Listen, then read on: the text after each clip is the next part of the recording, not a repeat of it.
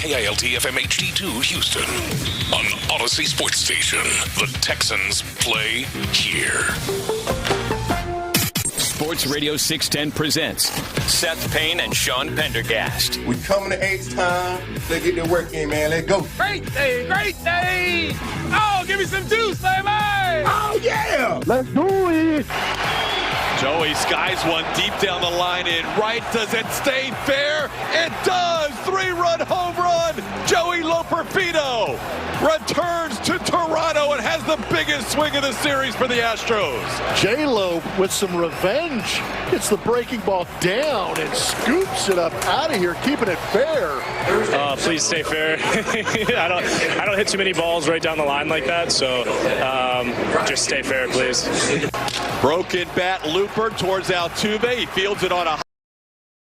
His show, and the Astros win it 9-7 in 11 innings. What a win to take the middle game of this 3-game series. Joey Loperfido and Logan Van Wy, two heroes tonight for the Astros. Series even at a game apiece. The Astros win it. They are now 38-43 on the year, back to within 5 games of 500. That was a nice win last night, man. Or yesterday afternoon, I should say. That was a really nice win. There had plenty to improve upon, obviously, but lots of power, lots of home runs from very unexpected sources, and ultimately the Astros get the win yesterday in 11 innings, 9-7. So they even that series at 1. So we welcome you in here on a Wednesday here on Payne and Pendergast, Sports Radio 610. I'm Sean Pendergast. He is Seth Payne. That was a fun little afternoon of watching baseball yesterday. It was awesome. That was a really fun day. After a quality loss on Monday, we call it a quality loss. And I'm letting you call it a quality loss. We all call it a quality loss. All right. Because if it weren't for your starting ace pitcher having a bit of a struggle, then very good chance you win that game. Yep. But so it was a one-off from Hunter Brown. Tuesday, all these guys like Yiner and Taylor Trammell and Cam Smith with their back-to-back home runs. Yeah.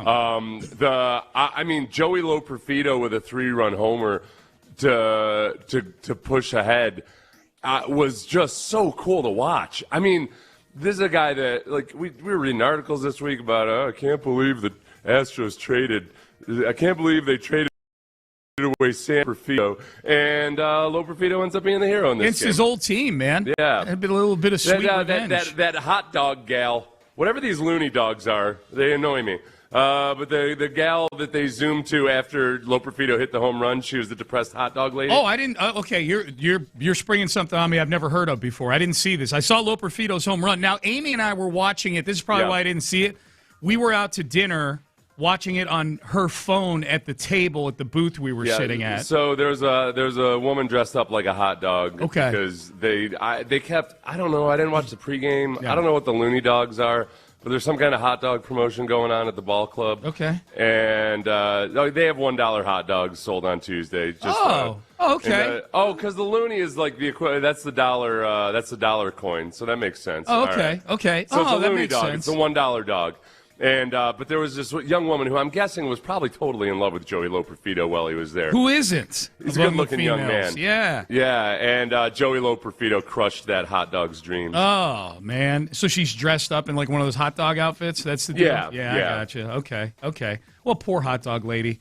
Yeah, I guess I still didn't explain it to you. It's just a woman dressed up like a hot dog. Yeah. That's okay. Okay. Well, crushed all her hopes and dreams. Good. Eat your dollar hot dogs and lose your baseball game, man.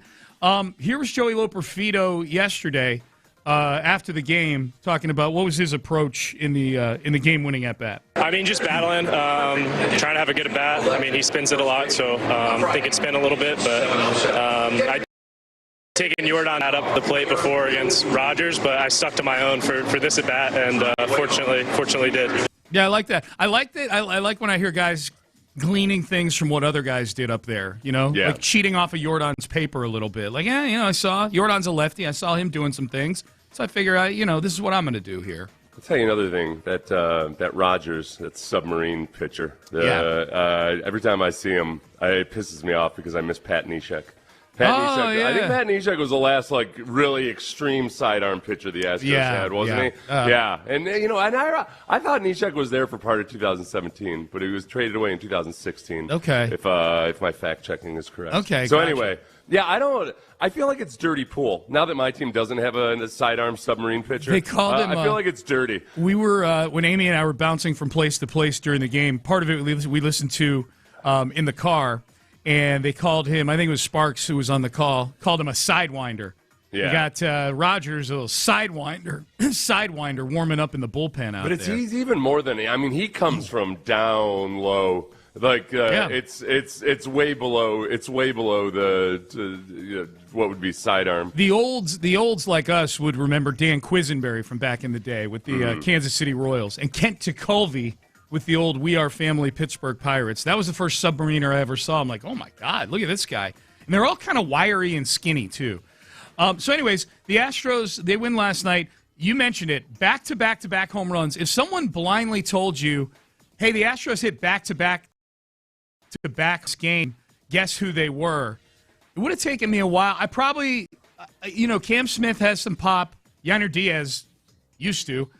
He did yesterday. Yeah. And then Taylor Trammell. And then if you would have said somebody hit one that was like a Jordan-type blast, it would have taken me a while to get to Taylor Trammell as the guy who hit one in like the third deck home run. Right. I'd be surprised at that after initially being surprised that your 5, 6, and 7 hitters in the lineup are Yainer, Cam Smith, and Taylor Trammell. Yeah. That's the beauty of yesterday was that, you hit back-to-back-to-back home runs, and it was also in a lineup. Your lineup is just nothing like what you would hope it would be. No.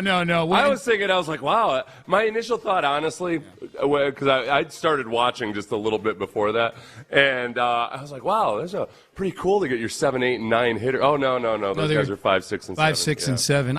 Because Bryce Matthews and Ray Delgado quickly got Well, 2 years ago, if someone said Yainer's your 5-hole hitter, you wouldn't think anything of it because he had such a good rookie year. But yeah, so he's your 5-hole hitter. Pena didn't start yesterday because of the injury he left the game with 2 nights ago, but he did pinch hit, got a big walk in the rally that they had in the 9th inning. That's the other thing. I mean, we talked about all the home runs and Loperfido and the back-to-back-to-back.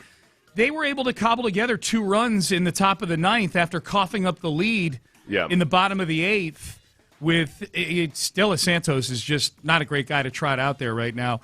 But you don't have many choices. Hunter Brown put you in a bad spot yesterday. The bullpen had to finish innings. So them scraping 2 runs together in the 9th, there was a lot to like about this game. Exactly like you said. They had to use all the relievers the day before because Hunter Brown scuttled so much. And then Josh Hader comes in, does exactly. It was a quick inning. I missed that entire inning. I went to go to the bathroom. I came back, and the Astros were back up at the plate. But Logan Van Wy gets his first win and has to go 2 innings for you. So there was a lot to like about yesterday. Yep, there was. The 3. You want to listen to the 3 home runs? I didn't get to hear the broadcast, so I would like to listen to this. I'll credit Tyler Milner. Put up a mashup of the back-to-back home runs. Diaz, Cam Smith, and Taylor Trammell. 1 out, bases empty. Yainer Diaz, the batter. Yainer flied out to center his first time up. Astros leading 1-0 in the 4th. And this ball hit well to left field. Yainer Diaz bidding for home run number 3, and he's got it. Into the bullpen. Yainer Diaz hits 1 out. And the Astros take a 2-0 lead. Ended up pitching a lot in the postseason. Cam delivers one deep to left center field. This ball's gone. Cam Smith back-to-back jacks with Yainer Diaz, and the Astros lead 3-0.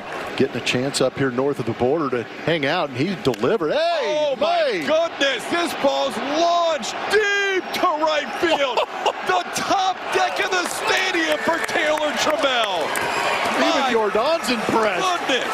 Wow. Back-to-back-to-back, and that one ended up in the top deck of the stadium. 4-0 Astros.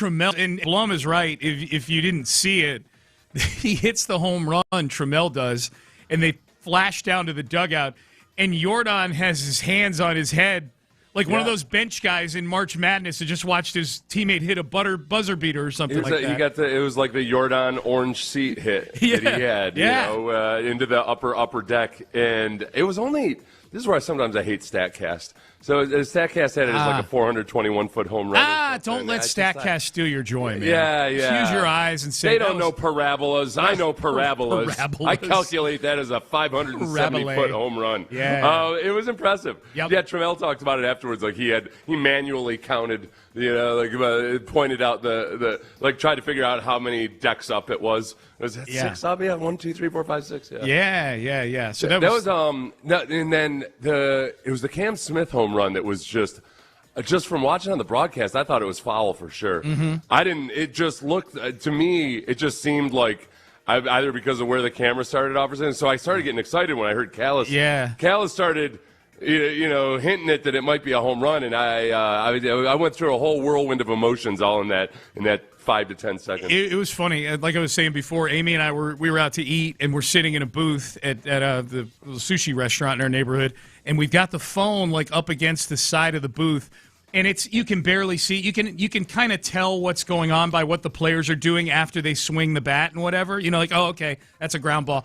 Loperfido on the home run, he swings the bat. But he doesn't respond because I think he could tell he hit it far enough. It just was a question of whether it was foul or fair. So we couldn't really tell like what was happening. Like Loperfido swings and I'm like, oh, okay, it's a foul ball. And next thing you know, like 4 seconds later, Loperfido's casually rounding second. I'm like, that was a home run. We're gonna win this thing. And I did not That's when feel they were like showing the depressed hot dog lady. I'm so surprised you didn't see that. I didn't see it. Well, it's just, again, a small screen, and I was probably busy jumping up and down, high-fiving my wife that they hit a home run. I wasn't paying attention. They kept going back to her. The camera likes that lady. Well, you know what part of it is? It reminded me of that skit with the you have to leave now or whatever that guy is. There's a skit where he plays a guy dressed as a hot dog driving a hot dog vehicle, and it crashes into an office. It crashes into an office, and then they show everybody in the office standing around like, who did this? Who did this? The guy in a hot dog suit is standing there saying, I don't know. That's why it registered with me. Oh, that's hilarious. I've never seen that, but your description is cracking me up. That's funny. You've probably seen references to it, like in memes and everything. Yeah. Okay, and then the first text in today, just one text. Astros are a bad team. Like, come on, man. This is where, again, I had to explain this the other day. People use the word mediocre as if they think that mediocre means the same thing as awful. So I was on a live stream, and I said, I was trying to explain that the Texans' offense last year was a mediocre offense, which isn't good. It's not what you want, but it's not the same as bad. And somebody said, well, who were the bad offenses? I'm like, the Raiders, the Browns, the good offenses. Look it up. Those are bad offenses. The Jets. Yeah, the Jets, yeah. I had to look it up just because I wanted to be sure. And you're going through the bottom 5. You're like, no, these are definitively bad. Okay. The Astros aren't a bad baseball team. Unfortunately, they're a mediocre baseball team. Baseball team. And mediocre is not good enough. Mediocre is defined as an adjective describing something of average or moderate quality. Right. Neither terrible nor particularly good. It implies an ordinary, unexceptional standard, and I would say unacceptable standard, too. What? Yeah. Often with the underlying sense that it should or could be better. This is what we are as sports fans. We're all, it's like we come from a high-achieving family where a B- or a C+ is bad. Yes. You're right there in the thick part of the bell curve. That's bad. No, it's bad. And the underachieving student, if he had paid attention in math class, could have said, oh, no, Mom, actually, I'm just average. Right. I'm not bad. Yeah. No, but by our standards, the high-achieving sports family, yes, a B- or a C+ is bad. Bad. What do you think? I mean, along those lines, as long as we're talking about this, what does this team feel like to you right now as far as they feel like a mediocre baseball team. They do feel like a mediocre baseball team. What do you feel the potential is for this team? Do you feel like this could be? I mean, they're 5 games under 500 again. I think can be a 85-win baseball team, a 90-win baseball team. Could they get to that. At the end of the year. Since we reset the season, they've been playing like a what? A 95 win team. A 95 win baseball team. They're 21 team. and 15 since you and I did the reset. We know, having seen a few, comebacks lifted up out of not just mediocrity, but bad starts. 2 years ago with this team. They were a bad baseball team, a genuinely bad baseball team. Yeah. It's going to take a couple of runs. Yeah. And that's where, if they had, at any point in the last few weeks, if they had swept one of the bad teams, I'd feel like, okay, this is a team that can go on a run. Yeah. But it just, it just feels right now like it's a medium plus cooked steak. Yeah. That at no point is it going to rise up above it. There's just too many holes in the lineup or in the pitching rotation at any given time that it's hard to envision them going on a bunch of runs. I agree with you. Wholeheartedly on that. That's why I wonder what Jim Crane thinks about that. And Jim Crane is ultimately the one that matters. Dana Brown's going to be the one that makes the deal. But what the tone that gets set for what this team does and what they decide to do and what they think they are is going to be determined by ownership. And that's what I wonder is this a team that's looking in the mirror at itself saying, you know what, we're really just a deal. Doesn't even have to be a big deal, but we're just like one or two guys away from being that team that we've been, not 4 years ago when they won 105 games or whatever, but 2 years ago when they came back from that horrible start we just referenced, and they won 88 games and they won the division and they made the postseason and they got to play home games, albeit losing home Tigers in series. That's what I wonder is how far away do they think they are? Because the fact of the matter is there's a distinct, very average, mediocre ceiling on a team that has a collective outfield with a 660 OPS. Right. Those are power positions in a lineup. And they're hitting 660 OPS combined, their outfielders. 2024 is an interesting one because – a lot of their big comeback there was made without Kyle Tucker.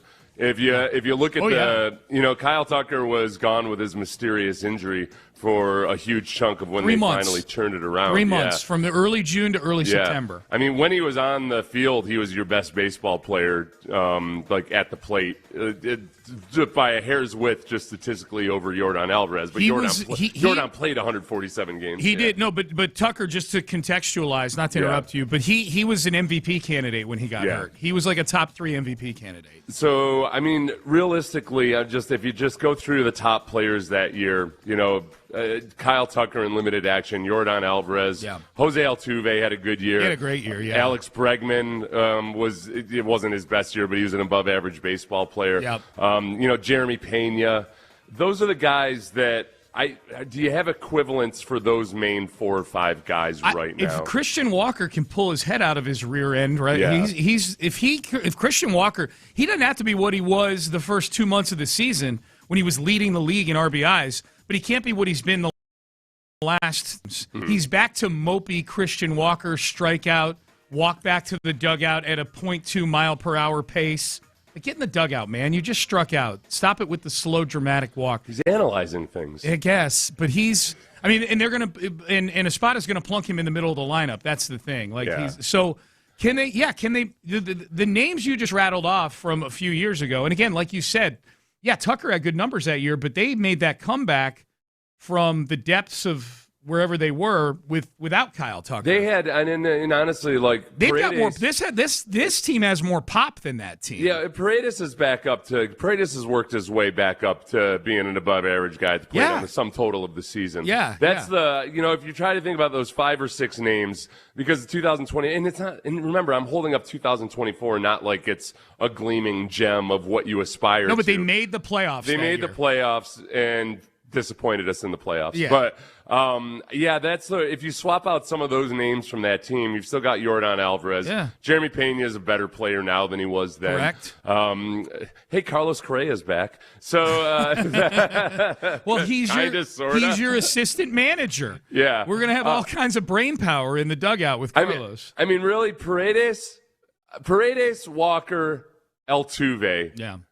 And then maybe Cam Smith is some kind of a wild card or something. Those are the guys. Those are the big things. Your fate hinges on Yainer. Does Yainer do anything like he did a couple years ago? Right. Like, is he able to get back into some sort of Like even us hit something. That would be great. Altuve, what version of him do we see in the second half of the season? Yep. I don't know. Yep, we'll see. All right, coming up next, I could not have been more wrong on the Brendan Sorsby situation. I blame others. I could not have. Schefter's in my crosshairs. Could not have been more wrong on that one. We will tell you the latest. This is big news coming from the NFL. Is this the NFL bowling up and flexing its muscles on a young player with gambling issues? We'll let you be the judge of that. We'll lay it all out for you. We'll do that coming up next. Big thanks to the Men's Tea Clinic yesterday. They powered the show from beginning to end yesterday. It's Men's Health Month, Men's Health Awareness Month in the month of June. So Men's Tea Clinic is really in tune right now with wanting to get you in the doors.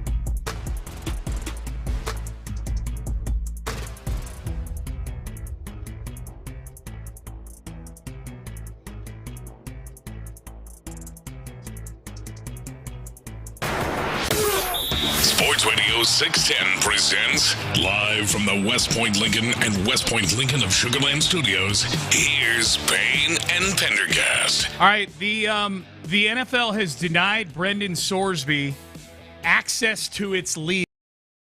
There will be a draft for us to cover. No! Put your mock supplemental drafts away. When was the last time we didn't have last year? Last year, yeah. It Gotcha. happens like every 5 years. It was the only thing to talk about in the NFL, though. Well, it still is. It was, and it will be, I think. I think there's going to be lawyers involved again. I think it could get ugly. But Sorsby's lawyer won't shut the hell up. Yep. He's involved Yep. 24/7. Yep. His lawyer, his agent, he's got an interesting crew around him here. So give me your initial gut reaction to finding out that Sorsby was not going to be allowed. Surprised. I had said multiple times on our show, I had treated it like a formality. You know what I think, Seth? Sorry.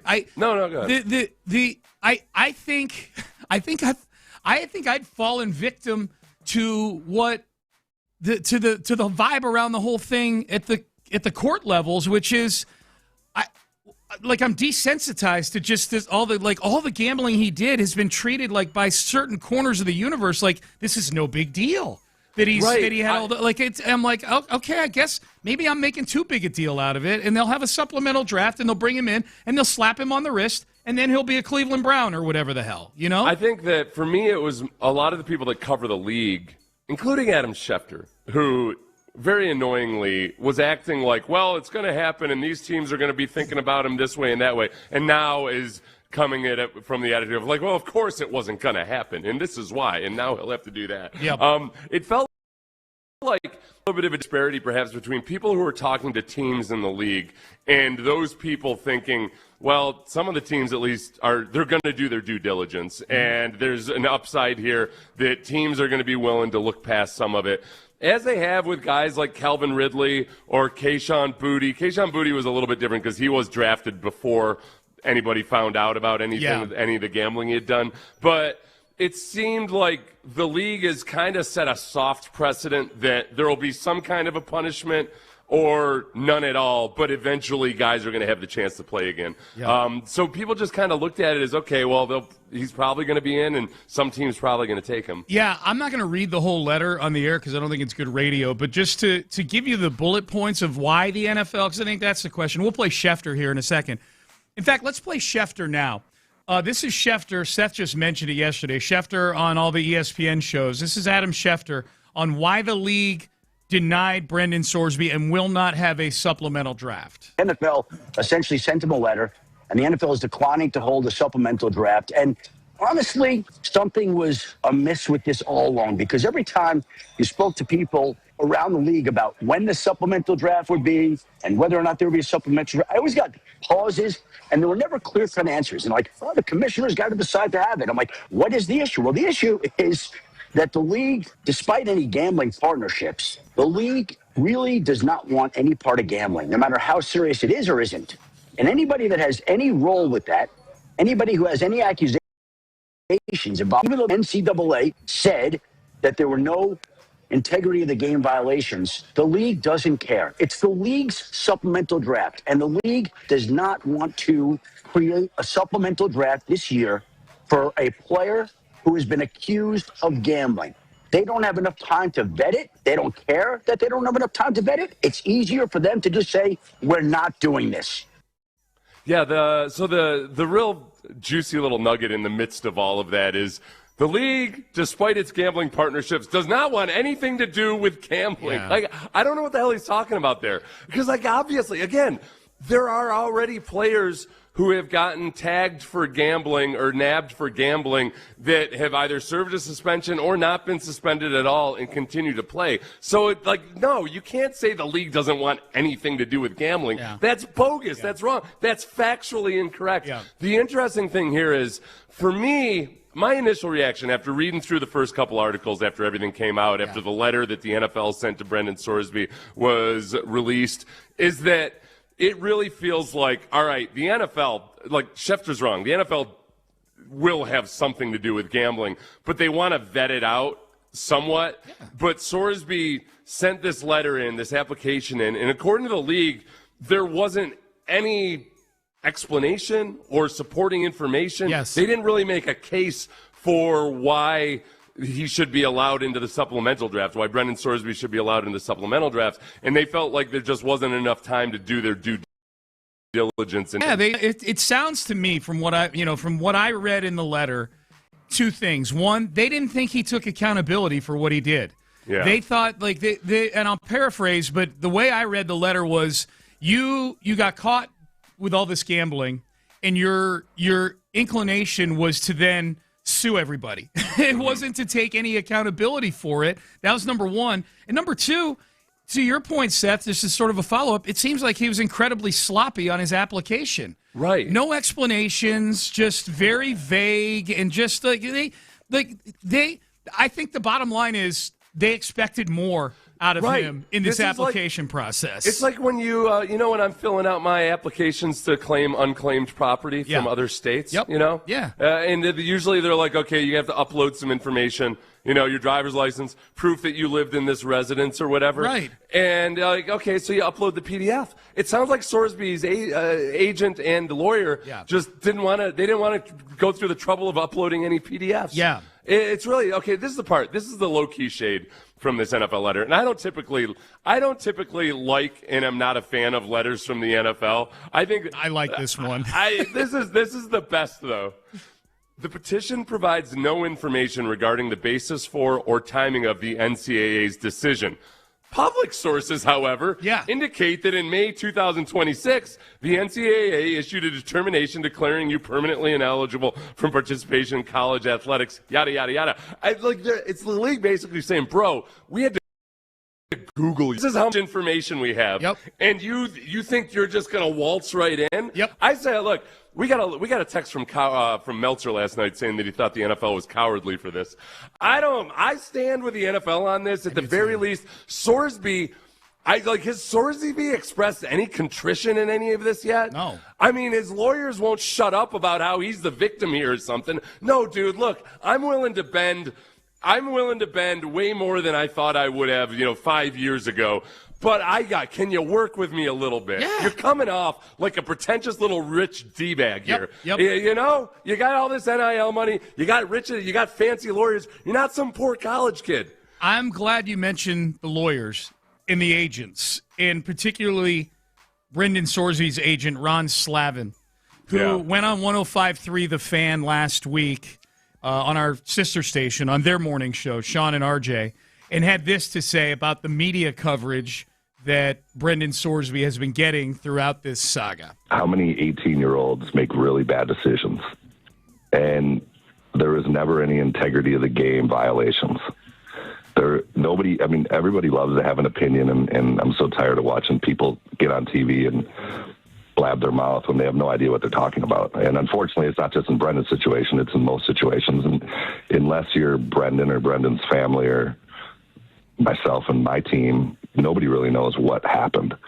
The opinions out there were, you would have thought this kid committed major crimes and did the horrible things. And they had decisions from his dorm room when he wasn't traveling with the team in Indiana. But besides that, there's just so much more to the story that will come out later, that Brendan wasn't doing anything that was hurting the integrity of the game. He never bet on college football once he got on the roster, or once he was on the active travel roster at Indiana, and then he never did it at Cincinnati. So this was something he did at 18 that was really dumb, but it also is something that now he's paid the price at 22 years old. I think that guy did serious damage, and here's why. Couple things. One, the NFL said in their letter to him that at the very end, that it is a privilege to play in the NFL. It's not a right. This guy's acting like it's his right to play in the NFL, that it's not a privilege. That's number one. Number two, that whole thing at the end that you and I laughed about out loud last week, that more is going to come out about this. We'll at a later date, we'll tell the whole side of the story. I'm paraphrasing, obviously. Would have been a good idea to tell it on your application for the supplemental draft, huh? That might have been a good time to go ahead and tell the whole story that everybody needs to know. There's more to this story. That apparently that feels like, by his tone, somehow vindicates him. You're exactly right. They've been presenting Brendan Sorsby as this unfortunate victim in all this. This unfortunate scenario where Brendan Sorsby is being victimized by the powers that be. Could you give me something? Yeah. Give me something to try to help me to get on your side. Because what the hell are you honestly talking about? It's ridiculous. I honestly, and I've been one of the NFL at how it seems like their attitude towards discipline at times is random and capricious, and they're basically just shooting from the hip and when they decide when, where, and how to punish people. But you gotta work with them a little bit. You apply 4 days before the deadline or 3 days before the deadline, and don't provide any extra information, even though your lawyer's talking about all this extra information that would shed more light on it. Yeah. Bro, just you did it. Yep. You can't, it's just if you can't do the time, don't do the online crime, brother. Don't do the iPhone crime. Yeah. Yeah. Put your thumbs in a chastity belt. That's right. That's right. All right. I'll sell you one. We'll definitely got it in Eastern Europe. We'll definitely circle back to this story at some point on the show. We'll probably mention it in headlines here coming up next. We got the Astros we got to get to. World Cup yesterday, right here in our backyard. In Houston. Hockey in the news in Houston as well. We got a lot to get to in headlines. We'll do it coming up next. Hey, this is a great time of year, man. It's summertime. Kids are out of school. You've got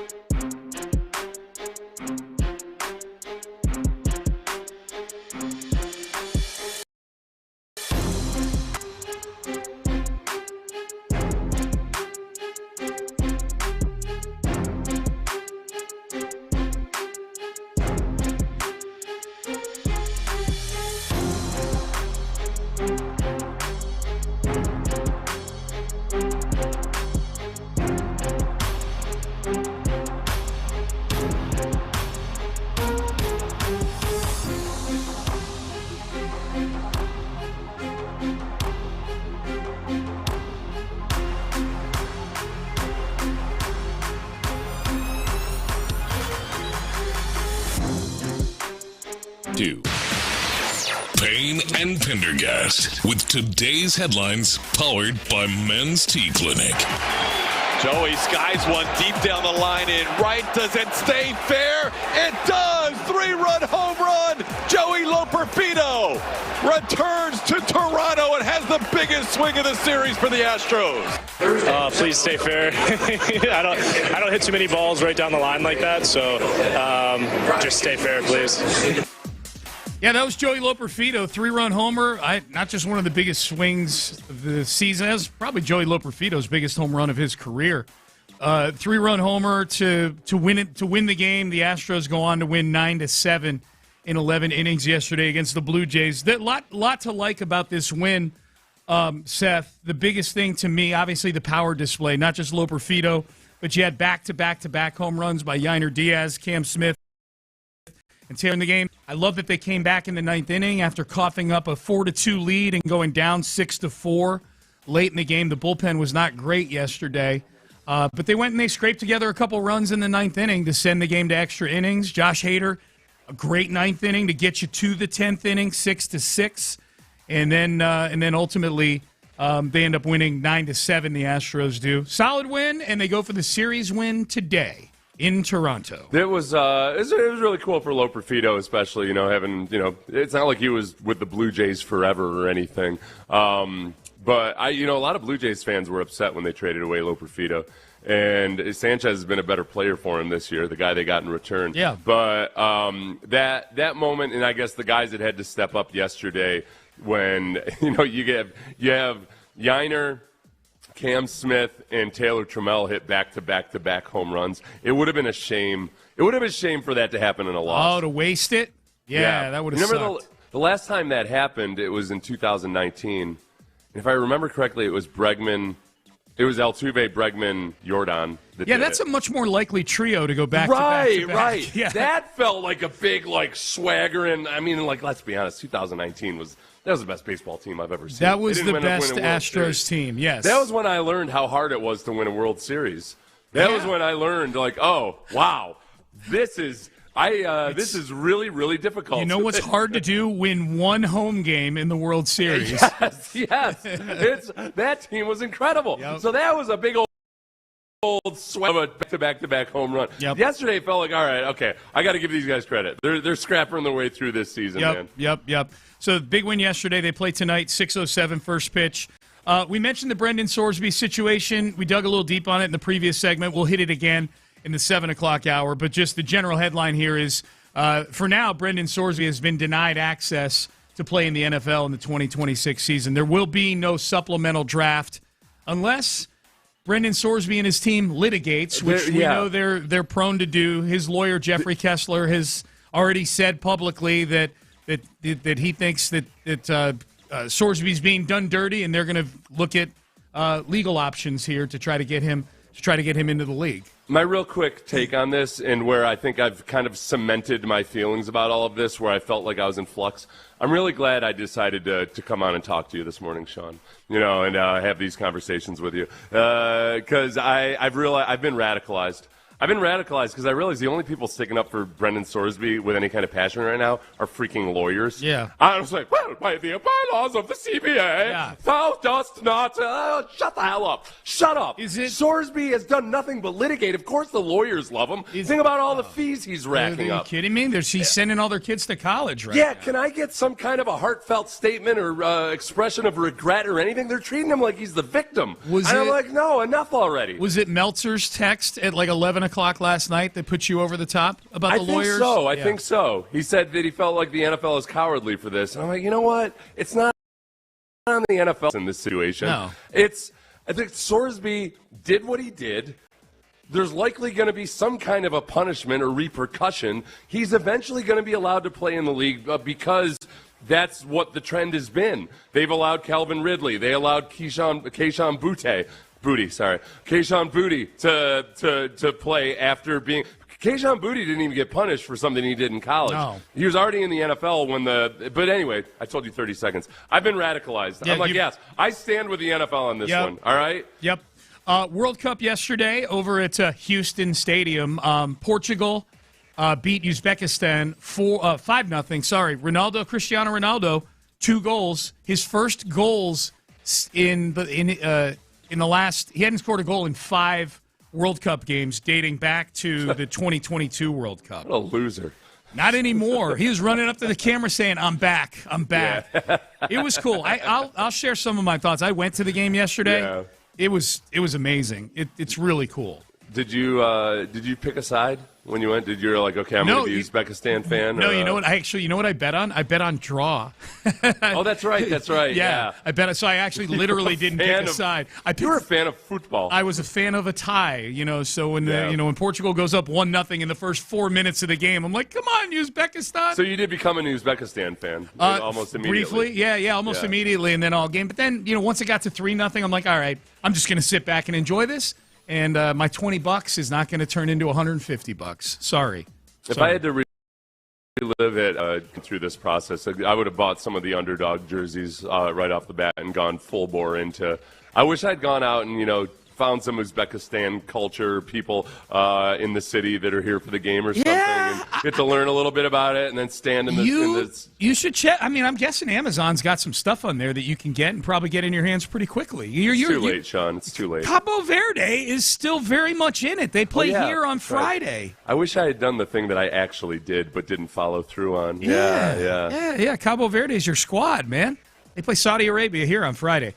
It was a great time. I have a few thoughts on it from going to the game yesterday that I'll share in the 7 o'clock hour, but it was really fun.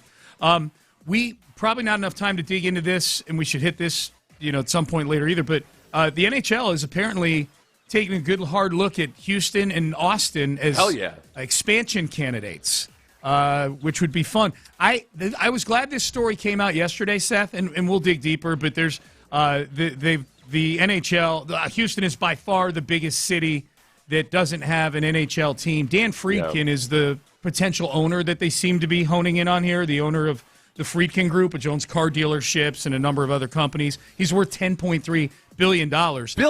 Billion, which is good because the entry fee that they've been toying around with, according to the articles I saw, is $3.5 billion. Billion? That's gone up way. I mean, the last couple expansion teams were, true expansion teams were $500 million, $600 million. Way up.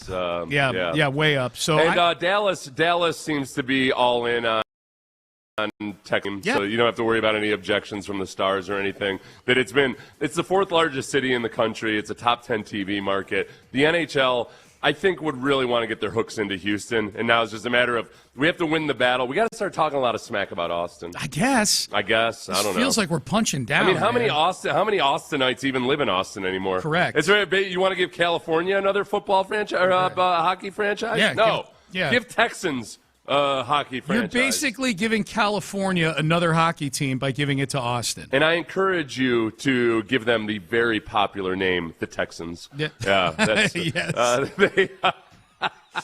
Let's bring that back. Let's bring back teams sharing a name. Like the Cardinals back in the day, or just it used to be the NFL would name their team after the Major League Baseball team Giants. to try to get a little extra juice, a little extra, prestige by association. How times have changed. Yeah, I know. Football looking to get a rub from baseball. All right, into the 7 o'clock hour we go. Hey, speaking of our football team, really good article about Azeez Al-Shaair. I believe in the Athletic. It was the Athletic, Sean. Yeah. It had some interesting stuff about Azeez, his upbringing. Where us radicals go for our information. And I liked that Azeez, this is not the first time he's done this. He's partaking in this in the offseason. We will tell you what that is. We'll circle back to Brendan Sorsby as well. Some of the audio about this story. He, again, if you missed it, you're just getting in your car. The NFL has said there will be no supplemental draft. You got to wait till the 2027 regular draft. We'll talk more about that in the 7 o'clock. Today's Wednesday, steak day at Beck's Prime. Do they have steak every day on the menu? If you go walk in there, the menu's right there above the...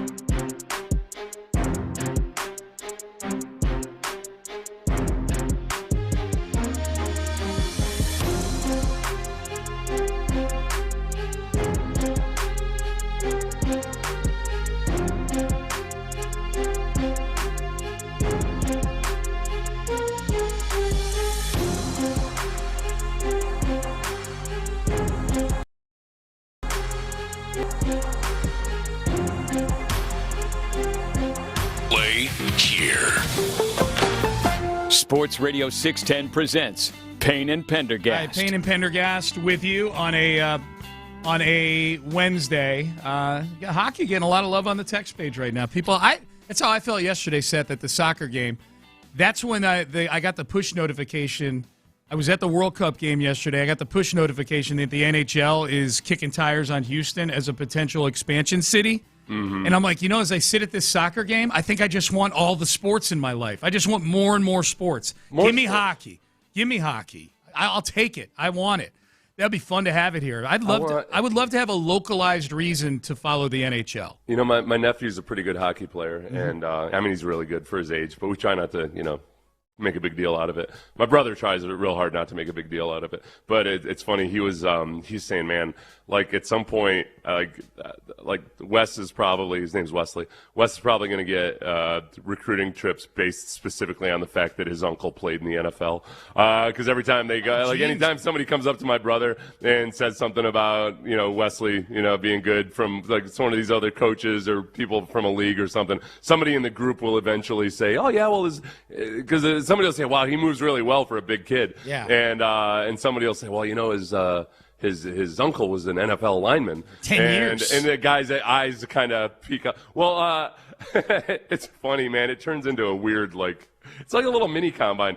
Lincoln Stahl. I've known Lincoln forever, and Lincoln's a big dude. Yeah. He's an Army Ranger, and he's a big dude. He's impressive looking.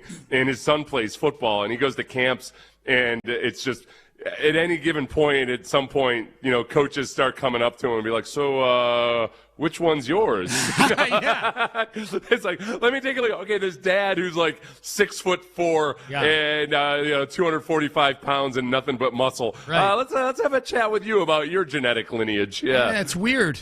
At a lot of Judy's cross-country meets, I didn't get that treatment. It's very strange. Sorry, I'm laughing. No, that was the goal. Everybody's like, who's the guy smoking a cigar in a public place? His daughter's the one that just broke the state record, believe it or not. Is she adopted? Adopted? Totally. Yeah, some people are coming to me, so good of you. So good of you to adopt a child. I know. And then you're nurturing her interests, like cross-country. You should have said that on recruiting visits. You're like, by the way, she's adopted. Don't worry about it. Yeah. You know what? She would have gotten a lot more offers early on if I had said that, probably too. That's funny. So your nephew's a good. How old's your nephew? He's 9.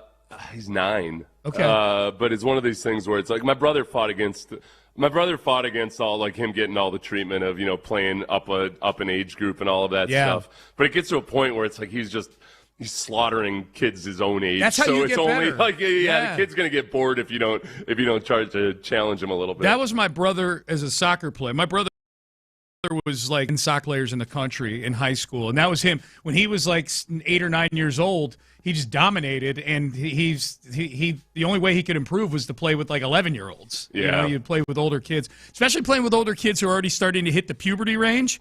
Because then it's like playing against kids that are 8 years older than you. The difference between a 9-year-old and a 12-year-old. Right. Well, that's the thing about, kind of when people start, kids at that age, you do start looking at the parents to be like, okay, is this kid just an early bloomer? Yeah. Because the kids, everybody had the kid in high school that was just the best football player on earth when he was 13 years old because he developed early. Yeah, he's big. And then all of a sudden he stops growing and everybody else catches up. And those kids end up bitter in high school. They do. Because they were treated like the prince of the county. Yeah. And then all of a sudden they're just another dude. You were 5'7" in 7th grade. Yeah. You're 5'6" now as a senior. You're squatting 400 pounds in 8th grade. Yeah, you're going to be pretty good. Yes. But then they just kind of hit a plateau. Yep.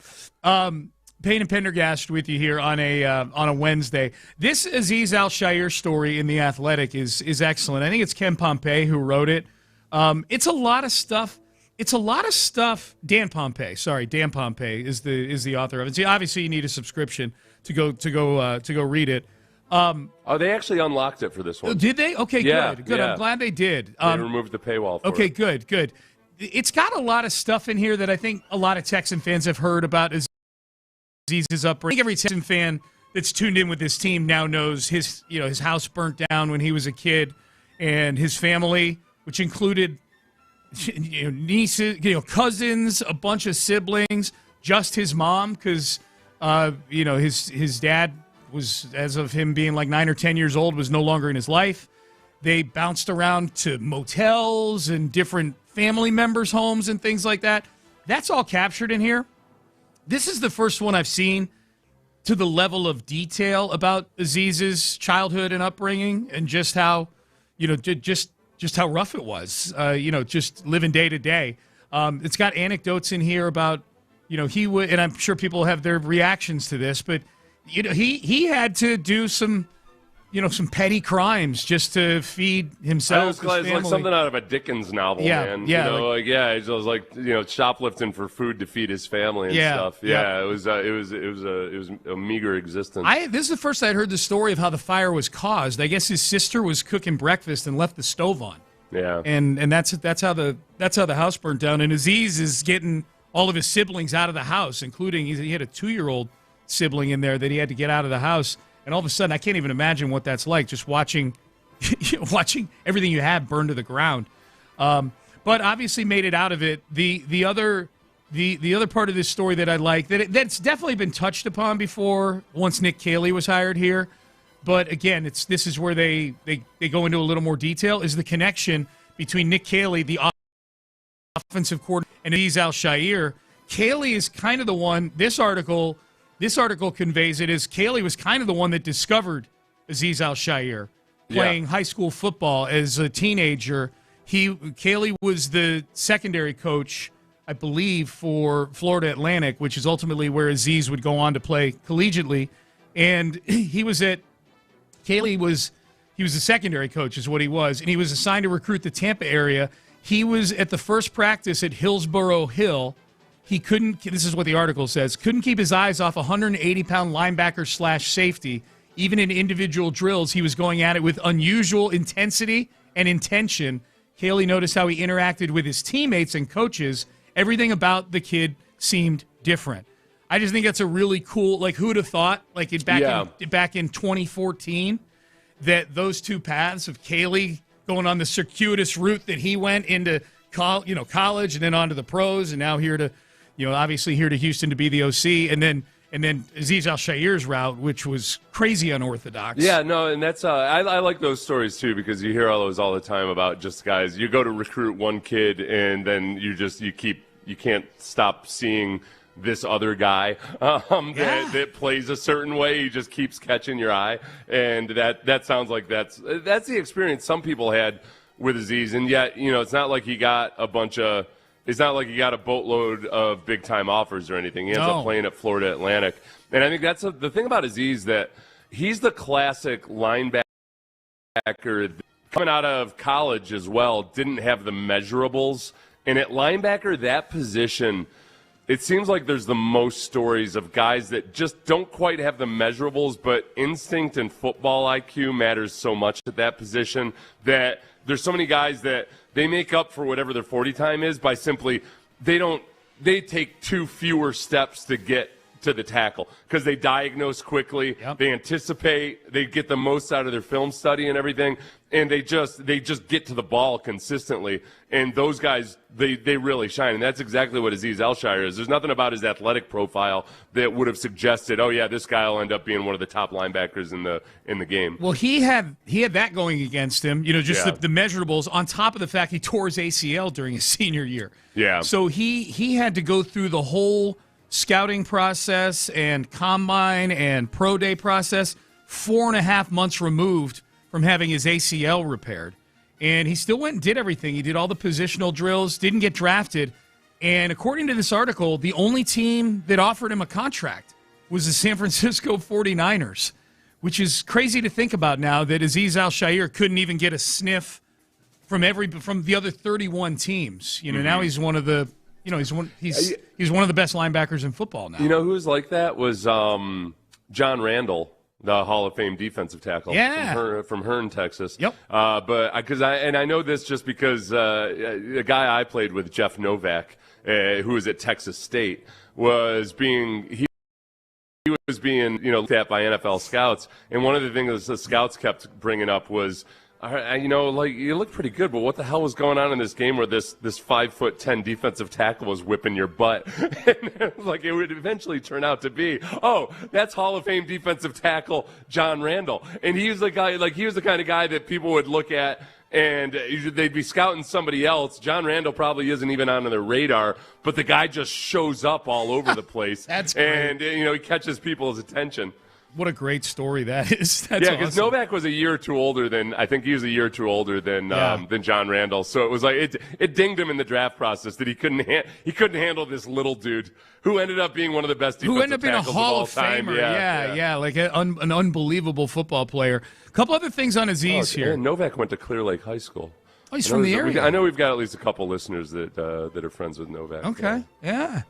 Couple more things on Aziz here. One from the article. If you recall, last year against Denver, C.J. Stroud got his brain splattered on a hit by the Abrams Drain kid. I forget his first name. It's in the article. But he laid the hit on C.J. that concussed C.J. And Aziz actually went over. I guess Aziz could relate because a year prior to that, he had hit Trevor Lawrence in a similar fashion and was the scourge of all of football. Yeah. And including the letter that John Runyon put out there to chastise Aziz didn't help matters any.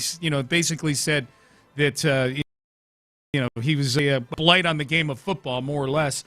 That Aziz, two things. Aziz went over and talked to the kid who had just hit CJ, kind of conveyed his experience, I guess, with, and then, but when Aziz saw the reaction, including the kid not even getting a penalty in the game, like they picked up the flag. Aziz, this article conveys it as it was kind of freeing to him, like he could, because he was still carrying that around with him, the Trevor Lawrence thing. Well, the whole thing is, and D'Amico was upset at that because he said, we've had players in similar situations that have gotten flagged, fined, and suspended for it. Yeah. The thing about that was that that Aziz hit was part of changing the way the NFL officiated it. Yes. Because remember, we sat down, Moose Johnson is on the committee that kind of works on this, on how do you enforce this rule and everything. And I talked to him, we talked to him on air, and then I talked to him a little bit afterwards at Radio Row that year. And I told him, I was like, listen, look at this from the defensive player's perspective. And tell me, if you go back and watch literally from the defensive player's perspective, if you watch the end zone copy from Aziz, and tell me when he's supposed to make the decision to lay off on Trevor Lawrence. Yeah. And it's not that easy to do. And they did this year, they called it a lot differently. And they would pick up flags if it looked like it was a late slide, and if the defender especially didn't make helmet-to-helmet contact. They picked up flags like Abrams Drain. They did it on a hit against Joe Flacco earlier in the season.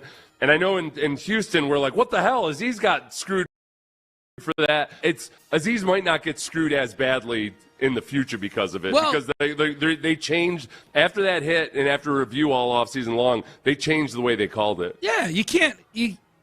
Like the way that rules get interpreted adapt over time. You can't go re-adjudicate the Aziz thing. Like, it was unfortunate in a way, not even in a way, like you just said, like that hit changed, it allowed these other defenders a fair shot at being able to play their position. And I would include, I think, unfortunately, you can't go back in time, but when Toa and who was the other one that hit Mahomes, as Mahomes dropped to the ground. Oh, I think it was Foley, Fatakasi, if I'm not mistaken.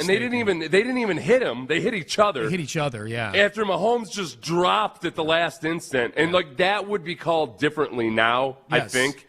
I'm pretty sure that would be called differently now. Unfortunately, it's too little too late. Yep. The other thing that I like, this is not part of the article, but this is there's a camp that I say a camp. This is Texans. Jacob posted this. Derek Stingley Jr. gets a bunch of the guys on the defense together every year in some tropical paradise for the Cover One Clinic. For the Cover One Clinic, and I'm sure Stingley's dad is involved, kind of organizing the thing and whatnot. But it's a bunch of Texans defensive players. Typically, it's been a bunch of guys in the secondary. But I remember the story from a year or two ago where Aziz and I think Henry Toa were on the same island or in the same proximity as the Cover One Clinic, and they were kind of bummed they didn't go, or they maybe went late or something. Like Aziz Al-Shaair and he will self-deprecatingly talk about this, he's dropped a lot of potential interceptions through the years. Yeah. And he works maniacally on trying to remedy that and trying to get his hands better. The list of players attending Derek Stingley Jr.'s Cover 1 camp in Paradise this week: Derek Stingley Jr., Kalen Bullock, Kamari Lassiter, Elijah Huzzy, defensive back, Jalen Smith, Jalen Reed, all defensive backs, and Azeez Al-Shaair and Jamal Hill. So 2 linebackers.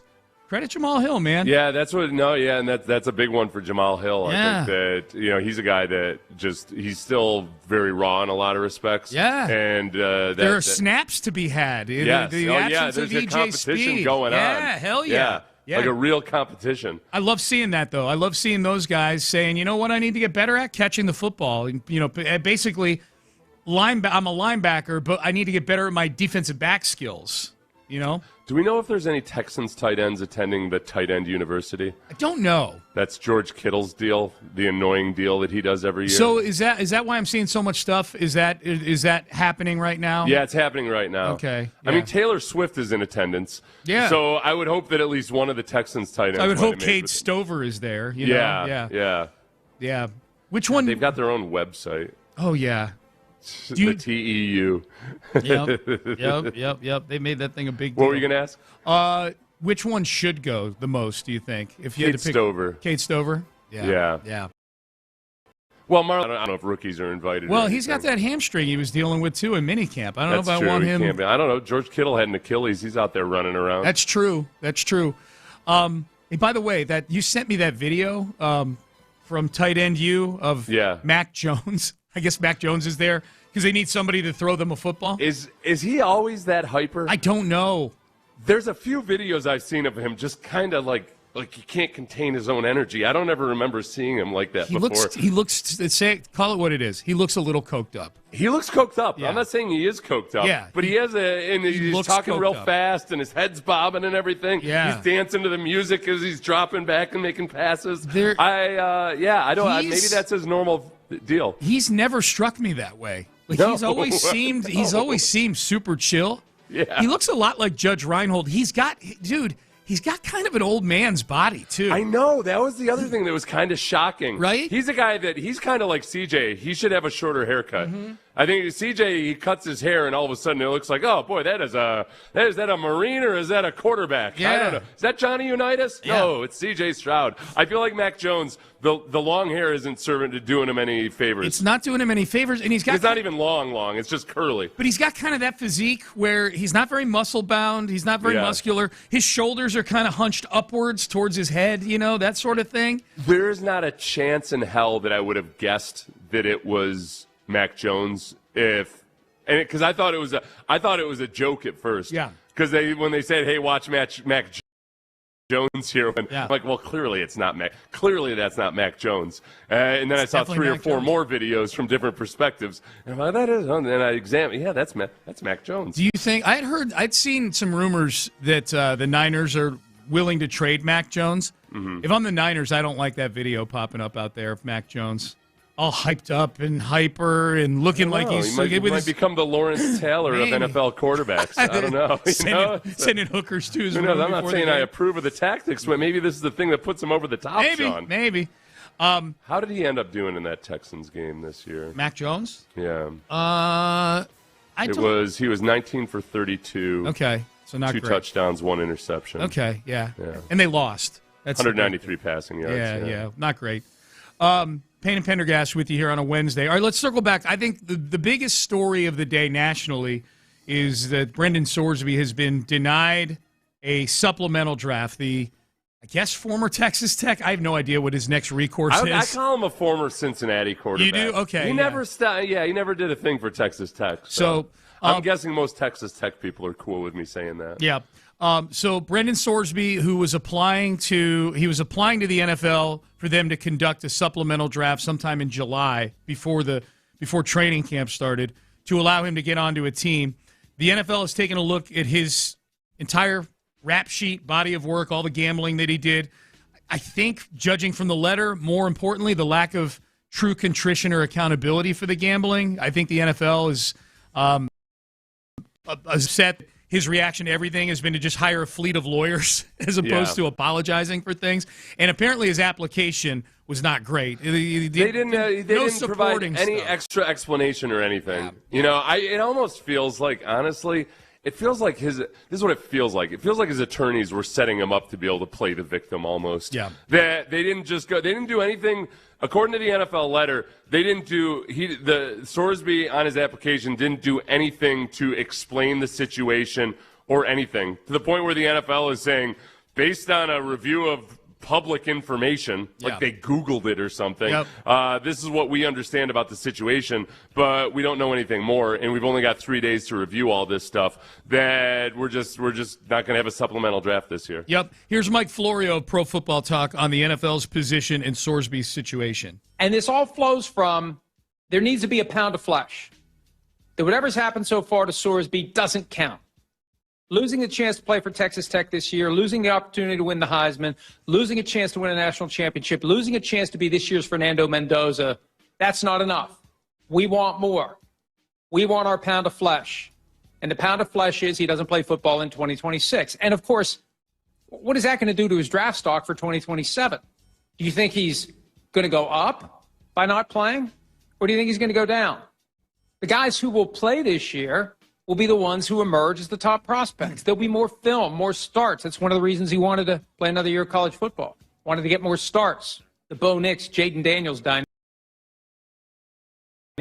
This proves itself each and every year. The guys who play a lot of college football are better suited to making the adjustment to the NFL, especially at the quarterback position. Okay, I'm going to take the side on the argument Florio was making there. I'm going to go against Florio here, knowing that I'm probably in the minority. But I'm going to do this more as a devil's advocate than anything else. I don't know that it's a given that if he sits out a year, that his stock goes down necessarily. His stock is not very high right now because of all the gambling stuff. Right. I think that if he sits out a year, gets with a quarterback's coach, does the thing that guys do where they put their workouts on Instagram, he can still be talking to people around the sport, and his agent can still be doing that. I think if he actually shows that he's away from football and he's on his own for a year and he doesn't gamble, that's actually probably a decent thing for his stock. It might be a decent thing for his stock, but it's not going to be the same as if you're on a team that's competing for the national championship and you put in a great performance and all of that. Certainly. Like there's no way that he can elevate it that. So it's almost he's been capped to a certain level. And my argument is not that he can sit out and become a top 5 pick. Right. My argument is I don't know that I don't think his stock is very high to begin with right now. And I think there's a chance that he doesn't do damage to it, or maybe even does uptick a little bit. Like if I don't know what teams think of him right now. There's probably a few that are in love with him. Who knows? I just don't think it's a given. Like Florio makes it sound like this is going to be the ultimate just like arrow through the heart. I don't know. I think that. Because the guy he brought up was Fernando Mendoza, who's the ultimate, okay, you go to a good team, you put in a great performance, you end up the number 1 overall pick in the draft. Yeah. Like, there's no avenue for that to happen. I'd be incredibly shocked if he ends up if he has to sit out for an entire year of not playing football, I think he's probably not going to be you know what, maybe he would be a top 3 pick just because if he does such an incredible job of showing contrition, doing the work in rehab, working with a personal coach to be better at progressions and everything, maybe. But because it's a quarterback, so who knows? Yeah, and I think we need to point out this is supposedly, we see how these things go, this is supposedly a really deep quarterback class. So it is probably going to be harder for a guy who doesn't play for a year to cut through when you've got like 7 guys that the NFL loves. I think there's an avenue not playing football this year for Brendan Sorsby to impress NFL teams. That's all. Yeah. I think that this is the problem. If I think that Sorsby, where he really screwed up, is that he's so lawyered up at this point. And it's a dicey proposition when sometimes there's a perfect time that, yes, you should be lawyered up. Maybe in the NCAA, that was the right situation. If he was going to have a chance to play, it was only because he lawyered up. But if all of a sudden, as you're entering the NFL, you've got all these people, whether your agent or your lawyer, Kessler, basically being combative about it and acting like they're not going to do anything above and beyond to try to show the NFL that he should be allowed in the supplemental draft. Yeah. That the NFL says, well, look, we haven't heard a thing from you. And now you show up on our doorstep 3 days before we have to make a decision on this supplemental draft, and this is all you give us is nothing, just the vanilla application with no explanation, no conversations or anything. Yep. You got to be really careful. You got to be really careful sometimes when you're trying to enter any kind of a relationship. If you come in like in full body armor with lawyers all around you at the beginning, it's hard to get anything done. Yeah. And guess what? Lawyers love getting paid by the hour, which is exactly what Jeffrey Kessler's doing right now. Yes. And he gets to make public statements, and he gets to talk about how he's going to take on the league. Grandstand. This is a violation of the NFLPA or of the CBA and the law. Yeah. Like he just, I mean, he's handling it. He's handling it like an entitled jerk. Yeah. And I don't know if the kid is or not. He made one public statement expressing contrition, but hasn't done anything to reach out to the NFL or to explain his side of it or where he is or anything. The only people who seem really put out by this at this point are lawyers. Yeah. It seems like Florio, Andrew Brandt, Mike Meltzer. Like, it's okay, cool. You can come at me with your letter of the law arguments. It's hard for me to say this, but I see where the NFL is coming from on this one. Yeah, I'm not a lawyer. I'm just thinking purely with common sense. It's not his right to play in the NFL. You know what I would like to see happen, Seth? I think I would like to see this. I'd like to see Brendan Sorsby sue the NFL to get the supplemental draft enacted, have supplemental draft, and no team bids on, like no team puts in a bid on him. Yeah. Like you go through all this rigmarole to get a supplemental draft to get this kid an avenue to the NFL. And then all 32 teams, then there'd be a lawsuit for collusion, I'm sure. I'm 100% certain that Kessler then he'll go after go after all 32 teams for colluding to not draft. He's clearly at least a third-round pick. Look at what all these experts are saying about him. Kessler's setting himself up for a year-long project. He'll get 2 lawsuits out of it. Yeah, I think that, boy, you're right, and Florio would be so annoying with any kind of collusion allegations. 100%. I think my gut suspicion is still that if he had been allowed in the draft and all these teams were doing their due diligence, Schefter said that a lot of teams are trying to figure out, dig into the situation. There was going to be a pro day. Maybe they still have the pro day, with the thought that, okay, at some point maybe we're going to force this issue. That's a fascinating question, actually. I hadn't thought about that. He had set a pro day for July 10th, I believe. And does he still have the pro day? And if so, do teams show up to that pro day? Yeah. What do you think? I think I think teams will show up. I think that teams. It sounds like from what Schefter was saying that teams were kind of in the dark as to whether there would be a supplemental draft or not, but that they were getting ready for if there was a supplemental draft, and it's a quarterback, and if it's somebody that they think like, okay, this guy could be a first 3-round type of talent, I'm going to throw in a 6th-round pick because for those who don't know, it acts like a blind auction. You throw in what round you're willing to give up as the highest pick ends up getting them. I think there will be a bunch of teams that feel like, okay, this just makes too much sense. This is an incredibly distressed asset. Yeah. The upside is huge. The downside is very minimal. I'm going to throw in a pick. And that at least one team throws in a 3rd or a 4th rounder. Question on the text page. Has anyone addressed the fact that the NFL has adopted gambling and promotes it daily as a conflict of interest for this kid? Yeah. We've got Adam Schefter mentioning that. Yeah, there's a Schefter with one of the dumbest statements ever. See if you can pick it out. NFL essentially sent him a letter, and the NFL is declining to hold a supplemental draft. And honestly, something was amiss with this all along, because every time you spoke to people around the league about when the supplemental draft would be and whether or not there would be a supplemental draft, I always got pauses, and there were never clear-cut answers. And the commissioner's got to decide to have it. I'm like, what is the issue? Well, the issue is that the league, despite any gambling partnerships, the league really does not want any part of gambling, no matter how serious it is or isn't. And anybody that has any role with that, anybody who has any accusations involved with gambling, even though the NCAA said that there were no integrity of the game violations, the league doesn't care. It's the league's supplemental draft, and the league does not want to create a supplemental draft this year for a player who has been accused of gambling. They don't have enough time to vet it. They don't care that they don't have enough time to vet it. It's easier for them to just say, we're not doing this. Okay, this is the problem. Okay, clearly, like Schefter said, in the same sentence, Their partnerships with gambling, they don't want anything to do with gambling. Yeah. All right. Now, that's wrong on two levels. One, without knowing anything about it, that sentence doesn't make any sense at all. But two, it's not that they don't want anything to do with players who have gambled. They've already set the precedent of, Calvin Ridley got caught gambling on his own team, had to serve a year suspension. He's playing now. He's playing, Kayshon Boutte in college, after Kayshon Boutte was drafted by the Patriots, it was discovered that he had been gambling heavily in college. The NFL didn't even suspend him or punish him illegally, by the way. He was underage when he was doing it. And it bet on LSU, I believe, in games that he had played in, too, right? Okay. I don't know, It's so he's flat out wrong in saying that the NFL doesn't want anything to do with gambling or players who have gambled. And yes, it's almost, I guess maybe we should bring it up more often in light of the texter asking the question, has anybody brought this up?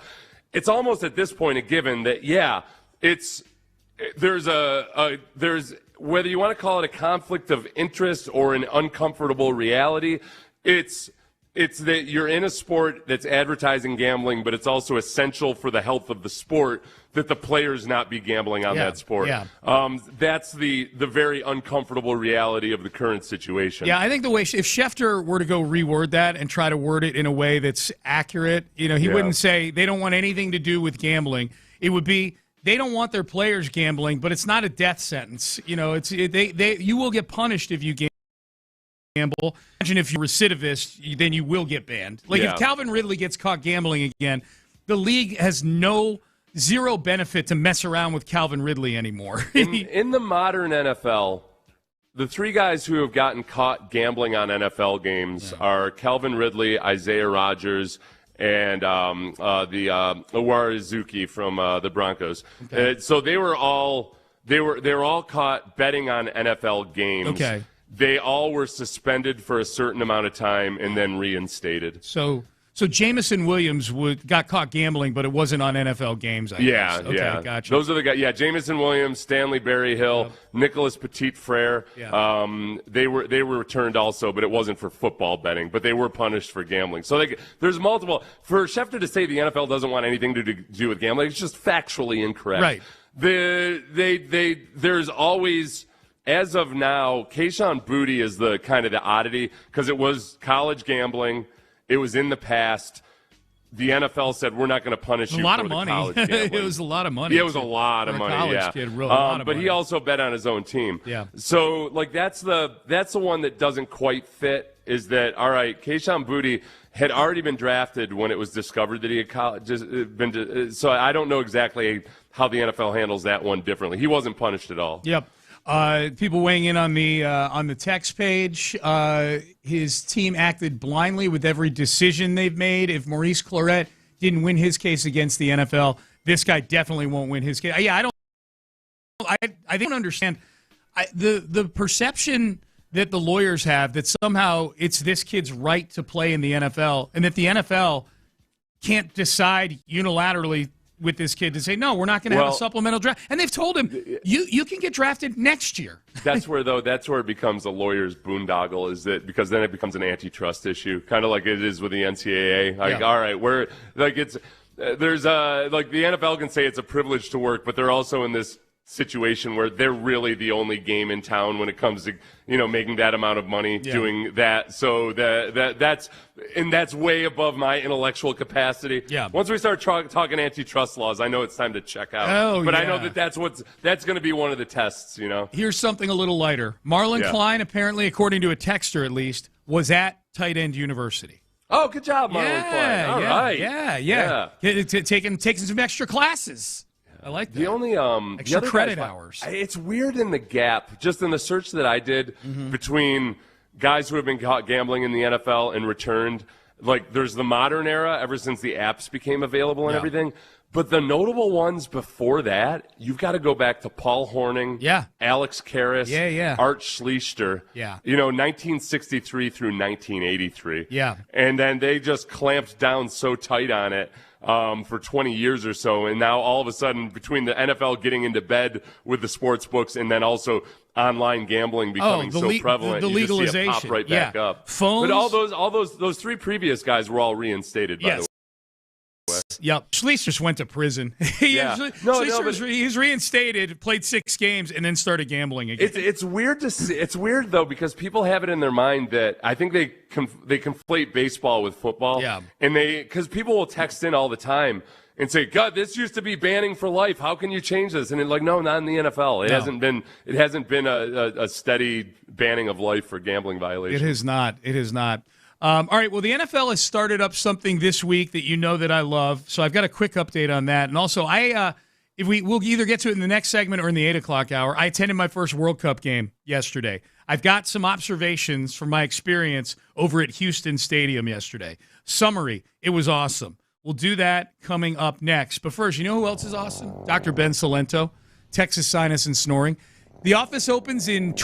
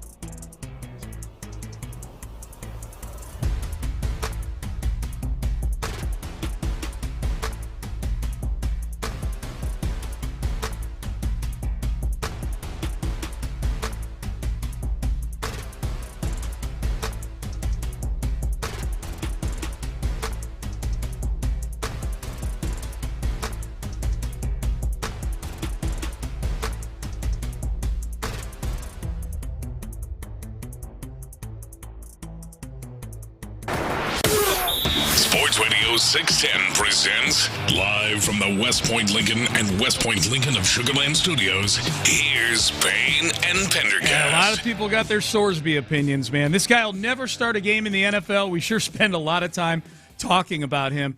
I think we spend a lot of time talking about him because it's just a fascinating case study. You know, it really is, I think, a heat check of sorts on just where everybody is with the confluence of gambling and sports and the on the field, the off the field, what the tolerance level is. No, but I think the one thing that that texter's argument is for why he'll never play in the NFL, maybe just because you don't think he's going to be a good quarterback. Okay, cool. As far as the legal side of it and as far as the precedent set, there's nothing so far that would suggest that he'll be permanently banned from the NFL, including this. The supplemental draft thing is such a weird. It's just such a weird process. It doesn't happen every year. That's the part that makes this a little bit unique. But there have been multiple players already who have been caught gambling on the NFL and that have been reinstated by the NFL after they serve a suspension. Multiple players who have been caught gambling on college football when they were in college, and they end up playing in the NFL. So when it comes to whatever Sorsby's transgressions were, there's zero reason to believe that it's going to keep him permanently banned from the NFL. The letter to him from Lawrence P. Ferrazzini Jr., who's part of the NFL's legal representation, the last paragraph literally says, as Commissioner Goodell has emphasized, participation in the NFL is a privilege that carries with it significant responsibilities, including accountability. By all accounts, you are a talented player with the potential for future success. We encourage you to focus on preparing for possible entry into the NFL through the 2027 NFL annual draft. They're literally telling him, go get ready for that avenue to allow you to play in our league. Yeah. What would be the best avenue? Sitting the year out completely if he can't play college football and just working on his game, or going to play, if they'll have him, going to play in the Canadian Football League? Ooh. Okay. So college not an option. Yeah. If that's not an option. If college is not an option, just sitting out and working. I think playing any version of football is probably a good thing. Now, But then you're a rookie in the CFL, which is a different style of football. It's a different style of football. It's a different game. I think people they don't understand that it's not so simple just for even good NFL players to go up and play in Canada. There's a lot of adjustments you have to make. What about the UFL? The problem would be the timeline. I mean, they don't. There's nothing. The UFL starts playing, right around the time the NFL draft starts. Yeah, they start, I think, in February. February, okay. So I don't know. Again, what would there be a UFL team that would take him, make him a starter? Again, it's not so simple that he's just going to waltz on.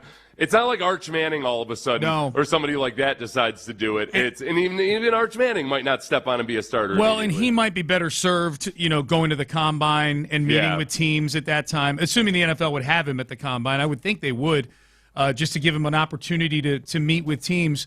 Several people have pointed out it would be ironic if the Houston Gamblers were to sign him in the UFL. Yeah, people are thirsty for that. They want that badly. Yeah. And by people, I mean me. So there's that.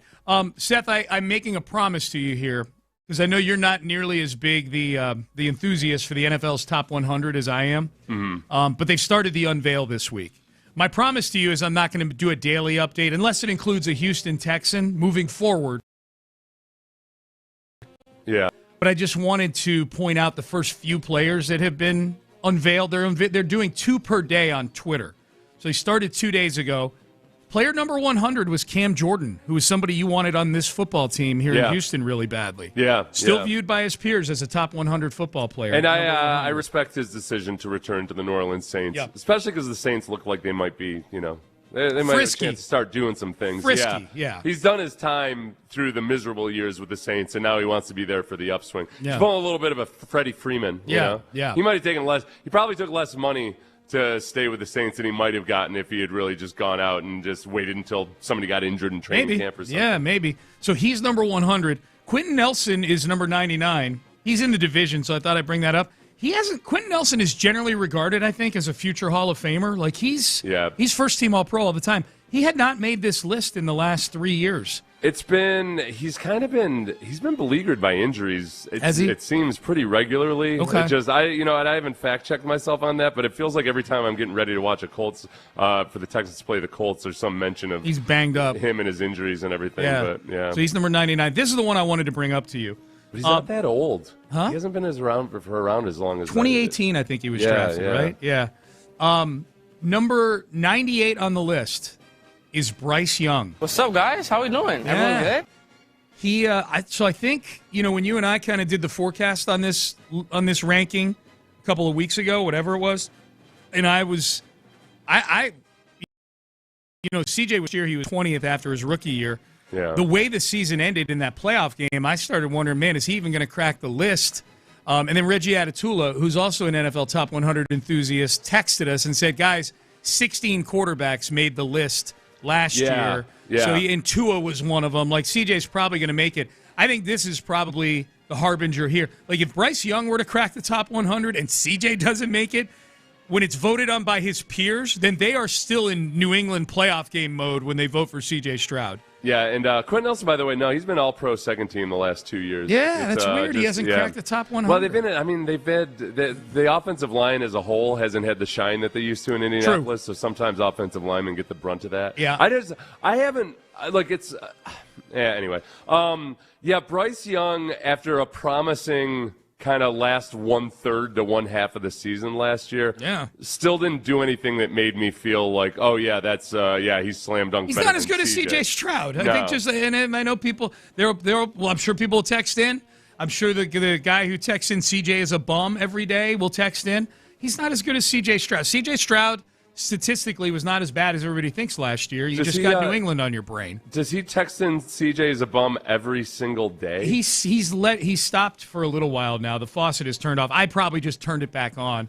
And now we'll probably get a bunch from people who aren't even CJ as a bum guy. That's a great way to not be annoying in life, is to say the exact same thing every day and text over and over again. So do you think CJ makes this list? No, I'm just looking at CJ from last year. Yeah. Like in a statistical category. Yeah. Other than total passing touchdowns, but even there, like CJ threw fewer interceptions.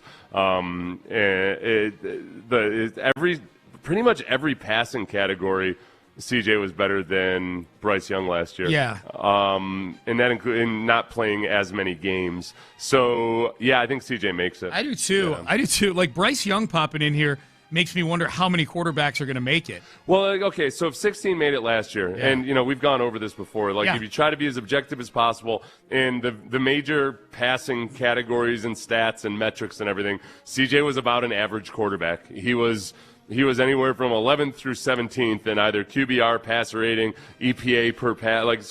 That's going back to our earlier discussion about how people feel like if you're mediocre, that's actually really, really bad. Well, no, you're mediocre. You've been average. And quarterbacks, by nature, are going to pop up on more of the ballots probably because of the position. Well, plus he gets a little bit of an Ohio State advantage there too. Just like Bryce Young has an advantage by having so many Alabama alum in the league. Oh yeah, so you probably got a few more guys voting. The electorate is loaded. That's the Electoral true. College for Ohio State and Alabama has a whole bunch of representatives. They are, it's like the number of electoral votes. Like they're like California and Texas in the number of those guys are bound to vote for whoever their party tells them to vote for, right. Like whether they like him or not. So they're like, all right, I don't love Bryce, but he is in Alabama.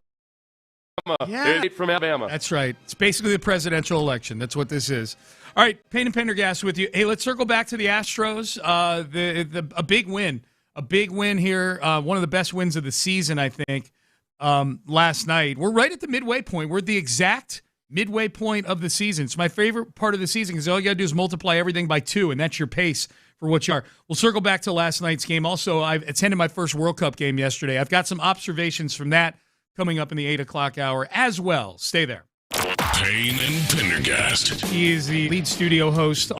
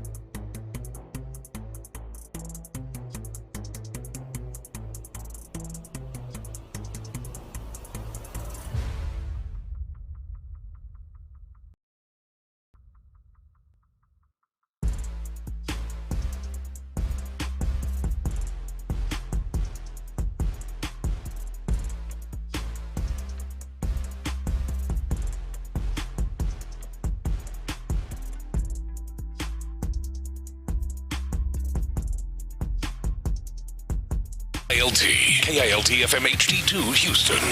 On Odyssey Sports Station, the Texans play here. Sports Radio 610 presents Payne and Pendergast.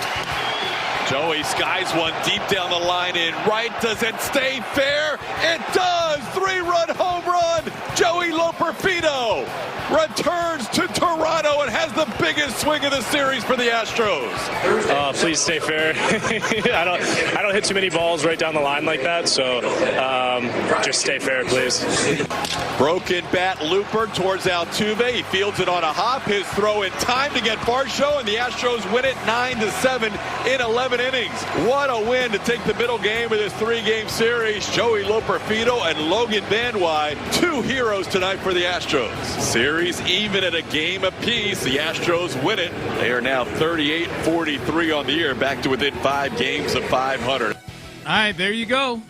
Back to that 5-game below 500 plateau. Hopefully it's not a true plateau. Hopefully, Seth, like people who hit certain plateaus in their weight loss journey, hopefully the Astros are able to pound through that 5-game under 500 plateau tonight and get to that 4-game under 500. I mean, look, we've seen this in the last couple of years, is that Astros battle their way back from insignificance to significance, but especially 2 years ago.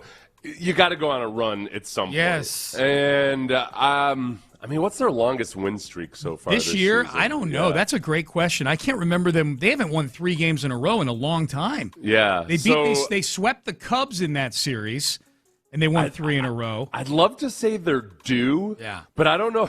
I don't know if that applies this year with this team. As partly because, one of the most alarming stats that I heard was 2 days ago, when they pointed out that the Astros were second to last in the league in number of steals. And it was right before, I think, if I remember correctly, it was right before Pena ended up stealing second and then third. But it's Take that. What's that? Take that, pundits. Yeah. Well, no, and you realize, because Pena and Myers, a couple of your fastest guys, have been injured for such a huge chunk of the year. Yeah. Or even or Pena's coming back from injury, that was a little bit alarming, and I did think of it as, okay, if they could ever actually be healthy, they do have a lot of guys capable of stealing. Yeah. They haven't done it all that much. Nope. And for a manager that seems to, every now and then he wants to kick it back to 1975 and go ultra small ball with his decisions and everything, stealing would seem to be one of those things that they could take advantage of. You would think. Yeah, you would think. But I think that, like, at some point between now and, say, the trade deadline especially, it would be nice if they just go on a run, win 10 of 11 games. I think they're capable of doing it, like as any team in baseball is. Yeah. But I'm looking back, I don't think they've had more than 4 wins in a row this season. I'm looking at their. Oh, they had 5 wins in a row to start the season. To start the season. They lost their first 2 games to the Angels, and then they were 5-2 at one point. I remember I was at that game, that afternoon game against Boston, where they went to 5-2 on the season. I'm like, man, this might be a damn good baseball team. They were scoring a bunch of runs. Remember? One of the most exciting times of my life. I remember those were the salad days. Yeah. Lost my virginity. It was all like everything was going up. Like, it was like, this is going to be the summer of Seth. You lost your virginity back in that early series against the Red Sox in April. Yeah. We remember it well. It's like, this is what everybody's talking about. Dude, winning baseball and losing your virginity. Yeah. Yes. I'll tell you what. So they won those 5 in a row, and then Seth, they went to answer your question. That was early April. They didn't have another winning streak of more than 2 games until that Cubs series in the middle of May. Yeah. When they swept the Cubs, and then they beat Ted. They won 6 out of 7 against the Cubs and the Rangers on the road. I remember that. Those were good times. And then they'd go on to just kind of be, hey, win 1, lose 2. 6 out of 7, and then 7 out of 9 really in that stretch. Yeah. So if you say that was a nice little run. Yeah. But that was the end of May. One more, just merely a 5-game win streak would put you right back in it. It would. And I feel like they've squandered a little bit of that, the chances of doing that. But now you've got, when you're in this stretch versus less competitive teams. Yeah, you've still got a favorable schedule too. That's why they got to take advantage, man. You got to sweep a couple of these teams. Toronto is they're like a 500 team. Yeah, they're a 500 team, but you like that. But that's a beatable baseball team. Right. Like that's. I feel like the barometer for a lot of people, because the entire AL, other than like 3 teams, is 500 or below. Yeah. That the 500 is viewed as boy, they're a good baseball team. I'm not saying you're saying that. I'm saying in general. And they're not. Toronto, they're beatable, and especially the Astros are playing better baseball. Well, and then you've got the Tigers, a losing baseball team coming up. You've got the Twins, a losing baseball team coming up. Like there's yes, you should be able to pull some. If you want to make a run, the time is nigh. Yes. As I always say. Yeah, yes, you're always using the word I'm nigh. always saying the time is nigh. Yeah. I mean, the only tough team you play in this stretch is Tampa Bay, and you got them at home. For 3 games over a weekend. So, yeah, I'm with you. But that goes back to, all right, if you're going to make a run before the trade deadline, and these next 2 series versus losing teams would be the perfect time to do it. No doubt about it. No doubt about it. All right, I want to address something on the text page here. We've had a couple people text in. Have y'all really not talked about the NBA draft? A lot more talk about the NFL supplemental draft than the NBA draft. Yeah. I sent this person a text, but I'll answer that question for anybody that's listening right now. And this is no disrespect to the NBA or our Houston Rockets. Rockets didn't have a pick last night. Okay, they didn't have a first-round pick. They got a pick tonight. The NBA split their draft up into 2 nights, I guess thinking there's a big audience out there for the second round of the draft. The other thing is, the NBA draft kind of sucks. I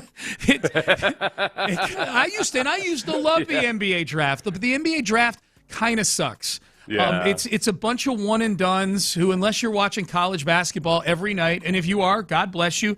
I'm not. I watch some college basketball. I love watching the Cougs. And so, yes, some of you may be Cougs that are texting this in because Kingston Flemings got drafted by the Atlanta Hawks with the 8th overall pick, and then Chris Sirac got drafted late in the first round by the Boston Celtics. Congratulations to both of those kids. Everything I hear, they're wonderful, wonderful, wonderful human beings, and I wish them both a very prosperous NBA journey. But we just kind of gauge here what the appetite is for our audience, and 1 or 2 texts clamoring for the NBA draft are not anything that's going to be like, oh my God, we got to talk about the NBA. I think it's a bigger topic if the NBA draft is as watchable as it used to be, just because by and large for the average fan, they don't know a lot of these guys because they're either Euros or they're guys who played 1 year of college basketball. Yeah. Mine is when I woke up at 3 a.m. this morning, and one of the first things I looked at was it was a mock second round. It took me a couple minutes as I was waking up to remember. Oh wait, no! I thought it was the actual second round results. I was like, oh no, wait a second, You'd forgotten they split this bad. I was like, oh wait, I thought the second round was tonight. Mm-hmm. What the hell's going on? But look, the Rockets got a couple shooters in the mix, so there we go. There you go. They got Ryan Conwell. All right, out of Louisville, yeah. And maybe that's maybe what they we needed, actually some shooting. Yeah, maybe they actually get him tonight. Yeah, it's you look at like the top 5. There's a kid from Illinois, there's a kid from BYU, this Darren Peterson from Kansas, who because Darren Peterson, I'm like, I remember that kid getting a lot of heat, I think for availability issues. So I did the whole, hey, what's the big criticism for Darren Peterson from Kansas, who was drafted by the Jazz? The primary criticism surrounding potential top NBA pick Darren Peterson stemmed from his erratic availability, limited playing time during his lone collegiate season. He frequently missed games, struggled to finish second halves, or pulled himself out of matchups, which led scouts and critics to question his competitiveness and durability. He was the number 2 pick in this draft. Yeah. Kept pulling himself out of games in Kansas games to load manage himself. The NBA draft is just weird because what it's become is, I mean, it's always been like this to a certain extent, but now there's 5 guys, give or take, in any given year that can really move the needle, and you've watched at most 1 year of most of those guys. Yeah. And if any at all, because they're European or they're guys that aren't just like, and even if they're one and done, they weren't on a team that was all that relevant nationally. And when you get down to the second half of the first round, it's like the 4th or 5th round of an NFL draft in terms of how much impact they might have on a team. That's what's them splitting up, and I get what they're doing. They're just trying to get they're trying to squeeze another night out of it by moving the second round. Putting the second round of the NBA draft in late June on ESPN is probably going to pull a bigger number than whatever else they might have put on ESPN. ESPN doesn't have the World Cup. Fox does. So, so I get what they're trying to do. I'm curious what the appetite is. Like, how big a diehard NBA or college or draft nerd do you need to be to sit down and watch 4 hours of the second round of the NBA draft tonight? That's my question. So this is no disrespect to the people texting in who are like, hey, why aren't you guys talking about this? We get that all the time when we talk about certain topics. But the fact of the matter is the Brendan Sorsby topic is, A, just frankly a bigger topic than the NBA draft, and B, to me, much more interesting than the NBA draft. It's the Sorsby thing is a perfect storm of coming at this time of the year when there's hardly any NFL news at all. I mean, the biggest headlines from the last week and early this week might have been Jeffrey Simmons getting a new deal, which wasn't really all that big of that wasn't a huge news item necessarily. The Giannis trade was a big one for sure. I'm talking about NFL. Oh, NFL. Yeah, as far as in the NFL, because the NFL tends to dominate the headlines. Yes. Especially in Houston. Yep. But so for the NFL especially, there's very little substantive news, and then the Sorsby is a big thing. Yeah. The biggest thing, honestly, that I've learned in this week about how people feel about gambling is that I think a lot of people, the one thing that people don't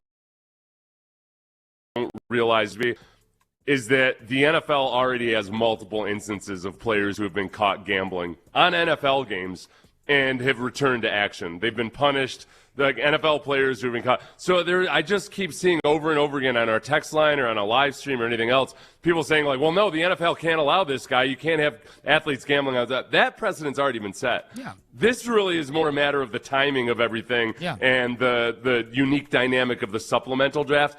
He'll be, unless Sorsby just becomes a recidivist and has issues and everything, if he follows the game plan that everybody else has followed, he will be eligible to play in the NFL at some point. It just looks like it's not going to be this season as of now. Yeah, literally the letter they sent him in the very last sentence said, we suggest you get ready for the 2027 NFL draft. He's going to be drafted by somebody, but I think this is almost the NFL's way of giving him a 1-year suspension, Seth. Yeah. He's just by not having a supplemental draft, you can't play in the NFL this year. And and I think there's probably a big part of the NFL that felt like college football got a little railroaded by that judge in the Lubbock court. It's in the NFL's best interest to make sure that college football stays healthy because that's their minor league system that they don't have to subsidize at all. Yeah. So it's in the NFL's best interest to make sure that college football remains a popular sport with lots of viewership where there aren't integrity issues questions. So I think this is in some ways them not having a supplemental draft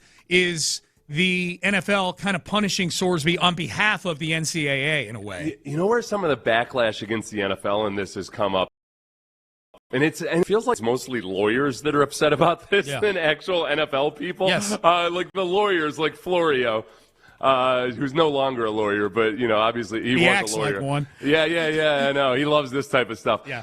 It's that I think it's a little bit of a return to back when the NFL seemingly just did whatever they wanted with no guidelines when it came to player discipline.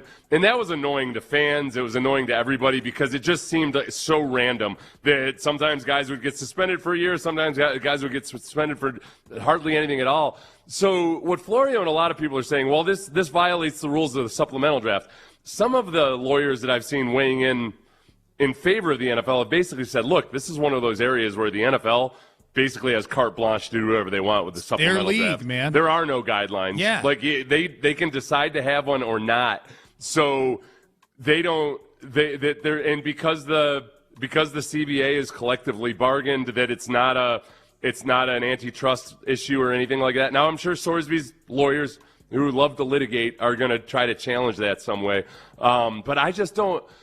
I don't have a lot of sympathy for Sorsby as a football player, just because, they sprung this on the NFL. Yeah. It was out of nowhere. What, was it 2 weeks ago that Sorsby decided he was going to enter the supplemental draft? Oh, it was less than that. It was last Monday. It was like 10 days ago. So there's just no lead time for the NFL as a league to really investigate everything. And then it sounds like from the letter that the NFL, that Sorsby didn't offer up any extra information or explain his side of things. That I get it, and it's rare that I come in and say, you know what, I get that Goodell's being heavy-handed here, but I get it. It's a murky area with huge conflicts of interest, obviously, with the league getting a whole bunch of revenue from sportsbook sponsors, and that they have to be really careful in situations like that. I don't think Sorsby's got a great group around him, if I'm being honest. Like, I don't know how you, as his legal representation or his agent, can't sit down with him and put something better together for the NFL. You know, if what I'm envisioning him doing in applying to the NFL for the supplemental draft, if what I'm envisioning is accurate, because it sounds like he did the least amount of work he needed to do to apply to the supplemental draft. Man, you got to know who you are. You are the face of gambling on sports right now. Now. And the face will change, and it's changed, and Calvin Ridley was it at one time. But you are the face of it right now. You have a lot of explaining to do. You know what? If you're forcing the NFL to have to go do all the work, they said in the letter, like you pointed out, like they basically were almost trolling him, like, yeah, you didn't give us this information, but based on these public stories about you. Yeah, like we had to Google you. Yeah. And then I had to put you into ChatGPT to really see what was going on. Yes. I know, and I honestly, his lawyer, Kessler, and his agent, Slavin, the way they're operating is the way that people operate when they realize, oh, we gave this kid some bad advice. You know, they're raging out, railing against the machine and everything. Yeah. When I think both those guys probably realized, wow, we should have packed it in on the whole NCAA thing and started working on smoothing things over and smoothing over an entry into the NFL a long time ago. And now they want to scream about all this injustice and everything. Bro, you guys screwed the pooch on this one. Yeah. Or that's what they should have done from the outset. Once you're in it and you've already challenged the NCAA and you get that injunction, and now the they probably, at this point, they probably should have stood in and tried to fight the Big 12 also instead of, I mean, Texas Tech came to him and told him to go pro, and now the kid's, he's left doing nothing for a year. Yeah. You know, I know, and that's the part where I know. You were in the fight already. You may as well go fight the fight. And Sorsby's probably doing the right thing and not making a whole bunch of public statements. Yeah. But he made one statement where he expressed remorse and all of that. But like beyond that, not reaching out any more aggressively to the NFL and trying to explain his side of things, that was a huge mistake. Huge mistake. Yeah. The NFL has basically said that. And I think there were a lot of teams that were perfectly I would guess teams, if they were going to submit a bid in the expansion draft, because for those of you who don't know, it's a blind auction. Yeah. If they were going to submit a bid, they would do it with the understanding that there's a good chance he's going to be suspended for a year. Yeah. But we're willing to do that. Yep. And that's going to factor in how much we're willing to spend on a draft pick. Real quick text. Y'all have the exact opposite opinion of Florio, which makes me happy. Yeah. That's a texter. All right. Payne and Pendergast with you. All right. I attended my first World Cup game. Some observations from my time over at Houston Stadium yesterday. And also, England getting a draw yesterday with Ghana is going to rob us of something that I think was tailor-made for Payne and Pendergast. We'll tell you what that is as well. We'll do that coming up next. If the OG has...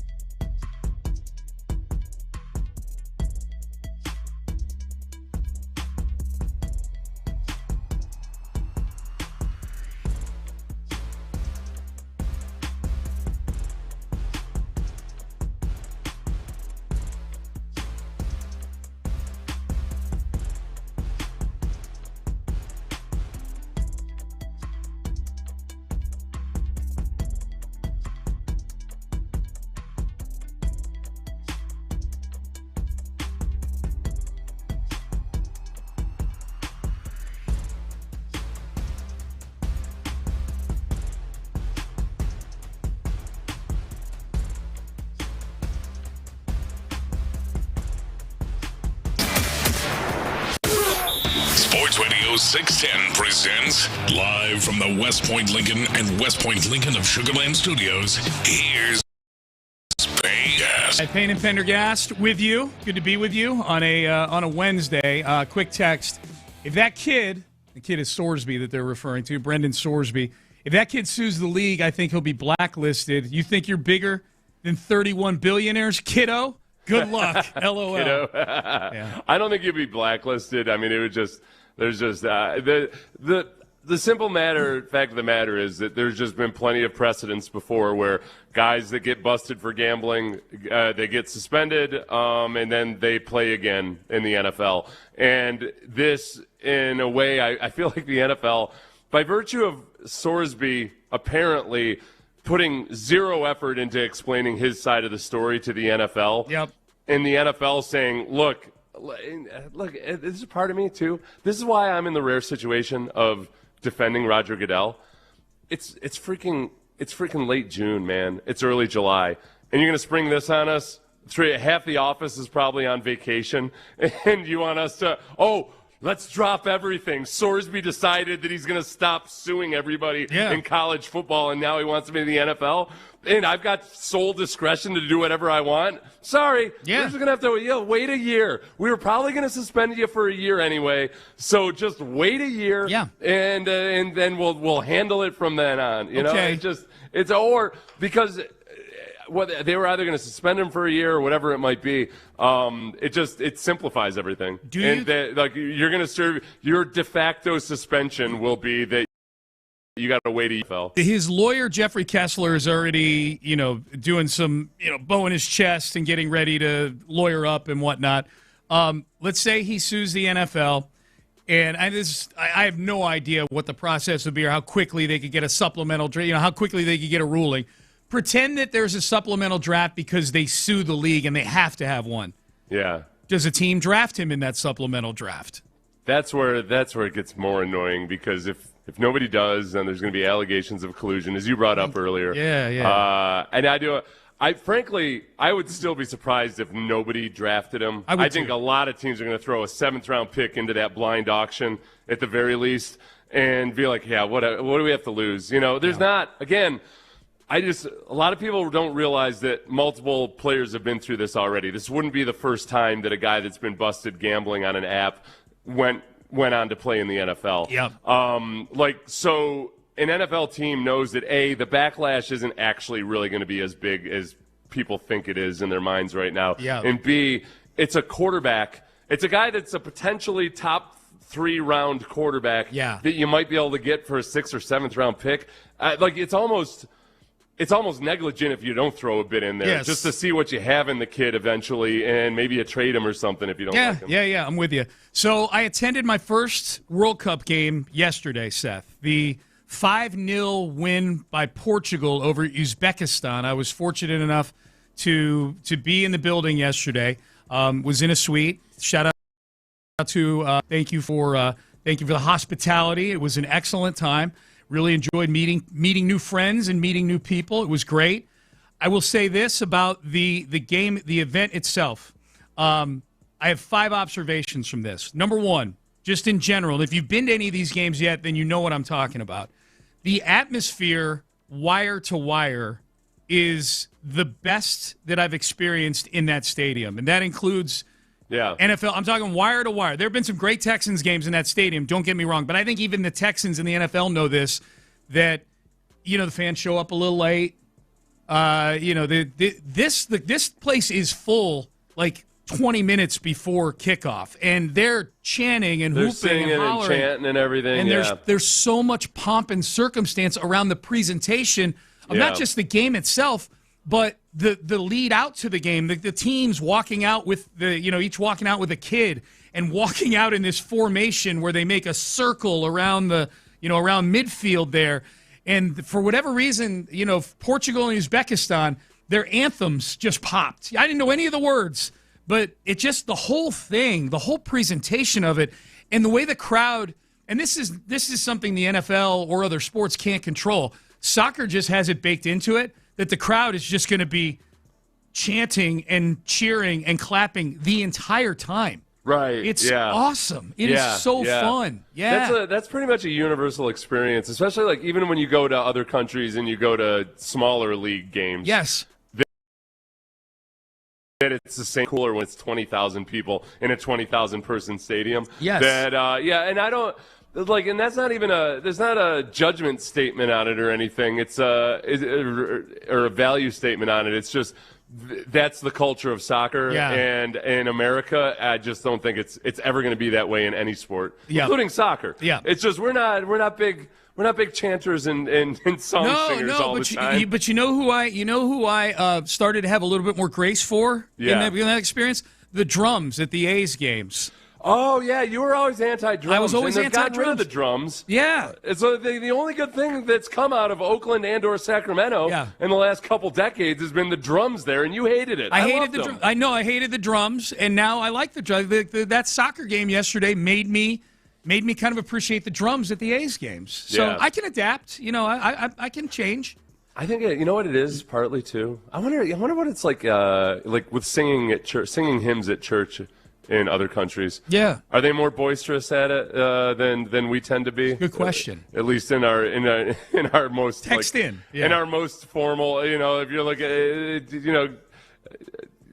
not talking about like country church where people really get into it or anything, but like you go to your average, Methodist sermon or something, and you're kind of like I'm singing because I think that's what I'm supposed to do, but I'm not going to sing loud. A Catholic Mass, and I can say this, I was brought up Catholic Mass. The prayers that you do and the hymns that you do, people are doing them like they've had a lobotomy. They're just like reciting them, into it. Yeah. People text in our church services in other countries. This is important stuff. Yeah, tend to be. Do they actually sing? Yes. As opposed to what we do in your average run-of-the-mill Presbyterian service, where you kind of you sing, but you're singing as quietly as possible. I'm going to go a little out of order here, just because we have a text. Did they do the wave? Yes. That's actually item number 5, but I'll address it now. Why do we keep embarrassing ourselves by doing the wave? It's international soccer. A lot of the people that were there that I was talking to that weren't from the United States were like, what is this thing why is everybody standing up? So the Portuguese didn't know what the wave was? Well, it wasn't Portuguese people I was with, but they weren't from the United States. Oh, okay. Yeah. So they were, some of the Portuguese, the crowd eventually got into it. I'm sure there were a lot of Houstonians at the game as well that were I'm guessing the Houstonians started the wave. That's what I'm saying. Or Americans in general. Americans in general, yeah. I'm blaming it on us. Well, you know what it is? People come over here and they want to partake in American culture. Yeah, whether you love it or hate it, that's part of our American culture. It's a stupid wave. Yes. Number 3, I got to see Ronaldo, who's one of the biggest stars of the sport. Kids, he has aura.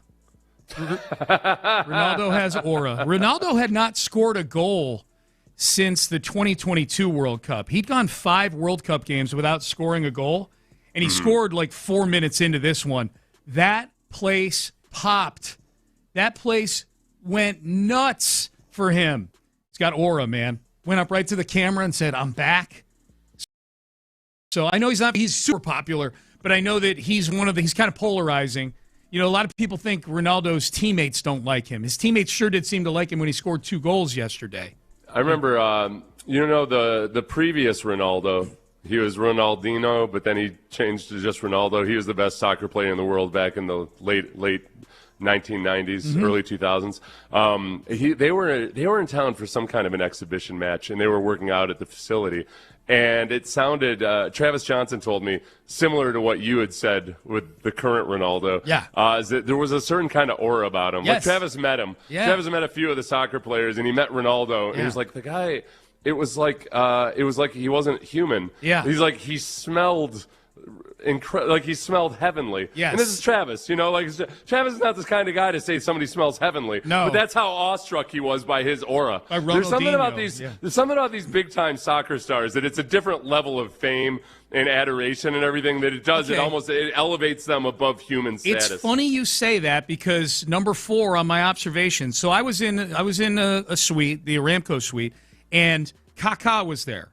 Brazilian legend. He's a Brazilian soccer legend. So I got there, and I'm shaking hands and introducing myself to people, and I knew what he looked like generally, but he had glasses on, And I was walking around. I walk up and introduce myself to him. I'm like, oh, what's your name? He's like, I'm Ricardo, Kaká.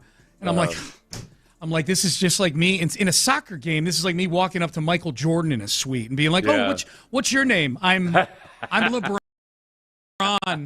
Pretty embarrassing. But you know who was cool? You know who's his brother was. His brother is his agent. Oh yeah. His brother was awesome. He was he had so many questions about NRG Stadium and the Texans and American football. Oh really? Yeah. It was. I felt like I was giving somebody new to the country here a little education on that. Did Kaká seem at all put out that you didn't know who he was? Not at all. No, he was really nice, very quiet. He was there with his wife. So they kind of kept to themselves a little bit. We took pictures and talked for a little bit. His brother was awesome though.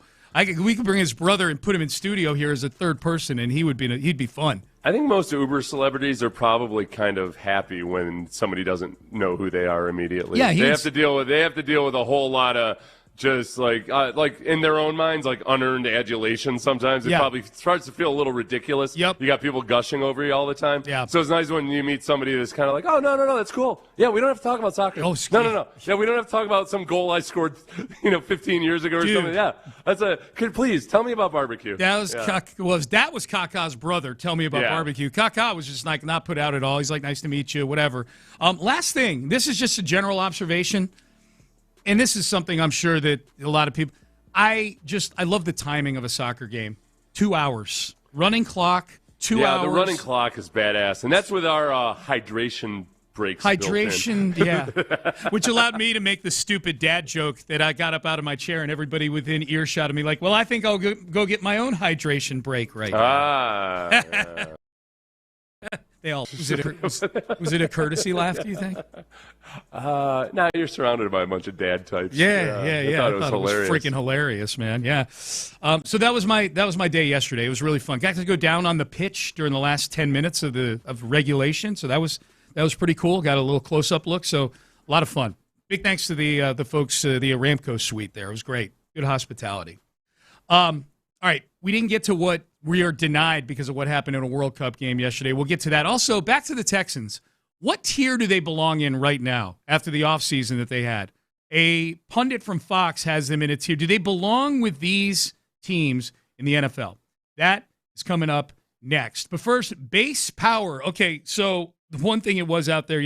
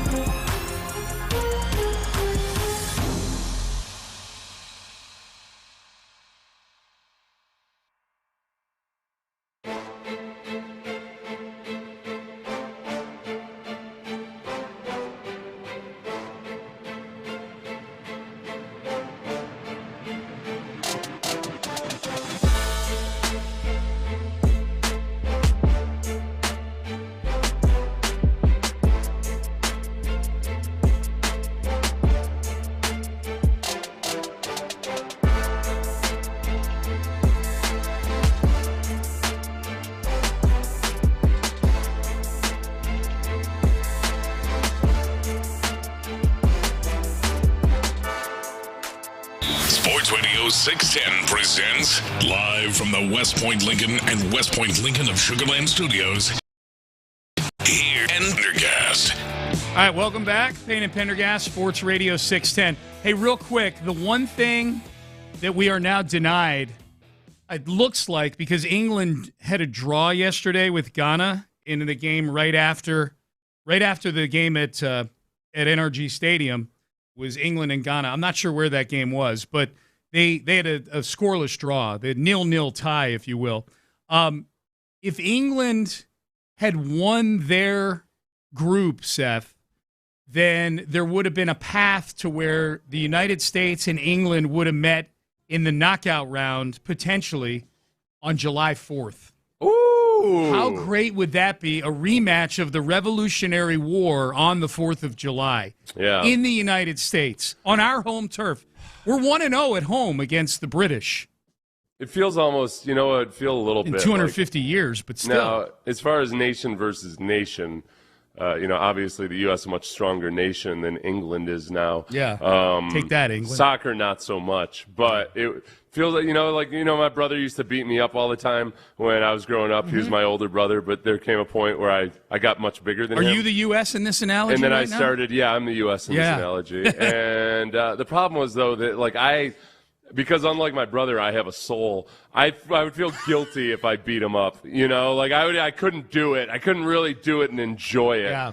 So I would worry that we wouldn't enjoy it enough if we. Now, English soccer fans have a reputation as being the most obnoxious. All the things that people try to say about Americans when we travel outside the country, they say we're loud, et cetera, et cetera. That's what English soccer fans are known as internationally. So that part would be fun. Yes. That part would be a lot of fun. Yeah, I'm guessing that I wouldn't feel a whole lot of what you're talking about with you feeling a little bad about beating up your brother if the United States were to happen. If they were to meet England, they could still meet somewhere down the road, but they would have been on a collision course on July 4th, which is what would have made it really fun. Yeah. I would not feel that same remorse if the United States were to take the British soccer team to the woodshed. Dude, the costumes would be awesome. That's what I'm saying. I feel you see a lot of these. You've seen a lot of people dressed up as Revolutionary War soldiers and everything. Yeah. I feel like this is a tailor-made Seth Payne scenario. You're more of the history buff on this show than I am, Yeah, I always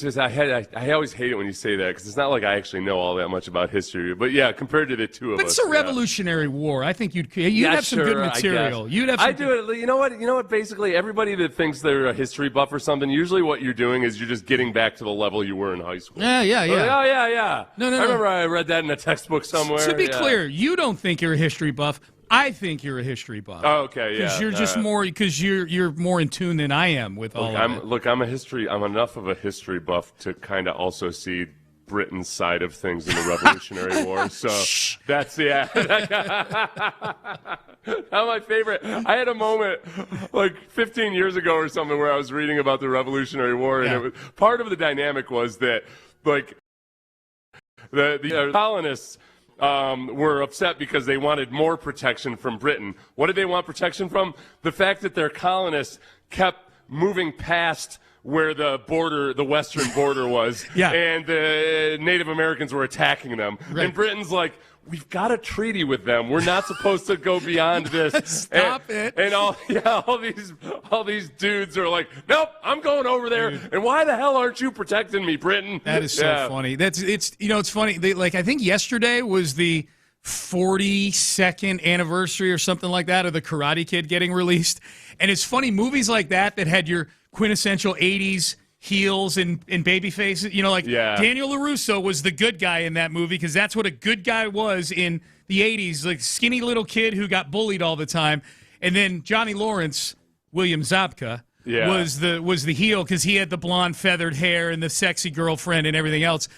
Nowadays, we've had 4 decades to process movies like this from the 80s. You can go find YouTubes where it's like they clip the movie in such a way that, like, no, Daniel was actually the real a-hole in the whole thing. He did some things too. He couldn't let a sleeping dog lie. Exactly. He dumped water on the jerks. And remember, they were such a jerk. They were, as Sean might say, they were smoking dope in the bathroom. They were. They were. The Karate Kid ain't gonna. He's not gonna abide by that. Yeah. So I'm gonna dump water on the bullies, and then wonder why I'm getting the crap beat out of me later on. So perspective. I think your point is perspective is a big deal in some of this stuff, right? See it from everybody's point of view.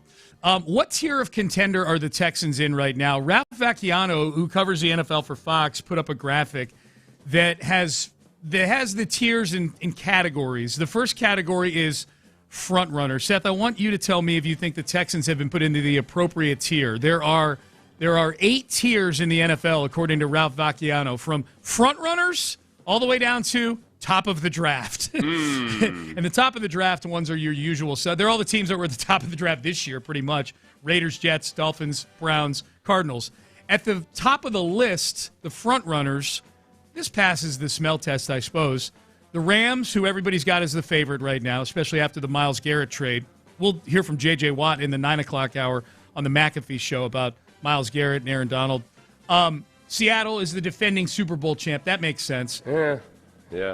I mean, almost by virtue of being... They've got a new offensive coordinator. I feel like there's no more shade that's been thrown than the absence of Clint Kubiak's name in any discussions about the Seahawks. Yeah. Like that, I mean, it's a big deal. Yeah. I don't. It's like this. It's Sam Darnold with a brand new offensive coordinator who's not the guy that led them to what they did last year.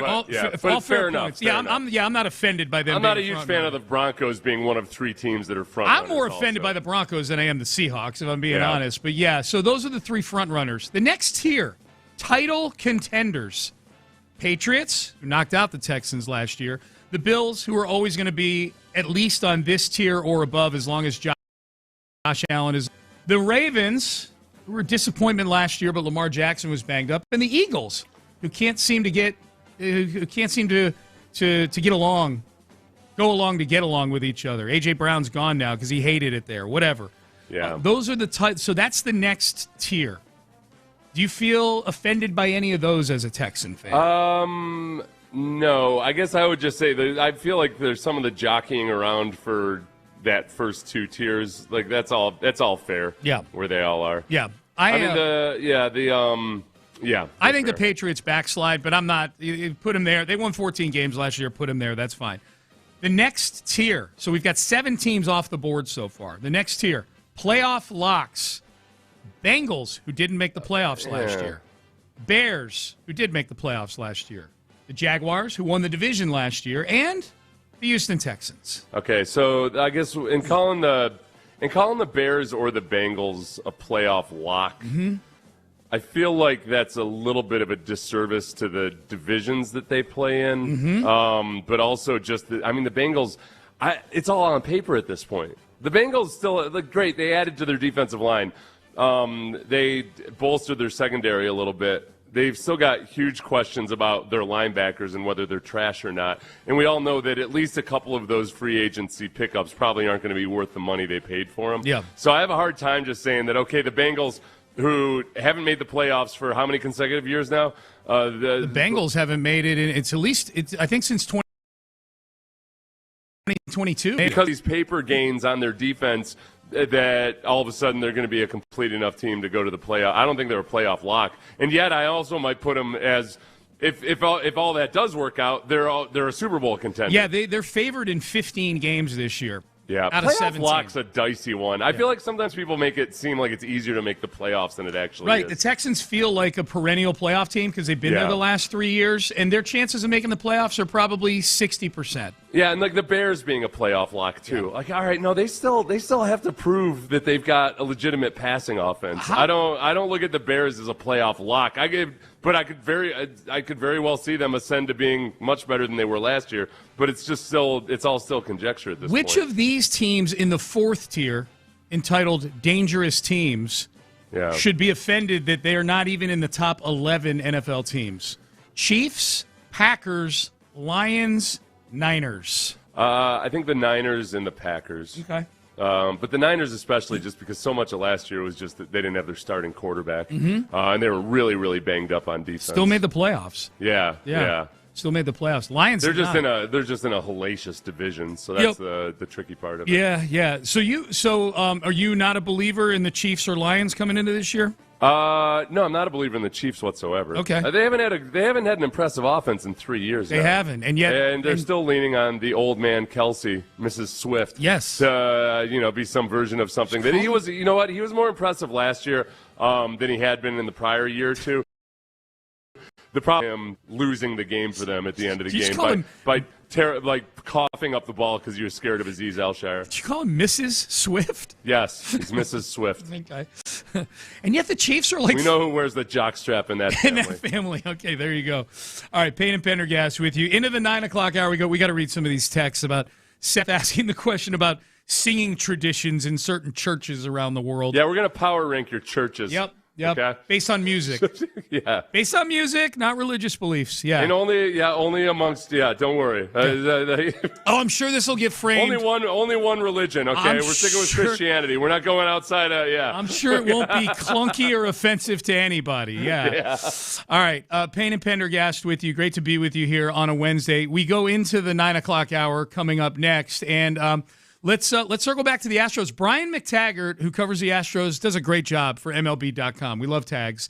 He did his midseason awards for the Astros. Are we vibing with Brian McTaggart here on these? We're at the exact midway point of the season. Do we agree with these? We'll do them coming up next. You might be at the midpoint of your life right now. Maybe the midpoint of your work life, whatever it might be. And you should really, really, really get started on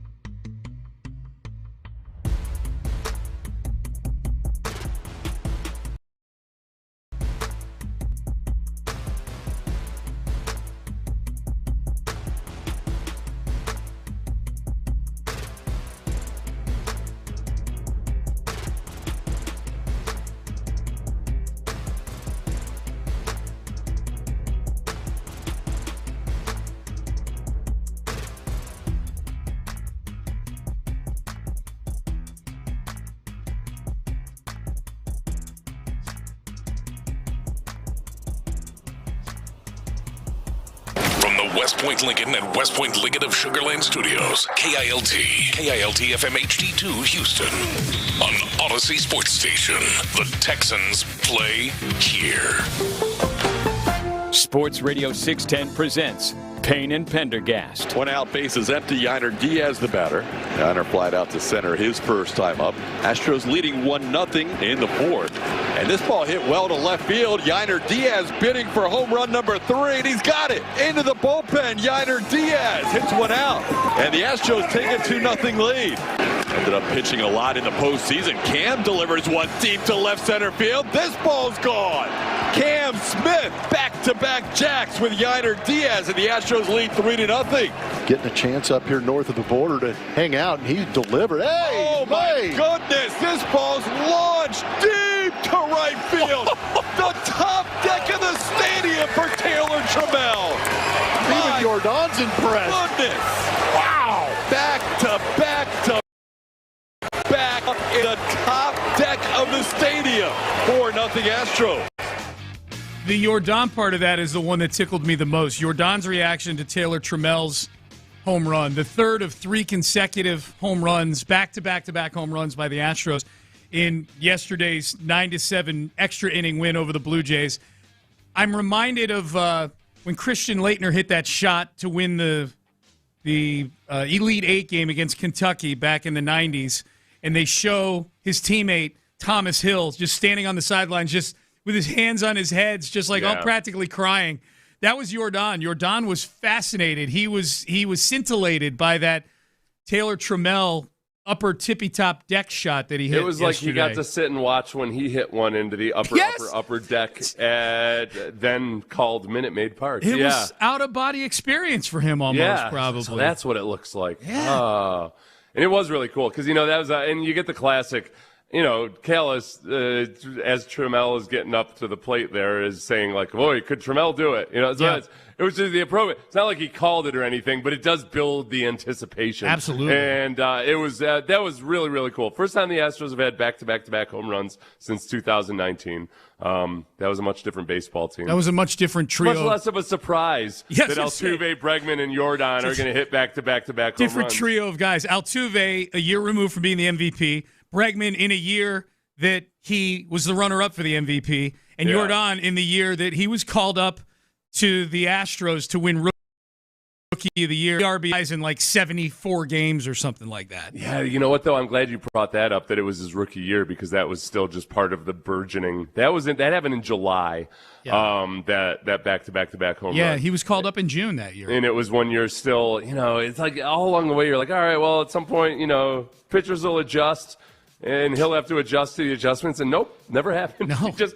He just kept being awesome the whole way through. He just keeps killing teams. Yeah. It's fun. Along those lines, Brian McTaggart, who covers the Astros for MLB.com, did his midseason awards. We are at the exact midseason point for the Astros, which means it's my favorite day of the year because you just multiply times 2. And that's what everybody's on pace for. Yeah, so they're mathematically at the midpoint. It's the easiest mathematic point on the calendar. Jordan is on pace for 50 home runs, which is good enough. Is that still good in the modern Major League Baseball? I believe it is. I think we're totally steroid free now, Seth. So there's nobody taking any steroids, and so but way different than it used to be. Yeah. How do these peptides? I got to learn about all these peptides and what you can and can't do with it. Men's T Clinic can help you with that. mensteclinic.com. But will I be able to play Major League Baseball? That I can't promise. No. Player of the half year for the Astros, easiest pick ever, the aforementioned Yordan Alvarez. I don't think there's even an argument for anybody to be in the same universe as Jordan. If it were like 3 weeks ago, it would have been fun to Christian Walker belong in a conversation, because Walker was fairly recently had more RBIs than Jordan did. Not all that long ago. They were both tied at like 48 not all that long ago. Ernie Clement is leading the league, the American League, in All-Star votes, but that's just because he's got an entire nation voting for him. Oh, so he's Canada. okay. So he has surpassed the Blue Jays the Blue Jay fans are killing it at stuffing the ballot box. Yeah, right now. yeah. Well, that is. I mean, like the Toronto is that's Canadians. I've asked this of Canadians before. Like, I didn't know if any are people out in Vancouver fans of the Mariners or anything. Nope. Like, by and large, almost like most Canadians, no matter where they are fans of the Blue Jays. Yep. They got a whole nation behind them. There was a young lady from Calgary in the suite at the World Cup game yesterday. So we got in a conversation about rooting interests and things like that. And yeah, Calgary doesn't matter. Toronto Blue Jays, that's the squad. Even though they're 3 provinces over from them, doesn't matter. It's a big city, Canada. There's 42 million people in the city of Canada. You know, like it's hey, New York City's big, but it's got 2 baseball teams. Yes, Houston's big, obviously, but it's not anywhere close to the city of Canada, which has 42 million people. Right. You know, they talk about Canada a lot. Like with Houston, they say it's like a big small town. Yeah. They say the same thing about Canada. It's just a really big small town. You know. With diverse neighborhoods. Yeah. The neighborhood of Montreal, the neighborhood of it's Manitoba. Yeah. Picture of the Astros.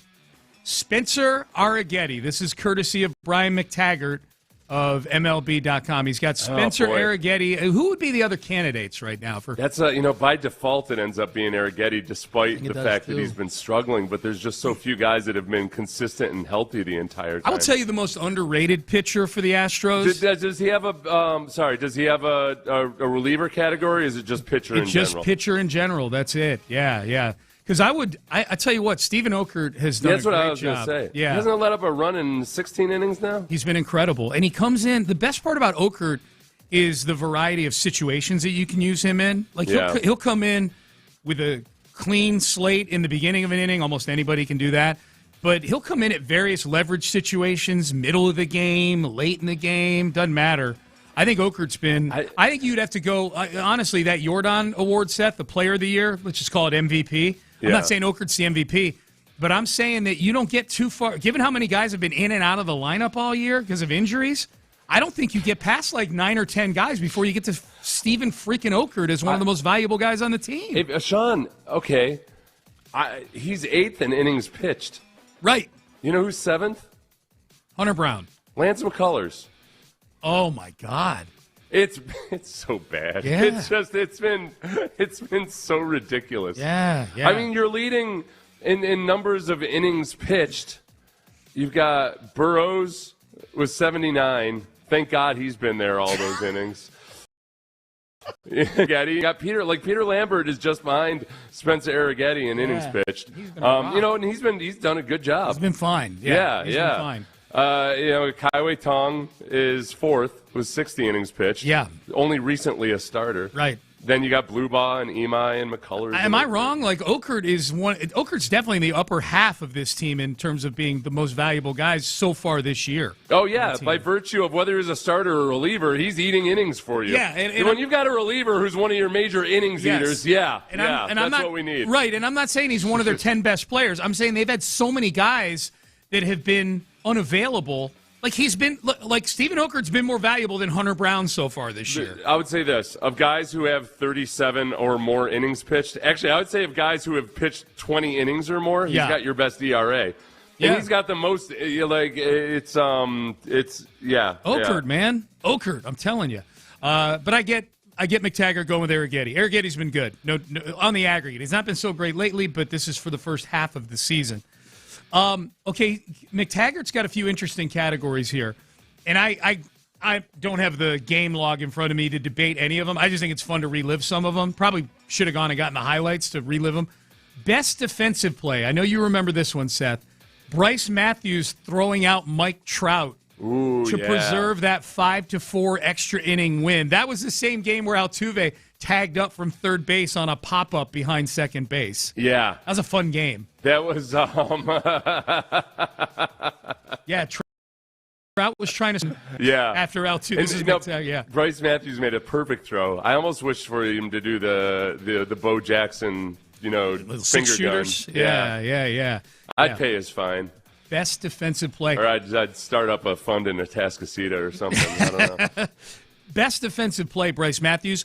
Best defensive player, Cam Smith. Mm-hmm. Cam Smith's there. That's me saying that. That's not McTaggart. I think Cam Smith's been a couple glitches. He fumbled the ball out there like a week ago, but Cam Smith is a dynamic right now. fielder. No, and the cool thing about Cam Smith is that he still has these moments where you can tell he's still new to the position. He doesn't necessarily have the right read on it.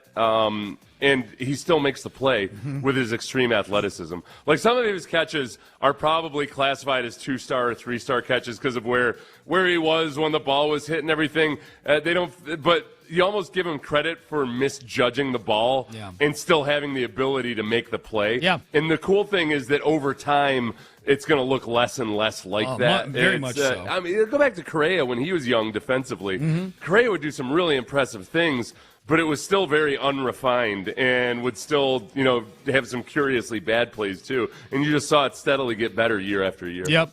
The next category that Brian McTaggart has, best performance, best individual performance. And I think this is almost as easy as giving Jordan player of the half year so far. The 2-home run, 6 RBI first inning that Jordan had like 10 days ago against Royals was crazy. That was wild. 2 homers and including a grand slam in the first inning of that game against the Kansas City Royals. Really good stuff. And in that same series, the biggest home run of the year, according to Brian McTaggart, and this is a good one, Jose Altuve, Seth, hitting that 2-run homer to tie the game at 7 right before the rainstorms rolled in and probably would have postponed the game if it weren't tied. Yeah. If it wasn't tied, they would just called the game and said, "You win, Kansas City." Yeah, you know what? That's like that book about the wreck of the Edmund Fitzgerald. Or the song, if you just want to listen to that. It's basically the same story. It's Altuve, like if he had been the captain of the Edmund Fitzgerald, they would have made Whitefish Bay. That's right. They would have gotten there right before the storm got there. That's right. If Altuve would have put 15 more miles behind her. It's one of the biggest what ifs in American history. What if really Jose Altuve was the captain of the Edmund Fitzgerald? And we talk about it all the time. Historians do. Yes. In all due respect to the captain, he was one of the best captains on the Great Lakes. Was he? It was okay. All right. Well, just a perfect blend of bad circumstances. Didn't show up in the big moment though. It was actually, honestly, Sean. It was like was he clutch though? It was the pride of the American side, like they say in the song. Yeah. But it really was that great of an operation. Yeah. They were kind of, as I'm reading this book, it was kind of like a really well-run sports team where, like, okay, they hired really, really competent crew and treated them really well. Yeah. And nobody had to talk too much or be disciplined or anything because they did everything right. Yeah. Captain last voyage before he was going to retire, he wanted to set a record. He pushed a little too hard. They had a good process. So Altuve, and let's be honest, Altuve would have turned around back into the storm. They would have sunk so much earlier. Altuve would have sunk that thing so fast.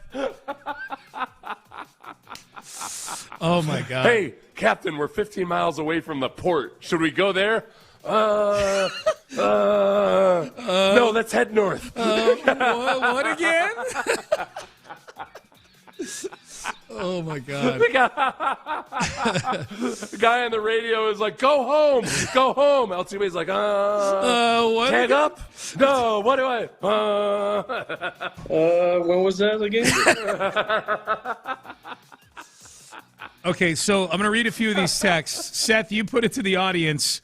Give us some information on how the musical qualities of some of the churches out there. Yeah, I forget what even got us on that topic. It was because we were talking about how people in America don't really we don't like the singing and the chanting that you get with soccer around the world. Yeah. That's right. And I was just wondering if like church services in other countries tend to be a little bit more passionate. Okay, these are just a few texters, so I don't know if this is a consensus or anything. This texter says, we Americans sing more in church. It's more of a Protestant thing. A lot of European countries are Catholic or Orthodox. Yeah, but the old shebang got started over there in Germany. I'm just saying. Like, hey, put some respect on my Euro prostate.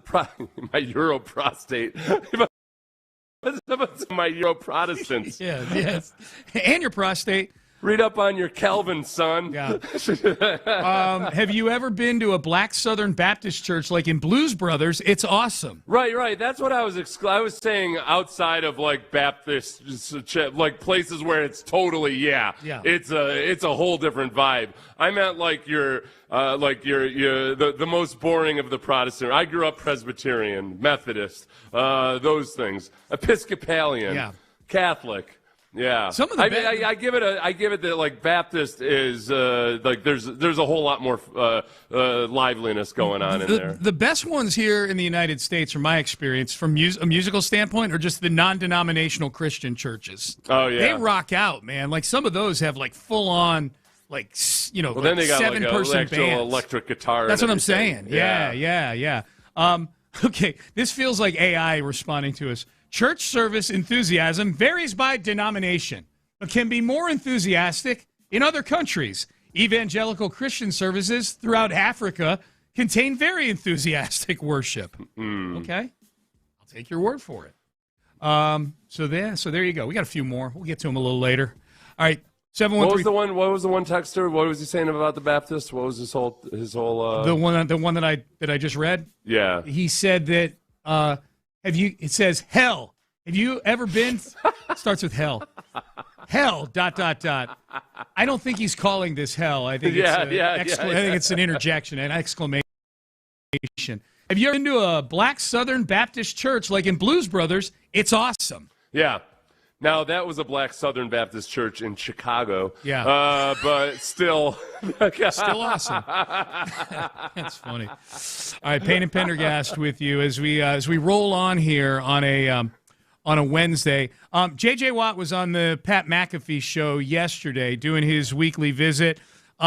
Seems pretty amped up for the possibility of an Aaron Donald, Myles Garrett union coming up here. I didn't want to put it into like racial terms or anything, but I read off of this. I didn't want to be the one doing that, but like obviously, number one power ranking. Yeah. Historically black Protestant churches. The most musical. Yeah, music. Yes, I think I asked for musical enthusiasm. Okay. Et cetera. Then Pentecostal and charismatic traditions. So you think of like West Virginia snake handlers and whatnot. Yep. Then restorationist traditions. Where's that? I don't know, it's 4-part harmony and a cappella. Ooh. What a bunch of dorks. A cappella. Yeah. sounds like a barbershop quartet. Barbershop quartet. A barbershop nativity scene. Yeah. Hey there, baby Jesus. They do that right before they all start. Oh, the good three kings are coming along. They've got mirth and blah, blah, blah. They've got Come on, myrrh. Sean, we gotta get the break. It's frankincense and myrrh. Yeah. All right, no, it's mirth. Just myrrh. They were very mirthful. Just mirth. J.J. Watt on the Pat McAfee, Aaron Donald, Myles Garrett team up. His opinion on the Jeffrey Simmons deal that the Titans did. I haven't heard this from J.J. yet. I'm anxious to hear from J.J. about that. That's an important one for the Texans because it's in the division. We'll do that coming up next. I want to tell you about West Point, Lincoln, and Sugar Land, and that's the newer of the two.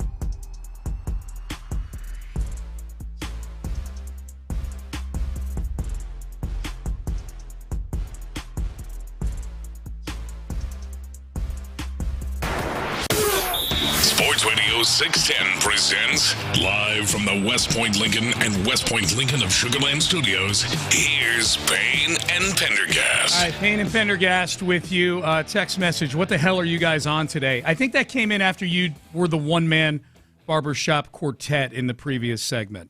We're on the good word. That's it, Sorry man. about it. Yeah. We're on that grace, all right? Yeah. Get on. Seth, you damned heathen. Your impression of a barbershop quartet that sounds like it's four pirates singing has me rolling, dude. Thank you for that. The Johnny Depp Pirates of the Caribbean Jack Sparrow. Barbershop quartet. Jack Sparrow and the Sparrowettes. Yes. Hey there, Joseph. You're feeling left out. Don't you worry. One night thing. Oh, all right.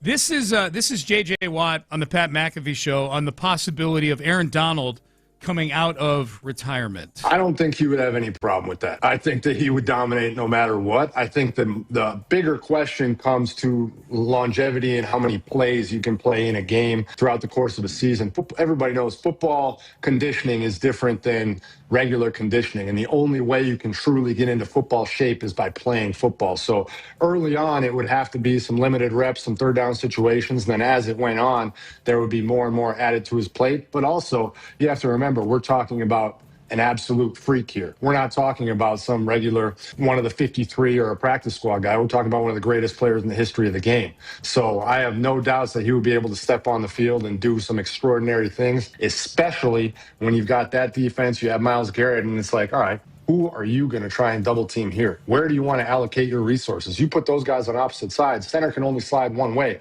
Running back can only chip one side. There's opportunity everywhere, and it opens up everything. I can completely understand why he'd be considering it, and I can completely understand why he might be salivating over that potential opportunity, especially with the Super Bowl, I believe, in their home stadium. Yeah, we played that, I think, yesterday. Yeah. We played that one, Seth. I wanted to play it again because I think now that the Sorsby thing seems to have reached some degree of resolution, I mean, there's going to be lawyers and lawsuits probably, but it looks like Brendan Sorsby is not going to play in the NFL next year, and it looks like there won't be a supplemental draft.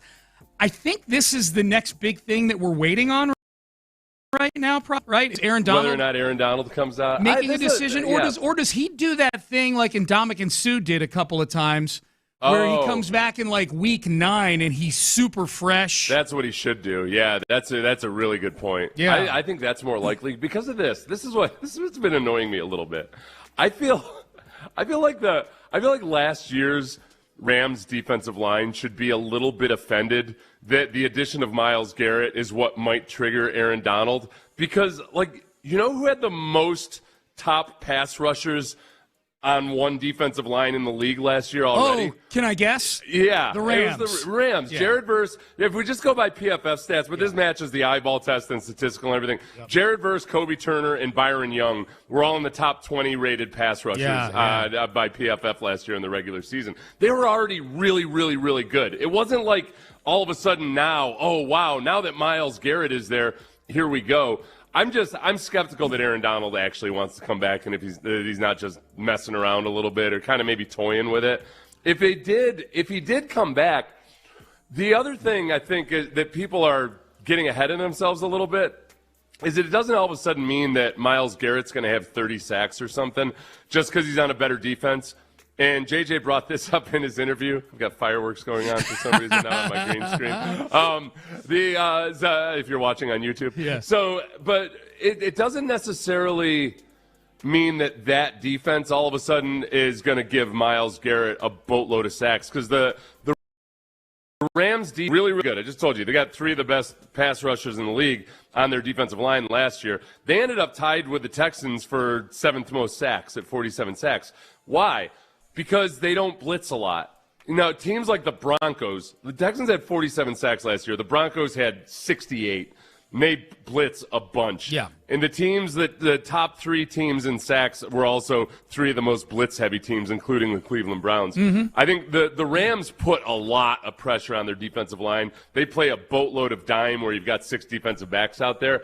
And it would make them better. Don't get me wrong, if Aaron Donald was there. But I would say, like, I'm not taking any of the overs on Myles Garrett sacks or anything, just because because he's all of a sudden on this better defensive line that they're going to be in more, they're going to be in more situations where we have a lead, so teams are going to be passing more. All of that is true, and yet at the same time, it's just not as simple as, the guy that never had more than 16 sacks in a year until last year, now all of a sudden is going to routinely be getting 20-plus sacks every single year. You're not taking the overs. No. But are you taking the unders?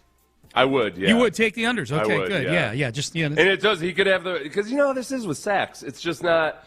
You could have the best season in the history of defensive line play, and just by the luck of the draw. Yep. Myles Garrett had one game last year where he had 5 sacks. He had 5 sacks. Like you take away that one, and all of a sudden, was he a worse player or something? Right. If somehow he had just missed that game with a sprained ankle, it's still an incredible season he has a defensive lineman. 18 sacks. The sacks coming. It's kind of random. Yep.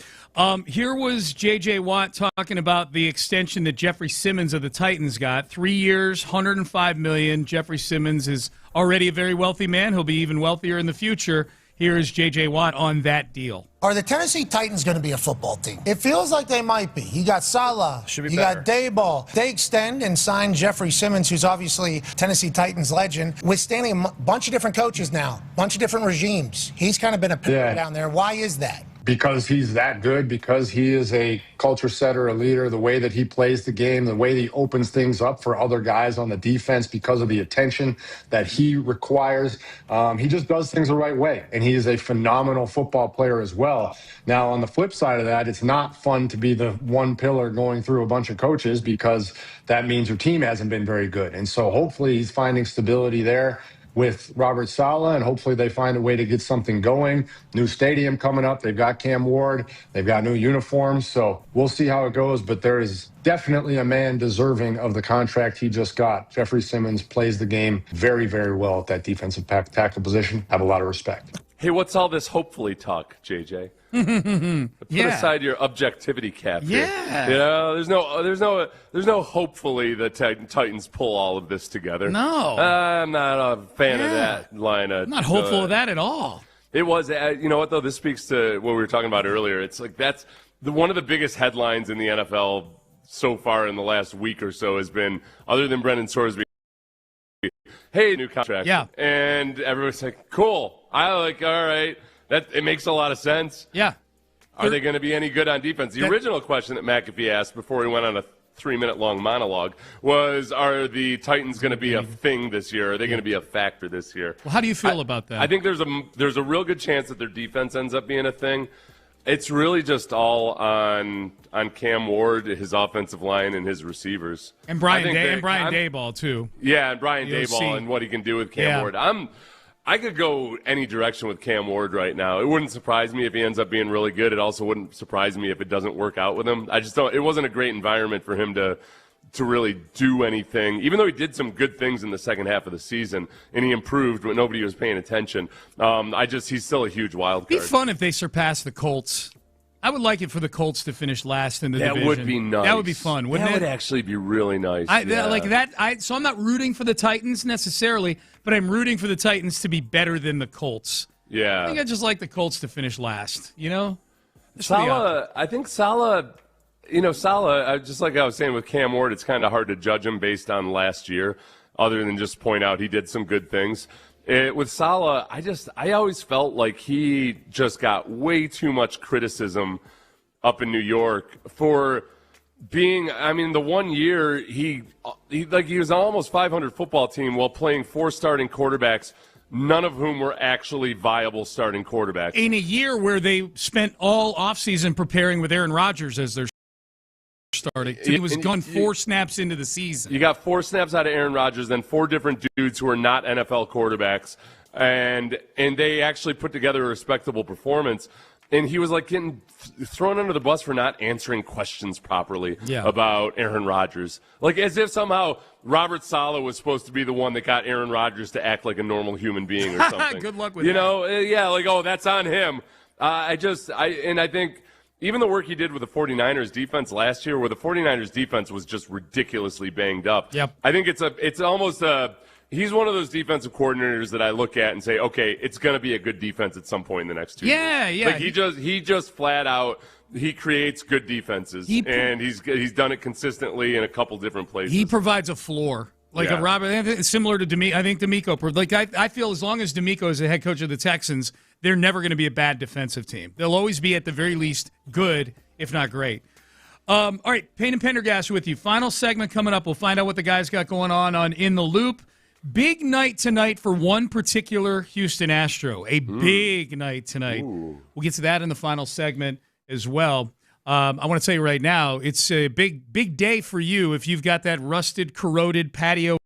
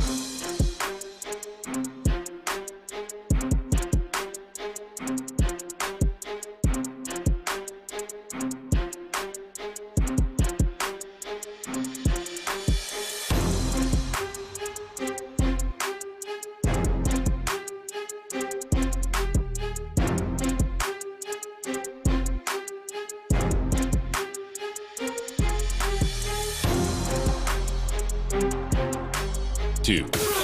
Sports Radio 6, live from the West Point Lincoln and West Point Lincoln of Sugarland Studios. Here's Payne and Pendergast. All right, good to be with you. Payne and Pendergast. We'll find out what the guys have going on In the Loop here in just a few minutes. John Lopez and Reggie Atatula are in the house.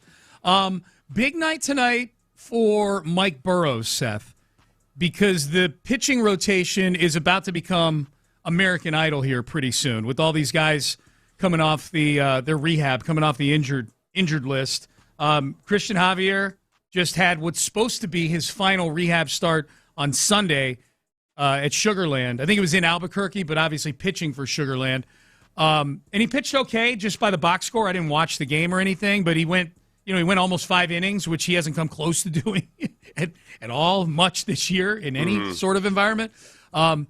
And he's going to get a shot, I think, based just purely on him making $21 million this year. I don't think they're bringing him back to throw, although I think he might be decent at it, but to throw him in doing like 2 innings here and 2 innings there. And that's how he got his start with the Astros back in the day, was being sort of that bullpen Swiss Army knife kind of guy, and then he kind of transitioned into being a starter. But I think Javier's going to get a shot. Then we've got Ronel Blanco and Lance McCullers, who are both making rehab starts tomorrow. Blanco at AA, McCullers at AAA. I believe I have that right. It's definitely tomorrow.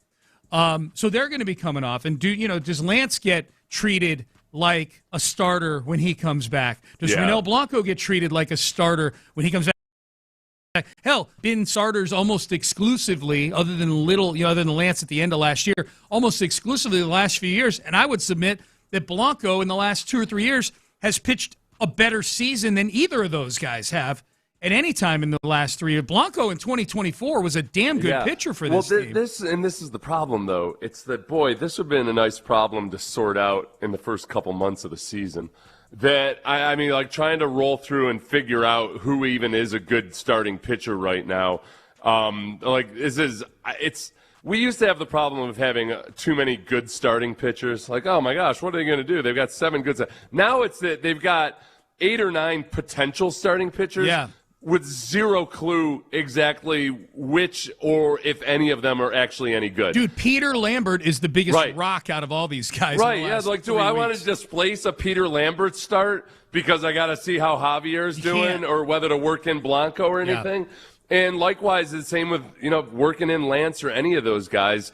It's just, look, you're not in an ideal situation, so I shouldn't expect ideal solutions necessarily. Yeah. But what you really need, honestly, is that one of those guys from the injured, from the IL comes back and they just start tearing it up. They stabilize. So you see the absolute best version of Javier or Blanco. The problem with Lance is even if you see the best version of him, there's not a chance in hell that you should never expect that he's going to finish the season. No, he opened the season with 7 innings of 1-run ball, and we're like, oh, my God, this might be it. Lance has had a normal offseason to get normal training. He's not rehabbing an injury. And then, then the next 3 starts, he's abysmal, and then he gets hurt. So that's why this is big for Burrows tonight, because Burrows is one of the guys, Seth, that they've got options with, right? Literally, they have options with him. Like, if Burrows doesn't pitch well, they can send Burrows down to Sugarland just to park him there for a little while if they want to. It's not. I'm sure it's not Dana Brown's first preference, given how important that trade is to maybe him personally. Like, that was one of his big moves this offseason, and it's not working out great right now. But Burrows has to give the Astros something to think about tonight in this start. He's in survival mode right now, I think. Yeah. Mike Burrows is. So that's the big story for tonight's Astros game. Which pitcher was it where when Chandler asked Espada whether a trip down to the minors might be in the play? It was Ryan Weiss. That was Ryan Weiss. That's right. It was Ryan Weiss, who got sent to the minors and then cut from the minors.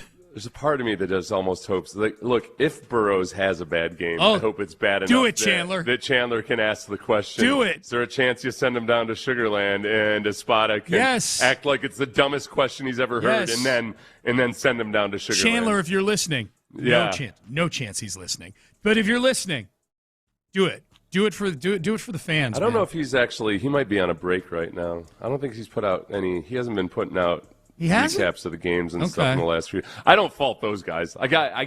I get to be a little bit of a prick sometimes with my baseball writers, where I'm like, what do you need a day off for? And then I remember, like, oh, yeah. That's of baseball. They can't attend and write about 6 games a week. I tell you what, but one of the things that's totally foreign to me and has been, and I've mentioned this on the air before too, over the last few years, and this is not me begrudging any of these individuals, but the notion of announcers getting vacation time during the season. Yeah, that is weird to me too. I grew up watching the Red Sox. Ken Coleman and I forget who the color guy was. But they did all 162 games. That's just how it was. And your vacation was October through March. No, it's like a teacher. Yeah. You know, like, okay, teacher's cool. You get the summer off. Yeah. And then you don't decide to take a family vacation in the middle of October or something. It's like, no, your vacation time is during the time off. It's very strange to me. It's very strange. So, I just assume for my own, I don't want to begrudge anybody anything. I always just figure, okay, it's probably, maybe they're framing it a vacation, but they've actually got personal issues they have to take care of. I usually hope for their sake that there's something awful going on in their personal life. You do? Yeah, I'm like, that's really that's actually, big of I respect you more if there's something horrible going on in your personal life. That's nice of you. Yeah. Speaking of horrible things going on in their lives, Antonio Brown. Antonio Brown was on a live stream of some sort. Fun audio to close out the show. As best I could tell you, he's dressed like a gladiator, a Russian soldier, and a Viking all at once. And he's shirtless, right? He's got a big fur hat on. Well, he's shirtless, but with some kind of a chest plate on. And apparently somebody on his live stream said, I think made some comparison of Antonio Brown to Zay Flowers. Not sure exactly what, but he went off on Zay Flowers. If you say Zay Flowers with my name, you're a loser.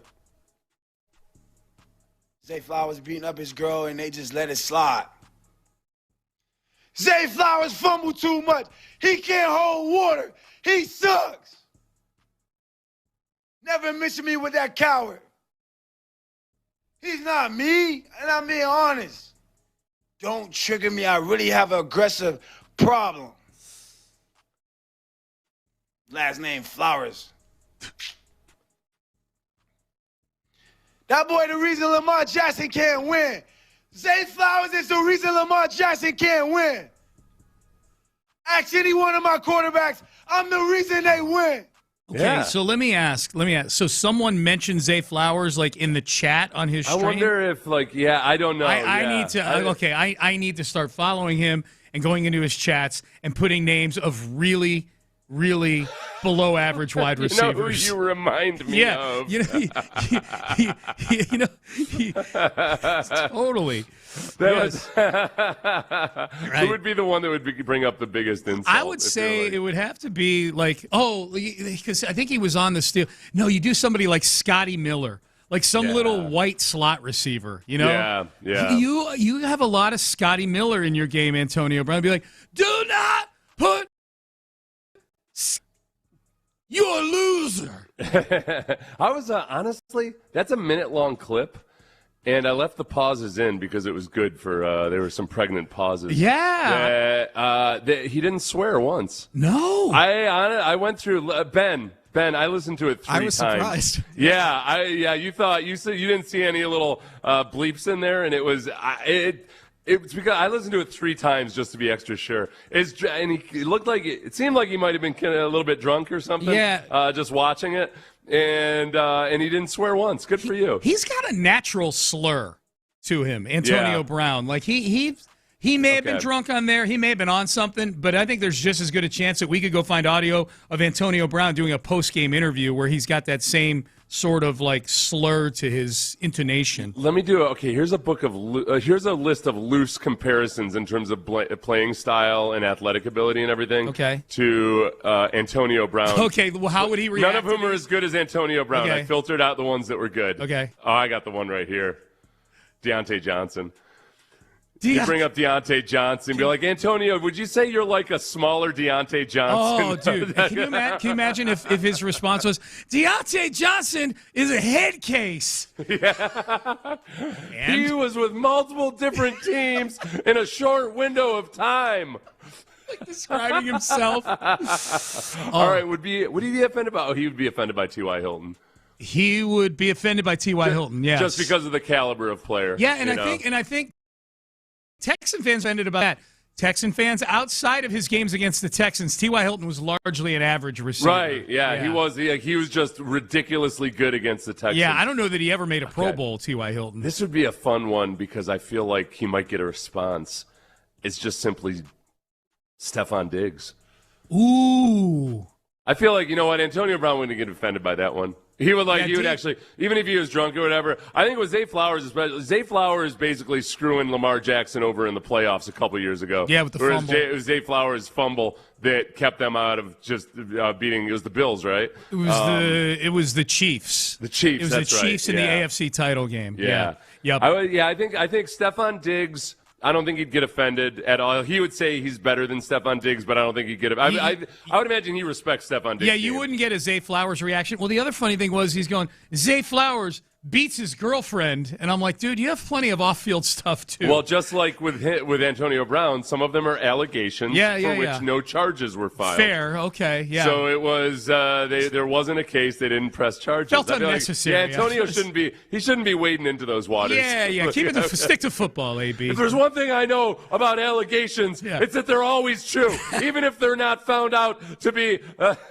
exactly merit in a court of law. Yeah. Texter says AB is right, though. No idea how Flowers made it to the Pro Bowl. He had a good year last year. And the AFC is not that deep at the receiver position either. And I would say, listen, as far as the Pro Bowl goes, these days, it's a big part of it has just been nobody gives a damn about Yeah. Make it into the fifth ballot or whatever. I think he actually got voted in, though. Yeah. No. But in general, just like the Pro Bowl designation, it just doesn't carry as much weight as it used to. Brandon Cooks. I think he'd be mildly offended by Brandon Cooks. Yeah. But I think he probably respects, if anything, just the sneer that Brandon Cooks always has. Oh, yeah. He was at that kind of that resting Cooks face going on. We're going to get a lot, I think, of this from Antonio Brown as time as the years move on, because largely he's not going to be remembered by the public at large as for being as good as he was. Yeah. Like, he was an incredible receiver, but the drama and the team changes and everything overshadowed a lot of it. He's all decade for whatever decade you want to give him. He is a, and the off the field stuff I'm told shouldn't matter, and yet the same people who vote kept Terrell Owens out of the Hall of Fame for 3 go-rounds because he was, he had his issues. That was a weird one, though, too, because it wasn't even his issues. It wasn't like it was legal stuff or anything. I felt like they would have voted OJ in before Terrell Owens, just because he rubbed people the wrong way. Yeah, Terrell Owens rubbed people the wrong way. Yeah. I guess just in general, I'm with you. Antonio Brown's a Hall of Fame wide receiver. Antonio Brown's 28th all-time in receiving yards. Yeah. That's really good. There's a few, but above him, Brandon Marshall. Yeah. Devontae Adams. Yeah. Then you got some tight ends. Devontae Adams, I think, is there. Brandon Marshall, I think, is. Antonio Brown, to me, was one of the best 2, 3, 4 wide receivers in football for like a 6 or 7 year period. Yeah. He was incredible. You know who's bogus? Henry Ellard? Henry Ellard of the Rams. For having played in the 80s and 90s. Yeah, man. Now, he's a big-time compiler because he played like 15 or 16 seasons. But he's 15th all-time receiving. Yeah, Henry Ellard, man. A date and time when it was hard to get that many yards receiving. Yes. On some Rams teams that didn't really have consistent faces at it's not like he coincided with a quarterback there for a decade or anything like that. Yeah, if you go, that's where some of the guys that are still in the top 15 of receiving, whose careers started in the 80s or 90s, those guys are impressive. Yep. Because it's Jerry Rice. Yeah. It's Tim Brown. Yeah. And he was like 1988. Yep. It's Steve Largent's probably James in there. Lofton. James Lofton. Yeah. Yep. No, but Steve Largent's he's 20th all time, but 1976. Yeah. Yep. They should weight that by decade. Those guys should actually be all in the top. They should all be in the top 10. Get thinking mode in on that right now. You know? I'm not going to do that. It'll take too long. There's one thing. I demanded that chat be a little bit more discerning and accurate, and now I'm livid that it takes time to do it. Yeah, it takes time to be accurate. Yeah. Yeah. Why are you not giving me this highly nuanced, selective thing that I need in 7 seconds or less? Why does it take so long to think? Hey, Lopez, you'll appreciate this. The other day, we said that I was telling chat deep thinking mode. Yeah. And I basically pointed out, like, oh, this deep thinking mode is just not good for sports radio. It takes too long. And Sean was like, yep, that sounds about right. Your deep thinking, informed, well-researched. Yeah, that's not what pays the bills, man. Yeah. That's not shoot from the hip. Thinking ain't what pays the bills. It is because, I only use it. It's not like I'm trying to get opinions out of it. I just like looking up some detailed stats. Yeah, it's better for that. Yeah. When you put it in instant mode, it'll spew out any kind of nonsense. Yes, that's you put what it I in like. a deep thinking mode, and it actually cross-checks itself. You can see it thinking, and it'll be like, I need to check this against Pro Football Reference and everything. But it takes too long. Yeah, it takes too long to spit out a hot take. Right. It's got to be quick, man. Yeah. You're listening to KLT AM, KLT FM HD2 Houston, an Odyssey sports station. Crosstalk brought to you by D&M Auto Leasing, Reggie Atatula, John Lopez. They are in the loop. They are here. Gentlemen, great to see you as always. Likewise, buddy. Yeah, Great to see you. Yeah. How are you guys doing today? Great. You got me thinking about Henry Ellard. He was Henry Ellard, damn good. Henry Ellard and Flipper Anderson. Yep. I remember him with the Redskins, though. Henry Ellard was with the Redskins, too. Yeah. I'm jealous. What, you're jealous? Still. Of Henry Ellard? No, you. Of me? Yeah. Oh, from yesterday? Yeah. It was pretty good. Yeah. He met Cuckoo. It's Kaka, and he's my close personal friend. He's cuckoo for Kaka. Kaka sounds dirty. I feel like you're trying to trick me into something. Cuckoo for Kaka. I told Seth this. Kaka's brother was awesome for very long at all.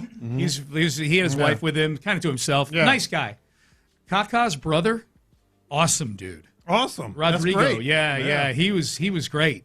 He was great. Reggie's still glaring at me right now. He still is glaring. Does this feel like at a you. humble brag or something, Reggie? No, I am just imagining myself enjoying all of the perks that you did. Now, of course, you've worked for this. The worst part was where the ball I see the almost. Spanish. The worst part was when I was down, standing behind the goal, and the ball. You were on the pitch. Ball, I was on the pitch, and the ball almost Field. hit me. The ball almost hit me. Can you believe that? You should have caught it like I did back in the day. That was the worst part. That was harrowing. I'm never going to recover. You should have caught it like an American, and then thrown it overhand back to him. Back it like a home run, and then booed. Yeah. I like the image of like Sean catching the soccer ball and then immediately turning and running to just get it out of there. Out the tunnel. No, it was a lot of fun. We had a great time. Sounds like it. And it just independent of all the the cool stuff, the hospitality and everything. The atmosphere. You've been to dozens of these games. Crazy. It's the atmosphere is incredible. It is wild. Yeah. Sean came in this morning before the show started. He's like, Seth, I don't know if you realize this, but this is the biggest game worldwide. Did you know and it's that's the most how popular? they treat it. Yeah. I know you think football is a big deal, but no, football. Seth. Football, and I told him, and I lectured him. And I pulled out a vuvuzela, and then I started. Were there any vuvuzelas? There were not. Yeah. No, the vuvuzela is kind of passe. Yeah, that was mostly just 2010. Yeah. What'd you say? It's pronounced. The question I had was, well, one, have you experienced a building with that same buzz, like being in the midst of it? Have you experienced any building with that same buzz? With that same buzz, I would say like some of the college football games that I've been to. Like I've been to some. You were Catholics versus convicts, also, John. Yeah. Like there are college football games I've been to that it's palpable. Yeah. Like That's everybody's where in the stadium, you can cut it with a knife. That was what I was gonna. When we talked about this earlier, that was the impression I was getting. Is like the appeal of soccer in a lot of ways. Remember, we had that texter yesterday who claimed that nobody's actually into soccer; they just like the environment and everything. I mean, you could say the same thing about college football. Sure, there's plenty of people who are deep into college football for the football, but there are.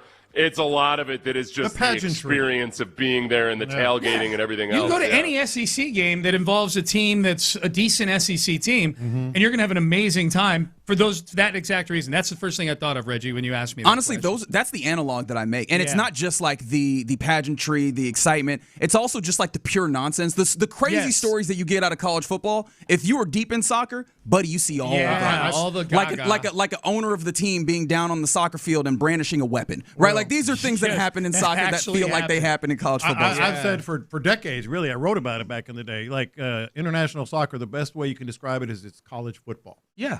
From the walk-ins. Yes. Even. You know how the fans walk us? They do that in college football. Yeah, that's from true. the outside, they do that in college football. Yeah. The people being in their seats on time, they do that in college football. Yeah. All that stuff. Yeah, I even thought just the stuff before the game, the two teams walking out in concert with each other. Each, they've each got, a kid. They're walking out with a kid. They walk in formation around the circle at midfield.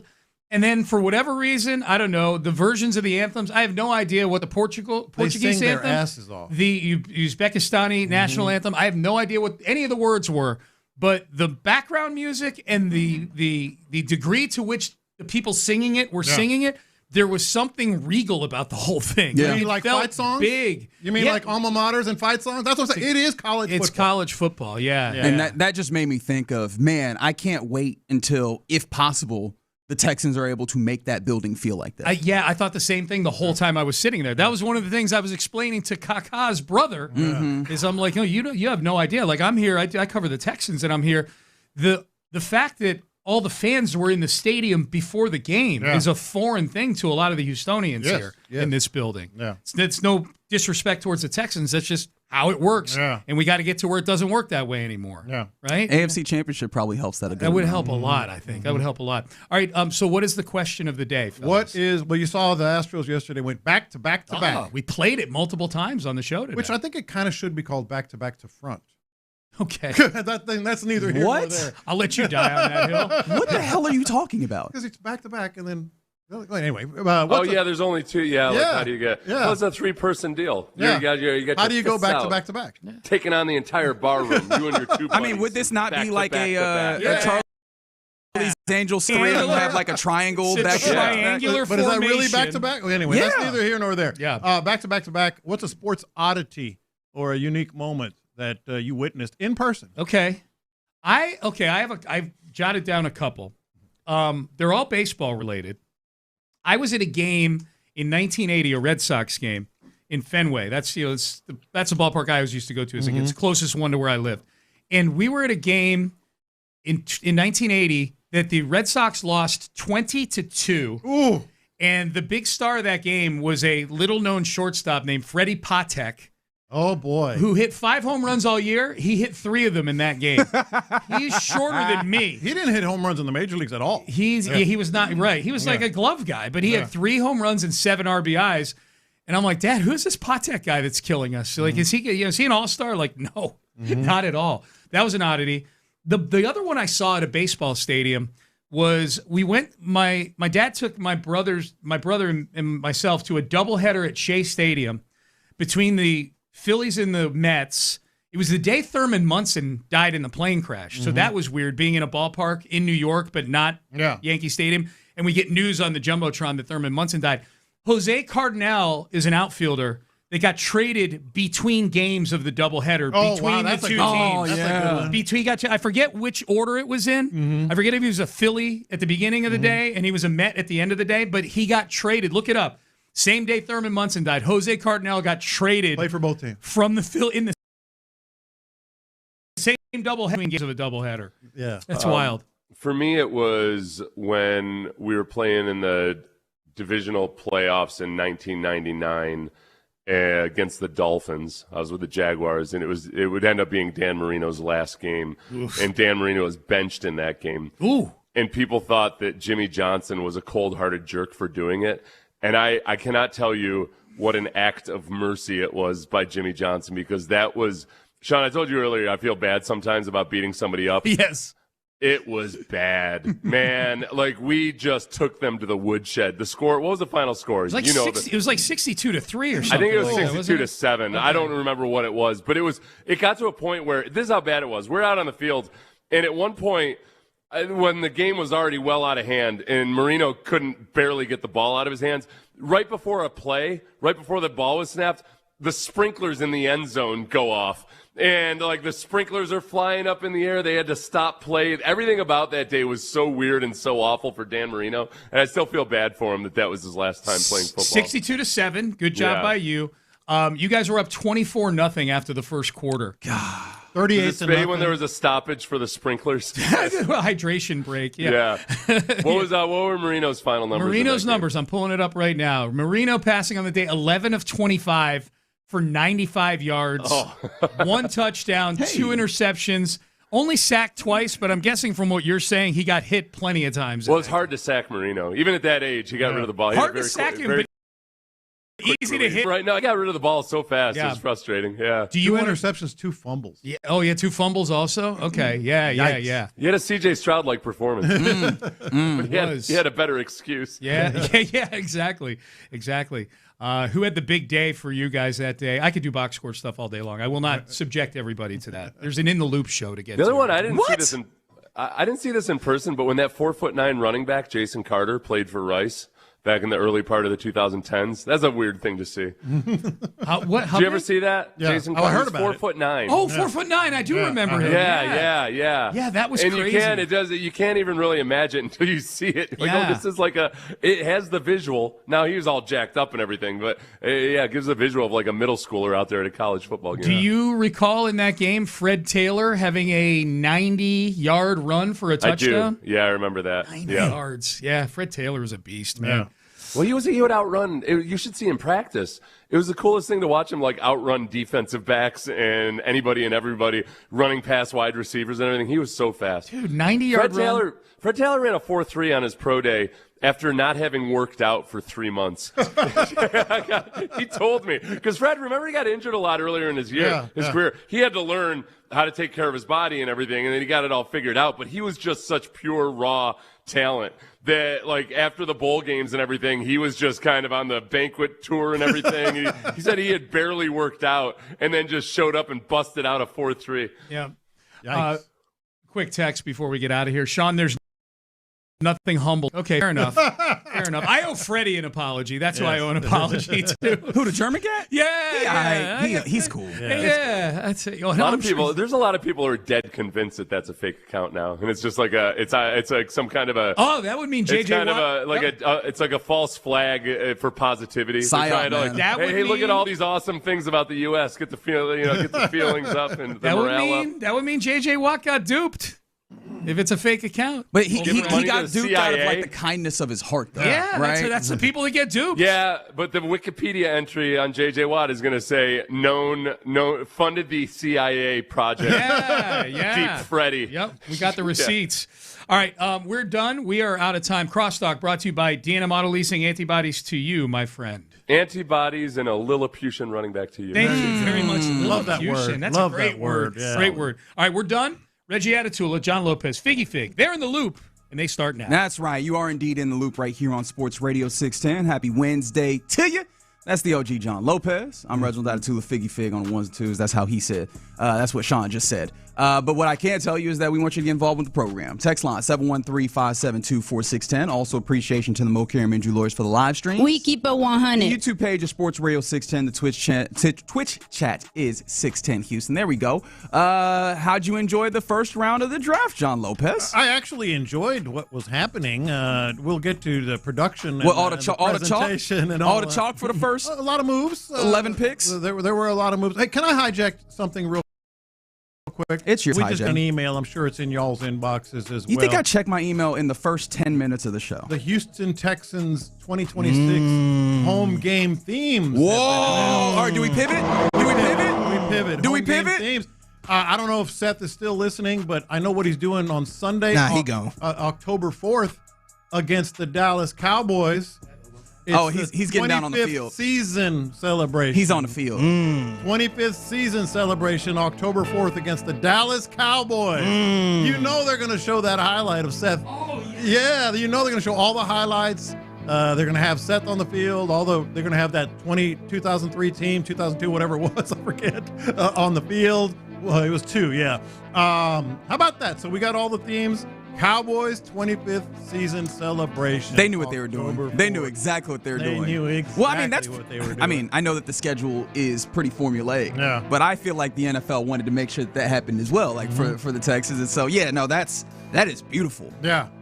I'll give you all the other things. Yeah, here. I was about to say, go through the other ones. I kind of want to think about this a little bit more because, like, all they give us is 25th season presentation. And I know that obviously we're going to get a lot of highlights from that first season. Yep. Are we going to have guys on the field and just kind of have them wave? Are they going to be integrated in any other way? And Gary Walker should recreate the sack.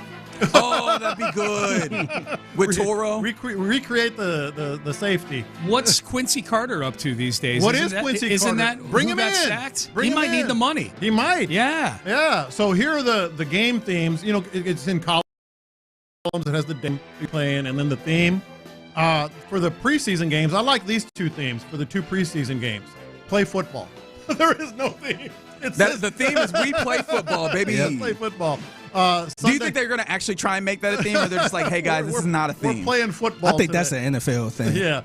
September 13th, Buffalo Bills. It's just a kickoff day. Not a lot to talk about there. I got an idea on September 20th against the Cincinnati Bengals at noon.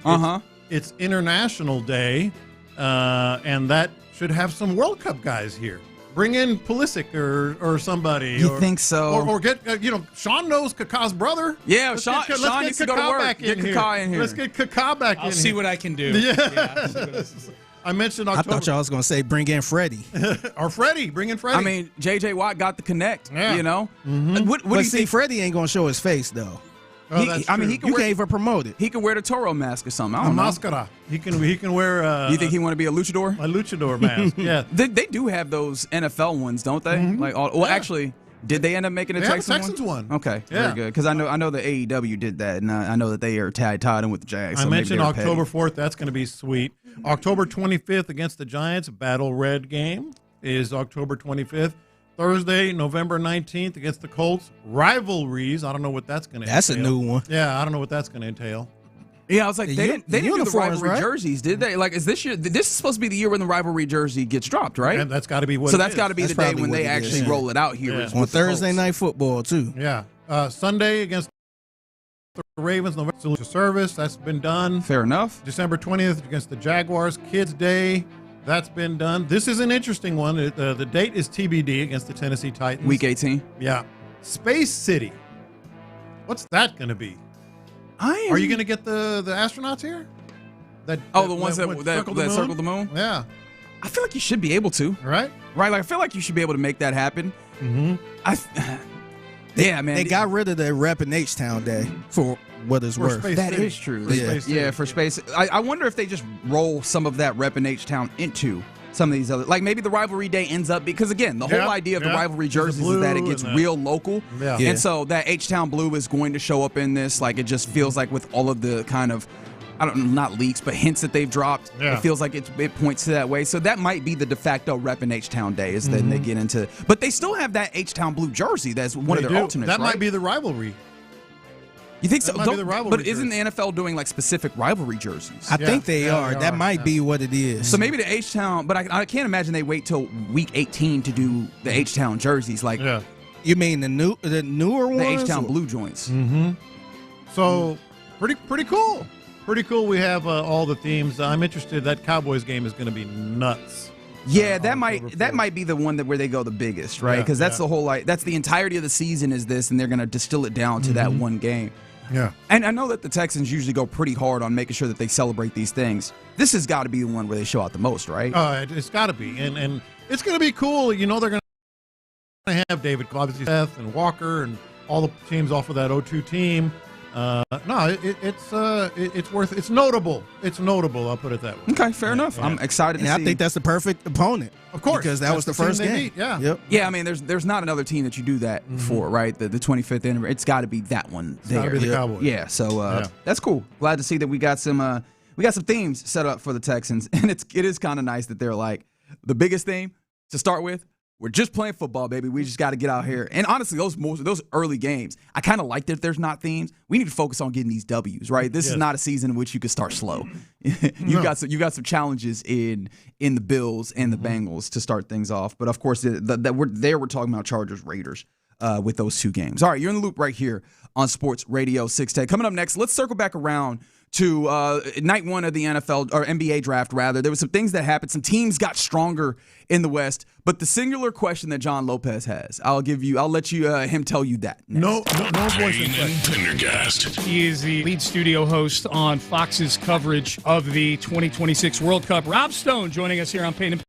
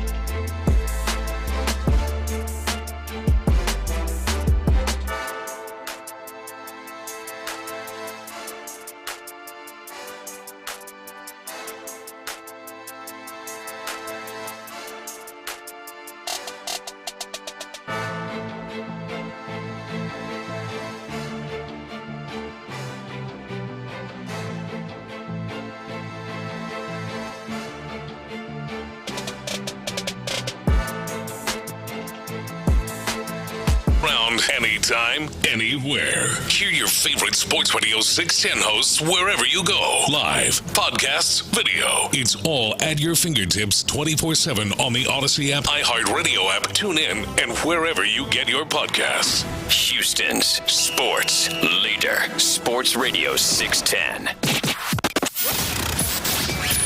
In the Loop is powered by Mokaram Injury Lawyers. Heard in an accident? Call Mokaram Injury Lawyers at 281-222-2222.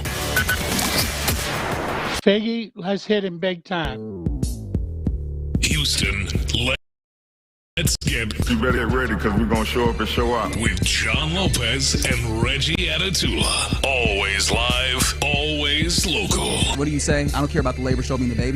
Don't tell me about the waves. Just bring the ship in. Okay, that's a different one. What'd you say about a baby? You've said that one specifically. Don't get out. Figgy, help me out. I have not said He's that gaslighting me right now. You're in the Loop on Houston Sports Leader, Sports Radio 610. Yeah, you're in the loop right here on Sports Radio 610. Happy Wednesday to you. 713-572-4610 is the number to text. One big question that John Lopez has after seeing the way that the NBA draft first round played out last night, all the way around the league. And what is the question that you have as it relates to your Houston Texans or Houston Rockets? So I want you to hear this question, Figgy, Reggie, and understand that there's no voice inflection whatsoever. It's a big question. It's just a regular question. All right. What are the Rockets doing?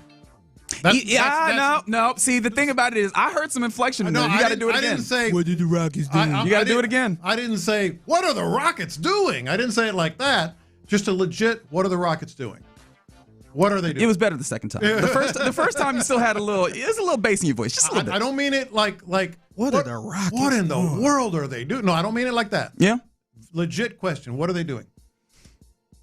I mean, why don't you go ask the owner? Go ask them. I think one of the options of possibilities is they are standing pat. They're trusting the process. Mm-hmm. I think another option is they're doing really most of what was available to them. The only thing that I could have seen them doing last night in the first round is maybe making a move like some of the other moves that were made at the back end, where somebody packaged together some seconds in order to move up a few spots, although they would probably need to package a little bit more. And maybe a player. Because I'm trying to remember, there was a number of trades that happened in the back half of this first round last night. Actually mid to back. Yeah, mid to back. They started about 15. But there was a lot of people that were maybe making moves 1 pickup or 4 picks back up. and forth. Right? There wasn't a lot of people that were moving up 10, 20 picks. Mm-hmm. But there were people that moved up like, hey, I'm going to move up 4 spots for 2 second-round picks. Yeah. And that's not what the Rockets would have had to do. Like, they would have had to give up more. Mm-hmm. So maybe if they had made a move like into that 30 spot, the last pick of the first round, or made a move into like maybe the 25 range, I could have seen that, but then I started to stopping and thinking, who are the players that are here that I go make that kind of impact for this team? And I think that for the Rockets especially, they're in a weird place where they are good enough where you want to play a player that's like an instant impact player. And I think that the guarantees for the instant impact players, although this year in the NBA draft was much deeper than other years, I think it started waning in like the late teens. I was going to say 18 to 20. So I don't know that they could have gotten up that high without doing something drastic. Well, here's my point. They could have gotten that high. They absolutely could. Other teams have done it. I mean, absolutely they could have. I think technically you're right.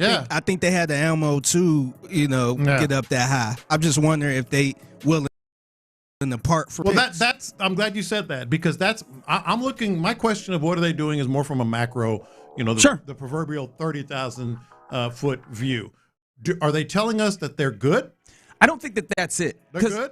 And I understand like that's the question that you're asking here. I don't think that is quite the answer because I think one. The picks that they have are tonight, right? So just first and foremost, there's that.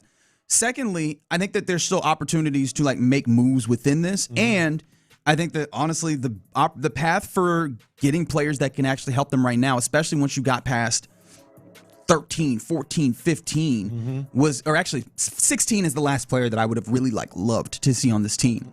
And that was Bennett Sturts, right? I think that once you get past that, the path is either free agency, trades, or free agency or trades. And again, they didn't have capital to be, and it didn't make sense for them to be making trades as other teams that they would be trading with would probably their whole focus was on draft stuff. Like I don't know that you would have been able to negotiate trades in the midst of that. So I don't know that they have told us that yet. That might be where they are though. Well, right? The other part of it for me is one part of what are they doing? My question is, are they good? The other part is, are they waiting? Are they waiting for something today or something after the draft where you mentioned it yesterday? They could still trade for Jaylen Brown. Who knows? I mean, there are some reports out there that maybe that's not as meaty as some people were speculating. But if they're waiting, the thing that really got me last night is the best two teams in the Western Conference made some win now moves. They made some big-time win. Now, you mentioned Sturts. I mean, I mentioned Sturts. He goes to Memphis. He's going to Oklahoma City, right? So that is a guard. Oddly enough, I kind of feel bad for him because that is a team with a whole bunch of guards, and he comes in as a guard, one of the better shooters in the draft, polished ball screen operator. He's an elite shooter. These are all things that I would love for the Rockets. He's going to go to Oklahoma City and sit behind Shai Gilgeous-Alexander and sit behind Jalen Williams, who is a wing, but you get what I'm saying. Like find his moments, knock down shots. Which, I mean, he's going to come along slowly, but I could imagine a guy like that immediately jumping into a rotation here. The other thing the Thunder did was they got a player that is directly targeting Victor Wembanyama in Mara. 7'3" guy. Oh, Ade Mara? He's got 6 fouls, and he can block some shots. Yeah. I mean, that's for Victor Wembanyama. Yeah. I mean, I think that maybe to some degree, yes, but I also think that, hey, Isaiah Hartenstein, and now I'm getting well into the weeds on a team that's not even here, but Isaiah Hartenstein, their center right now, he's coming into the final year of his deal. And he's starting to get some money, and the Thunder are looking at how do we continue to be good but get rid of money. They're in a place where they can afford to not just look at the team this year, but how does it go forward. And I think Ade Mara is actually more of a, to some degree, yes, Wembanyama, I guess 7'3" analog, but also I think it's just they got him for Victor. Do we have another center that we can still play the way that we want to, but in a cheaper fashion? Trying to get some size. Yes, and he's got 6 fouls, and so you can, no, I'm dead serious. You're right. I mean, I'm dead serious. So there's that, but also the Spurs did some stuff. Clearly in win now mode, and that's why I'm wondering if the Rockets are really feeling the win now mode kind of thing. The Spurs, they absolutely positively recognize their shortcomings in the NBA Finals, and to a smaller degree against Oklahoma City, and they went and got a big guy that can help them right now a little bit, and a big guy that can help them in a year or two a lot. Which one between Jaden Quaintance and Terrace Reed Jr.? May not even play this year, but he's a top 10 lottery talent. Correct. And so he's the guy they said, you know what, let's get him now. Sit him, get him better. He's got a knee issue thing. He's got a knee thing going on. By the way, Quinn is 6'10", like real defensive center. So imagine you're playing against He's got a reach of 9'1", a defensive front court of 9'1", 9'1" center or 9'1" power forward maybe even, and then 7'5", 7'4", 7'5" Victor Wembanyama on top of Castle and Harper and all that. So they said that's not necessarily win now, but it's going to maybe help us win a championship during this window. And then they got the guy that can help them right now. Can I ask you a question though? Because I think that this is interesting. Obviously, I know you're coming from the hey guys. Other people are moving, you're not moving. I think this might actually help you clarify what you need to do and maybe what you can't do, right? Because two of the teams that you're looking at is not just contenders right now, but also probably the pace setters for the next, 3-4 years, just to not get too hasty to crown them for a decade or whatever. They are big and they're leaning into big. Do you think that for the Rockets, it makes sense to try and lean into getting bigger? Because right now, again, your starting center is probably either Steven Adams, who I don't know that he's long for this league, with all due respect, and Alperen Şengün, and we saw what that looked like with him at center. Like, there were some things that were good about it, but there was definitely some warts in it. Do you think that means the Rockets need to lean further into trying to get bigger, or do you think that the Rockets need, and literally bigger, because I know that they're long with Kevin Durant and Jabari Smith, or do you think that they need to maybe lean a little bit away, zig where other people are zagging into? Do you put together a more robust team that maybe isn't as big, but maybe it leans more into the speed and the physicality of that side of this? No, they absolutely positively need to be bigger. If for no other reason, what we just talked about. You got the huge Oklahoma City Thunder and the huge San Antonio Spurs. Those are the two teams you got to go through. You need bigs. You need bigs that can defend and can block shots and rebound and offensive rebounds and all that. And Steven Adams, you're right. How long is he going to be around? So that's why I'm like, what are they doing? Legitimate. I don't know. I think the question should be, what are they going to do? And instead of more, what are they doing? Because I'm kind of curious what they're going to do about all of this. Because if they say the window's open, and by the way, we haven't even mentioned Kevin Durant. You're not going to have him for a long time. Sure. So just almost by definition, you're in win now mode. So are they that high on Steven Adams and Fred VanVleet changing everything? I think that they definitely make what you saw last year better. How much better ends up being the question. That's one of the questions that they're asking. I think that honestly, the answer is probably they're calculating. If we're going to be honest, they are probably sitting right now and calculating, how do we have to move, right? Is it how much can we depend on the idea of these guys that you have getting better, and to what degree? Or is now the time to pivot into what we're talking about, getting bigger, maybe even changing the style of play that you have? This is the point in time where they're calculating, and the next move, even if it's just 39 and 53 when they select tonight, has to be, I think more than anything, it has to be very definitive the way that they're trying to move. Because I think I subscribe to the idea that there's more than one way to cook chicken, right? Yeah. You can fry it, you can bake it, right? You can do all sorts of different things. But you have to be very decisive in, this is the way that we're going about it, and everything needs to be cohesive to a point because you're already behind. Are you counting on that second round pick to come in and make an impact? It's hard to do that. I think that there's some guys that maybe you could add into a rotation.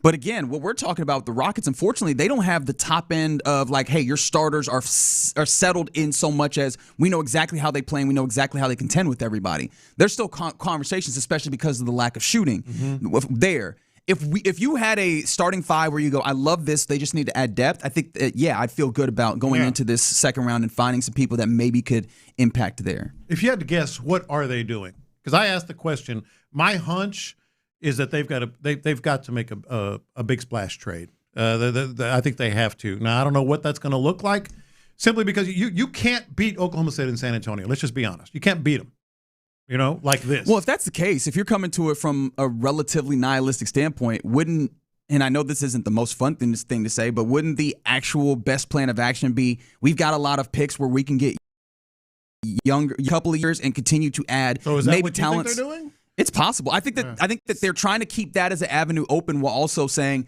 that the best path to be a better team this offseason is probably the machinations of trading, maybe not at the high end, but trading and getting off of the Dorian Finney-Smith contract, getting off of the Clint Capella contract, adding pieces that are rotation guys, not on that first level, but maybe second level, rotation guys that help you make a better fitting team of what you have right now, even if it's not a higher ceiling team. Yeah, I thought they were in win now mode. I did too. But I mean, to me, I think that would be a hard sell if they just kind of focus on the future when you got Kevin Durant, that's 37, about to be 38. Correct. Hey, so the only one that's untouchable is Amen Thompson, according to reports. Yeah, that was Kelly Eco making that report. Was that a couple days ago? So we'll see. It starts tonight with the second round of the NBA draft, and I mean, I think it'd be very interesting just if they decide to move up and if they decide to maybe see if any of these guys that are still available can help them. It's intriguing, man. I'm like very intrigued at what they're thinking. And I do love that people are trying to swing for the fences. People are like, hey, man, can you go and steal Anthony Edwards from the Minnesota Timberwolves? I don't think that's a this year thing, right? And so that's also another question. Is it possible that they are biding their time, even if they do? Like, let's say Rafael Stone is a lot more realistic than some people give him credit for, and he's looking at this and saying this is not good enough. Is he in Daryl Morey's circumstance where he's plotting who is the next star that comes free? Yeah. Possibly, because Edwards could be that, but I don't know if that's a this year proposition. In fact, I would very much gamble that it's not. You kind of got to see what they doing, too. That's right. And so I think that they're calculating. Yeah. It's not a fun answer, but I think it might be the right one. All right.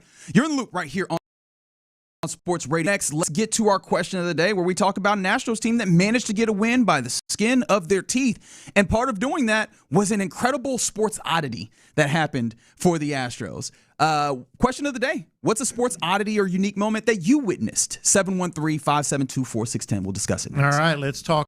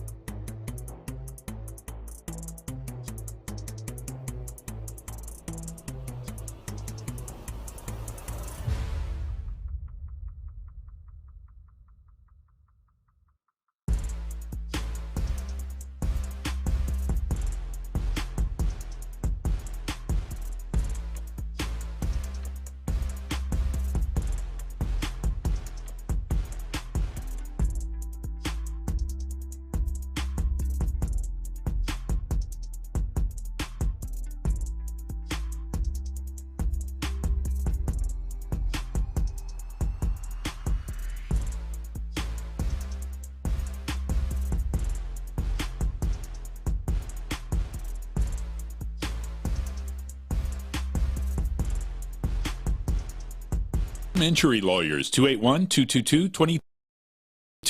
Sports Radio 610 presents live from the West Point Lincoln and West Point Lincoln of Sugar Land Studios. Here's In the Loop with John Lopez and Reggie Atatula.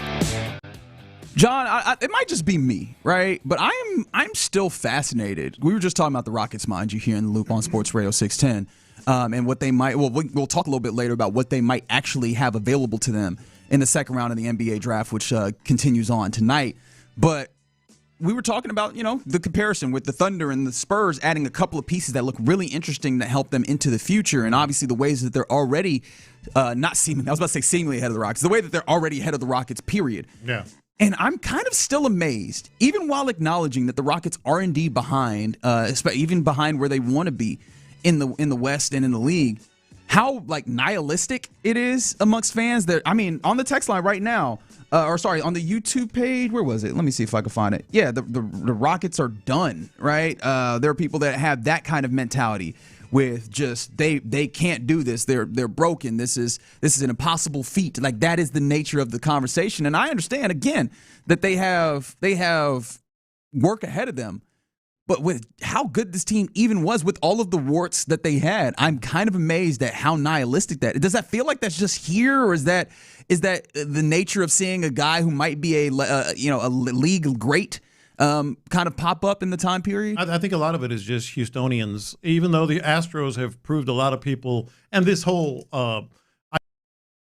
idea wrong was happening to us, go back decades, to the Buffalo game and the Rockets missing 27 threes. And just, it always happens to us. I think we're just kind of beat down as a fan base, even though the Astros have largely disproved that. Yeah. I think just Houstonians are just like, yep, we suck. Yeah. I think, honestly, the way I look at it, too, is just the two teams we're talking about, which is San Antonio and OKC. Not only that they're good, they're young. Yeah, that's a big part of it. And too. They had draft picks last night, so they're getting better. In the first round. Yeah, that's what I'm saying. Damn near lottery picks. So I'm like, that's the part that's a little frustrating to me. They each had two. Yeah. They each had two first round. That's the part that's frustrating to me, because I'm like, dang, it's one thing if you're trying to keep up with them, but they getting young. And they still getting young, man. Not because I'm necessarily beat down as a Houston fan, but I just feel like, just realistically, you can't beat them in a 7-game series. You can't beat either of those unless teams. something crazy happened or something like that. It seemed like they here to stay for some years. Mm-hmm. And I hear that. I think, and maybe this is just, I've thought a lot about this recently, is just, man, the NFL has always been one of those leagues where we're like, this team is going to be here forever, and they turn over. We've always known that about to be the case. Baseball, maybe a little bit more staying power, but baseball's had a lot of parity in who wins. And now basketball has become that as well. And so in the modern era of sports, where these teams that are at the top are turning over maybe more than we had ever seen, it's kind of amazing to me that it feels like, and maybe I'm just, maybe this is a prisoner of the moment thing and I'm not thinking back far enough, but it feels like more than ever now, fan bases, and maybe I'm speaking too far, but fan base is almost more nihilistic now about their team in a time period where teams turn over more. I don't know. It feels weird. Yeah, that there are injuries, there are bad seasons. You don't raise the white flag. I'm just saying, all things being equal. But also, how confident do you feel about the Rockets' young core and players versus? I think that's part of it, and too. that's a fair thing to say, right? Because you compare them to the Thunder and the Spurs, where they have made incredible decisions. I know that they were bad for a period of time to give them an opportunity to have all of this capital and have these young players. But the Rockets also did that, where they were bad, got the capital, got the young players.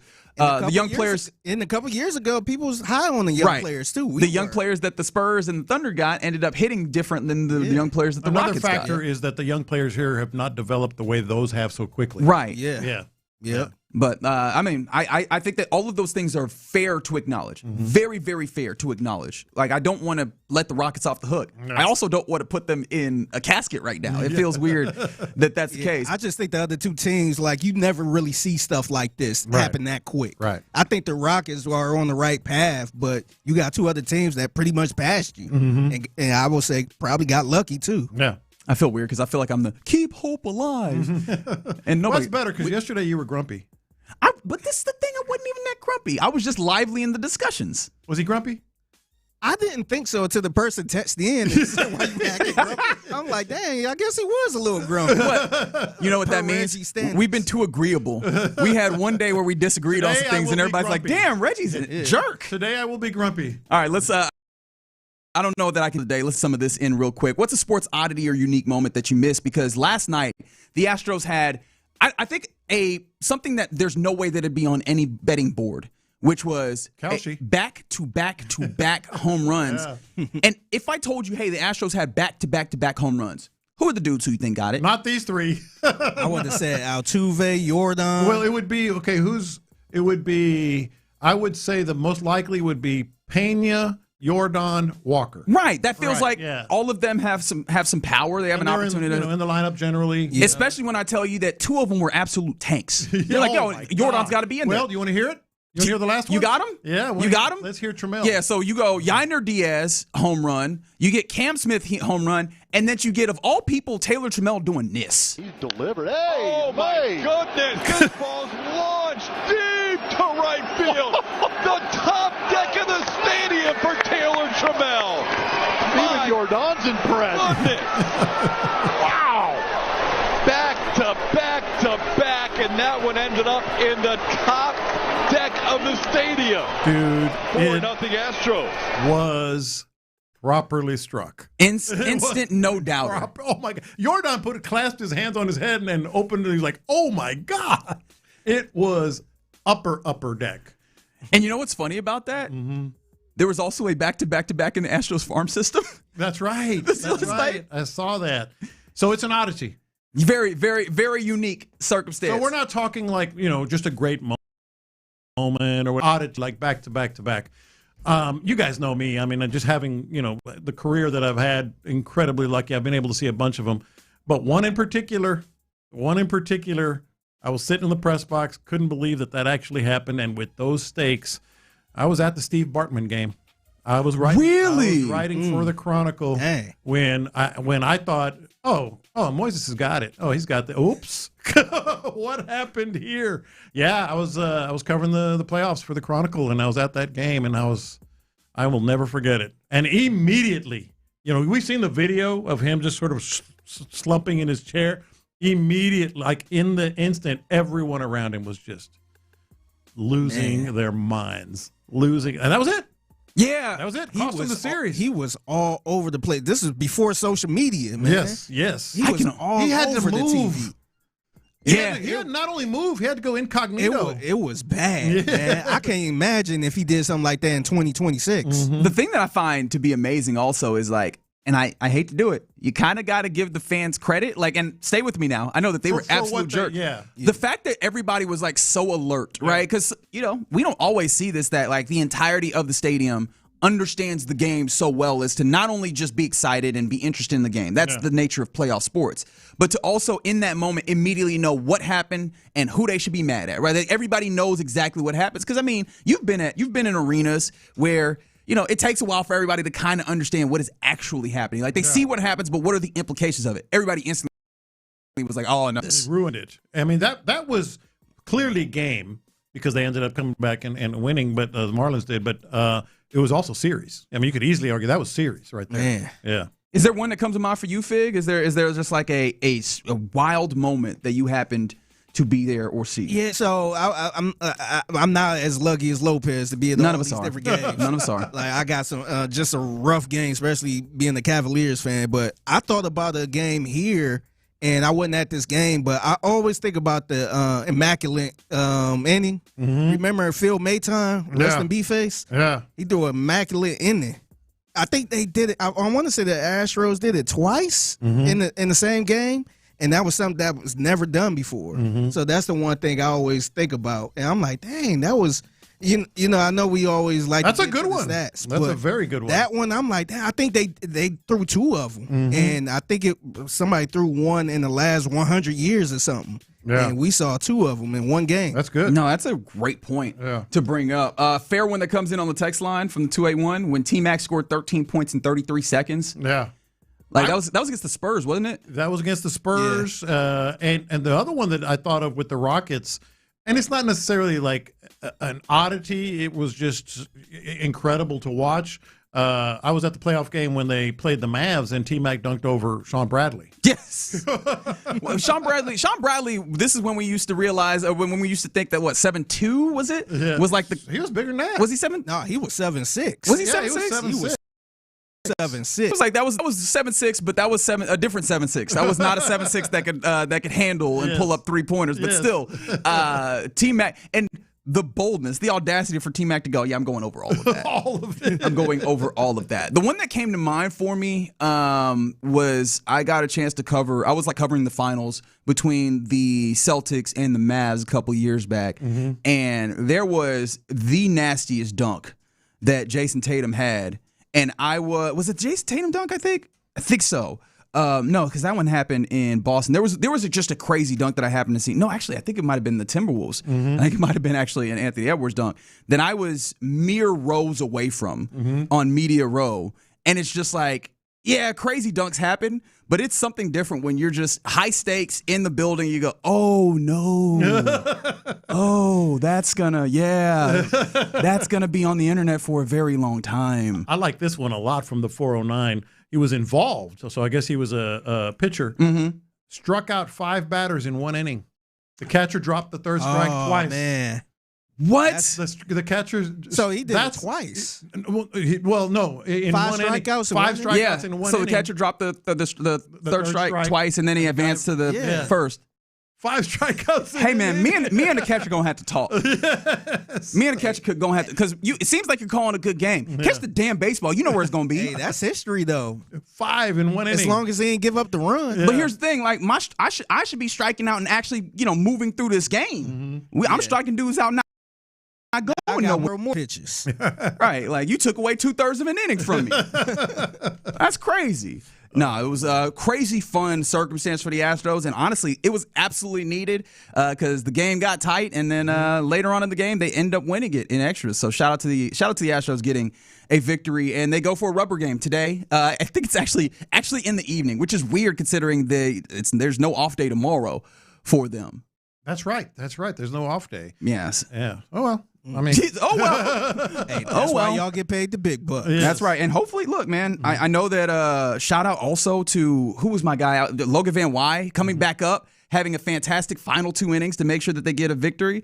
And he will be sent immediately down, I imagine, because they need arms. It'll be the 4th time. They need arms in order to get through what is continuing to be a long stretch of games. But they're winning series. At least they have an opportunity to do that again tomorrow. All right, you're in the loop right here on Sports Radio 610. Coming up next, keep bring those in. I might rattle off some of the more of those. But coming up next, let's go around the NFL where more of the NFL Top 100 has dropped. But also, oh Lord, I know you're excited. But also, another deal gets done in the offseason. How does this relate to the Texans? We'll talk about it next. The Drive with Stoerner.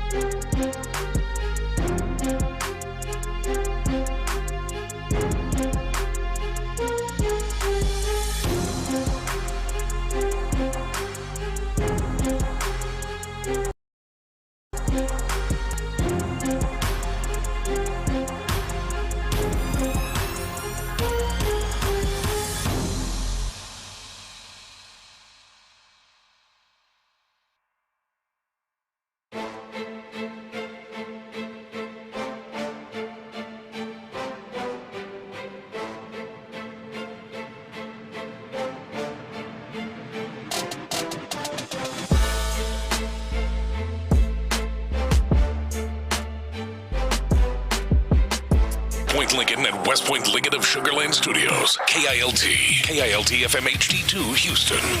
On Odyssey Sports Station. The Texans play here. Let's go around the NFL in the loop style. Why are you smiling? Because I love football.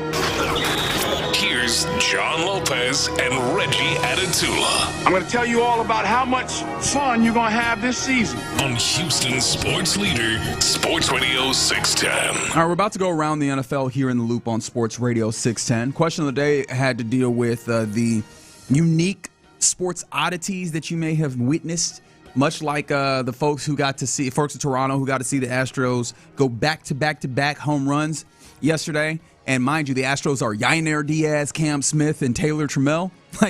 Did not expect that one. Yeah. Really and truly didn't. Some of the other things that people came with, Rob said that he saw Joe Pavelski score 4 goals against the Kraken, his first game back post-concussion in the playoffs. Just some hockey today. Yeah, man, we will get to some hockey at some point later. But yeah, first and foremost, just to come back off a concussion and play. It's like, all right, we're glad you're here. He's like, no, I'm taking over the game. I'll go ahead and score 4 goals. I am him. Yeah. Someone said that from 713 took his wife to see her first Astros game. Was lucky enough to see the Darryl Kyle no-hitter. Hey, I was there. You and I both. I bet you were. Yeah. You were everywhere. Well, I'm just, again, lucky more than anything. Were you in 86? Were you in L.A. at the Forum in 86 when Ralph Sampson eliminated the Lakers? I was not. I was not. I thought you was about to say yes. I thought he was. I really did. I thought he was about to be like, yep, was there too. No. Someone said then came out in defense in the first inning, did his flip. That was like every other day. That's right. Tight end of the Atlanta Falcons. He looked like he was going to join George Pickens as possibly being the players that were going to play on the franchise tag this year. The Falcons said, nope. They came to an agreement for a 3-year, $54 million deal. The contract has $36 million guaranteed. And so that $18 million average annual value makes him the 3rd highest paid tight end behind. Ooh, I don't know. You can't guess him? You should know. Yeah, no, not Kelsey, rather. Kittle? There you go. Oh, of course. George Kittle. Of course. And you should, as he got last year. Who? Arizona Cardinals, Trey McBride. Okay. I wouldn't have come up with it. I wouldn't have come up with it. Really? Now that you say it, yes, I remember. Yeah. I would have said Kittle, Kelsey. Yeah. That's. I was like, hey man, I completely. It's funny because Kyle Pitts. What is your impression of him without even looking at the stats? Like, what does it feel like he does? Well, he can do everything, but the first thing I think of is just what a great redemption story. I mean, there were people like, what is this guy? Is he any good? Right. You know, he's a great story. Yeah, just without looking at the stats, I would have probably thought he would have been better than what he is. But he has gotten better. Yeah, last year he was fantastic. Yeah. That's the thing. Yeah. It's like, and that was my point. That was at the right time then. Yes, it's funny how it works out that way. It is funny. What was he playing for? Yeah, I think he had the 2nd most receiving yards of any tight end last year. And I think he something like. Let me see if I can pull it up because of course the stats do not want to work with me in this moment. But I thought he was going to be an absolute monster and he's becoming one. Yeah, I mean he was purported as such, right? Like he was very much situated in that way as going to be one of those types of guys. And so he gets paid as the third highest tight end, and like it sounds big, but also like no, it makes sense for the type of. I think he had 5 touchdowns last year, which there were other tight ends a few tight ends that had more. I think he came in somewhere in the 7 range when it came to touchdowns, but yards, he was there. Completion rate over expected, right? Of actually making catches versus the expectation was really high as well. Like he is a weapon in the way that you expect. I do wonder though, like that obviously getting paid. Don't get me wrong. How valuable, like on the field, is that comparatively, especially in this era where a lot of guys are like getting in line and wanting to be big, like especially if that takes off, continues to take off. How much is like that move tight end valued in your mind? Well, because he's a cut above as a receiver. It's one thing to be he's a good receiver. He's not an inline tight end, but he is, as you just laid out. I mean, the numbers don't lie.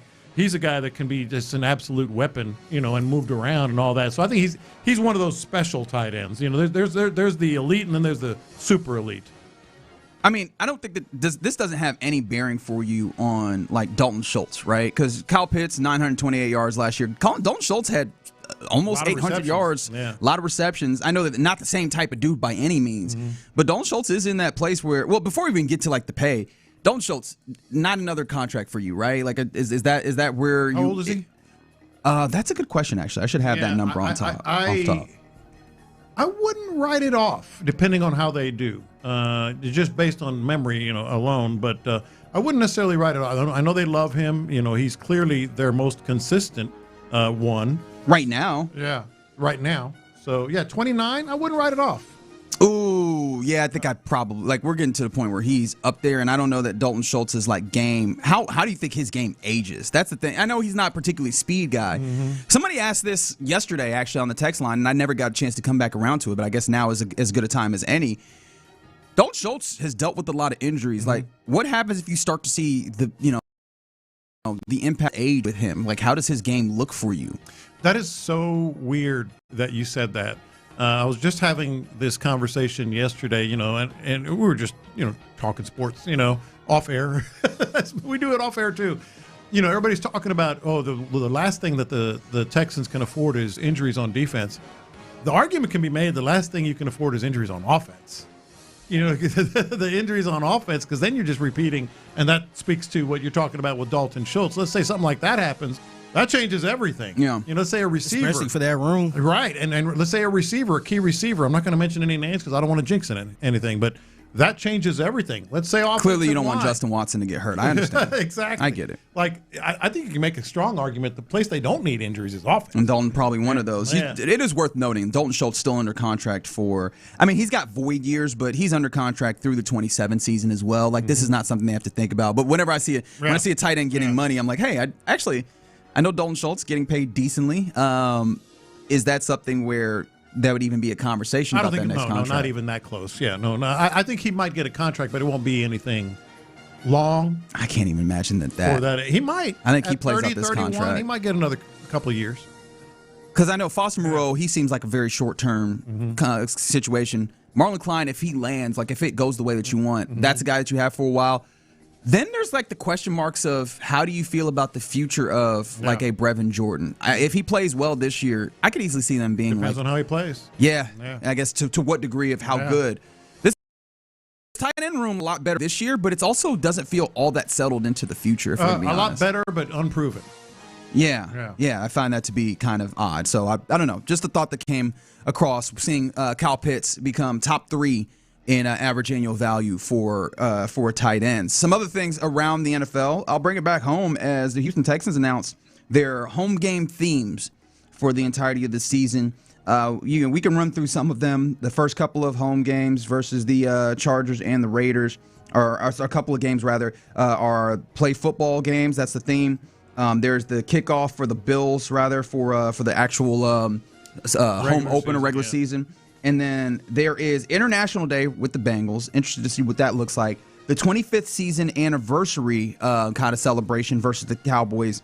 That was that week 4? Is that correct? Well, it's the fourth home game. Or it's the fourth home game. It's week 5 rather. Thank you. Yeah. And then The most interesting one that I saw, Battle Red is with the Giants when you come back from London. That's fine. But the most interesting one for me is the Rivalries game versus the Colts in November 19th. That, funny enough, a Thursday game. So, that's going to be prominently featured. And I think that is when the Texans are going to bring out the rivalry jerseys that they have, that they've been hinting towards. Yeah, and there's been some alleged leaks. We'll see what they end up looking like. But the most interesting one to me is the Cowboys' 25th anniversary of the game. Their opener beating the Cowboys. Obviously, Seth Payne, Gary Walker with the big ceiling safety sack. They're going to bring them all back. Let me ask you this, guys. Will David... Yes. And the reason why is I don't think that they're doing like individual cheering sections. Like I don't think this is going to be like the graduation. Introduce them. Yeah, but I don't think it's going to be like the graduation where it's like, David Carr, wait for a pause, right? Like, Andre Johnson, wait for applause. And I know Andre Johnson is not on that team, but yeah. I don't think it's going to be like, I think it's just going to be like, hey, all of these, from the 21st season, because I think it's going to be a lot of them probably. Mm-hmm. And so they might just like roll through the names quickly. Yeah. So I don't think there's going to be a lot of room for it. And this is the Roddy White effect in my mind, where when Michael Vick first came back to Atlanta, they were like, hey, man, we know that there's a lot of Atlanta that loves Michael Vick, but we also know there's a lot of Atlanta that does not like Michael Vick. And so we are not going to take the chance. We're going to have him sit right next to Roddy White, a beloved dude who nobody can boo. And so that covered up any possibility that he gets booed. I think that that's how this works with David Carr, along with the rest of the first Texans team. Fig, you think Carr gets cheered? I think he will. I think they just going to be cheering in general. I don't think they're going to find somebody to boo. But to Reggie's point, I think if they wanted to boo, they will find a way to boo. Hey, just imagine if you're trying to squeeze Deshaun Watson in that mix or something. They going to boo. Yeah, but hey, ain't nobody going to cover that boo up. How fair is it to try and compare Deshaun Watson to Derek Carr, or David Carr, rather? Hey, David Carr was hated. Yeah, I'm just saying if they going to boo, if they really don't like, they will. They will. No matter how fast you rattle off the names. I think enough time has passed that he will be cheered. Yeah. Not only booed, but I think he'll be cheered. I agree. I think all the fans are nothing, but I feel like everybody is kind of past that. And it'll like be you had some good moments afterwards. Right, and it'll be a celebration not of all the boneheaded things that David Carr did, but of that team and beating the Cowboys. And keep in mind, I mean, it took decades, but Bill Buckner got cheered in Boston, when he finally ended up going back. So they had to win one. Yeah. They had to win one first, but I think time heals a lot of wounds. When was the last time David Carr actually came back don't remember, to this Figgy. building? I honestly don't know if he has. Because when you mentioned his name earlier, I was thinking like, damn, he gonna come back. He's got to. No, I get that. I get that part, but sometimes like it didn't end pretty. No, it was ugly. Yeah. And I'm sure he felt some type of way about this organization because he haven't been back at all. Yeah. So that's the first thing I thought about. 713-572-4610. That's why we have that number. 281, Carr should be forgiven. He was in a bad situation. 713, I feel like Carr gets a lot of O-line benefit of the doubt with most fans. Okay, that's another thing that someone's talking about. And then another 281, they should cheer him because they set him up to fail without having a good O-line. So I do think that narrative is pretty pervasive as well, to where people understand, if 346, if I'm at the game, I'm booing David Carr. Well, there you go. There you go. My bad. Spoke too soon. Hey, I hope we keep the same energy with C.J. Stroud. You think sports fans are going to be consistent? That's cute. Yeah. Some other things around the NFL. We mentioned yesterday that the NFL made the announcement that they will not be having a supplemental draft. And Brandon Sosby, who was obviously the man who applied for this, like that makes it so that his next opportunity to join the NFL is the 2027 NFL draft. I think we talked through some of that. I did not see, though, the letter that the NFL sent to Brendan Sorsby, and I found it to be fascinating. I will not read the entirety of it, but I will read portions of it in a segment that I like to call Reading. This was, they said, under our collective bargaining agreement, the league retains sole discretion to determine whether it's appropriate to conduct a supplemental draft. Obviously, the league has not conducted such a draft for several years, so they're basically starting and going, hey, man, we ain't done this for a little bit. Prior to your submission, the league had no plans to do so this year, and no other player had sought entry. Your petition, filed 3 business days before the deadline without any supporting information or documentation, and only after abandoning your recent litigation efforts to avoid NCAA sanctions close hyphen, does not provide a basis for the league to alter those plans. Can you imagine the lawyers writing this? They felt like they were like, this is bars. Look at this. They were hammering that keyboard. They were like, per my last email, we wasn't going to do this anyways. You came in late, didn't even give me a good reason because you was over there suing somebody else, and now you expect me to do it? All right. They were sitting there typing in real time like, oh, I got something. I got something for your ass. I got something for you. You think you just going to come in at the last minute, not give me no reasons why I should do this and get mad at me? Okay, You're all right. You're trying to play me. Click, click, click, click. I got something for you. It's cool. I got you. I got you.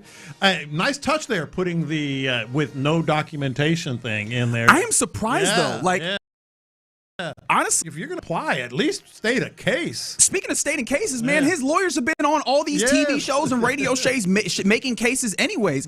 I am shocked that they would file paperwork without any real good, like, hey, we're going to put forward the case as to why this. They just thought that they're going to run the supplemental draft because we got a player that says he wants to come. Here. Yeah. They don't know what they're doing. They don't know what they're doing. Yep. Yeah. That is wild to see. And they're not familiar with the NFL's work. And by the way, and their lawyers. You know what I think Ben Brendan Sorsby falls into? I think he falls into the camp of you need better friends, which I know in this instance is not quite his friends. It's his legal cohorts or whatever.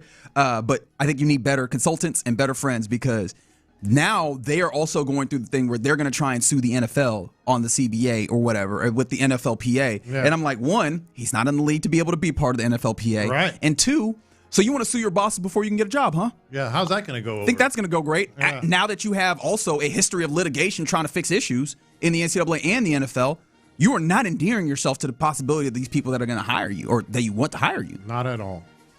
Will he ever play in the NFL? He's still talented enough, and I think that there's still an opportunity, especially at a position of great scarcity, that he gets drafted. But, buddy, he's going to not be liked. If he's doing all of this, I don't see it, man. I don't know, man. Yeah.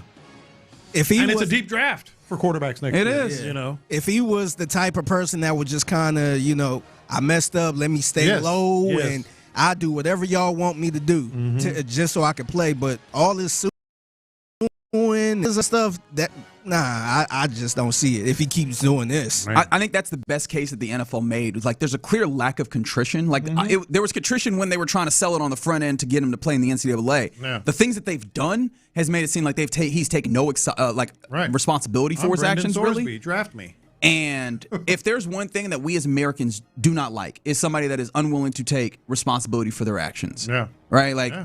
If we feel like you have wronged us, you need to lay prostrate before us. And the Sorsby situation has been anything but. Yep.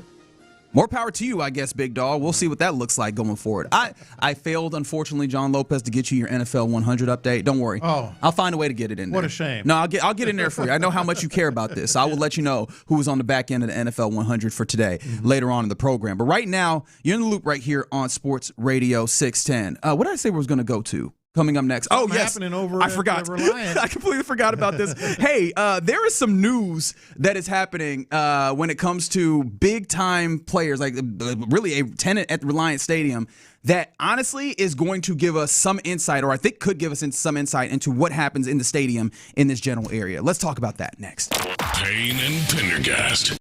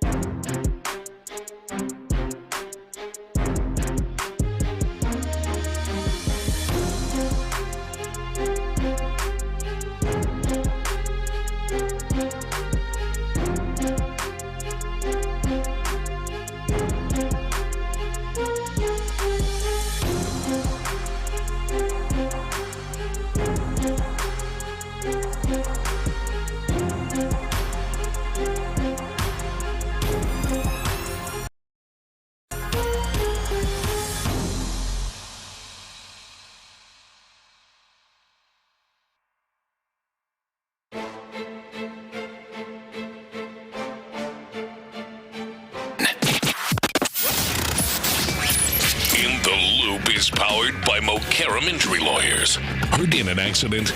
Call Mokaram Injury Lawyers at 281-222-2222. Hey, a little Tribe Called Quest on a Wednesday. I love it. No idea. Glad you said that. I had no idea. Really? No. You ever heard the saying, it's like butter, baby? It's like butter, baby. It's like butter. Oh, man. When you hit that three, it's like butter, baby. I've heard that, but I didn't know where it came from. I don't know. Did that originate I don't think this song created it by any means, but obviously it was. I think a lot of people knew it from this song, though. Quite possibly. Shout out to Tribe Called Quest, one of my favorite musical groups of all time. But shout out to you, more importantly, for rocking with us here in the Loop on Sports Radio 610 on this Wednesday. And buddy, shout out to Fig, because I had not seen this by myself, but when he sent this to me, my jaw nearly hit the ground, John. There is quite the development that's happening here in the city of Houston, and we got to get into a little stadium talk. I don't know, fortunately, unfortunately is the case. Rodeo Houston, obviously an institution, biggest rodeo in all of the world, really, is located and is, calls Reliant Stadium their home. And it's a great thing. Like, obviously, incredible events, the excitement, what's the right word? The carnival, all of it. It's an incredible thing that happens yearly. We're so happy to be able to partner with them and all of that. But they pose like the biggest, or maybe not the biggest, but one of the difficulties to what the thing that the Texans have said that they've wanted all along, which is like renovations to that building to be able to make upgrades. And even if the money comes around in the agreement, when do they do this was always a big question, like, because rodeo has their time and they're not giving that up. Does that change at all with this news of Rodeo Houston having a historic investment, is what they call it, which it seems like they are building their own arena and just like location away from Reliant Stadium? It's a $300 million project, not necessarily on the Reliant Park, I guess is what we're calling it now, grounds, but near the grounds. It's going to have a new arena. It's going to have, I guess, it says central building, so I'm guessing that's offices and such. Ranching facilities. It look like a shopping center. Looks like it could be very much. It could very much be an event center as well. I think it will be. Agricultural complex near Reliant Stadium. Not necessarily on, but it definitely. This is what I think is important. It affects Reliant Stadium. It affects the dynamic over there. I don't know how much directly it is. Like, it's not taking up parking spaces per se. Which would, legitimately irritate, anybody like the Texans, that uses that facility.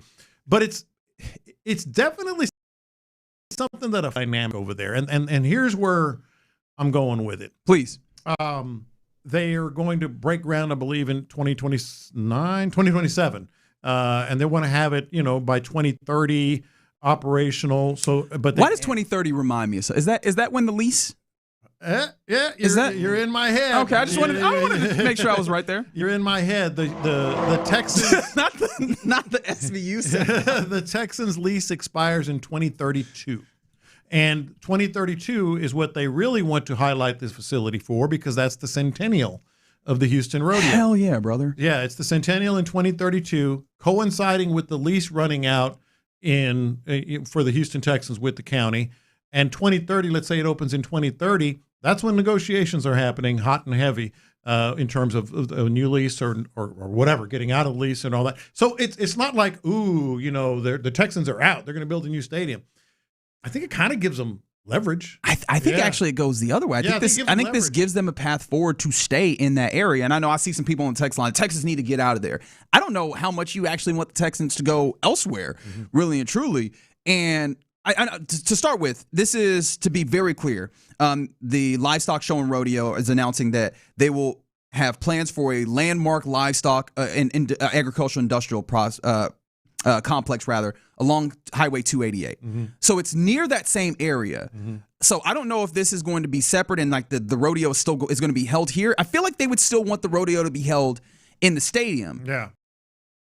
And I feel like at the very least, rodeo is not leaving that stadium. Correct. Right? Like they still fully plan on having that stadium be a center point for what they are doing, right? Because unless they have a giant arena to be able to do this, Rodeo Houston's not giving up being the biggest rodeo in the world. That would be insane for them to do. So they still need that stadium. And 288 is still fairly close to that place. Like, I think that they would want, like, they would still need to be the case. So there's still going to be a stadium there in my mind. Does that feel like a fair thing to say? Absolutely, because one of the other things the Houston Livestock Show and Rodeo said that during the rodeo, it will host all horse show competition, livestock shows, not all, some livestock shows, the junior, shows as well. Yeah.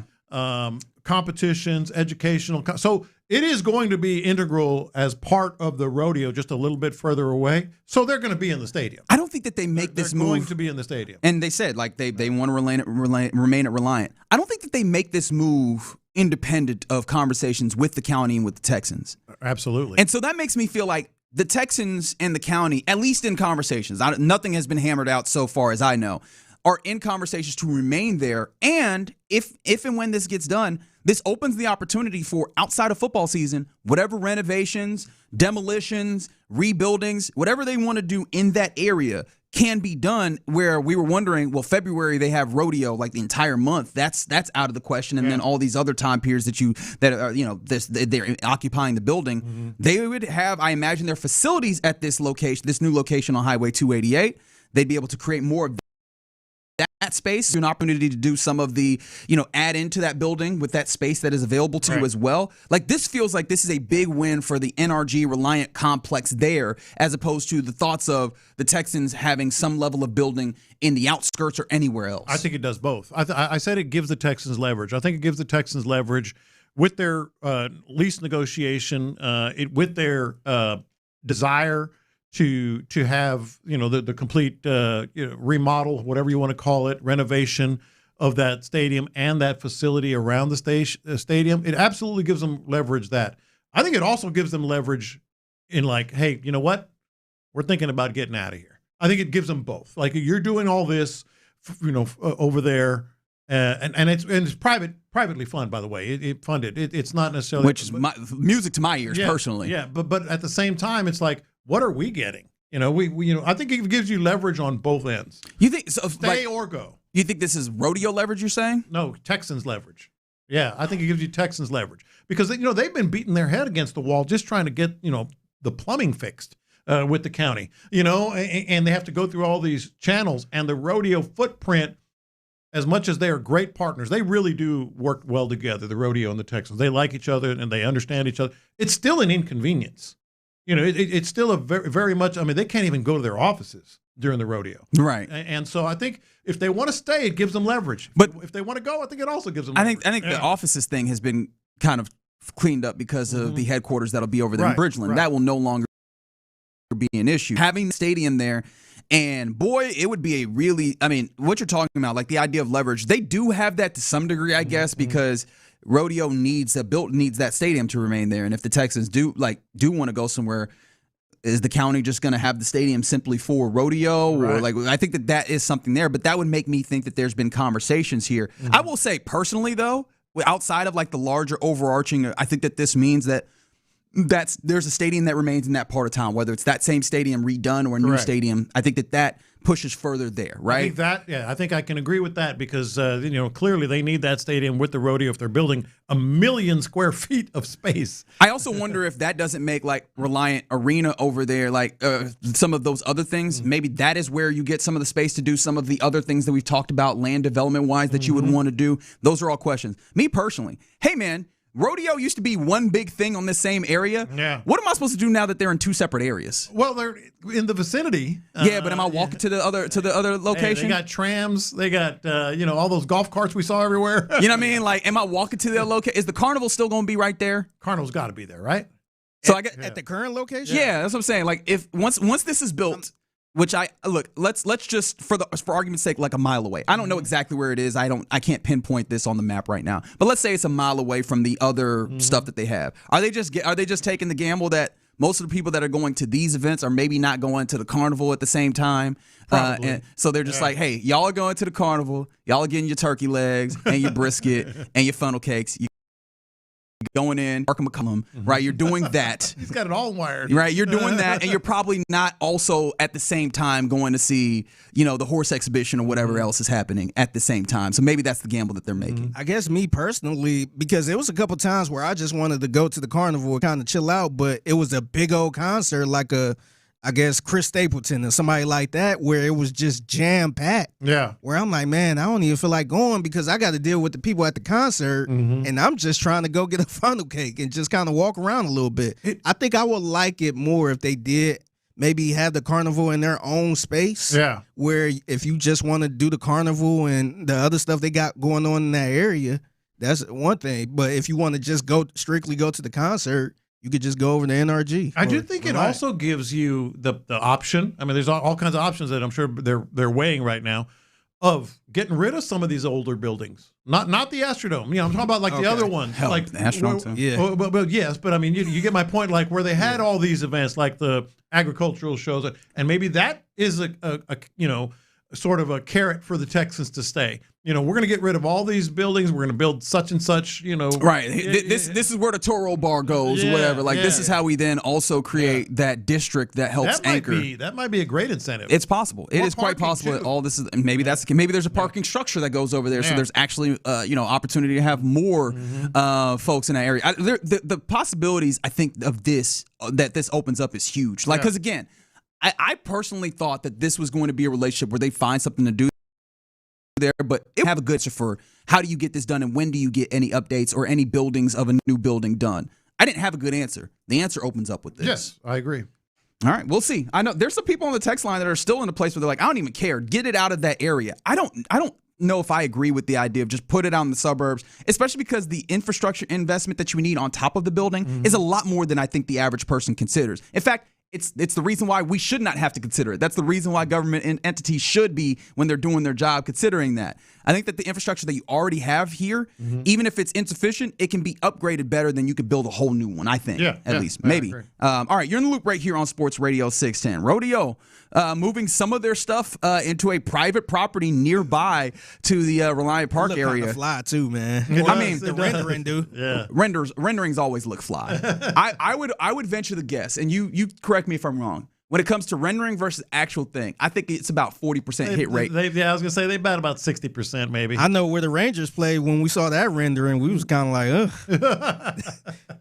That was not fly. It was not. No. Yeah. All right, you're in the loop here on Sports Radio 610. Coming up next, let's get into what's popping, including there's a little interesting development when it comes to the NHL expansion. Let's talk about that and more next. All right, let's talk about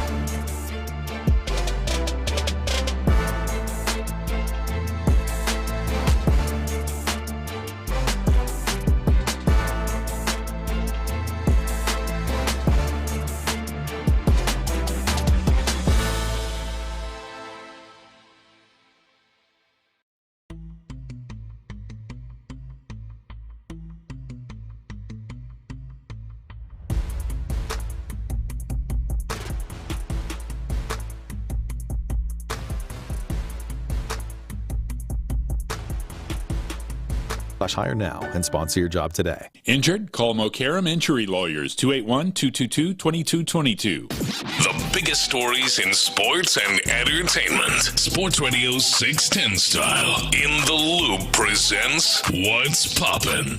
All right, let's get into what's popping here in the Loop. We were just talking about one of the big things, the Houston Livestock Show and Rodeo, making an announcement that they are going to be building an agricultural complex is what they're calling on a property along Highway 288, not too far, obviously. Well, it doesn't seem like rather too far away from the map right now. Ryan. An architecture course, right? It's not that far. It's a lot of land over there too, it's man. Close. Yes, close. And so it will obviously house a lot of that agricultural type stuff that the rodeo does. But I also wonder if it doesn't house some of their quote unquote headquarters, some of their offices. Does that allow opportunity from whenever the Texan season ends, hopefully in February? Mm-hmm. You see what I'm saying? Mm-hmm. But like through that time and all the way through getting to training camp. If not later, depending on when the headquarters for the Texans is made in Bridgeland, if that's not the time when then they would use in the future in 2030, 2032, whatever, to do some level of renovations or rebuilding of the stadium there. Ultimately, my larger takeaway is I think that this gives you the opportunity for Texans football and rodeo to remain in that location where it currently is. With new facilities. Maybe even a new stadium. And I imagine if you were to do that, new plaza, restaurants maybe that are on the premises, bars that are on the premises, those types of things, like an entertainment district as opposed to just a stadium that is a little bit more hospitable to events and people that are coming. That's what I imagine this opens the door to. Plus, I think the undercurrent that we talked a little bit about as well, I don't think this move gets made without some level of understanding of where the Texans and the county are in discussions. Well, I guess all three of them, because I make it sound like Texans and the county are talking and the rodeo's coming in like, hey, what y'all talking about, right? I think this is a conversation between all three of them, but it makes it feel like that conversation is further along than at least I previously had thought. Has to be. This doesn't happen without everybody. How much money you want to bet Cal and Hannah found out like we found out? Oh, I can't imagine. I bet a lot of money they didn't. I bet it. Now, when I say a lot of money, look at this. Remember, I don't got a lot of money, so there wouldn't be a lot of money that I'd be actually. Like, Hannah, look at this. You see what the rodeo doing? Wait a minute. Now, if that is how Cal and Hannah found out, boy, we are in trouble. What? Messy. It's about to get messy. Boy, that you talk about Succession. I want that as a television show. Yeah. If that's how that went, I can't imagine that's the way that it goes, though. You talk about what felt a little messy for a little while. Astros, Raptors, Astros, Blue Jays. They're at Toronto. Earlier game due to some FIFA World Cup soccer that was happening in the late afternoon, early evening. The Astros get a victory somehow, some way in this game. This game was kind of wild. Another outing where you get an Astros pitcher that kind of doesn't have it, but also manages to go into the fourth inning. Shout out to Peter, not Paul, and Mary Lambert for getting to 4 2/3. And then big shout out to Josh Hader coming in, holding down his inning. But the biggest shout out to Logan Van Wy having two innings at late portions of this game in the extra innings that helped them put away this game once your bats woke up in the 11th to give you 3 runs and put you over for a victory. A lot of quirky things in this game. Astros get the win. It looked dicey for a while, but then there was a catcher's interference on a check swing, and it was wild, but that ended up scoring a run in the 9th inning. They ended up tying it with a sacrifice fly, I believe, to left field. And then, of course, the back-to-back-to-back, that happened in the game. Scored in the 11th inning, I believe it was, and then had to kind of hold on because the Blue Jays were rallying as well. Pretty nice win. Yeah, man. And one salute that is absolutely necessary, Joey Loperfido. Yeah. Joey Loperfido, honestly, looking Revenge at game. When they pulled up the lineup, I was like, hey, man, this Joey Loperfido thing, man, this has not looked all that great. But him against the organization that you had previously traded him to, then went and got him back from. Yeah. He is the man who hits the home run that scores those 3 runs in the 11th and ultimately gets you a victory. He said that, man. It was cool, but I kind of loved the level-headedness of his answer when asked about this by Julian Morales. He was like, hey, man, ultimately, like, it's not about that, but that is a cool portion of it. Yeah. I did appreciate that. And he's like, look, man, the biggest thing is trying to string together these wins so that you can win series. And that is the case. without this win and going to extras, they would not have the opportunity that they have tonight to try and actually win this series and make it 4 series in a row. And that is indeed what they have tonight. 6:07 first pitch. Who's on the bump? Who's on the bump? I didn't look. I look every morning, and I didn't look this morning. Who is it? Figgy, do you know? Is it Kaiway? It is not. Keep guessing. Imai? No. Thank God. Who is it? I don't know if you're going to say thank God when you hear it. Oh, no. I just looked. Oh, man. Burrows. How sad is it that we're in that place now? We're like, oh, damn. 6 1/3 innings, 5 runs. Oh, damn. Hear this guy come again. What's up with Imai? Put him on the mound, man. Move him up a little bit. I've never seen anything like it. He eats up innings and gives up runs. Most bizarre thing you'll ever see. And to make it worse, although he's not been crazy good, but he has been pretty good. Trey Savage is the pitcher going for the Blue Jays. He's been pretty 3.76 ERA. This year. That's good enough. Yeah, man, he's pretty damn good. So we'll see if the Astros can make it 4 series in a row that they get victories, or if this is just going to be one of those tough ones. Someone said Mike, not Joe Burrows. Okay, thank you. I appreciate you playing with the bit champ slice. Some other things that are indeed pop. Oh, I should mention this because I did mention the back-to-back home runs that, of course, were Yainer Diaz, Cam Smith, and Taylor Trammell, who we all expected to be the guys to get the home runs. And that is already wild enough that those 3 guys got back-to-back home runs in a game for the Astros. I can't imagine what the odds would have had to be for someone to actually, if they had bet on it. I imagine the odds would have been astronomical. In fact, there's no way it could be on the board. If you also would have bet that not only would the Astros at the big league club have back-to-back home runs, that they would also, down on the farm with the Fayetteville Woodpeckers, have Anthony Hueso, Xavier Nayans, and Kevin Alvarez also go back-to-back home runs on the same damn day. That's incredible. Now, that's quirk. That's an oddity right there. By the way, I just looked up Mike Burrow's game log. Oh, no. I've never seen anything like this. This is in the past. Okay, so let's go back to May 14th. Okay. All right.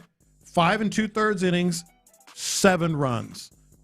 Next, I'm just going start to start. Next start, 6 innings, 4 runs. 7 innings, 2 runs. Shout out to Mike Burrows. 5 innings, 5 runs. 5 innings, 6 runs. It's unbelievable. Like, he can eat up innings and still give up, runs that he shouldn't be in the game. You know what we call that? Yeah. Consistency. My goodness. That's what we call that, baby. Mike Burrow's on the bump tonight. Some other things that are popping. Salute to Dan Friedkin and his group, because what we found out yesterday about the NHL having plans to expand into Texas, whether it's Austin or Houston, it seems like it's pretty lean. It's going to lean very heavily to Houston. I didn't realize that it was Dan Friedkin that was the man who was leading this. He's the guy who's been trying to push to get it to Houston to begin with. So, look, the idea of bringing the hockey team to Texas, it feels like it is bring it to Houston, and I guess if we need an absolute backup plan, it is Austin. And it is worth noting that Pursuit Sports, which is the company that Friedkin Group has together, already has land purchased in Northwest Houston. Yeah, where? How close is it to the Texans facility? I don't have that exactly. I'll have to do a little bit more digging to see if I can get that to be clear. But they already have land in the general area where you go, hey, man, this feels like a done deal in bringing this team to Houston in the NHL. But the idea is that they probably would want to build a new arena. I know that Tillman said that he has no problem with them playing there at Toyota Center. But that's not going to be a long-term solution by any stretch. No, I can't imagine, because also Toyota Center is relatively small with all due respect to as a building, and it only gets smaller when you put an ice hockey rink in there and you lose some of those courtside seats, I guess, for lack of a better way of saying it.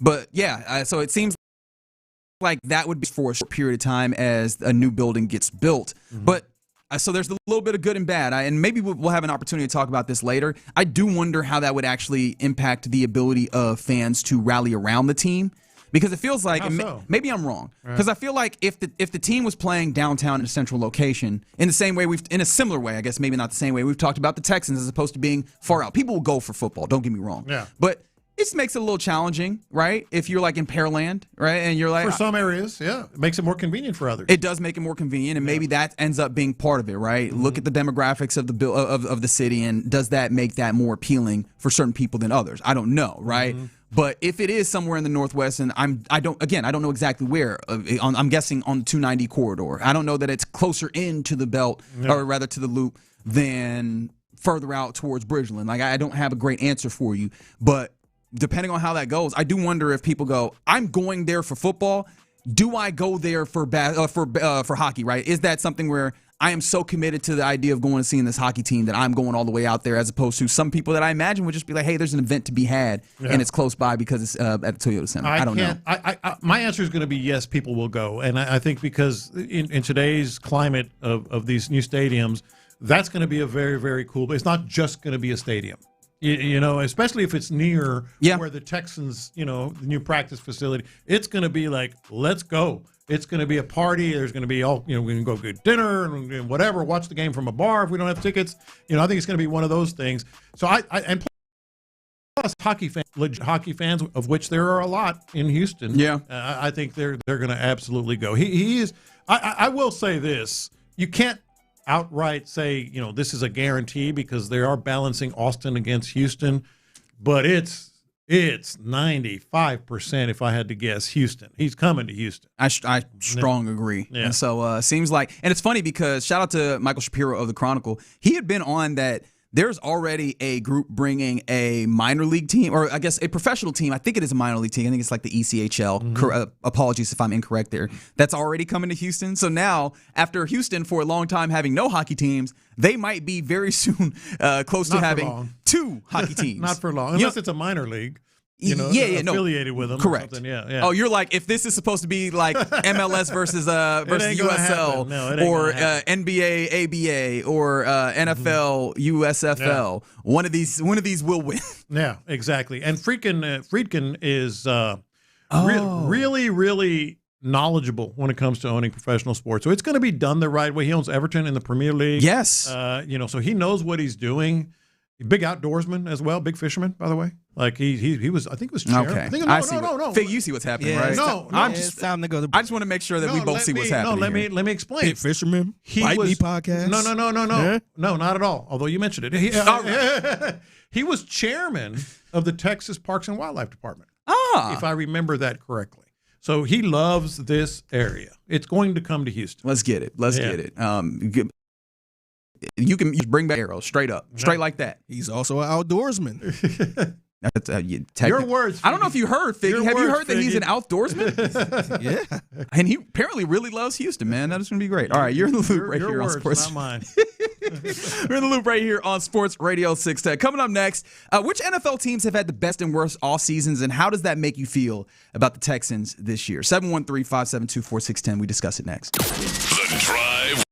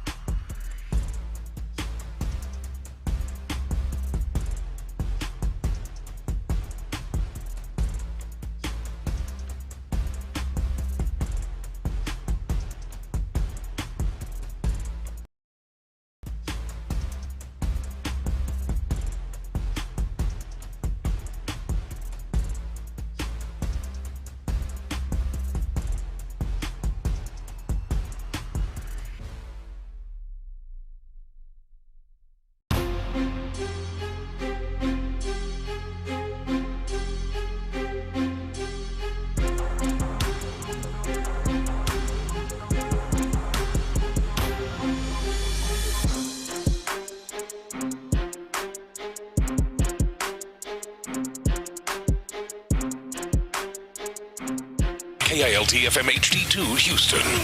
On Odyssey Sports Station, the Texans play here. Sports Radio 610 presents In the Loop with John Lopez and Reggie Atatula. Yeah, you're in the loop right here on Sports Radio 610. I haven't even mentioned, we'll talk more hoop a little bit later, I guess, because obviously round 2 of the NFL draft is also happening tonight. I forgot to mention that. NBA and what's popping. Draft, man. And did I say NFL again? Yeah. I get it, though. Who talks about the NBA draft like that? Day 2 of the draft. The weirdos on In the Loop do, apparently. I swear, if it wasn't for the Rockets, I would not even watch. Not bad. I feel bad for you now because they ain't do nothing. Not really. Yeah, well, we asked the question, what are they doing? That's not bad. Like, I think that most people, unless Easy to keep up. unless you're a hoop sicko, or you actively work in the basketball space, you don't have to watch the second round. I mean, hell, even if you just tap in during summer league, you'll happening. Well, I just keep up. Just keep up with it. I'm watching the Astros. Yeah. Or something. Yeah. Oh, you were talking about like actually watching, not even just keeping up. Yeah. The TV product is not. We'll talk about that later. But anyways, yeah, we'll see what happens later on, and we'll talk about the NBA. But there's other machinations happening around the league right now. If you'll allow me to pivot, it's a Texan segment still. But one of the things that I completely forgot is that Jake Andrews, the I guess presumed right now starter at center for the Texans? Is that even too presumptuous to say? Maybe the man who seemingly holds the number 1 spot right now. There we go. That's better. Yeah, and there's better words for it, but right now, I'm sorry, I'm not really landing my wordsmith, bona fides in this moment. But ultimately, he seems to hold center 1 position right now. At least he did last year, and he did pretty well as a step up from what you had previously been dealing with at center. Position-wise. Like, he helped organize this, at least so that they look like a cohesive unit. So salute to Jake Andrews, if for no other reason that alone. He sat down with Mark Vandermeer and John Harris of Texans All Access, and I was very intrigued to hear from him because obviously we don't always get a chance to hear from him, but we talk about him a great deal. And so it's always interesting to get that perspective from inside the room. Can we get cut 1 here, Fig, if you don't mind? Jake Andrews, this is just him talking generally about his thought on the new look offensive line. Yeah, I think it's a lot of fun. A lot of good personalities as well that come along. You have the player, but you also have the personalities too, and that's been a lot of fun getting to know these guys. And it breeds competition too, which is what you need on any team to get better. Obviously, it didn't go how we wanted it last year, so add up and bringing in competition is always a positive. Yeah, the competition thing and the attitude thing is going to be just an ongoing theme. And the one thing about Jake Andrews, who deserved and got, a certain amount of criticism, but like you said, he was good at organizing. He was good at the attitude. He was a teacher's pet, is what I called him a lot with Cole Popovich, because he spoke his language. He'd worked with him before. So that alone is something that he already has. And clearly, you've got to be happy when you see more guys cut from the same cloth that are coming. No, without question. The attitude is clear. We've talked a lot about how, and we asked this question a lot during the season of, damn, why doesn't the offense, and does the offense have the same culture? Because it's clear. DeMeco Ryans, this is an all-in culture. This is what we have. And then you look up and you go, well, half of the football team has it. Yeah. This is the place where it feels like the offense should have it. I mean, this is the place where on any team, the offensive line is where you expect to have the type of feeling, the type of, ethos that DeMeco Ryans wants. And it was kind of not here. It feels like that's changed. But I found it interesting. And it's not something that Jake said, but it was the way that I reacted to it. I did not cringe, nor roll my eyes, nor sigh when he said competition. Yeah. Which was previously the way that you would probably react when the Texans talked about competition, because it wasn't the kind of competition that you really think about. It's like, all right. Yeah. But the iron sharpens iron sounds great, except some of this iron is fake. You know what I mean? Like, some of this iron is ironclad as opposed to actually all iron. And this is different, right? You actually have guys that all these guys I feel comfortable playing, at least right now, from what we can tell, guys who end of them either with them at college, with some of the guys that are coming up, or guys that have played in the league elsewhere, they have been up to snuff in the ways that some of the other competition, like you're bringing in Laken Tomlinson, and again, like me some Laken Tomlinson as a dude, did not like him as a left guard last year, and did not like him as the left guard the year before, right? We were looking at, these are dudes that weren't good last year. Why are you bringing them in and telling me that it's competition? Are they going to be able to raise their level before they can compete? These are guys that we know have the level and that are competing right now, and that is a clear difference in what they've done. Well, my thing is, yes, I guess you can call it accurately competition, but when it's competition against when it's competition, trying to find the lesser of two evils. Correct. Versus competition at a higher level, finding the nastiest dude. There's a big difference between Lakin Tomlinson and Blake Fisher, and then some of the guys that are competing now. No, exactly. And that's my point, is that was something that, but it shows up when I hear somebody talking about the competition they have, and it's not an eye roll for me. C.D. So was in a competition. Technically, that's correct. In fact, he started a game because he had a good week of practice.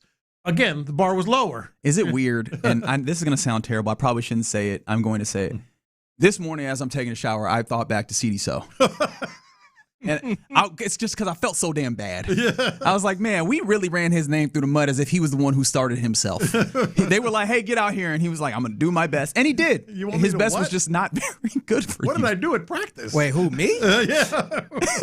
I like the idea. And, of course, you have to bet on yourself. You have to believe in yourself. But I like the idea that C.D. So was and now in my mind I'm making this up. Mm-hmm. He's going to the chalkboard to see, whoa, shit, that's my name. They must have messed up. Coach, you put my name on here? He was like that dude that, remember the Titans? You put Petey in. You want me to what? You put him in. No, but the competition is actually there, so I was excited to hear that. How about this, right? Because we've heard a lot about, hey, man, this offense looks different, right, in various different capacities. This was Jake Andrews when asked, where is this offense at this year versus last year? A big step ahead. I mean, at this point last year, we had probably less than half of what we have in now. Wow. So it's been really fun to kind of see the growth that, Kaylee and Pop and Jerry, everybody's been able to kind of lead us through. When you have a guy like CJ back there and Davis and all these guys that have, yet another year under their belt in the same system, there's always going to be improvements, and you're light years ahead in the year two. It does make you think about last year's offense and their game plans and their play selection and their playbook. Yeah, that was the part. Yeah. Like he's like, we had less than half of the stuff that we have in now, and it just makes me go, yeah, I could see it. If you had told me, hey man, we have not put in very much on this offense, man, looking back to last year. Last year, man. I know. We're aware. It sure felt like aware. That. Now we up to 9. Yeah. This is one of I've been trying and I think you've kind of gotten a feel for this. I've been trying to get a feeling of how optimistic I actually want to be about this offense and Nick Caley in particular, and what are the things that would lead me to such optimism. This is something that I'm landing on is, what if he just did not have very much of a playbook at all? Yeah. Right? Like, hey, we're sending you into battle, and what we got for you, we got you a butter knife, we got you a pencil, go do something, right? Like, there's just... pencil? I was like, what are things that are kind of sharp but not really? That was where I was going. That was the theme that I was going there if we were playing a $100,000 pyramid. Yeah. But no, it did feel like it was a very shallow playbook. And you could put the blame on him if you want to, right? Nick Caley himself. But at the very least, in this year, one of the things that I will not be able to say, or I don't think I'll be able to say, is that there's not options. Now I think it's more of, is he utilizing the right options? And I think that gives you an opportunity to be better. I don't think it guarantees that the play calling and that the offense will be better, but I just like the idea that there's more concepts that are seemingly there from the start that you can even still build upon during the course of the year. Yeah, and here's where I am, not to be, I guess cynical, but it does sound cynical. It's one thing to have a thicker playbook. How many pages are you going to go into? How many pages are you going to use? Because that was one of the criticisms, like they just weren't very, they didn't go very deep in terms of their options. Maybe they just hadn't run them. Look, not everybody's great at selecting when they go to the Cheesecake Factory. Yeah. But, I mean, at least you have things to select from. You go to Raising Cane's, you got 3 things, big dog. This is all you. If you don't want tenders, you're going to be sorely disappointed. Yes, you are. You know what I mean? By the way, I get so pissed off when somebody at Raising Cane's taking a long time. Please, my God. I am not the person who engages in yelling at nobody or nothing in those circumstances. I want to roll down my window and be like, "Come on, dog." You got chicken strips or chicken strips? That's your option. They or a had sandwich. to drive through and the sandwich is chicken strips on bread. Like, it's really not that difficult. Let's go. Eat 50 meals there. Yeah. Like, dog, they don't take no 3 minutes to do that. That does bring me, though, to a question that I have, which is, hey, man, if we're saying that last year's offense in some ways, maybe even early on, was the chicken strip menu, why the hell did it take so long to get some of these plays in? Right. That's a fair point. That's an absolutely fair point. Now you got me thinking about Raising Cane's. They need to add some stuff to their menu. Come Come on, throw some shrimp in there or something. Wait, no. Ain't no way. You're going to the Raising Cane's and going, I'm ordering shrimp here? Chicken and shrimp? Not everyone. Surf and turfs? Not everyone is a meat eater. Oh, no. There's some places where I will absolutely get shrimp at the chicken place. No, look. Don't get me wrong. Hey, Popeyes has shrimp. I would get it there. I don't trust Raising Cane's to do But it's shrimp. fried shrimp. It's the same thing as Popeyes. Don't trust it. Also, Hey, I will say Raising Cane's ain't that seasoned. Yeah, I would say a little more seasoned. and I feel like the chicken maybe you could do with the dip. I think shrimp is their go-to. Fried shrimp. I don't know, man. Like I said, Popeyes does it. Not everybody's a meat eater. You know, some people prefer I would seafood. be down with it. Yeah. You said meat eater as if shrimp ain't meat. Seafood is meat too. This a whole different Seafood is conversation. meat. Come on now. Don't do this. Don't get me started. I usually don't do this. Don't but get let's me started. Seafood is meat. Let's get back to sports. Let's get back to sports. This is be a half That's hour. That's a whole different conversation. This man says some people aren't meat eaters. Some of them just eat the meat of the sea. Are you familiar with the term pescatarian? Yeah. Yeah. That's there because they're not a vegetarian. So what are you talking about? It's fish meat. 713. Yeah, 713-572-4610. These are the hard-hitting questions that we asked you on In the Loop on June 24th, 2026. That's right. Is fit answers needed. While we do that, I do want to go back to Jake Andrews for one more thing, if you don't mind. This is and we were talking about the mentality on this team and how it feels different, but I kind of want to see, because they asked him directly, Mark and John, have you noticed a shift in the desired mentality on the offensive line? It feels like there was a definitive, intentional shift in mentalities that we want to have in the building, especially on the offensive line. Have you noticed that? And the guys that have come in, Wyatt Teller, Brighton Smith, kind of noticed that and seen that of the guys that have come in since you've been here? Yeah, and those two are proven guys from this league. I mean, they've got some years under their belts, some various awards under their belts. Obviously, you flip the tape on, you can see why you'd like to have guys like that on your team. So yeah, I'd agree with you in that sense. And like you said, not to say that anybody that's left or will leave, whatever, doesn't have that, but with those two in particular, sure, I definitely can tell that there's a type. You know what I mean? Or will leave. What are you doing? Like that felt like a very generic. Hey man, the team is not at 53. Things happen. I know. Look, this is pretty much just confirmation of what we know. Those two guys were brought in. Has there been a change in their mentality? There damn well should have been. Better have been. I mean that's what this whole offseason has been about. No, for sure. Yeah. I honestly, it was an answer that was in the affirmative, but I kind of wanted him to just be like, hell yeah. And you know what I mean? Like, kind of just wanted that to be the answer. There's a couple more questions here, and I don't know if we'll get to both of them here, but that I'm very, very intrigued to hear from Jake Andrews, the center, one of the centers at the very least on this team access. This is one that I'm interested to see if he feels if his answer indicates that this is as big of a deal as maybe we have made it here on these airways. Just how hard is it to get stuff done versus the defense in practice? Jake, how hard is it to get stuff done against this defense in practice? It's not an easy task. When you have to tell an edge guy to slow it down, or hey, maybe you won't practice. It's tough. I mean, it's a good problem to have, I guess. Yeah. I think we do a good job of working together though, and competing at the same time. It's OTA, speed, this, that, and the other. I think we do get a lot of good work in both ways, but they're the best for a reason, and it's obvious. Even in an OTA setting, it's tough. So that's how you know people are going to have their work cut out for them. What an interesting thing it's going to be watching this. Just how it plays, because there has to be reps where either Kaylee or someone tells D'Amico, "Hey man, give us a couple plays. Yeah, we got to work on this. We want to work on this. We got to work on this." Yeah. They couldn't do it last year. Do you think? Because again, I think he was trying to play fairly diplomatic there. Yeah. Do you think his answer leaned more to this is hard as hell, or like, no, we get it done? Hard as hell. Yeah, that's how it sounded like to me. Yeah. It sounded like, hey, man, I can't say outright that I can't get this work done, but, man, they're really making it hard to get this work done. Yeah, I agree. It's going to be fascinating to watch. By the way, we do have the definitive answer on his fish meat. During Lent, what are you allowed to eat when you're not allowed to eat meat? Uh-oh. Okay. Seafood. That doesn't mean that it's the answer. It absolutely means. Are you arguing with the Pope? Yes. Correct. He don't know neither. The Pope does not know. He don't know. That is so. You're telling me that a loophole that the Catholics created? It's a loophole. It's a loophole. He's calling Catholicism and their what they do and do. No, that particular thing is a loophole. It is the flesh of an animal, damn it. During Lent, you're not allowed to eat meat. It is the flesh of an animal. But you can eat seafood. Hey, look, I'm not trying to speak for Reggie or anything, but I think he calling all these Catholics fake.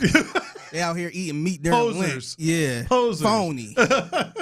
I mean, I ain't trying to take Reggie's word for it. I think it's funny that you think I'm not going to stand on this. Look, me personally, if I was trying to, respect God and Jesus and them, and I said I wasn't going to eat meat, I would just not eat any meat, not find a loophole to make it better. I don't know. That's all I'm saying. That's all I'm saying. Fake old Catholic. That's all I'm saying. Look, you might be a real Catholic, but you also you kind of half stepping. Loophole on the meat. And I personally subscribe to the Big Daddy Kane theory of things, where ain't no half stepping. So that's I don't know. Maybe I'm just better than you. Who knows? All right, you're here on Sports Radio 610. I'm sure that's not going to make anybody mad. Coming up next, let's get to our lunchtime confessions. Payne and Pendergast.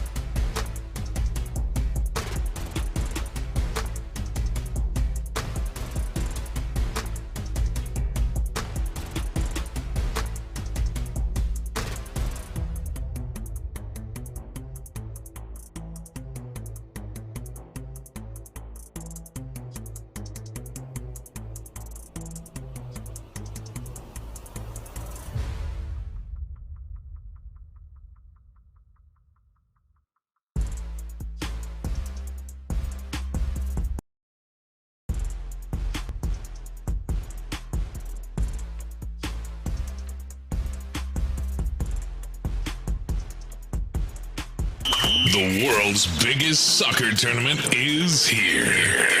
And the Dynamo Soccer Celebration presented by Kroger is your destination for live viewings of U.S. and Mexico games, concerts, friendlies, and more as soccer in Houston hits the world stage. Stop in and join the party with us all tournament long at Shell Energy Stadium. Houston's sports leader. Sports Radio 610. In the Loop is powered by Mokaram Injury Lawyers. Heard in an accident? Call Mokaram Injury Lawyers at 281-222-2222. Sometimes it's sports, sometimes it's not. Whatever it is, Reggie and John are keeping it real. It's In the Loop's Lunchtime Confessions on Sports Radio 610. Watch this. These are my confessions. I mean, y'all can argue with the Pope. I personally am not. Who is y'all? Well. Oh, okay. Don't say my name. Say my name. I ain't pointing no elbows.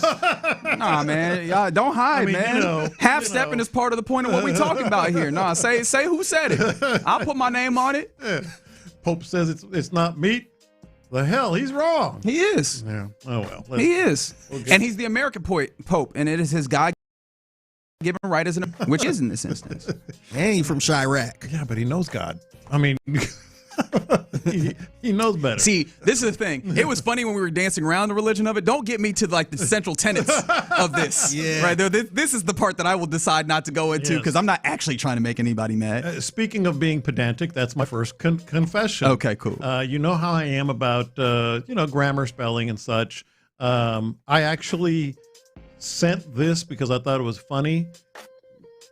This press release that y'all hear about the giraffe that's loose in the hill country? No, I did hear about it. And honestly, you're not my friend for only waiting till now to tell me about it. What the hell? There's a giraffe that is loose in the hill country, and I actually wait. What the hell was the giraffe doing in the hill country in the first place? The giraffe got the name too. I forgot the name. Gracie. Yep. Yeah, well, let me read. This is the part that just made me laugh out loud, and I'll send it to everybody in the family earlier today. So let me read verbatim. This is the report. A giraffe is on the loose in the Texas Hill Country, and her owners are asking for the public's help to bring her home. Okay, what am I going to do? I hate this more than I hate the Amber Alerts, right? Because most of the time, I'm not even close to doing anything. What you think I'm going to do with the giraffe? Here, giraffe. What you think I'm going to do? It gets better. The Real County Animal Rescue Shelter posted on social media Monday night that Cedar Hollow Ranch is searching for Gracie, a missing giraffe last seen west of Lakey, Texas. According to the post, this is the best part, Gracie has rounded ears and was recently somewhere in there. I don't think you need to describe the ears. I don't think. This was driving me insane. Can you see some rancher, near Lakey, Texas says, well, there's a giraffe, but his ears are kind of pointy. Don't think that's the one. Leave him alone. That's not the right one. That's not Gracie. You know what? I ain't going to say that. Let's just let that giraffe go. His ears are pointed. It's like the giraffe has rounded ears and was recently spotted on a game camera in the area. I'm like, why are you doing this? You're driving me insane, first of all, but it is hilarious. The giraffe answers to Gracie. If it does not answer to Gracie, it might be another giraffe. Be careful out here. Rounded. I don't know, man. Look at those ears. They're not all the way rounded. You got to treat it like, have you ever seen somebody out and about? They're like, that look like Bill. Hey, Bill. Yeah. And if they don't turn around, like, that ain't Bill. Yeah, that ain't Bill. The giraffe is about 7 feet tall. It's like, I don't know. That one looks a little 8 tall. I don't know if that's the right giraffe. Might not be the right one. Gracie. Nah, it ain't Gracie. But look at her ears, man. Those are pointy. Those aren't rounded. Good I mean, looking at the picture, the ears are rounded. Like, they aren't technically correct. Oh, my goodness. Yes. Why did anybody get the answers to why this giraffe was out here? Is this part of like one of those safaris? It left a game ranch. Game ranch, right. Game ranch and left. Oh, look. Did they find it? No, 3 hours ago. Oh, there it is. We reportedly found safe. She's crossing a road in the hill country or somewhere in South Texas. Oh my gosh. We're talking 12 feet tall. That's a big. And I'll be damned, her ears are rounded. Look, I'm not mad. They are technically correct. They got the right one. Hey, I'm glad they found Gracie. Yeah. Shout out to the 832 who said that the reporter was getting paid by word count. Who has rounded ears. Oh, I'm glad you said that. I almost snagged the wrong giraffe. We was about to hem up the wrong dude. I had him in a neck lock, and then I said, their ears are pointing. Ain't no way you had him in a neck lock. By the way, I don't know. I know how giraffes fight each other. Mm-hmm. Is that how they hit other people? Like when they whip their neck? Because I'd be afraid to run up on a giraffe, to be entirely honest. Yeah. I'd be very afraid of that. These are my confessions. How do I follow that confession? You know me. I'm about to talk about the NBA draft. He out here talking about giraffes. What am I supposed to say here? But I was watching the first round of the NBA draft yesterday because, yes, I am a sports and particularly basketball sicko. And while I will say I do think that separating the first and second round are unnecessary, I do like the space that they have in order to talk about things, but that actually leads directly to my confession. Okay. I was so disappointed in ESPN and their coverage because with all of that space, they did nothing, right? They had interviews with the players, which were cool, but I feel like you never get a particularly groundbreaking interview in those settings. It always feels, and with all due respect to like Lisa Salters, who was doing the interviews, I know that Vanessa Richardson was doing on the digital side, stuff like that. Who was on the set? It was obviously on ESPN. It was Jay Billis, Malika Andrews, Bobby Marks, Tim Legler. Who was the other woman? Who was actually running it? Yeah. What's her name again? Well, I said. It was Andrews? No, it was another one who used to play. I think she played in W. Are you thinking Andrea Carter? That's what I said. Yes, she's really good. Okay, so anyway, I agree with you, and we were watching it, and I think this is where you're going. I actually turned because I'm interested. I'm watching. What's happening, especially at the top and some of the trades and all that. I actually turned to my wife. I said, "This is boring."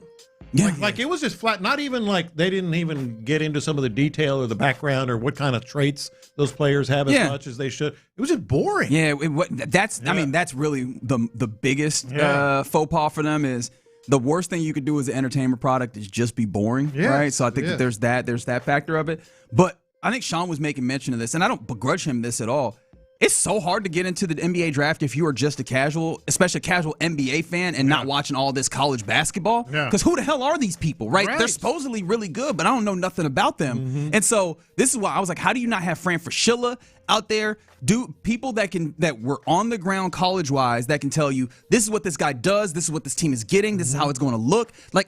I figured that that's what it would be, knowing that, hey, people did not watch that much Caleb Wilson, even though he played at UNC. People probably watched a decent amount of like Derek Peterson, but maybe you didn't even have an opportunity to because he wasn't playing. I was digging in as it was going on. Okay, let me find out a little more because they weren't doing it. Yeah, and that was my thing. Is like it's left to you, and I was real disappointed because ESPN, the whole benefit is supposed to be this synergy that you have where we cover all this and we got people everywhere. We got people that cover basketball, all the college basketball all the time, and so we can have them over here. Jay Billis, the only one, and he wasn't. Yeah, I don't know where he was. I was actually looking for him. I'm like, damn, where he at? And God forbid I was watching the ABC copy where Kendrick Perkins somehow trying to tell me about what AJ DeBonson about to do. I'm like, nah, I'm good on that. Yeah, they were so basic with it to the point I kind of got bored where I'm like, damn, who used to host it 10, 15 years ago? Right. I'm like, man, it was very bland. They was just talking about, oh yeah, what a wonderful moment for this person. Yeah. That's a 3-and-D type of player, and that was it. I'm like, man, that's it. I even seen people crushing the. I love Lisa Salters, but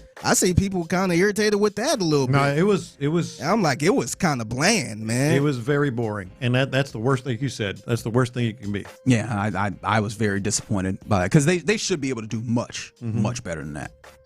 These are my confessions.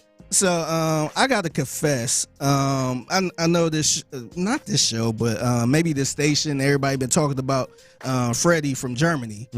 Freddie on Twitter. I don't know how many followers he got now. Oh, I got you. I'll run this off the poll real quick. But anyway, he's still rolling around, and he tweeted this.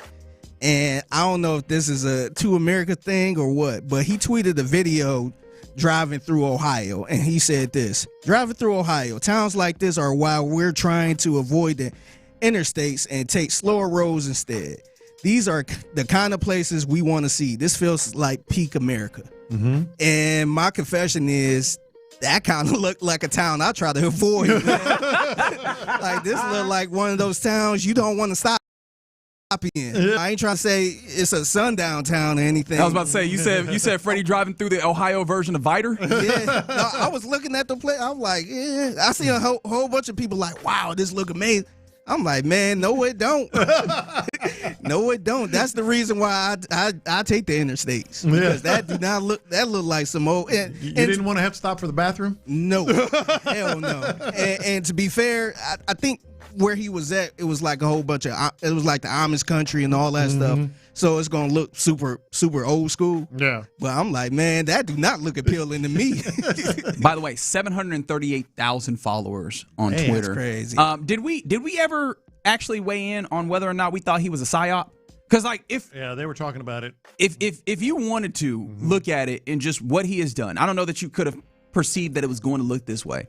But all of this like positive sentiment towards America generally, especially like here where inside America, not everybody's all super excited about where America is right now. Like having other outside eyes and maybe just the larger, all these Europeans talk about this, right, is them going, people are kind of hypothesizing that they are trying to make Americans go, you know what, it is kind of nice here and I kind of do like it here. Yeah. To me, it do seem like an industry plant. You ever heard of an industry plant, Lopez, where some artists, they come out of nowhere, claim to be independent and doing this on their own, they just blow up out of nowhere. Yeah. And it's like, man, the label was behind you the whole time. And the whole rollout was to make it like you're just a nobody that came out of nowhere. A good story. Yeah. I don't want to believe plausible. It could be. I thought about that from the beginning, especially once JJ got involved. Never seen him. Everybody start kind of, clout chasing. Clout chasing, because I think I saw Gordon Ramsay saying, "Oh, if you up in Boston, I got a treat for you." I'm just like, all right, man. How is he this connected? And then the airline thing really ticked me off. People were talking about a private plane. Yeah, this ain't got nothing to do with Freddie the person, man. Like, I had no ill will towards him.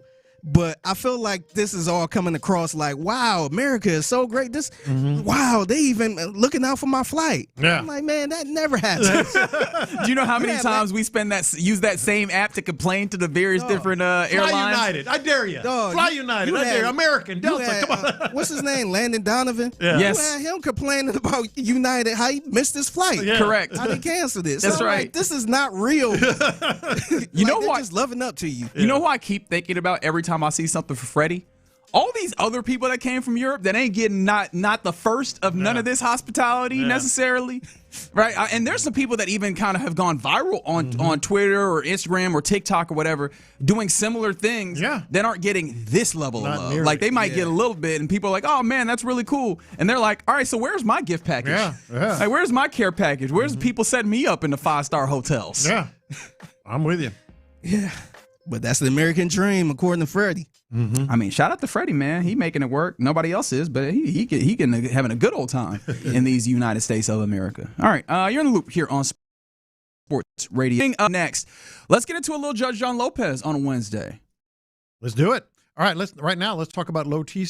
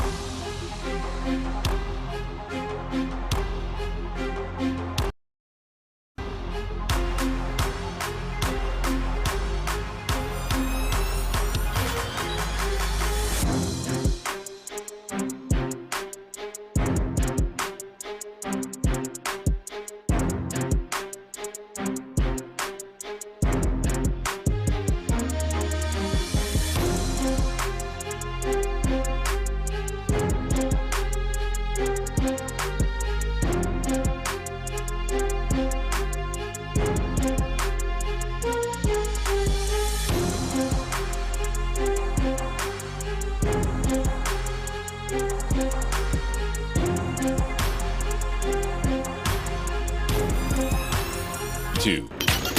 All guests on Sports Radio 610 join us on the Texas Mattress Makers Hotline. Sports Radio 610 presents live from the West Point Lincoln and West Point Lincoln of Sugar Land Studios. Here's In the Loop with John Lopez and Reggie Atatula. All righty, guys. It is time for Judge John Lowe. I didn't get to do it last week. That's right. Because why? What happened? I had a colonoscopy. Oh, yeah. I didn't know that. Didn't remember. I was otherwise. What was the last topic we did, Lopez? What do you mean? Last Judge John Lopez we did. I don't even remember. What was it? I think it was Joy Taylor, right? You a jerk. Oh, it sure was. That was the last time we did it. Why man. would you do that? Sure was. Why would you do that? Why are you bringing up old stuff? Yes. I'm trying to remember the last time we did it. Man. Yeah. Mm-hmm. It does. Y'all gonna make me actually fight y'all at some point. 2 whole weeks. Before I was joking, but now I'm getting close. Today our first topic is seafood meat. No, just kidding. Test line was going. So someone's gonna listen to the show. We talked about the Texans and the offensive line and the Rockets and what they're doing and what they're maybe not doing in the draft, the possibility of a stadium and what they're gonna come away with. Is man, them boys was talking about if shrimp was a meat. And talking about Catholics are phony. Yeah.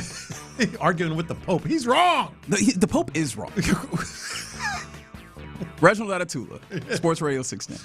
The Pope is wrong, according to Reggie. Just spell the name right. Yes. All right. Let's get to today's first case. Are you familiar with the Portland Trail Blazers? I am. And their owner? Yes. Is it Tom Dundon? Yes. Who actually, funny enough, owns the Carolina Hurricanes, who just won a championship, which makes all of this a lot funnier. It does. So they have a new coach, Micah Nori. He was a Timberwolves, I believe. Yes, Timberwolves assistant. Timberwolves assistant coach. They signed him to a new contract. How about that? NBA coach gets a new contract for 1 year. A 1 year contract. That's it? And there's some other terms to it, aren't there? Like it's also. Yeah, I think it's technically more than 1 year, but it's like a 1 + 1 + 1. Yeah. It's like it's 1 year with 1 year with 2 team options. Yeah. So you think he LeBron James and signed a 1 year deal? I'm the judge. I really can't express too much opinion until you case should. it. That's right. But I do have something to say on this eventually. Okay, very good. But Figgy, the argument can be made that you should give coaches 1 year contracts. You know, that they should be basically prove it years. Keep them on their toes and keep them. Obviously moving in the right direction. There's easily an argument to be made on the other side that Micah Nori's Trailblazers contract is going to change the way that coach contracts are here forward. So what do you think? Your Honor, and I don't know, Reggie, how you feeling about this, sir, if you want to come up with some type of solution and just all agree on something. But I don't know if this is going to change the way coaches. If anything, I think this will make coaches a little upset because that's the one thing. Like one thing about, I guess, coaching in the NBA or any professional league, you won't build it overnight. And giving that person 1 year, I don't know how this team going to look. I know Portland was decent last year, but let's say they were in rebuild type of mode. You need more than 1 year. So I don't want to go in there just being judged off of 1 year from something I wasn't even a part of before. Yeah. And then you could just kind of base my faith on that. So I think, to me, I don't think this is a good idea. I think NBA coaches probably want way more security than that instead of just a 1 year deal and we'll think about it if we want to keep you around. So I don't know if this is going to change anything. I feel like the NBA head coaches or people like that, I don't know what this guy was thinking, by the way. I don't know if I would have took this. I know it's only a few of these available. But, that's why he took it, I guess. Yeah, but I think NBA coaches are probably going to try to band together to prevent this because I think this is kind of nonsense and is making and this guy being the cheap ass. Yeah, that's the underlying current. But Reggie, I'm guessing you're taking the side that it might be a standard setting thing. I think it could change the way the coaches get contracts and that contracts are given. I don't think it's the right thing, but I think it could happen. For one, it is worth saying, as you guys have kind of both alluded to, Tom Dundon, cheap ass. Like, this is just kind of the way he kicks it, right? Early on, he was the owner, if you remember, that when the Portland Trailblazers were in the playoffs, did not send people with the team, like some of the staffers that they typically used to send, did not send them on the away trip thinking that, like, well, why do we need them there, right? Yeah. This is the way that he's operating. In fact, Tiago Splitter, who was the coach last year stepping in, they negotiated with him. They kind of undercut him. He ends up going to be the coach of the Bulls, and then they hire Mike Nori. But the thing that I'm thinking is, one, it starts with there are indeed only 30 of these. And so there is a level of scarcity. Plus, there's more and more guys who seem like they have the capability of giving a job. We've talked about how Sam Cassell has been a high-level assistant for like 17 years and has not gotten a job. And so there's guys that can get these jobs. There's like, just like a lot of these jobs in sports, a lot of people want them. And so the market is big. And also, I will take you to the numbers 14, 8, 10, 15. That is how many millions of dollars some of these head coaches are getting over contracts that span, and that's average annual value, mind you, over contracts that span fairly long times. And now we are seeing ownerships become more and more, just all the way around sports, more and more impatient to get to winning. How many times have we seen a team, especially a bad one, that looks up and they go, we're paying 3 coaches right now while we're looking for another one? Yeah. And so the idea of, hey, we're giving you, it's 3 years, but we'll make the decision every year that we can maybe opt out of, and maybe we don't have the guarantees for all of this money if we go another way, especially with guys who are probably getting into this job and you're not certain that they're going to be able to deliver. I think that there could be a number of owners that are able to railroad this in order to give themselves a little more protection in a way that has not been done. All you need is one. Like, all you need is a precedent, and this is a precedent that's been set. Well, it is a precedent. I don't know if it's a good precedent. Yeah, like somebody on the text line said, Jim Crane saw this and got all the ideas. And buddy, you're joking. He's got a manager and a GM on a 1-year deal right now. You don't think he might just want to, hey, let's double up on keep doing this? Yeah, well, but that's the end of a contract. And Figgy, I thought your best point, and I think that ultimately is going to have me side with you on this, is you're not building a program. If you sign a coach for, in essence, a 1-year contract, you can't call that a program anymore, because that coach is going to have 1 year, even though there are the team options, he's going to have 1 year to do something and maybe get out of his skin a little bit in terms of, well, I really want to develop this player. You ain't developing squat. You're not developing in. And not to mention, you looking over your shoulder. And you're always constantly So if somebody get hurt and y'all go on a 10-game losing streak, now you wondering like, dang, is you going to keep me around? Yeah, I mean, whether it's high school, college, professional, you're trying to build something. Well, you ain't building squat with a 1-year contract. And then as far as the owner, I think they need to do a better job at trying to find the right coach. David Culley got a 4-year deal. But we all knew it was a 1-year deal. Right. We all knew he was only going to be here for a cup of coffee. But even David Culley, I think it might have been 5, but I think it was a 4-year deal, in essence, because you can't even pretend that you're building something if you give a coach a 1-year contract. And even Lovie Smith. Lovie Smith had a multi-year deal. Yeah, he didn't get no 1-year deal. But kind of knew what that was. I mean, if there's a precedent out there that, hey, man, we actually could do a 1+1+1 deal, do you think that those deals go the same way? Maybe they don't. And maybe they still do, because honestly, the implication of this is we're giving you all this money knowing that, hey, we're paying you for the indignity of ruining your coaching record and being a laughingstock. Right? Like, that is what the implicit contract is. Yeah. But maybe that goes a little different if you get out here and you just go, hey, man, you want this job or not? You can take it on these terms, and we have team options. The question I have is, I think I could see teams doing this. I don't know if it works, because somebody on the text line even asked, if you hire a coach, and what happens if they're really good and now other teams want them? Well, you have the team option, but if you exercise an option and they're not making a lot of money, what's to say the coach doesn't get mad and do any sorts of things, whether it's just like start breaking bad and like doing some level of holdout type stuff. Like, there's all sorts of different ways where you violate the term you want in that situation. It's silly. Man, that guy is cheap. A lot of owners have been called cheap over the years. That guy is pathetic. He's the gold standard. Yeah, and not to mention, he had a lot of layoffs, too. He laid off a lot of people. That's true. That's pathetic. All right, I got another one. Jim Crane, don't get no ideas, big dog. Oh, he's got them already. Let's talk about this. There is a narrative out there, and I believe it was, who was it? Dan Parr? No, it wasn't Dan Parr specifically who had this one. It was one of the people at NFL. Here we go. Brooke Sersosimo says that this is not going to be a popular pick, but C.J. Stroud and Nico Collins will be the most successful quarterback-receiver duo in the entire NFL. You heard me correctly. C.J. Stroud to Nico Collins is going to be the most productive quarterback-wide receiver duo in the NFL. Figgy? Now, he said would be or will be? Will be. Yeah, Your Honor, I'm going to have to take the other side on that because I think some of the major questions we have, and I'm not even just bringing up C.J. Stroud as a quarterback, but can Nico Collins stay healthy throughout the whole season? If you add both of them together, if C.J. Stroud can be, a good C.J. Stroud, not even rookie C.J. Stroud, and Nico can stay healthy, then yes, I think they'd be in the conversation, but I think it's a lot of other quarterbacks and receivers duos that will probably be better than this.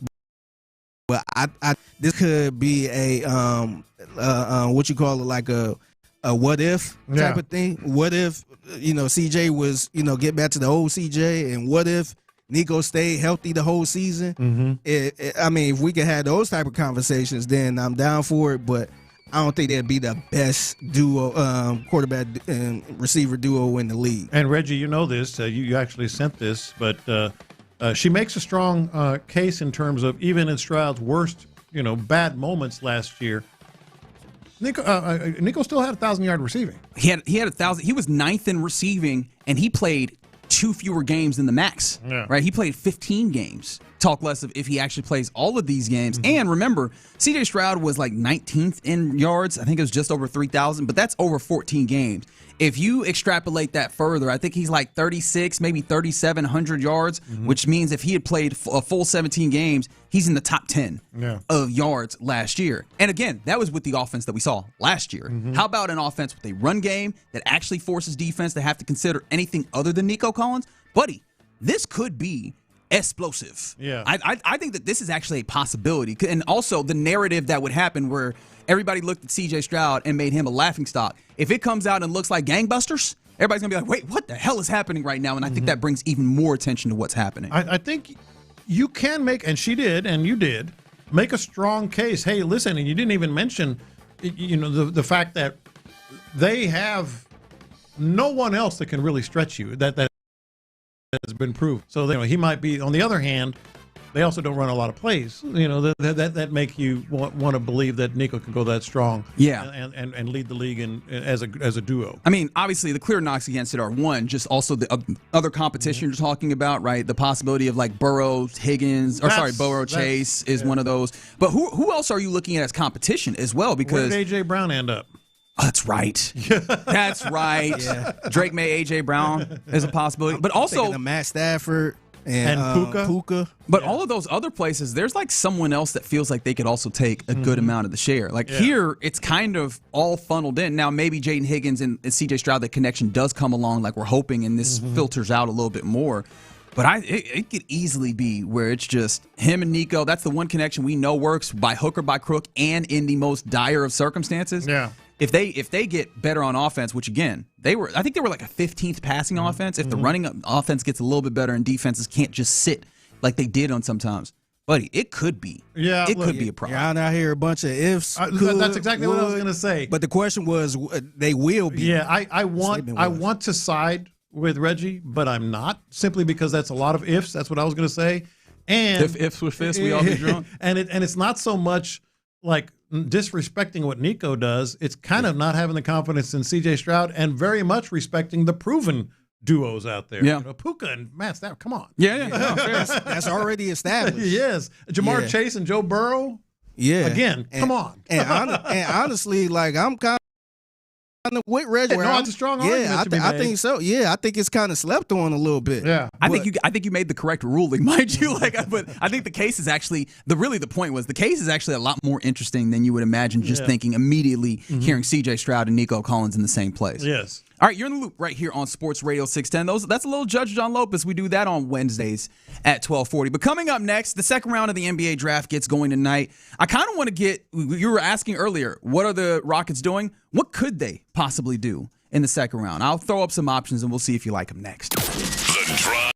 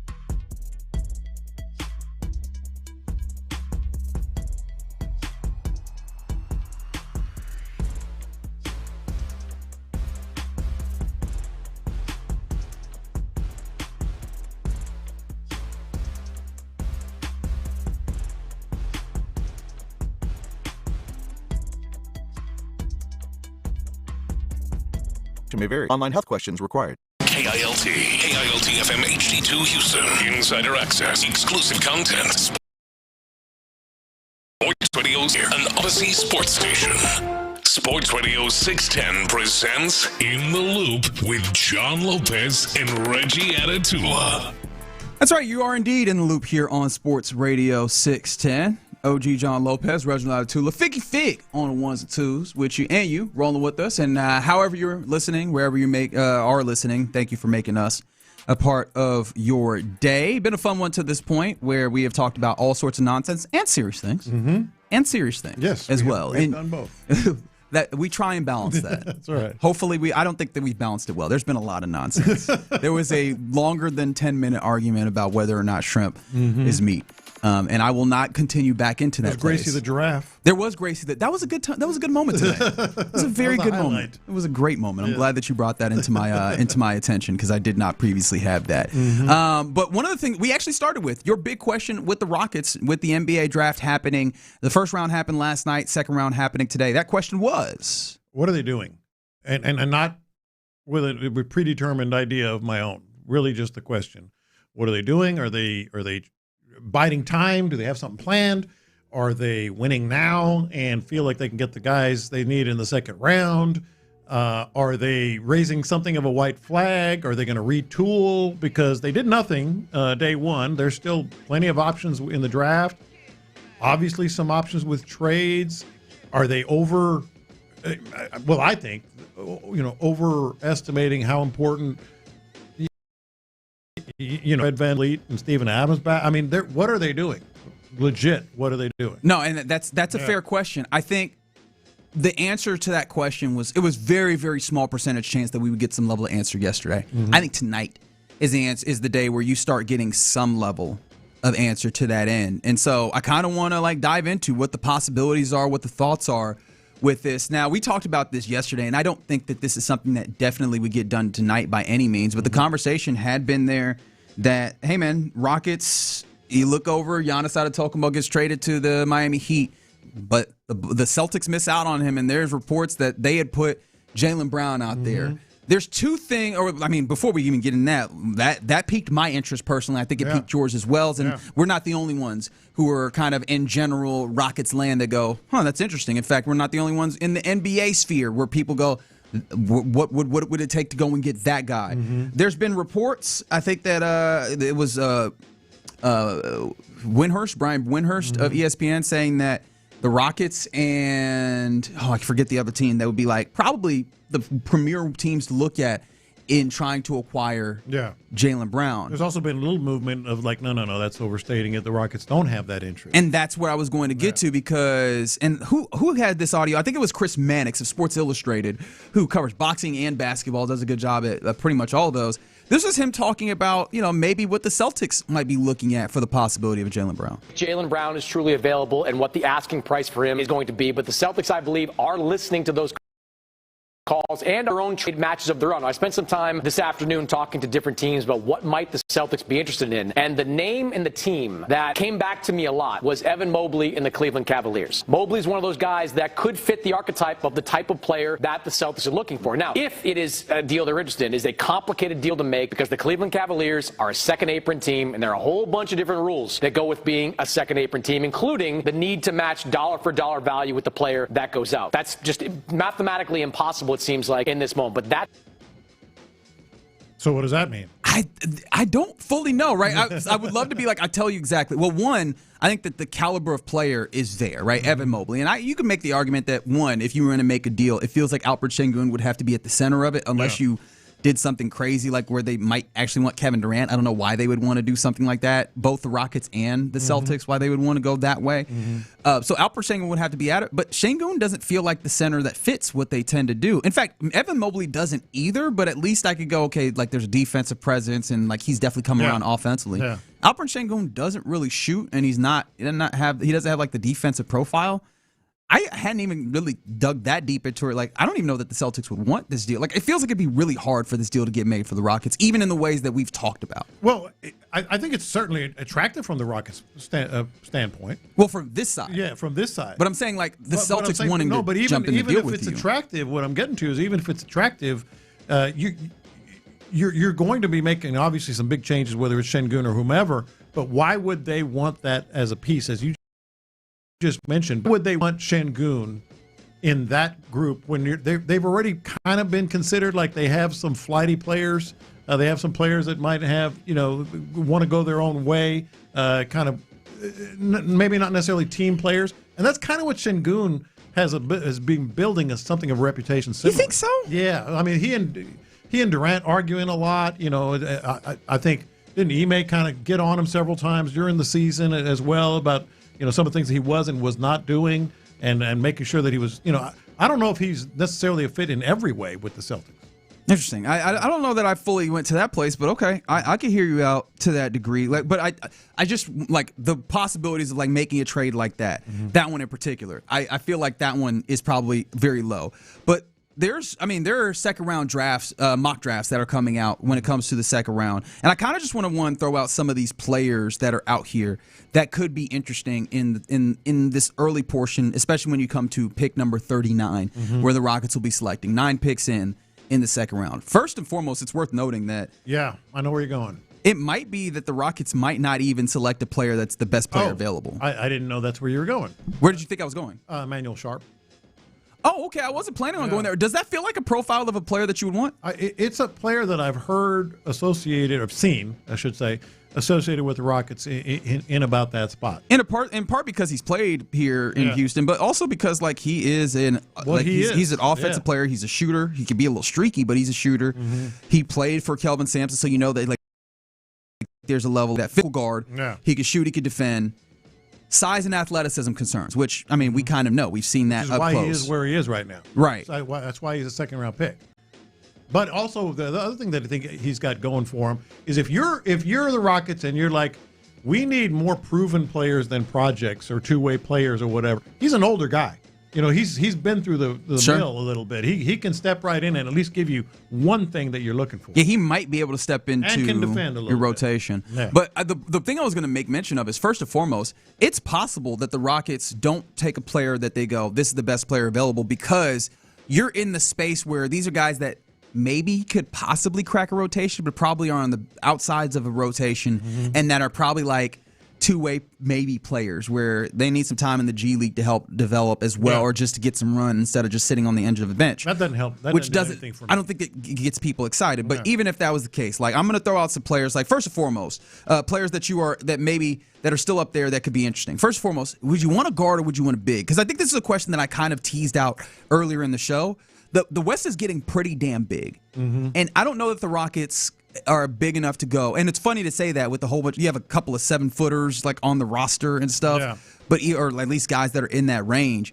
But they play smaller, like they play out on the wing as opposed to having guys that can actually play really big. Does that feel like something that you feel like the Rockets should try and push towards in any way, shape, or form? I'm glad you brought that up because I think everybody's been talking about, and we have, to be fair.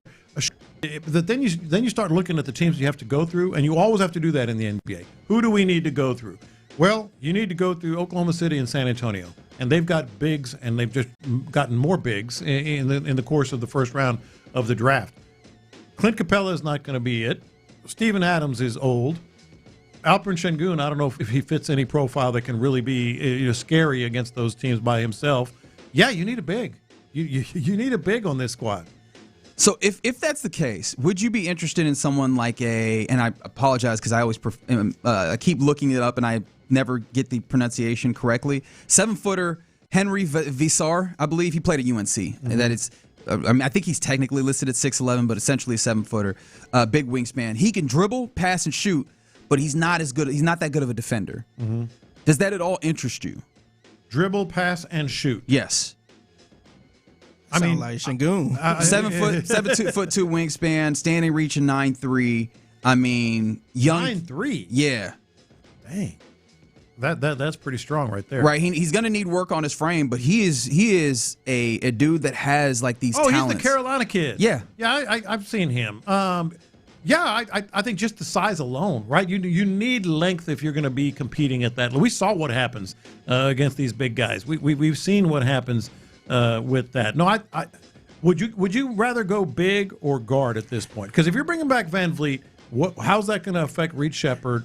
You do need some defenders and some shooters and another point guard. But maybe with Fred Van Vliet back, that's where you get your minutes with Reed Sheppard. Yeah, I was like, I want to get guards. In my mind, the feeling is you went through last year and guard play was an issue, and so my knee-jerk reaction is guards. But I'm looking at the guards, and there are some guys that are out here, but none of them that I think are like relatively. We're not talking about anybody being a particular immediate impact. I think it might actually be a big for me, in part because I also look at Steven Adams.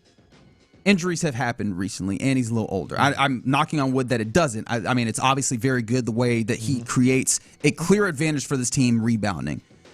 I don't think Clint Capella should be on this team next year. No, he's not it. He all due respect, obviously very popular players, had big moments, but no, he is not the. We saw it. We saw it at the end of the year. He's unplayable. And so I would love if somehow the Rockets can, because I think they would need to make some moves up a little bit to the earlier 30s to get someone like a Henry Vassar, a 7-footer, like he could be your third big maybe as he continues to develop. And if you could find a way to move off of Clint Capella, and you still are leaning on Fred Van Vliet and the possibility that backing him up would be secondarily Reed Sheppard and those guys. And he gets minutes. But I think that I would love to see something like that. Guys a guy that could work in, and a guy that also gives you a little bit of versatility, right? Because if he does indeed handle the ability to space just a little bit, having a big that can space, maybe there's some instances where he plays with Alperen, or maybe there's some instances where you can go 5 out, but you can still be big. Like I think that there's some versatility that you have within there. Maybe I don't even know that you could lean that year, but some optionality starting to create for this team would be awesome with a player like that. It would absolutely, be a big help.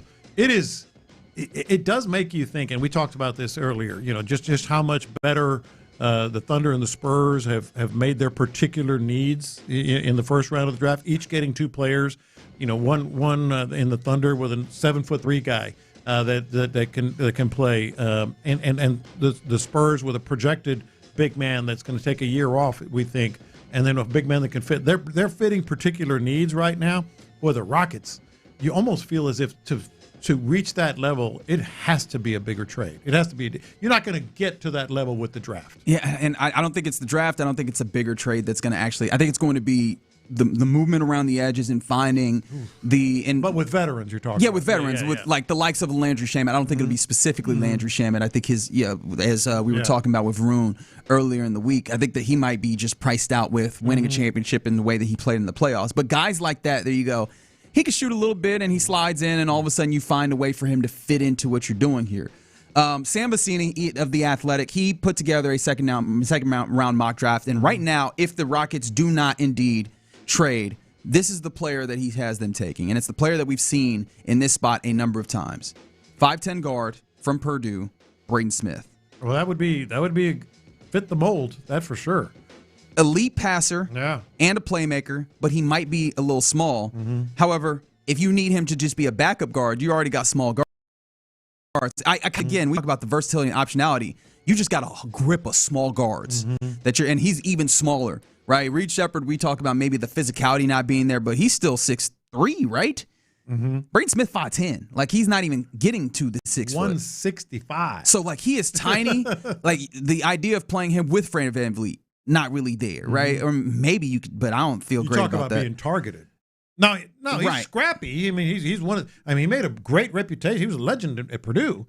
But in the NBA, that's a whole different world. You got 5'10", 165. Yeah, and we saw Reed Sheppard in his rookie year barely getting playing time like we thought. So I don't know if he would get playing time like that. But in my mind, I'm like, okay, the shooting and the ability to actually make plays, I think that would be worth it for me, but I would I would be really scratching my head on how they put together those rosters where he could play. I don't see any scenario in which Ime Udoka signs off on this draft. The thing I think he would hate a guy like that. The thing is, if he get on the floor, he got to really ball out. Right. To the point you can't take him off the floor. And I mean, he's played like that in college, but obviously the NBA is an entirely different level. I mean, that's just some of the people that are available. There's a lot of different players. I'm very excited to see what they do, if they do make any level of move up. Honestly, if they even get one of these guys that might actually get a guaranteed contract versus getting somebody who's just willing to take an advantageous deal. That would be the thing that's the most frustrating, even though it'd be smart with the money side of this, with all the second apron jargon and nonsense. Yeah. It wouldn't make me feel any good on a round 2 night, you know? No, you talk about margins. It's of immediate help that you can count on tonight. Yeah. There's other players out there. We'll see if maybe really the easiest way, because also it's not like we know all of these players.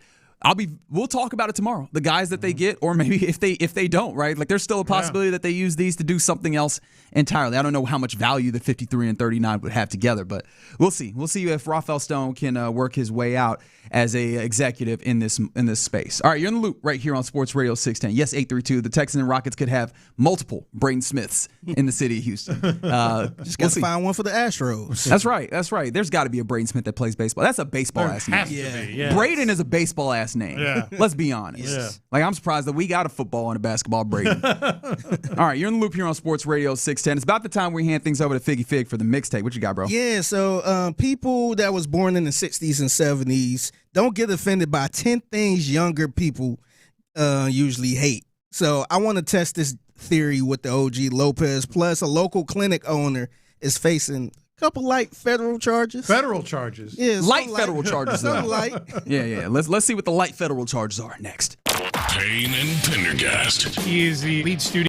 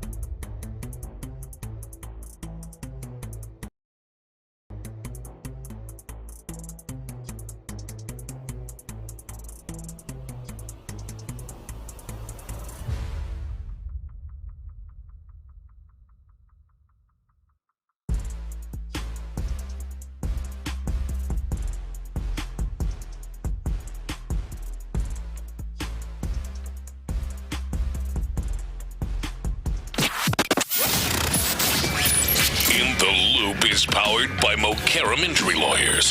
Heard in an accident? Call Mokaram Injury Lawyers at 281-222-2222. Pass the aux cord and crank up the volume. Figgy Fig's in the driver's seat. Sit back, relax, and enjoy the ride. It's time for Figgy's Mixtape on Sports Radio 610. Yes, it is the Mixtape in the Loop, Sports Radio 610. It's your man Figgy Fig holding it down on a Wednesday. Happy Wednesday to everyone out there. So, Lopez, you was born in 1963? Two. You. 1962. Oh, two. Okay. I'm making you a little, younger. Yeah, I'm a baby. Yeah. Okay. All right. So, somebody put this together, talking about people that was born in the 1960s and 1970s, and tend to be less bothered by 10 things that the younger generation usually dislike. I'm your man. Or I don't know if you're bothered by much at all. I know. Yeah. Besides people saying it is. At this point, I'm kind of curious if any of these things bother me. Okay. So I guess that could show you if I'm old or not. Oh, yes. You're going to go 10 for 10. Old man Fig in effect, baby. Yeah, so this was the first one. Not having work instructions at work. So that tends to bother the younger generation, not having, like, instructions. What am I supposed to do right now? Yeah, no, that doesn't bother me. I like to kind of figure it out. That's exactly what they say on this paper. They said they prefer figuring things out on their own rather than being given step-by-step guidance. Yeah. That's me. Yeah. Is that you?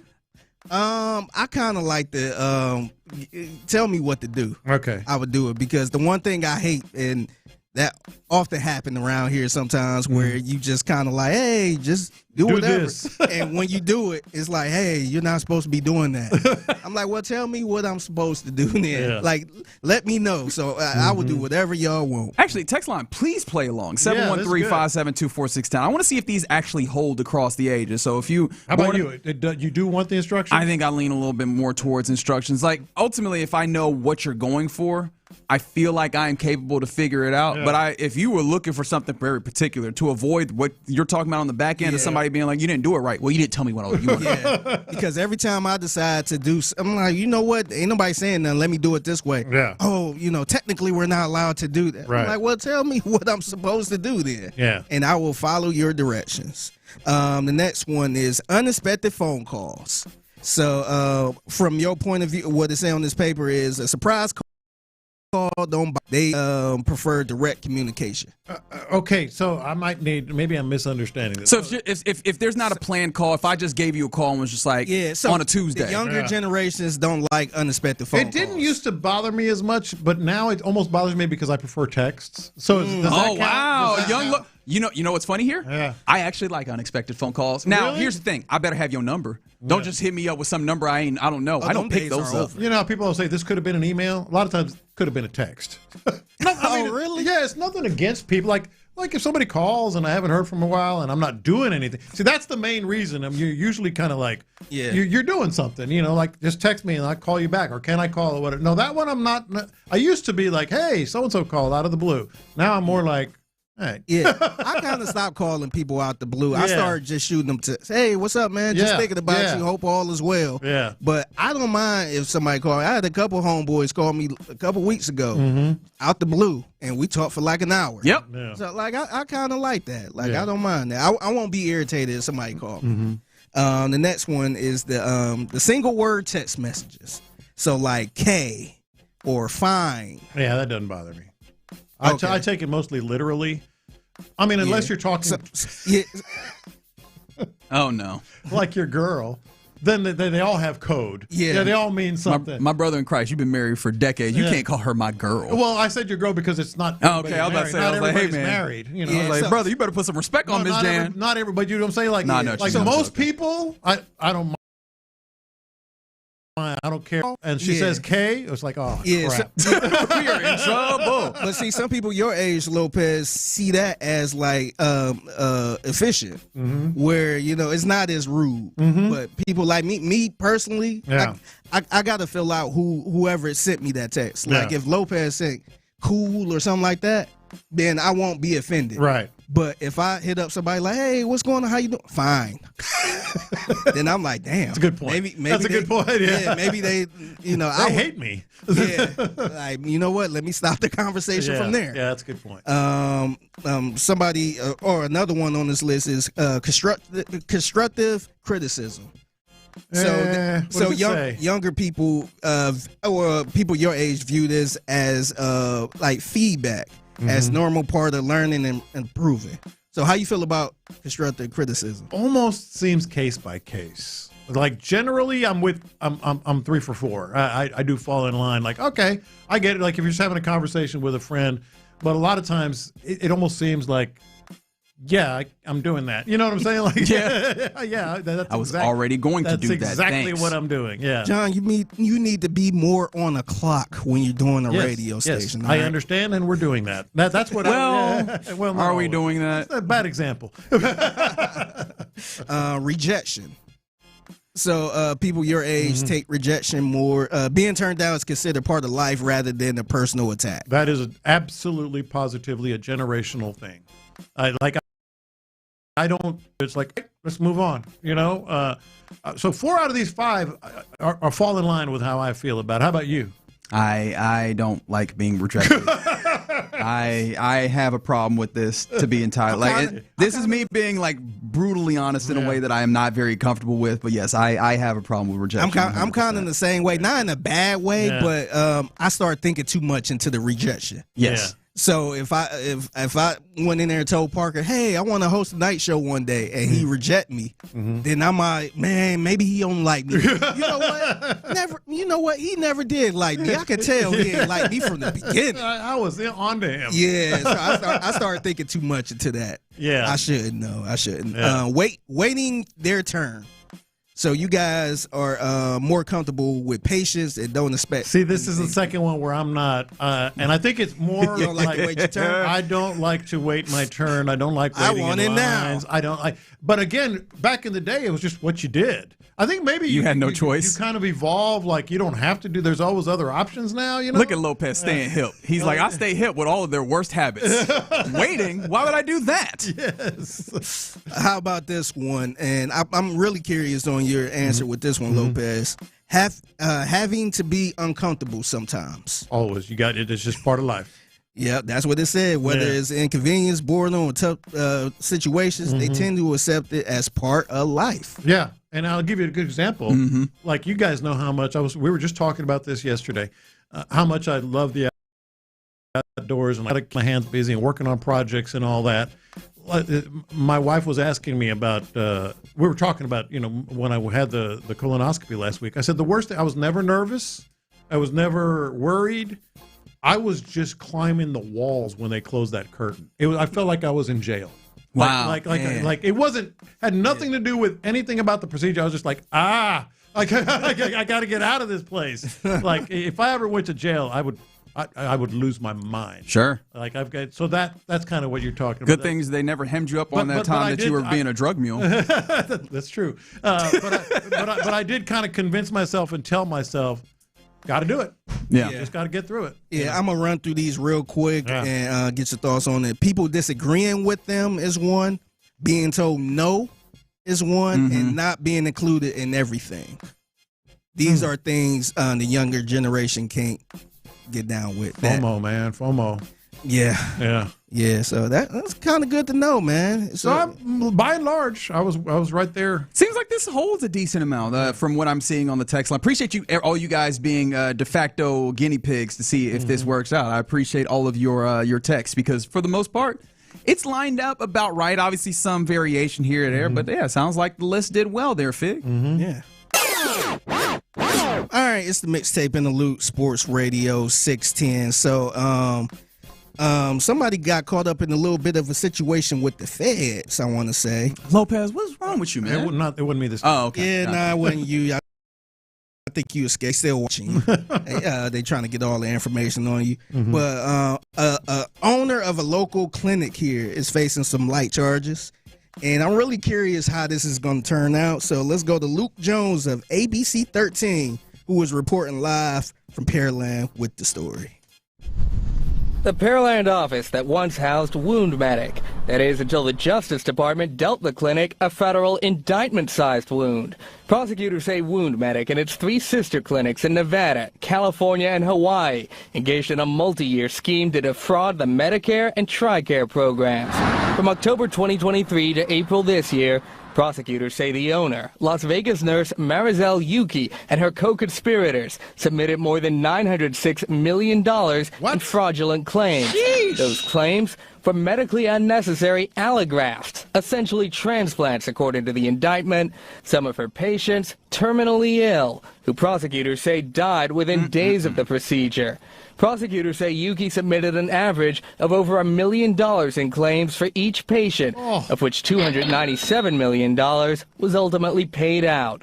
Much of the money, they contend, went to support Yuki's lavish lifestyle, including a multi-million-dollar home in Hawaii, this $4.6 million resort in the Philippines, and this $865,000 necklace. Prosecutors say she also bought a nearly $600,000 Ferrari.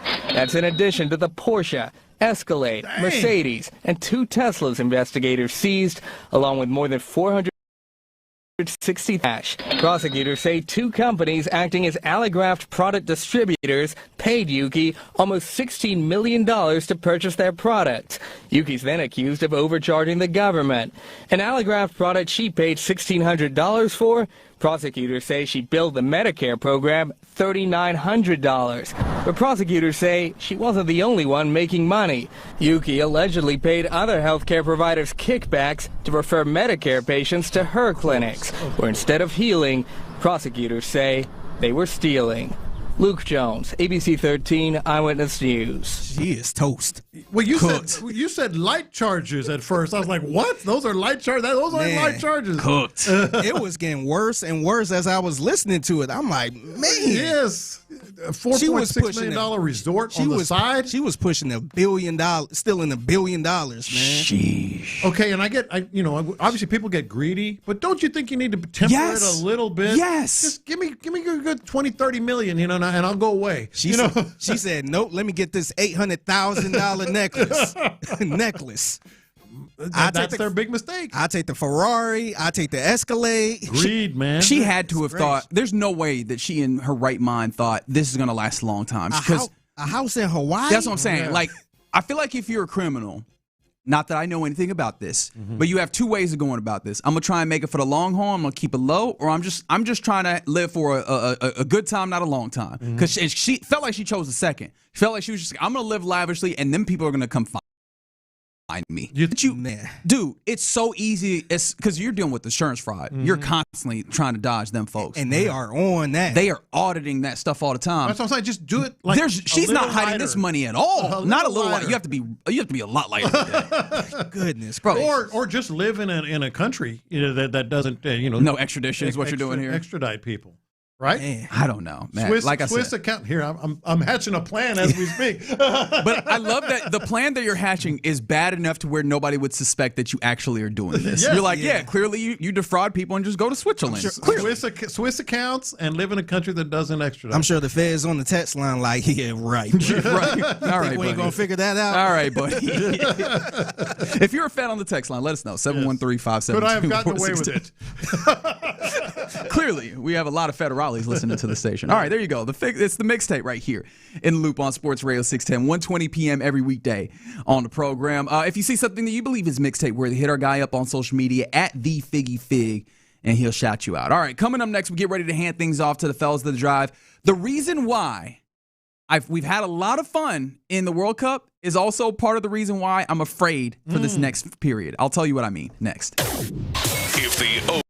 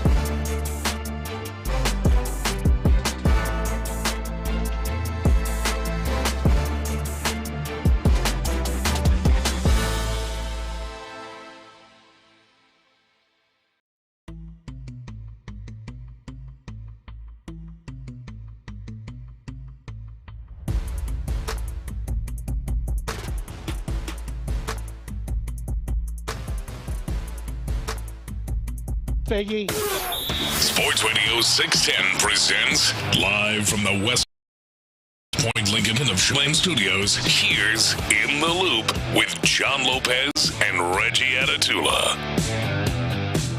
Yeah, you're in the loop right here on Sports Radio 610. Enjoyed our Wednesday to this point here on the program. Getting ready to hand things off to the fellas of the drive here shortly. Shout out to Nick Wright, who apparently is showing love to our very own Seth Payne. Obviously former co-workers, but I don't know exactly what he said, though, to be fair. Oh, we'll find the it. Program on FS1. It's fun to be the penetrator sometimes. Mm-hmm. You know what, Seth? You are correct in a way that I probably can't fully understand, right? Because obviously I've never played nose tackle.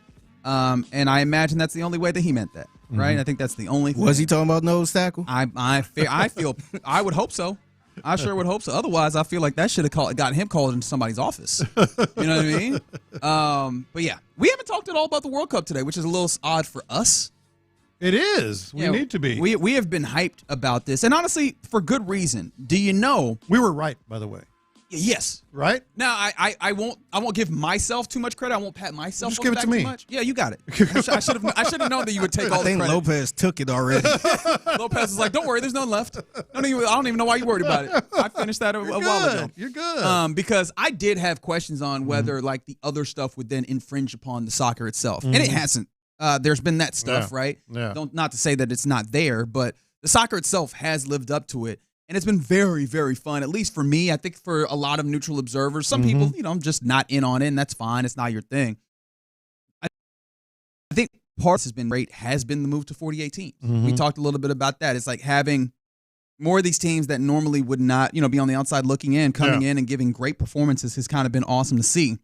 I also think that's kind of the reason why I'm afraid. We're two-thirds of the way through the group stage. Every nation has played 2 games, and then now we get to that final game that determines for a lot of people whether or not they'll make it out of the group stage into the knockouts. Thankfully for us here in the U.S., the U.S. already managed to get this done. Right? They've already won their 2 matches. There's no way that they're going to get anything other than first place in their group. They did their damn job, and they've got Turkey A to finish out. Now it's just a matter of who they play. Right, I think the 2 top potential right now are Ecuador and Sweden that they could play in the next round. If I read the standings as of today, because only a certain number of the third place teams go, it's kind of convoluted. Yeah, and I was like, I'm not going to dig too deep into that. I did look at it, but just casually. And I think if it ended today as is, I think it's either Ecuador or Sweden. And I probably should be clear about this. The way that this works, and the way it's always worked, is if you win the group, you move into one slot. And then there's, depending, the knockout round is set up where some teams you get the winner of one group versus the second place team or the of third another group, and or the others. third. Yeah. But yeah, if you get first or second in these groups, you move on to the knockout stage. And that determines first place gets more advantageous matchups, second place gets less advantageous matchups, but you move on. And then now there are 12 groups, and 8 of the 12 third place finishes, the best 8 teams scoring or on points or whatever, then move through as well. Because there's this many teams, before it was like 32 teams, and then you were only getting 4 out into the group stage. Because there's so many third place teams, and because there's so many third place teams that move through, there are now more teams than ever that know before we even get to the third game that they're already moving on. And just like in most sports, where the last week of the season or the last game of the season, they try to have them all play at the same time so that certain teams aren't doing the, well, if I don't need they're to winning, win. and if they win, we don't need to do anything. Yeah, there's those things that happen in all sports. It's the reason why everybody in the NFL in Week 18 plays at noon. It's the reason why the NBA tries to line it up. Baseball, you've seen this happen, and that's why a lot of teams in their groups are playing at the same time. Like today, there's 6 matches. And the 2 matches that are starting here in about 10 minutes, Bosnia and Herzegovina versus Qatar, Switzerland versus Canada, they're starting at the same time so that, in theory, none of those teams could try and do things. Except there's more opportunities for teams to just be like, I kind of already know what happens, and so I don't need to play this out the way that I should. And I think that might lead to less fun matches here. I think that might lead to less fun matches for people like you and I. But I don't think it's going to impact what this World Cup is doing to this country and the world at large. Like you are in the weeds. I tend to get into the weeds. Heck, I was looking at who the U.S. might play already. You know, but I think for the people at large, like and not to disrespect you, but I think you'll agree with this. Like, Figgy, you don't care about any of that. I don't give a damn about what y'all talking about, man. Yeah. I'm going to have it on watching it. And you're right, but the thing I'm saying is not just about, I know what's actually happening. The thing that you will know is, damn, it don't look like they're playing hard. Well, because that's the thing that's been very clear all through the World Cup. They all care about this. And I think if there's one thing in sports that gets people going is, hey, man, they clearly care about this. I think it's one of the things that makes people so offended in sports sometimes is, man, it doesn't seem like you give a damn about this. You just are here for the money, and people really take offense to that. When it comes to the World Cup, it's clear they're playing for their country and all that. I think that any instance where you might have that happen, like, hell, we are set up to have at least one of these matches be one of those, hey, do you want to have a gentleman's agreement to not try here? Sure. But I think, I don't agree with your point at large, but I will agree with this part. I think there's a better chance of, the big criticism that casual American fans have had about soccer in general is, I'd rather watch the grass grow. That whole thing, that it's boring.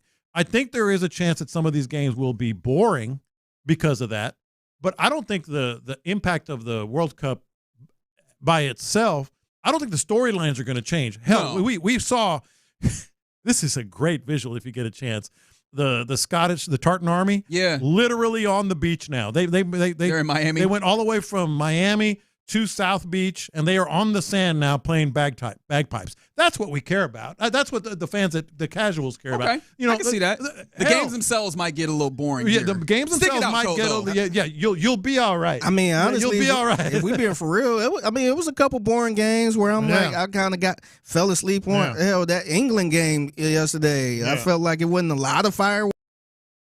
Yeah, because there was a witch doctor. There was a curse. Yes. This is one of my favorite stories because it's one of those where if anybody is a fan of an African nation or is from an African nation, they could have told you this thing is coming. Nana Nwaku Bodsom. Oh, you got the name down. Yeah. Look at that. Nana Nwaku. Take that, Reggie. Yeah. You don't have to go to you. The witch doctor put a curse on Harry Kane, and you know what? Hurricane of England. Not only did he not score a goal, he had a wide open net and missed it. Smoked it. But you know what I love about this story, right? Because first and foremost, the idea of the witch doctors in AFCON, African Cup of Nations, the African tournament, they know about this. Like they would have handled this. FIFA did not consider that they would do some nonsense like this, and so he brought it out. But I did appreciate this story that I saw a friend of mine send me just recently. Is that my man, the witch doctor, made sure to release. Oh no, he took it off. What do you call it? I untied him. Is what he said. He took off the curse after the game, which I think is really nice. That's like the Be Kind rewind of witchcraft. He was like, you know what? I was just meant to for that game. We got ours. Go ahead and do what you got to do. We got ours. Go ahead, Harry. Because he could have just left that thing off for the entirety of the tournament. Yeah. So Kane probably now is going to score. Dude, he missed a wide open net. Smoked it. He missed a wide open net. I'm starting to believe in that witchcraft, man. At least that one. That's for sure. Yeah. By the way, shout out to Houston because obviously done a great job hosting with all the various different things. Like I think I'm gonna head out to Fan Fest today to see some of the matches that are going on, but also being a great facility for scoring goals. Literally, no other facility has seen more goals scored than here in Houston with Houston Stadium, Reliance Stadium, whatever you want to call it. 21. Do you know where had seen the second most goals scored? My first thought was Toronto. Okay, which is not correct. Not correct. Toronto isn't top 5. I will say Dallas. Dallas is tied for third. Okay. Dallas and Vancouver have seen 12 goals. SoFi Stadium in LA had 14 goals. That is the second closest. All right. We have been blessed to see. If you've been out here, so seeing you can play offense. I was going to Seattle, and I would have just been guessing. Yeah. And Seattle ain't seen that many goals either. So if you've been blessed to go out to that stadium, at least the soccer was like, we will give you guys scoring in a way that sometimes the Texans don't always do. We got you. CJ Stroud is jealous because we know that you people of Houston deserve this. Yeah, right it's now. kind of a Houston thing though. Like our teams don't score. Basketball team don't score. The baseball, the Astros like scoring. They, last night. Glad we didn't take no shots. We didn't listen to you. Exactly. We would not have gone home sober. Yeah. Appreciation to D&M Audley for the crosstalk with the fellas. It's not Clint Ron. It's Ron and B Scott. And before I get there, because I've been slacking on my pimping, you're listening to KLTAM, KLTFM, HD2 Houston, and Odyssey Sports Station. Fellas, what's happening?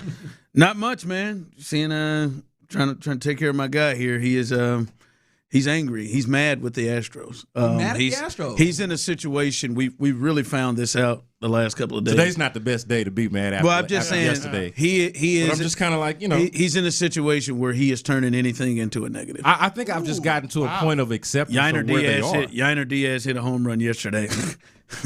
He better do that. I'm not a big Yainer fan. Yeah, I mean, that's what he better do if he's going to be out there, right? Correct. Yes. What is he out there for? Like what? To hit home runs. It sure ain't to play great defense. That's a good line. They ain't better. No, he said they better. I mean, he ain't gonna throw nobody out. Do nothing else. Now, honestly, that line could have come straight out of John Lopez. Y'all are on the same page. Hey, it's facts. And I'm serious. I would like a 30 for 30 or somebody to get on the horn. I would like a breakdown, like a full 30-minute package of the Astros and their issues and inability to throw out base runners. Clearly it's not just on the catchers. Correct. Right. I mean, yesterday, Vladimir Guerrero, without a throw or slide on a strikeout, just made it to second. Yeah, just punked him. Just punked him. Just said straight up, you're not gonna do nothing. Without a slide or anything. And he wasn't guessing. He knew he could get away with this because the Astros have put that on tape, if you will, to make a cross reference to another sport. And that's what they do. Vasquez that time. It's just like what? And like what's happening? But Vasquez is good. Vasquez is much better than Diaz. But that's to the pitcher point, though. It's like it's more of a I did it yesterday. I think the whole thing. Yeah. In limited time, obviously with the injury to Yainer, but he was at 7%, and I think Christian was at 16%. Yeah. But I mean, 22% is the league average, but. I mean, this is multiple years, and who was it? Just bad. Bad. And the big tell is how often, and I don't know the numbers on this, but how often they steal third on your ass. Yes, they steal third. I mean, we watch it because when they get to second, we get worried, right? You're like, oh man, now they're going to get to third. Yeah. Last year, the low point was. Left-handed batter. Yeah. Stole third, no throw. This year, L.A. De La Cruz against the Reds is at second base. At the time, he was leading the National League in steals. I don't know if he is currently. Steals third. Paredes doesn't run to cover third base. That's right. And Salazar just throws it down there anyway. Yeah. Because Paredes figured, like, for what? It ain't happening. What I'm going to be there for? It didn't even dawn on Isak to go. I mean, it's all around. I mean, I feel like Joe may need to be removed just for the base stealing situation. Yeah. That's the thing is you talking about the base stealing, you talking about throwing dudes out. There's enough faux pas in the outfield, like entirely defense. It feels like it's always something. Like, and that is such an ineloquent way of saying it, but it is. It's always one thing or another, and it's never in the same place. Well, and this is another one of the things that's weird about watching the Astros because when they were in the golden era, they were known for defense, and they were known with Machete for being able to control the base runners, and that's just not a thing that they're able to do. They've never been able to run the bases themselves, which could have negated. If you're adding bases, But I mean, defensively, they have always been one of the better defensive teams in baseball. And you look around now, and you're like, man, they can't make plays in the outfield. You got boys running all over the bases on them. They can't throw nobody out. They don't know what's going on the base paths. It's just kind of a mess. Except for that time, Altuve lost it for about 2 or 3 weeks. Hey, Altuve had a base running faux pas that worked for him the other day. Well, yeah, we were talking about that. Like, how in the world did he score on that? Yeah. blind squirrel nut. Shout out to him for at least admitting that was the wrong move. No, it's what happens when you play really bad teams. Yeah, that's true. Right, yeah, true also that. A great point. True that. The Angels are just like, what? I mean, what was that? Yeah, I honestly, I accused the third baseman with the Angels of point shaving or something to that effect because I still remember him picking up that bunt that was clearly about to roll foul. Oh yeah, play. Just like, why did you do that? I think Gary Pettis would have stuck his foot out and tripped Altuve when he saw him run back to tag. better not mess with Altuve. Yeah, well, somebody needs to. Yeah. I'd have tackled him and drug him back to that base. Ask the dude that tried to rob him. Altuve tried to get the death penalty on that guy. Hey, you don't want Altuve to be the victim of your crime. I'd have stuck my foot out and tripped. He is tough on crime. He is punitive. You calling him McGruff? He's a fed. Crime dog? He's a fed. That man said he's tough on crime. He's tough on crime, boy. Better watch out. Hey, the Astros did win in extras, by the way. They did. Oh, we got to talk about it. We got to back Jacks, buddy. Yeah. And of course, it came from the part of the lineup that you would expect. Yeah, Taylor Trammell. Yeah, Taylor Trammell with an upper deck. Oh my gosh, that was a missile. That thing's still up there. I don't care, man. The way they called that, my man Todd Callis lost his mind. He did. Well, can you blame him? Yeah, he wasn't expecting that from Taylor Trammell. Jesus. I still don't believe the distance of 421. Oh, you're doubting the soft or yeah, the hard? I don't. He had to stop somewhere. I don't believe somebody had to catch it. Well, it was third deck, so it was really probably a 480. Yeah, thank you. Yeah, it was probably a 480 because when you hit the third deck, it's got to still come because down. I told him it was hit harder. Isn't that not factored into the projection? Is like I don't know. I thought it was over 500 the way that Todd called it. Well, here's the thing. It was properly struck. It was hit pretty well. I mean, like what I say yesterday, he completely took Jeff Blum completely out of whatever Blum was the just hell laughing. he was doing. He was talking. He was in mid conversation. Whoa! Blum. I don't blame him, man. Didn't know he had that in him. Well, excited to see. I feel like it's opposite. It's the opposite turn through the operation or through the. Not the order, but through the rotation, where you've had all the better of your pitchers have to just fight their way through. Just don't bring up the rotation. Mike Burrows, baby. Stop. I'm trying it just to needs to be the opposite. Ron cannot wait. It need to be on the show. He cannot wait for Mike Burrows to go out there and do his thing. It needs to be trying to start this show. Meatball four-seamer right here down the middle. Let's go. I'm trying to. Well, he's going to go at least 6 innings. Over under on the home runs. Oh, he'll give up 5 runs. 1.5. 6 1.5. 1.5. The Homer. You giving me money, man? What's happening with you? Homer Mike, man. Homer. Man, you better not start these guys. You gonna lose money. I was trying to be kind. I was trying to be kind to the man. Burrow quality start. He gets that one part of it. Yeah. To be honest, that ain't how it works. That ain't how quality starts work, my brother. Not the regular ones. I'm talking about the Mike Burrow. The Burrow special. The Mike Burrow quality start. I'm hoping that this goes low Perfido like, where we talk bad about him and he actually goes and proves us wrong, because they need to do something. 6 innings, at least 4 runs. Little reverse jinx. That's what he does. That's all I can do for you here is a reverse. I'm not gonna start there. I'm tempted to. Okay. All right. Well, I'm not gonna start with Mike. I'll take 4 runs if he's gonna give up multiple homers, right? If you're gonna give up multiple homers and he only get just give me solo shots. Well, Mike likes to mix in those walks. But it's gonna be. I was gonna say it's gonna be. It's not gonna be solo shots. Stop. We're not talking about. My bad. No, we're not talking about Mike. It's gonna look it's gonna look like 59. It's gonna look like an I-45 on there. All kind of traffic. God, whose decision was this? We're not talking about Mike. This is a DB special. I got 5 starters. I got 5 that are on the roster. They got to rest, man. They need 5 days rest.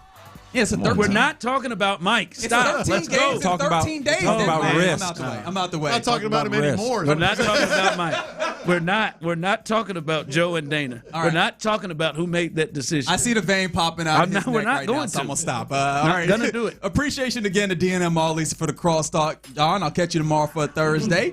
All right. In the meantime, the drive is live. That's right. The drive is live. Clint is out again. He is on vacation, but Brandon Scott is in the building. If you're on YouTube and Twitch, hello.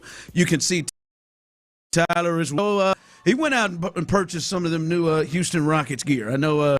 I talked to Brandon the other week. Said he went up there and spent himself about $100 and got something free. Yep. As well. So I see you with the new Houston. I knew you wouldn't go. I knew it wasn't going to take you too much longer. Oh yeah. To get as you soon as it something. went on sale on the internet, and those pop-up shops weren't all I was dependent on. Oh yeah, ketchup and mustard's back, baby. Yeah, there you go. Ketchup and mustard is back. There it is. So we'll have a good time today. A lot to get to here. The Astros, the Rockets. They've got 2 picks tonight, so a lot to get to here on the show.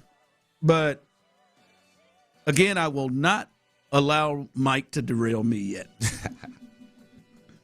Too late.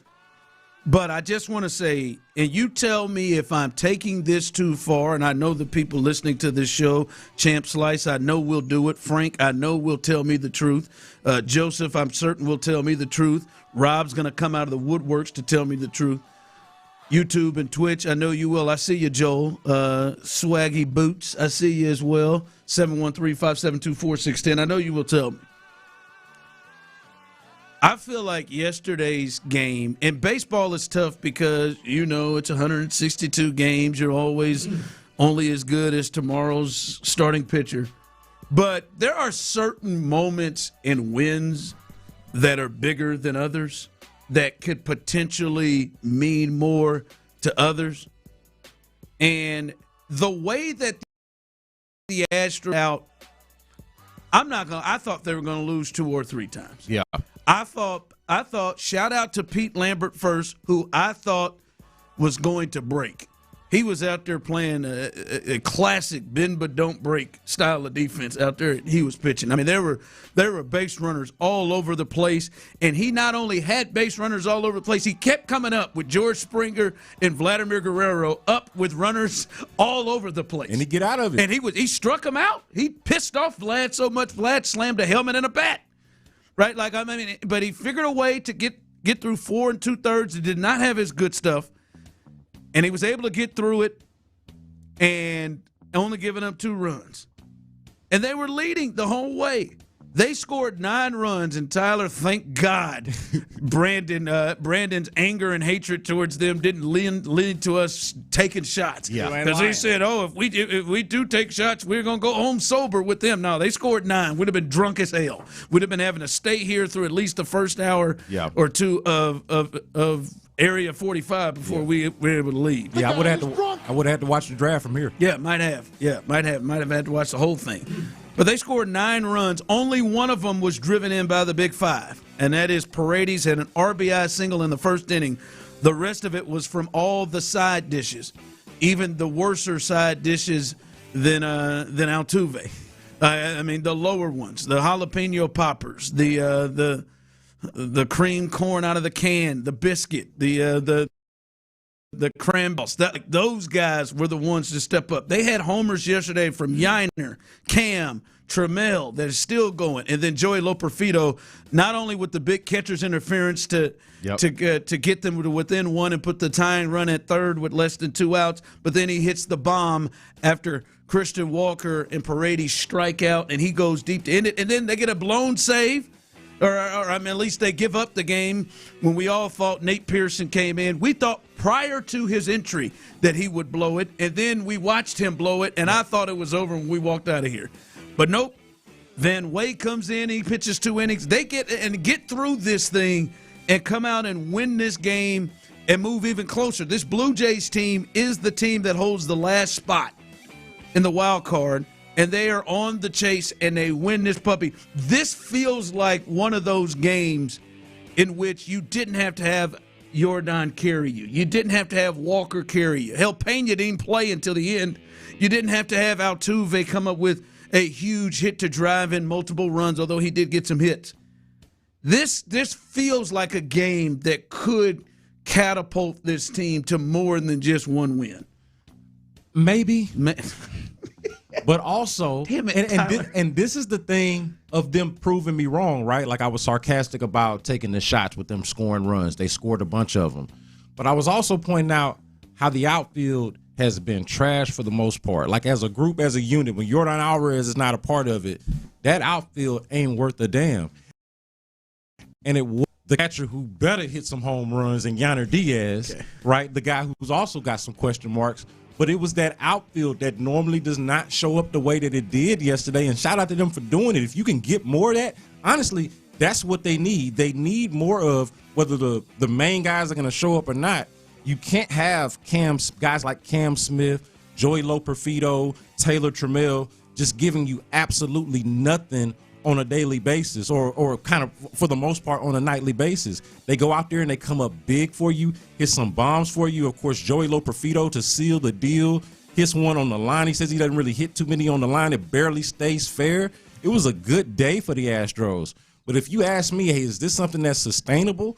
I need to see those outfielders hit like this and play like this. It don't necessarily have to be 400-foot bombs like what Taylor Trammell did, but a little bit more consistency from guys like that. Yeah, they got 3 home runs from the outfield. Yeah, that would be the thing. 3 different guys. Because they normally don't get them. So the fact that they got them, I still got to give them credit, but also question how sustainable is that? How often are you going to get that? I just mean, we've watched sports, and you all have watched sports, and you can see there can be something that takes off for a team. I hope there is. I hope this is it. And it could be. And I'm in that space of man, that feels like more than just a regular win on a Tuesday in the day game. Yeah. Right. We didn't even get to play that, and Tyler, doesn't count as celebration music. We didn't get to play it. It happened after we got. Come on, man! I thought they were going to lose multiple. I mean, they're down 2 runs in the 8th. They're down Pearson 2 runs in the 8th, and they win the game. And they survived Nate Pearson. That in and of itself is worth a victory, or worth a victory celebration of some kind. Yeah, shout out to them because that was.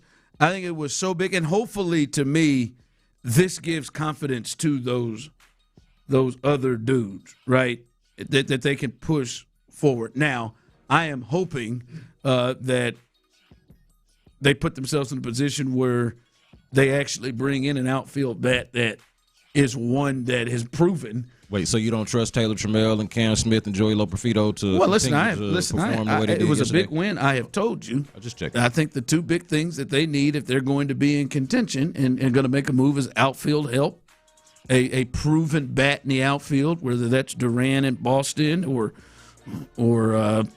Braxton Buxton, Byron Buxton, yeah, and the B's, man. Yeah, I got D's. I got double D's, but the B's sometimes get me. But Byron, son of a bitch. I am Byron Buxton in Minnesota, whatever that is, and bullpen help leading to Josh Hader, so Nate Pearson doesn't have to waltz out there for you in major moments. You don't think they can survive multiple Nate Pearson experiences? Yeah, I wouldn't. I wouldn't keep pushing that. Just check it. But listen, I was in a really, really good spot with the Astros thing. But that's big, man. They got a chance to win in a row. Beat the Blue Jays, or what? Was it 3rd series or 4th? No, they've won 3. Yeah, 3 in a row. They got a chance to win 4 series in a row. And what Jeremy Pena said, keep stacking series. They could win today and have another winnable series against Detroit. And then Mike Burrow's pitching today. And they make the decision to go with Homer Mike Burrow, who I thought, wink, wink, was put into the bullpen. He was. And put into the bullpen to stay. Come on, Joe! Is what I thought. All right, Christian Javier cannot apparently get his ass up here fast enough. He might go back. The Christian combo. He might go back to the bullpen. We don't know. But they have Hunter Brown, Spencer Arrighetti, Peter Lambert, Kaiway Dove. Well, Peter Lambert pitched yesterday. And Imai. That's 5. They got 5 damn starters. Okay? They got 5. It's not enough. They got 5 damn starters. Come on, Joe! I don't know why Mike has to get a start. I just don't understand it. You are in a position of chasing. He's got a job to do. You are chasing. No, his job could be what he said. By the way, I think it was a real a-hole move the way he came out and said, I'll be ready to piggyback off of Imai when he starts. As if to say, we know that joker ain't pitching long. Well, shut up. He went 6 innings and had 11 strikeouts on your ass. It sucks to suck. To be fair, Imai does have a reputation of getting tired. Okay, all right. Hey, he didn't make it out of the first twice this year. All right, 2 times. All right, but damn, Mike, you ain't got to come out and say that. That's very similar to Jaylen Brown. You don't have to come out and tell us it was your favorite season. Nah, that's different. This was public record. My man was out of the rotation with fatigue. You can't early in the year, by the way. He was tired. But damn it, man. You got a chance to win your 4th series in a row. And you're going to run this dude out here who just doesn't have it right now.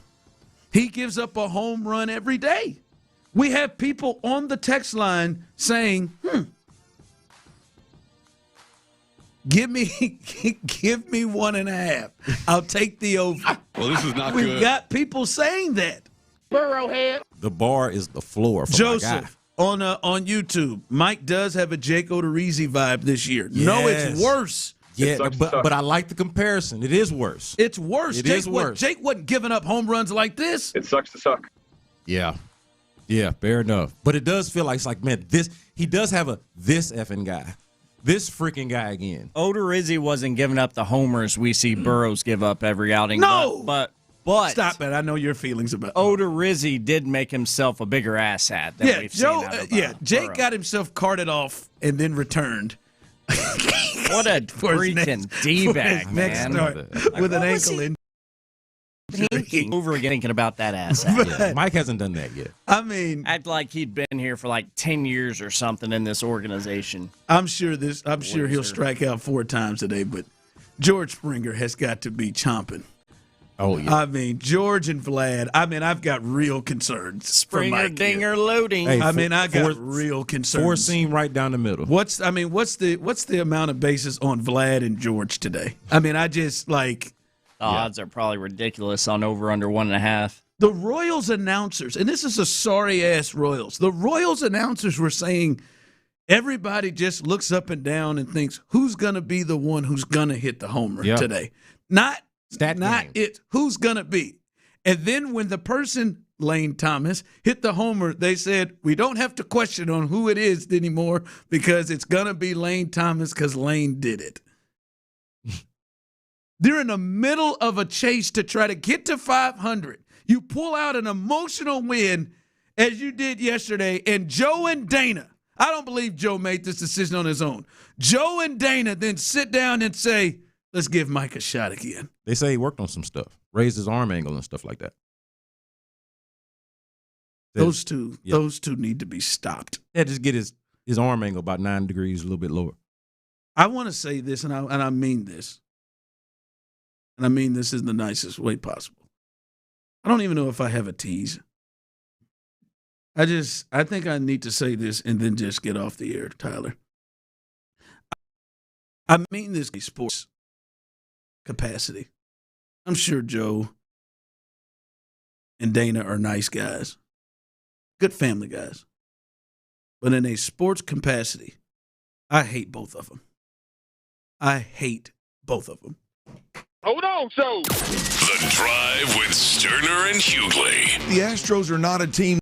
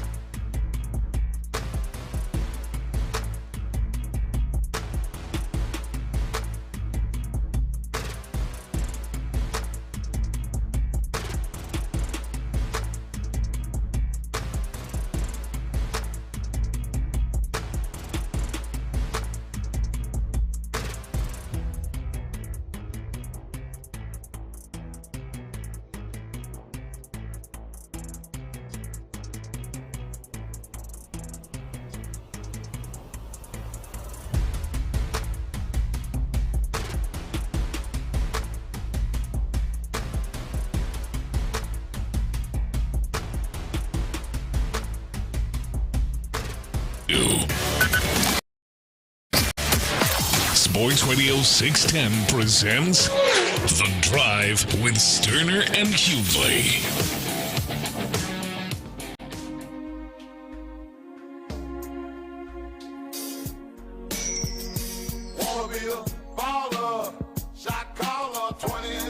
All right, welcome back in as we are live on The Drive. B. Scott is in as Clint is out. And I wonder how many of you all agree with the take on the Texans that Brandon has. 713-572-4610, YouTube and Twitch. Do you agree with the take that Brandon has? You have a take on Tank Dell. Yeah, I think he's going to be fighting for a roster spot. And as much as I love Tank Dell, I'm rooting for him. I think he's good enough, the most talented of the guys who will be fighting for one. So if he's healthy and he's able to practice, I would anticipate him winning said roster spot. But if he ain't, or if he's not quite the same, I'm telling you, it's going to be some real tough decisions that the Texans are going to have to make because, and we were talking about this before, who are the guys that are for sure going to make it? I don't think that he's one of those. I think there are 6 wide receiver spots. There are 4 guys who I would pencil in. I would actually write in pen. And then the last 2 spots, I think there are 3 guys competing for 2 spots. And Tank Dell is one of those 3 guys. Who are the guys, again, if you heard him, he said should be fighting for a roster spot. Do you agree with Brandon's take? Not that he should. I think he will be fighting for a roster spot. Do you think he should be? Only because of his health situation. I think, again, talent-wise, he's obviously better than these guys, but he has not practiced yet. We don't know if he's going to practice at training camp or when. So that's just kind of the unfortunate situation that he's in. I think he will be fighting for a roster spot. You think he'll be fighting for a roster spot? So do you agree? You think he will be fighting for a roster spot? Because for me, I'm curious because you had 4. I got 3 absolute write-in pins. I've got Nico, Jaden Higgins, and Jalen Noel. Those are the 3 that I know are going to be on the roster unless there's some sort of injury or something that takes them off. To me, the other guys in which I would not be shocked off my ass if they didn't make it. Watson, Bond, Wayne, Hutchinson, although he is somebody that's probably closer to the for sure than he is to Jarrett Wayne. Sorry, Jarrett. Yeah, Jarrett Wayne looks like the odd man out here. And you would put Tank in the fighting for the spot territory as opposed to the for sure territory. Yeah, I think those of making the team. I think the first 4 spots are pretty close to set in stone, and really the first 3 definitely that you mentioned. But I would add Hutchinson into that mix. Nico Collins is an obvious one. Jaden Higgins and Jalen Noel, I think, are both obvious ones. But Xavier Hutchinson has just only gotten better year after year, and has just, I think, proven enough and been reliable enough to be somebody that I think is going to make the team. So now we're talking about these last 2 spots, and I think the guys in the mix for it are Justin Watson, Lewis Bond, and, of course, Tank Dell. And they all got different situations, right? Lewis Bond is the rookie that they just drafted, but you could see a 6th-round rookie perhaps not making the team. So they're not necessarily married to that, but they did just spend a draft pick on it. Justin Watson does have proven special teams capability for whatever it's worth. I don't have much love for Justin Watson on the team. I'm just saying that they do value what he brings to the table. And then, of course, there's Tank Dell, who is miles and ahead, more talented and better than all of these guys. But it's a question about availability and health. And I do think they're going to have to make tough decisions. Maybe he's on the physically unable to perform this early. That could be where he misses the first 4 games. I think that's the easiest cop-out, and then you kind of have to bite the bullet and say he's going to miss 4 games at that point. But you do it to not risk him not being on the team, and then somebody else just picks him up. And maybe he only needs to miss 1 or 2 games. And you look up week 3 and Tank Dell's out there playing for somebody else. You obviously don't want to do that. So I think the most likely, if he's not healthy, I think the most likely route is that he doesn't make the team, but he's on the PUP list. And otherwise, they're going to have to make a difficult decision about whether he's going to be on there. I think these other guys got a case. Justin Watson and Lewis Bond, they got a case to make the team. It's injury related, right? Because Like, no, it's definitely. When you look at this on paper, it's just like Watson, Bond, Wayne. If like, Tank you know Dell, what I mean? It's just like, no, ooh, look, those are. If Tank Dell is anything close to himself, I think he jumps ahead of Jaden Higgins for that number 2 role. Like, I bump everyone not named Nico Collins down at that point. But we just don't have that information. We don't know that yet. Yeah, text line and YouTube and Twitch jumping in. Champ Slice said, I disagree with the take. I think it should be true, but we see how D'Amico operates, too much of giving them a chance and being loyal. So you're thinking about the loyalty that they have on there. I do wonder, does the relationship with CJ? Yeah, it could be something to all of that. Something to do that. But but if he can't go though, I mean he can't go. And I know we talked about this before the show with this, and someone else texted in. I actually agree with Brandon. Injuries are a part of the game, but his size just does not help him, and he has suffered very gruesome injuries. Already. A lot has happened since he had that rookie year. That rookie year with CJ and Tank. So much has happened with Tank since then. It's hard to just predict that he's going to be the exact same player. Broken leg. He was shot. Then, obviously, the dislocation of the knee. And it sounds like getting shot was the least of the problems, crazy enough. Of it. ACL, MCL, LCL, all of that has been sidelined that long. As I was going to say, I think a telling point of that is, like, how quickly do we see him in pads? Right.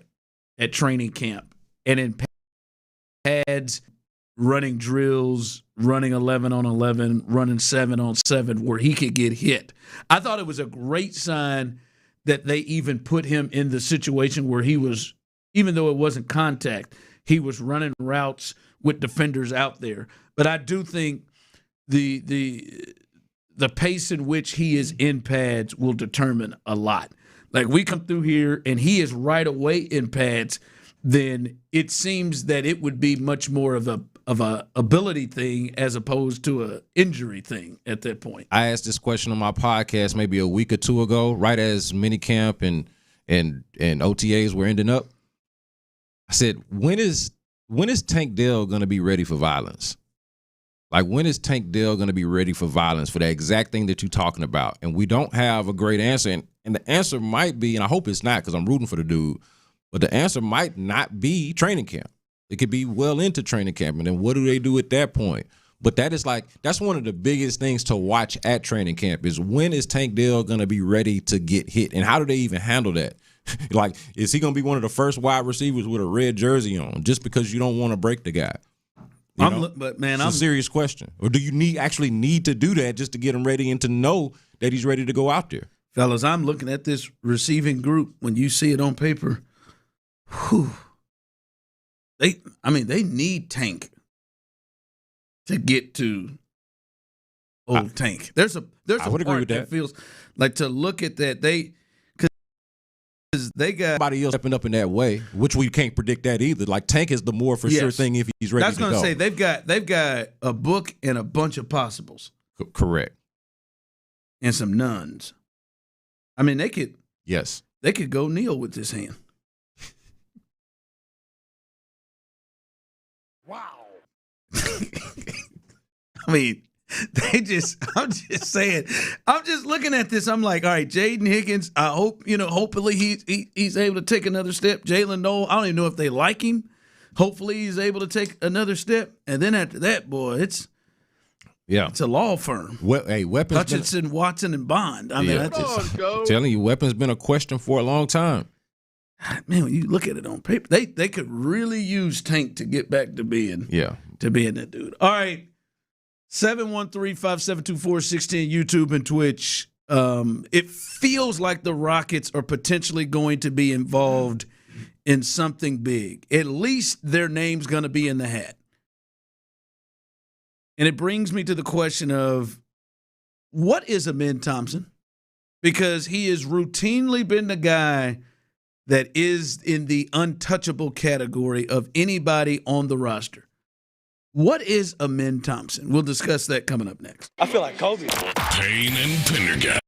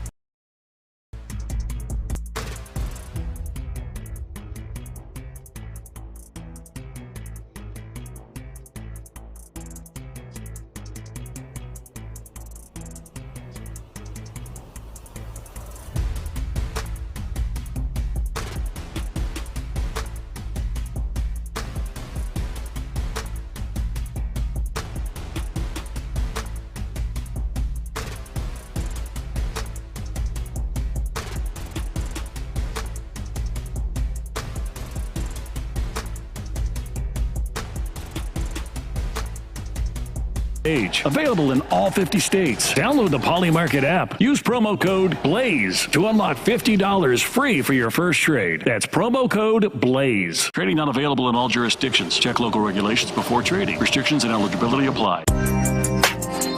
Sports Radio 610 presents The Drive with Stoerner and Hughley.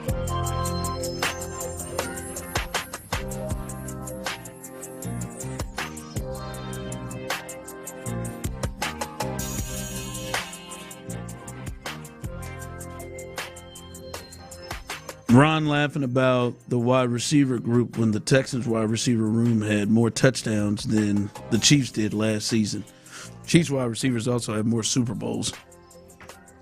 Man, what are you doing, Texans fan? Like, I like how you tried to just mess with you like that. Like that wasn't even the topic. That wasn't even. That was. I'm sorry. Man. That was just meant. I'm sorry. He's trying to get at you. He's trying to mess with you. He's trying to get you to say your mama. I apologize. You're right. You greasy granny. Your mama. The showman. That's what he's trying to do. People do that. You're right. See if I can get a rise out of you. My fault. You're probably right. You just shut up and let me do my job. I'm kind of here for it, though. The pettiness, I ain't going to lie. It's Retro Ren. I got you, Retro. What up, Retro? Yeah, man. That was funny. That was good. What is Amen Thompson? And the reason why I say that, and I'm glad to have you here with me, B. Scott, on this. I always wasn't it B in Kyle? Yeah, but it is BK. But careful with that though. Yeah, careful with BK. That can be misconstrued in the streets. So, B. Scott is what we're going by. My fault, BK Scott. No issues with the Bloods or the Crips. It's all good over here, man. Have it your way. It's peaceful. Tyler went Burger King. He went Burger King. Yeah. No, we some city minis. We definitely from different neighborhoods, ain't we? I heard you say BK, and I'm like, hey, wait a minute. Hold on, man. But no, there've been a lot of conversations. A lot of conversations about potential moves that the Rockets can make. We've heard them from the move they actually did make with getting Kevin Durant was clearly the centerpiece, was Jalen Green. But it seemed like at that point, Amen Thompson, even more than Şengün, was untouchable. And then it became again when we were hearing about Giannis. There was still the thought that Amen Thompson would be untouchable. And now we are in the situation of Jaylen Brown. Obviously, Anthony Edwards is a completely different conversation. I mean, they'll put the comments up along with it. They'll trade the comments. They'll trade the whole George R. Brown. They'll do it all. They'll trade the convention center. They can have it. The mayor, whatever. Hey, Discovery Green, you want it? You can have it. That Papados over there. I mean, Papacitos over there. You can have all of that. Listen, NASA's in trouble. That Hilton, that nice hotel that they got right there, they can have it. Yeah.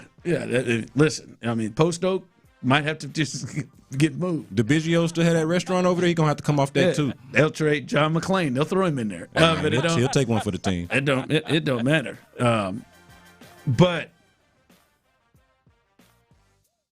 with Jaylen Brown, there's a situation where is Amen Thompson still untouchable? And I just say, what is he? Because clearly the upside is big, but now this isn't Cooper Flagg or Dylan Harper anyway.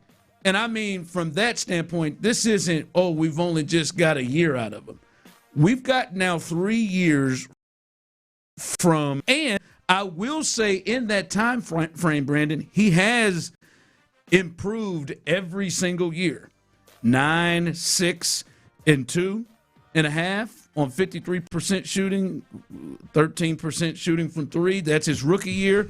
He jumps up. He's all first team all defense. His fifth in defensive player of the year voting, and he played 69 games. There you go. And he moved up to 14, 8, and 4. In the second year, that's when he jumps into the starting lineup. Yep, 55, halfway through. He was still being yo-yo, 55% shooting.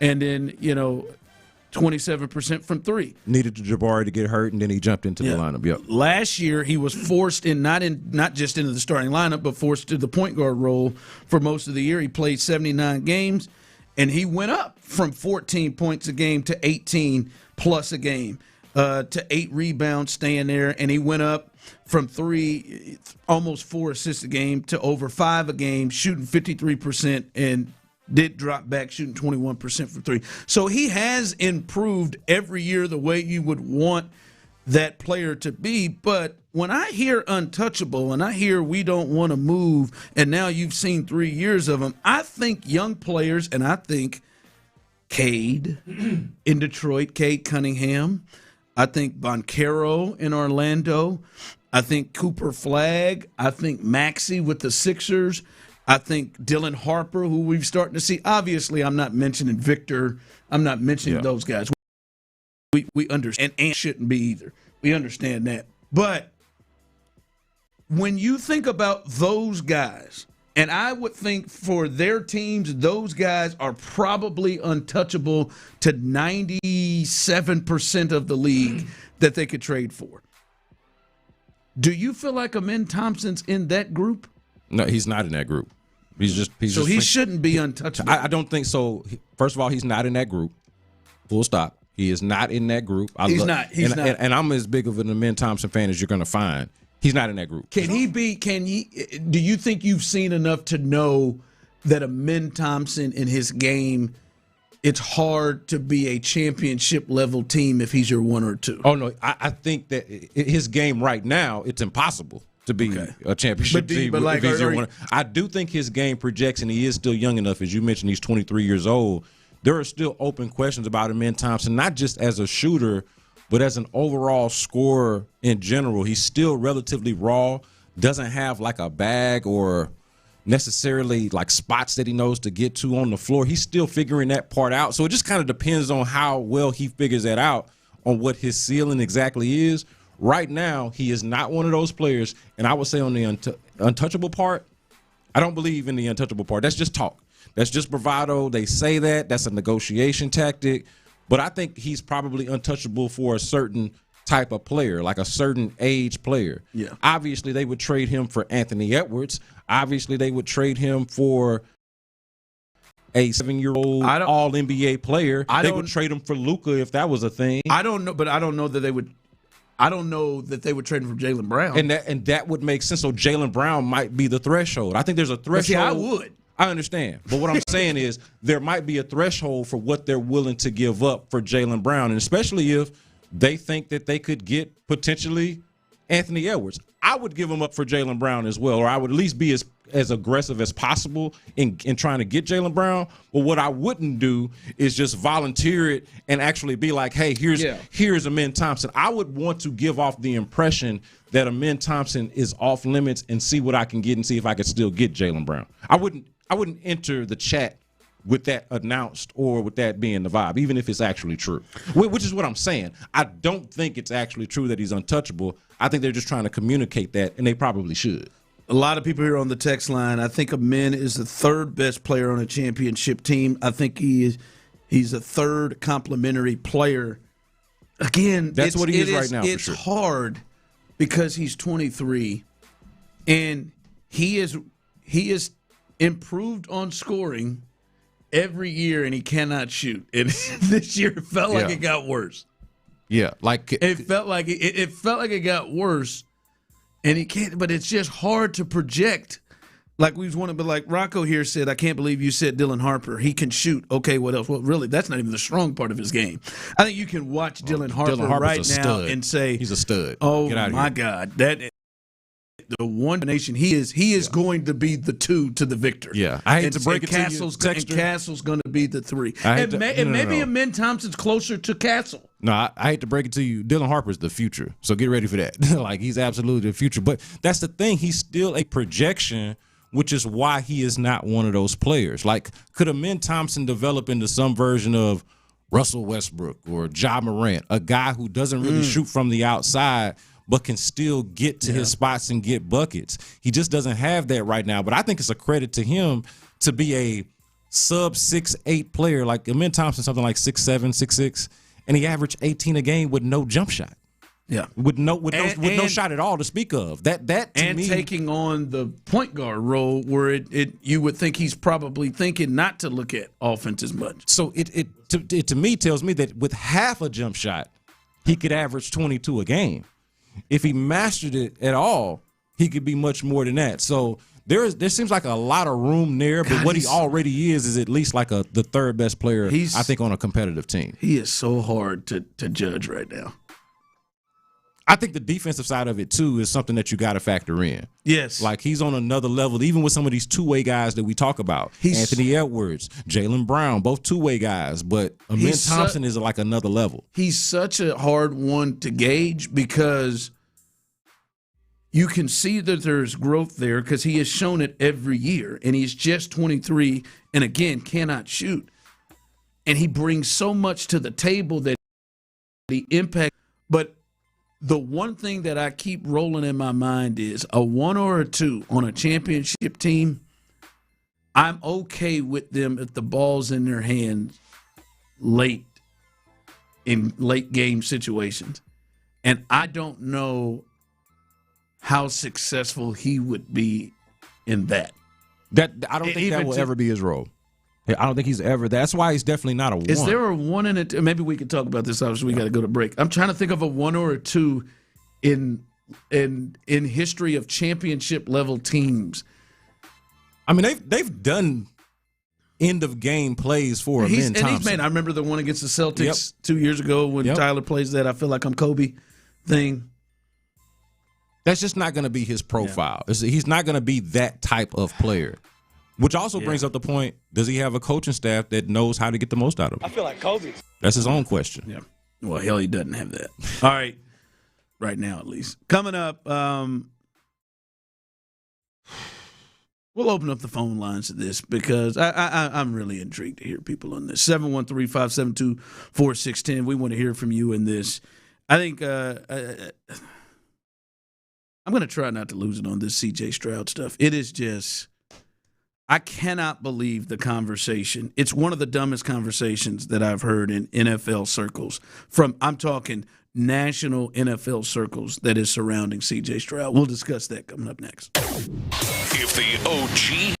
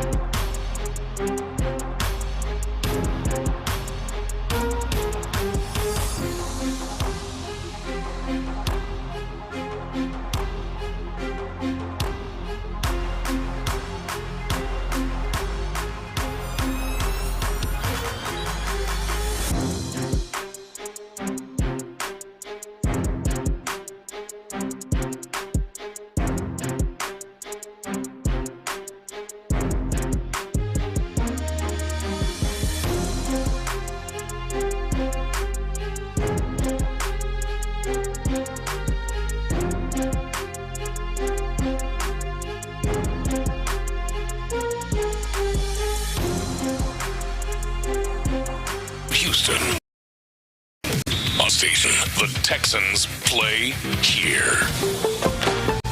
You're being a real dingo right now. I'm not being a real dingo. Sports Radio 610 presents The Drive with Stoerner and Hughley. Stroud in the gun on first down inside the New England 37-yard line. One back Chubb. CJ to throw, looking, fires left sideline, and almost picked off. Davis, is he out of bounds?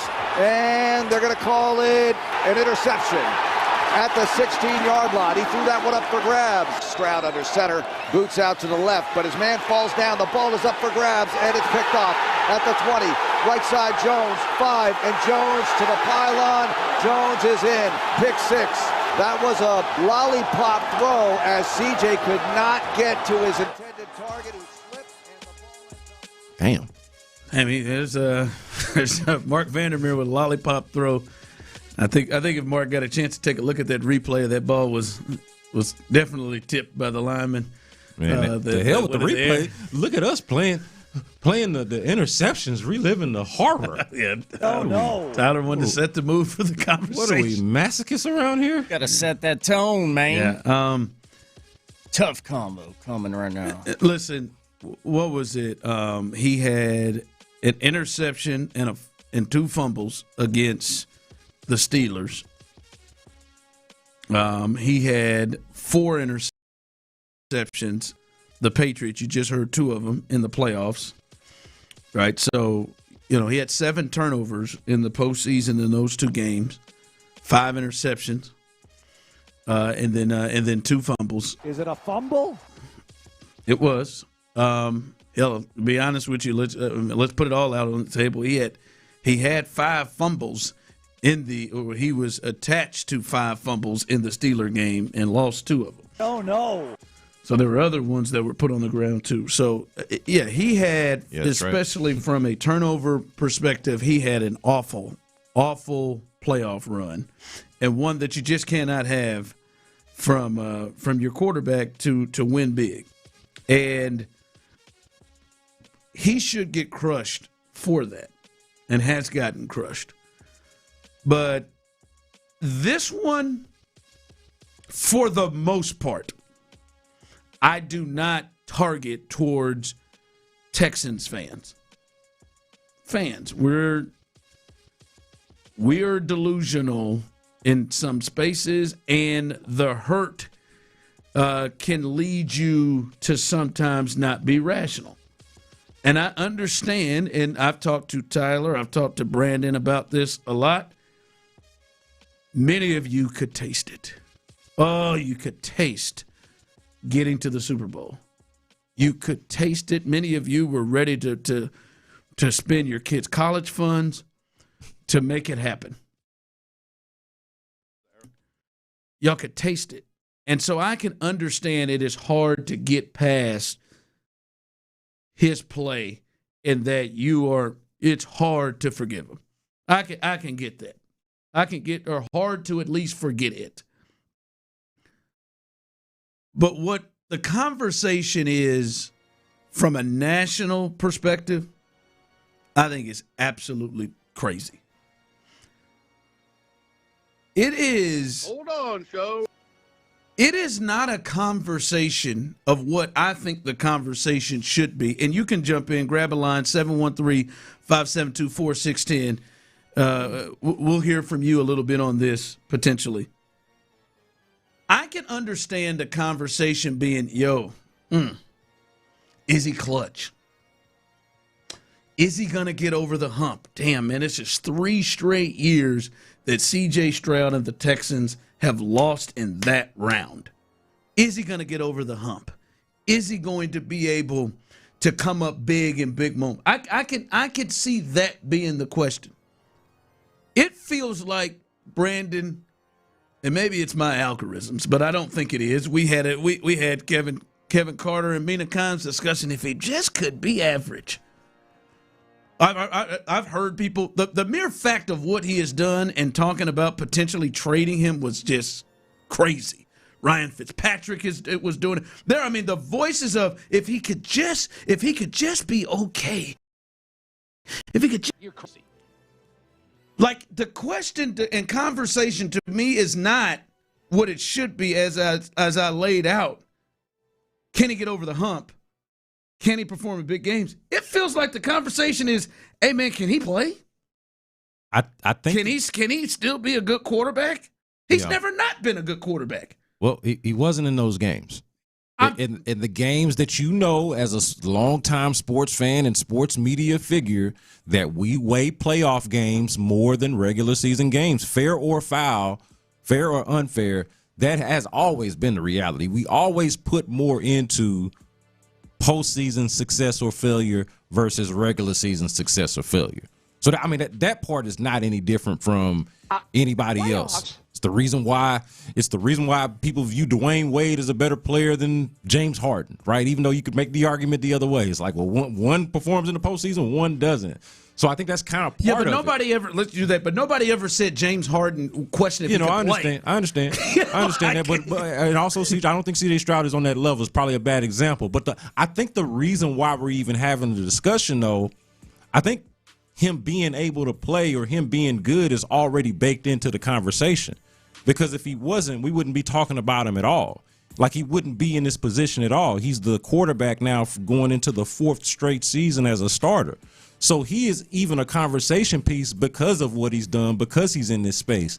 Now, I think because he's at a career crossroads, and the crossroads is that's what's coloring a lot of the conversation around C.J. Stroud. He's up for a contract extension. The team has not given it to him, and his most recent play wasn't very good. And so now he is in this prove-it year where those are kind of the same. Like, when you get down to it, it's almost a question of a deal of semantics. Like, is he good at all versus will he get over the hump? Well, that's the same thing to the Texans and Texans fans at this point. But not just Texans fans, though. Like, whoever's talking about and it. Brandon, I'm asking, I'm legitimate asking because this is the feel that I'm getting. Do you get the feel that this is more not just about if he can play in big games, but there is a question of if he is a good quarterback? Obviously that's silly. That's obviously silly. Right. Maybe not a good quarterback, maybe not that phrasing, that kind of scope.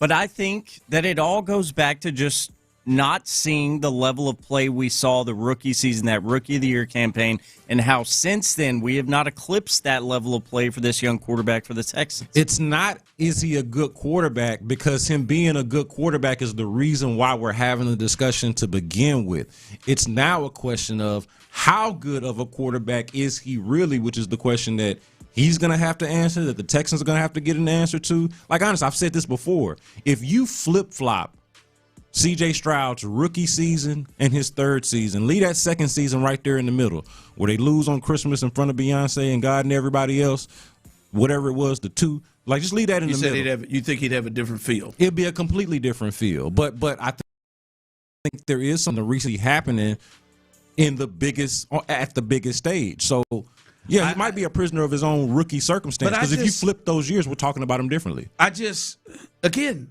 he has been a good quarterback every year. Good to great. That's the problem. Good to great. He has been That's why we're here. To great quarterback every year, and it seems like coming off of those 2 games that the question is if he can be a good quarterback.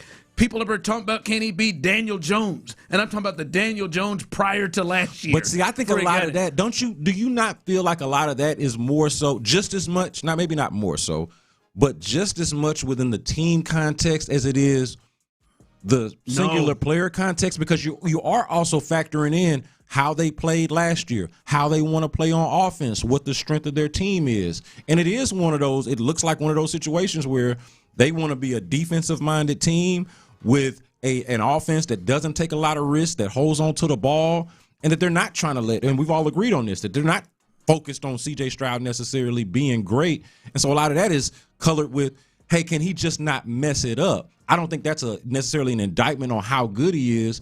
It's more so, what does that team need to be successful? I am having a hard time, and maybe Tyler, maybe Brandon, maybe people listening can come up with the example. I am having a hard time to remember the last time there was a quarterback that was young, whatever, a quarter out of his prime, that had good to great seasons, Pro Bowl level seasons, right? MVP top 10 level seasons that had poor playoff performances, and then there was a question of not, oh man, is he going to be able to go over the hump? It's a question of, man, I wonder if this guy can play. Yeah, like Peyton Manning failed a lot before he got to even get to a Super Bowl.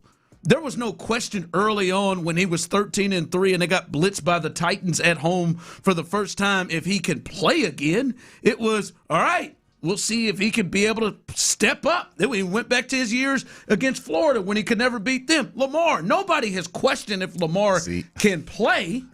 They have said, can he win big games? I don't think there's a good comp for CJ though. I don't think Peyton Manning is a good comp, and I don't think Lamar early in their career. Not at all. I don't think any of them are a good comp because CJ was so good early. You got to remember back to that year, and I know you do. It's one of the best rookie seasons from a quarterback that we've ever seen, and so that's where we started the conversation. And again, it's the reason why we having the conversation to begin with, because we already know, to answer your original question, and kind of this odd feeling of, hey, is he a good quarterback? Yes, he's a good quarterback because we've seen him be a good quarterback. But it's an issue of the thing that I think is unique. How many people have we seen be that good that early? Most recent thing that we saw from them leading up into the potential contract extension was god-awful and honestly uncharacteristic of everything else that we've seen, to be fair to kind of your point. But the timing of that, I don't feel like it's irrational to kind of look at that and to question things and kind of talk about it in that way. So I think we're here in the first place because he is a good quarterback, but now we're asking, how good is he really? Now, I will, because I've seen this. I think he's good, to be clear. The one point that I will make to what you just said, and the point that I am pushing is, like you said, we've got a sample size of 53 games with him. And I think it's insane with the sample size of those games to even question, boy, if he can just be average, if he can just be okay.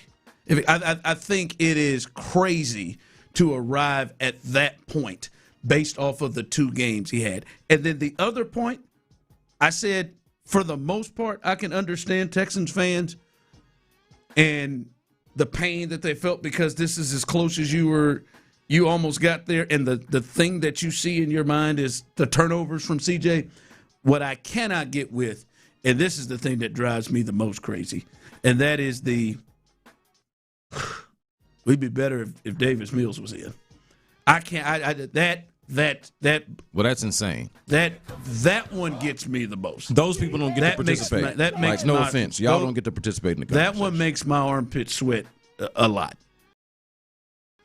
Davis Mills dynamic. That's a general, man. And this is not nothing towards Davis. I just think it's insane to even arrive at that point. Well, no, those folks are sitting at the kitty table. that one gets with sippy cups, Capri Suns, and Lunchables. No, that's where y'all sit.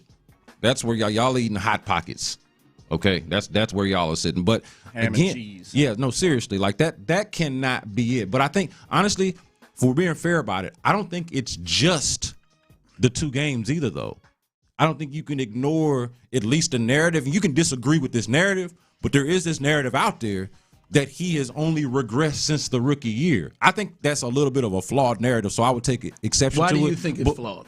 Because I've watched him play, and I think he's still relatively the same player. You and I talk about this all the time. The circumstances have changed. They've changed play callers. The weapons that they had in 2024 weren't always all together. The offensive line was a mess. Like we watch him, and almost every game he has 1, 2, 3 throws that are elite, high-level throws that, again, to your point, have me not question what kind of talent he is. But it does, if you're looking from it with a bird's eye view, especially if you're a national pundit, you're seeing, you know what? He was great his rookie year. He's been like good ever since, but hasn't been as great. And if anything, I'm looking at a regression as opposed to getting better. Like Peyton Manning, for example, was getting better, wasn't getting over the hump, but it was a disaster the rookie year, and then he gets better. This is the guy that starts out great and hasn't lived up to that expectation. I think that's the reason. reason why people talk. The circumstances around Peyton Manning also were getting better in that situation as well. Like that's the other part why I think it is crazy, as you just went through. They will all talk about how bad the offensive line has been the entire time he's been here. Yeah. The injuries to his weapons the entire time he's been here. We still don't completely know what happened to Joe Mixon and all of these things. But then it's just, oh man, he played those 2 bad games. Now it's, can he play? Do we know? Do we also know for sure that the circumstances are better? Because that's his own question too. Well, yeah, I mean, what I'm saying? The circumstances might not be better still. And if that be the case, how good of a quarterback is he really? And again, I think he's a good one, but I understand why people are asking this question, especially given the timing of it all. I do not understand the question of. I don't think they're asking that. I think because can he be average? Because they know he's good. You know he can play. Well, they do know he can play, but the point is more so on a team like this, he don't have to be great, but if he can just be average, how good can the team be? I think that's more so what they're trying to say. Questioning it. He's good. He's a good quarterback. How good is he? It is wild. I have never seen 2 games. Even everything you said of how much we build playoff games, I've never seen a player have 2 games compared, as you just, it was beautiful how you said that. Or it's completely an outlier to anything else we've seen from him. I've never seen a player have 2 games just up for what he has been. But it punctuated 2 regressive seasons in a lot of people's eyes. And again, I told you I disagree with that. But a lot of people view it that way. That, and to be fair, nobody had ever seen a 2-game stretch with that many turnovers. A record setter in the very, very wrong direction. So I think that's going to have a very, very heavily, very emotional, fan-sided kind of view to it. It was startling. I'll say that. I was like, it looked like a deer in the headlights. What's happening here? Yeah. Freaking New England. Hell with those other 51. I blame. All right, coming up, a little stock up, stock down. That's what we do on Wednesdays. Stock up, stock down, NBA Draft Edition. You can participate in this stock up, stock down. We'll do that coming up next. But before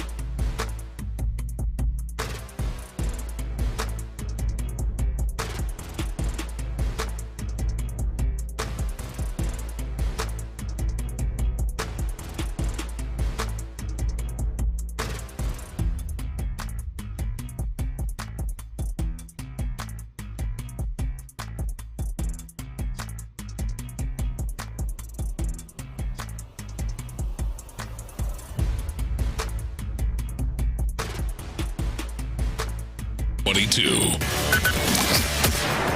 Hey, Houston fans, I am so happy. Every season brings highs. I'm in my drop top, cruising the streets.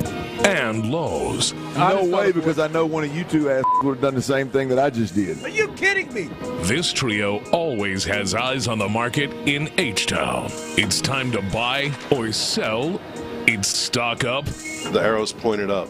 Stock down. They're selling, Mortimer. On the Stoerner and Hughley. That's right. Every season does bring highs and lows, and usually a draft at some point. And that is what we're talking about with today's Stock Talk right here live on The Drive. Myself, Tyler Milner, with you, along with Ron the Show Hughley, our guy B. Scott Skeezy. He is filling in for Clint Stoerner. We're talking about this NBA draft. Got started last night for round one, continues tonight. And I want to get started with you, Ron the Show Hughley.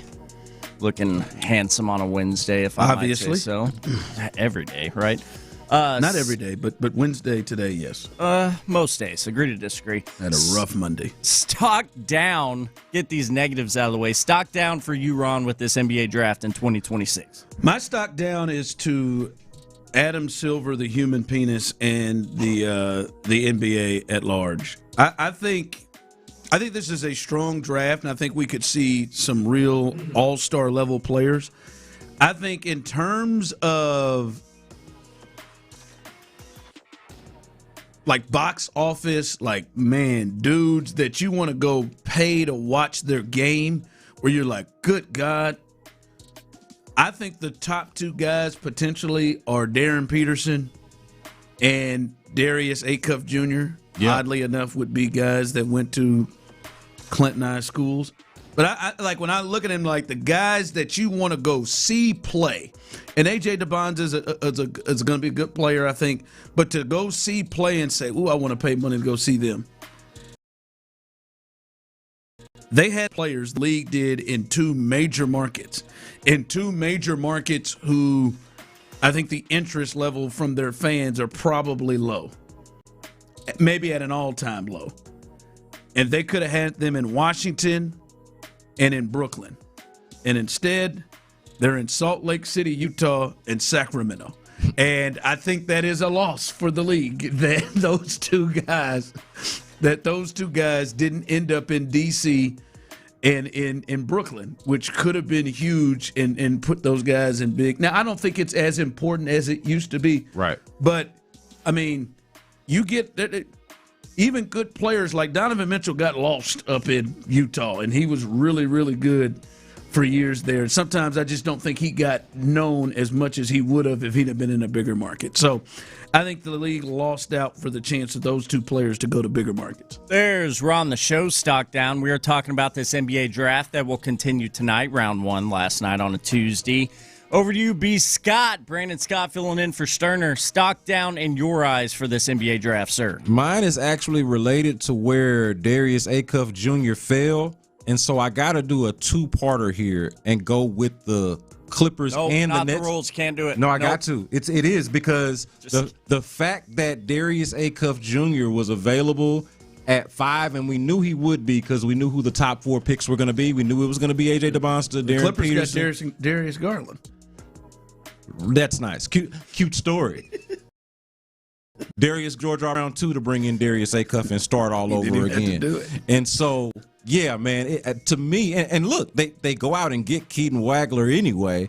So, and I know he's got different sizes, a bigger guard. But to me, the player after those top 4 was Darius Acuff Jr. I was hoping that he wouldn't fall to Sacramento, to Ron's point. I was hoping that he wouldn't fall all the way to Sacramento and have to get lost there, that he would go to the Clippers, but he didn't. But I'm going to call the Clippers and the Nets for going Wagler and Mikael Brown Jr. over Darius Acuff Jr. as my stock downs from the NBA draft. All right, we got them stock downs done with. You are tuned in to The Drive. Stoerner Hughley, myself, Tyler Milner. No Stoerner today. Skeezy, Brandon Scott riding with The Drive. Stock Talk, NBA Draft Edition. Stock up for you, Ron, the show. My stock up, and I thought it was a great 24 hours for the Milwaukee Bucks, as best as it could be. I mean, if you have to move off of a generational player, And it is easier to do when you win a championship with that generational player and get a new arena built in a lot because of the success you had with that generational player. When you have to move off of them and you get all the pieces they got, and the draft was the next big thing, I think the kid and the guard, Braden Berries, who they got out of Arizona, has got a chance to be he was a killer. I watched him play multiple times. I love his size, and I think he's got a chance to be a really good young guard, a freshman. And then maybe the guy with some of the highest ceiling in the entire draft, a man out of Tennessee. 6'11" guy who they've said his growth plate is still open, Tyler. You can look at him and tell. He's 6'11". They said he can still grow. He looks like he's still going through puberty for sure. Yeah, I'll pull a Dennis Rodman on us. A big that can, I'll be honest with you. There is some like, can his body grow like Giannis? I think if you go back and look at Giannis when he was drafted, Giannis's body is not the body that we know of Giannis. He really grew into that. Right. And Nate could too. He was really good at Tennessee. He could shoot outside too. He'll grow into that. And when you did that, when they got those 2 picks in the top 13 to go along with the guys they got, the young guys and Tyler Hero and Akez Jr. and Ware, they had a really good day yesterday. Yeah, so, I couldn't agree more. I like that one. Stock up to the Bucks. And put a lid on this thing for us, B. Scott Skeezy. Stock up for you with this NBA draft in 2026. So I go ahead and co-sign runs for one because I think that's a really good one. But in addition to that, for me, the Utah Jazz and Darren Peterson, I already know I've talked about it before. That was the best player in the draft for me, is who I would have picked number 1 overall. To get the best player at number 2 overall. How about that? And look, y'all know I'm a Rockets fan who grew up in the 90s, so I don't have no love for the Utah Jazz. But I look over there at what they got, and I like what they were. As a young nucleus, they can go out there with Keontae George, Darren Peterson, maybe Ace Bailey is in the mix, but then they got Lauri Markkanen and Jaren Jackson Jr. as their bigs. Like, all of a sudden, they go from one of the worst teams in the league to a potential frisky play-in team, if not next year, certainly the year after that, once Darren Peterson actually gets his feet under him. So my stock up is the Utah Jazz. Speaking of that, you know what? I want to talk about the Jazz. The arrow's pointed up. Because I want to talk about the Jazz in comparison to the Rockets. We just watched, and it happened a lot quicker than I thought it would. We just watched the San Antonio Spurs just drive past them very quickly. Yes. Not surprised by OKC, but we thought the Spurs were maybe a year away. And I'm not saying the Jazz are there or even other teams are there, but is Utah potentially a team that is going to do to the Rockets what the Spurs did to them? Because you look at this, we got to take a look at these rosters, and in about 2 years, man, it's maybe a year. This thing could get interesting. And I want to go over the Rockets tonight because they do got a couple of picks in the second round. I'll let you know who's been mocked to them, and should they be going for need or should they be going for just best player? We'll discuss all of that coming up next, right here live on The Drive. This is Drive Time, isn't it? Back in here.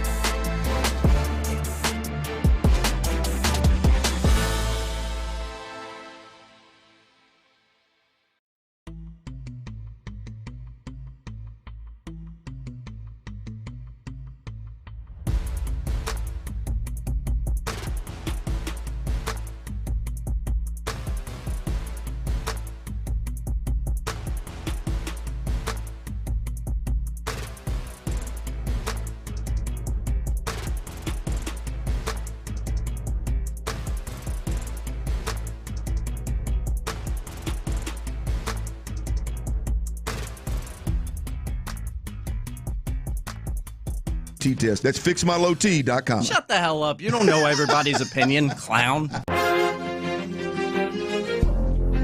Sports Radio 610 presents The Drive with Stoerner and Hughley. B. Scott in the building. Clint is on vacation. And be back next week. Still holding it down. Good times here on The Drive. We appreciate you jumping in with us. It's been a spirited bunch here. And we love the interaction with you. I do want to get into, because you brought up the Jazz, and I'm thinking, while we talk about this, go take a gander at them rosters. Mm-hmm. And the age of the roster. Now, I think the Jazz should be penalized and shouldn't deserve to have the number 2 pick. Hell, to be honest, all of them that are up there, including the Wizards and the Grizzlies. I mean, they tanked their ass off, but they have tanked their ass off and put themselves in a hell of a position. Game in the system. Can you blame them now? Right. With the players that they got? Yes, we know that you all know that very well. The Astros, that's exactly what the hell they did. Yeah, and the Rockets tried it, and it just didn't work the same way that it has for these guys. I mean, it's worked, but just like you said, they hadn't had the quality. Right, yeah. Not like the Spurs. Yeah, exactly. Although maybe theirs was just injury. I mean, when the Spurs get the number 1 pick, boy, they get it. But don't they? But anyhow, I want to look at who is this another team that potentially passes up the Rockets. So the Rockets are a young team too, right? A young and more established team too. I mean, Amin's 23, and so is Şengün. So we'll look at that. But since I got my guy B. Scott, and he covers the Rockets for his own podcast and just in his own life, covering. They didn't have any picks last night, but they do have 2 today. Picks 39 and 53. And ESPN has them mocked. Ryan Conwell, the senior kind of combo guard from Louisville. Lefty. It shot a career 37% from 3. It has been a double-figure scorer the last 3 years. Now, he's a senior, so he has played 4 years at Louisville. And plays – no. He plays somewhere different every year. Oh, has he? Yeah, he's one of those transfer guys every year. I thought he had – that's right. He was at he started off, I think, at either maybe South Florida. He did Providence. No, it was South Florida. Then he goes to Indiana State, and then he was at Xavier. I knew. I at Xavier the year before last. I knew it was one of them. But had a Big new East home teams. every year. Yes, but cooked. Yeah, he shot last 3 years. He shot 40% from 3 his sophomore and junior year. Yeah, last year a little less. But his strengths are a capable long range shooter, as I said, 37 career percent 3-point shooter, strong, quick plays with good force, and is a willing defender. His weakness is undersized for a shooting guard and not a natural playmaker. And then at 53, they have them going at NC State's senior kind of big guard, and he is really Kadar Copeland, 6'6". I watched him when they played several games this year, in particular when they played Kansas. A big guard. Not a great shooter, but a solid player in the 50s. So those are who they have mocked. In the second round, I told you, the guy that I was potentially looking at that I thought could be a really good fit for the Rockets, Alex Caravan. Somebody scooped him up late in the first round. Yeah. Thought he might go in the second round. But there's some other guys out there. Sharp from U of H they have him mocked 38 right before the Rockets pick. And some other guys, the kid from Duke, Isaiah, he's a shooter in the draft as well. I've lost his name for some reason, but not Nelson. What is his name? Miller or something like that. Anyway, there are a couple of shooters that are potentially out there still in the draft. But your thoughts on what they potentially may be looking at? Isaiah Evans was the name. Isaiah Evans, not Miller. Yeah. So I like the Ryan Conwell mock, and I'm gonna just be real with y'all. This second round, it's a reason why these guys are in the second round. A lot of them, like, it's not overwhelming, okay? It's not a whole lot. Like, everybody is either a tweener. They got, like, glaring weaknesses of reasons why they're not first-round guys. But to the Ryan Conwell point, like, and especially when we're talking about the Rockets specifically, right? And we're not talking about a team that needs a whole lot. It's a team that's trying to add along the margins. Now, star hunting is a whole different discussion, like what their stars are. But it is a team, especially if it wants to run it back, that's trying to improve along the margins and help with their depth and guys that are playing rotation minutes. Like, so for example, I would have much rather have Ryan Conwell today out there as opposed to the Deshaun Tate, Aaron Holiday group of guys that they had, the Dorian Finney-Smith group of guys that they had out there. I think this guy would have been a better floor spacer.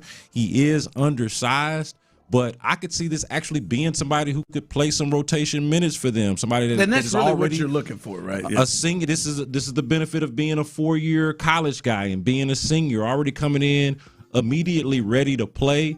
I don't think he's coming in there like going to take over as a star or anything, but as a rotation piece, I actually like him. Kind of similar to Emmanuel Sharp, who would be a similar type of plug and play, 3-and-D, undersized, kind of a tweener 2-guard, but you're not asking him to go out there and create the offense for you. You just need somebody that can knock down shots and is a willing defender, and Ryan Conwell is that. You brought up this this Jazz team in your stock up. Listen, I did not. Nice. I did not see the Spurs driving. I mean, they have just they left the Rockets in the state, in an entirely different state. I didn't see them driving past them that fast, and that the parts around him, like Castle would jump to this type, Dylan Harper would jump to this type, like all the parts around him would fit like that and be this. You look at this Utah Jazz team that they've put together. You talked about it. Keontae George is a really good scorer, was a good scorer for them this year. Now, he's not a number 1 player or a number 2 player, but the potential in a couple of years of him being your 4th option, that is nasty. Like, I'm looking at a projected lineup, and Ace Bailey might not be in it. Yeah, he's coming off he might be their microwave bench scorer. Right now, at least as of right now, and they drafted him number 5 last year, and he is immense talent. They're trying to pay Walker Kessler, who is a really good, their defense, shot blocker and defender, pick and roll, lob threat guy, athlete. They kind of look like what the Rockets were trying to look like last year with the size, with Markkanen, Jaren Jackson, and Walker Kessler. And we know Jaren Jackson and Kessler would fit together because Jaren Jackson can step outside. Right. And this is 2 years removed from being the defensive player of the year? Right. Lauri Markkanen is a special player on his size, and he can play. Like, they could slide Lauri and Jaren Jackson down to the 4 and the 5 if they want to and put Ace Bailey in. And then they got potentially the piece that could be the lead guy. They put in Darren Peterson last night, who many people thought was the highest rated player in the draft. That is a crew. And then off the bench, they've already got some, like Isaiah Collier, Sensabaugh. He put up 40 on somebody this year, I remember. Filipowski from Duke. All of those guys averaged in double figures last year. Like, and all of these there's probably nobody over 27 in this. Maybe Jaren. I don't know if they're going to lap the Rockets, but I can say this much. Rather them today than the Rockets when we talk about young cores. Like, the Rockets at least do have Kevin Durant on the team. Yeah. But if we're talking about young cores and futures, whose future would you rather bet on based off of what they have? And that's Darren Peterson, sight unseen in the NBA yet. And I'm already telling you, I'd rather have Darren Peterson than any of the young players that the Rockets have. I'd rather have this combination of Keontae George, Darren Peterson, Ace Bailey with Lauri Markkanen and Jaren Jackson Jr. than what the Rockets are peddling out there. I don't think that they are as good as the Rockets yet, and they might not be as good as the Rockets for the next couple of years. But when we're talking about young cores, which has been a buzzword here in Houston for some years now, I'd rather have the one in Utah now. They feel like they are going to make the kind of the track that the Rockets made. Frisky team that could be playing, maybe just missed the play-in, and then bam, the next year, they're a really special team. Like, someone just texted in Space Age 713 talking about the differences the front office. There's a fair point there. Yeah. Danny Ainge has done it. Danny Ainge has done it before. Will Hardy, they really like as a good young coach around this league. Like that is a team that in 2 years you could see if Amin Thompson and Şengün and Jabari Smith and Reed Shepherd have their young players too. Yeah. And they should be ahead of schedule to them. If they don't kind of pick it up into what we thought they may be, they may get passed up by not just the Spurs, but a team like this. Dare I say, I would rather have that GM front office head coaching combination situation that they have too. I'd rather have all of it. I'm looking at this. I would not be floored if they made the playoffs. Yeah, if they made the play-in. Right. If they made the play-in. Let me say that they were the worst. I think they could make the play-in and be a frisky team in the play-in, and then subsequently, obviously, make the playoffs after that. But they were the worst team in the Western Conference, point blank, period, last year. I could definitely see them being a frisky play-in team with this core. All right, Dirty's Daily coming up, and there's the question. We've teased it through the week. Is the Astros golden era over? 713-572-4610, YouTube and Twitch. Is the Astros golden era over to you? We'll discuss that coming up next. 7 times. If the OG has any say.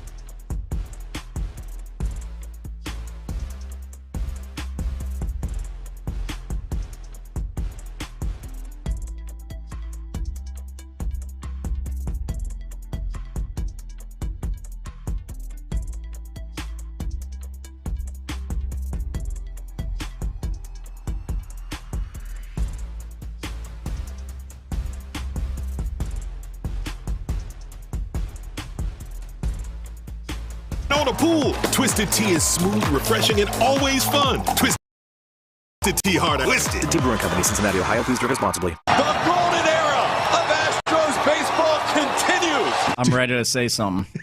God, no. The golden era is over. Oh, wow. Dive into the mind of former NFL quarterback Clint Stoerner. I was thinking about coming out of the chute here and telling y'all about my new boots that I got on, but y'all want to talk about puppy chow? What is that, ostrich? Hell no, that's python. It's Sturdy's Daily. Before we get to that boner. On The Drive with Stoerner and Hughley. All right, it is Dirty's Daily, sponsored by no one in particular.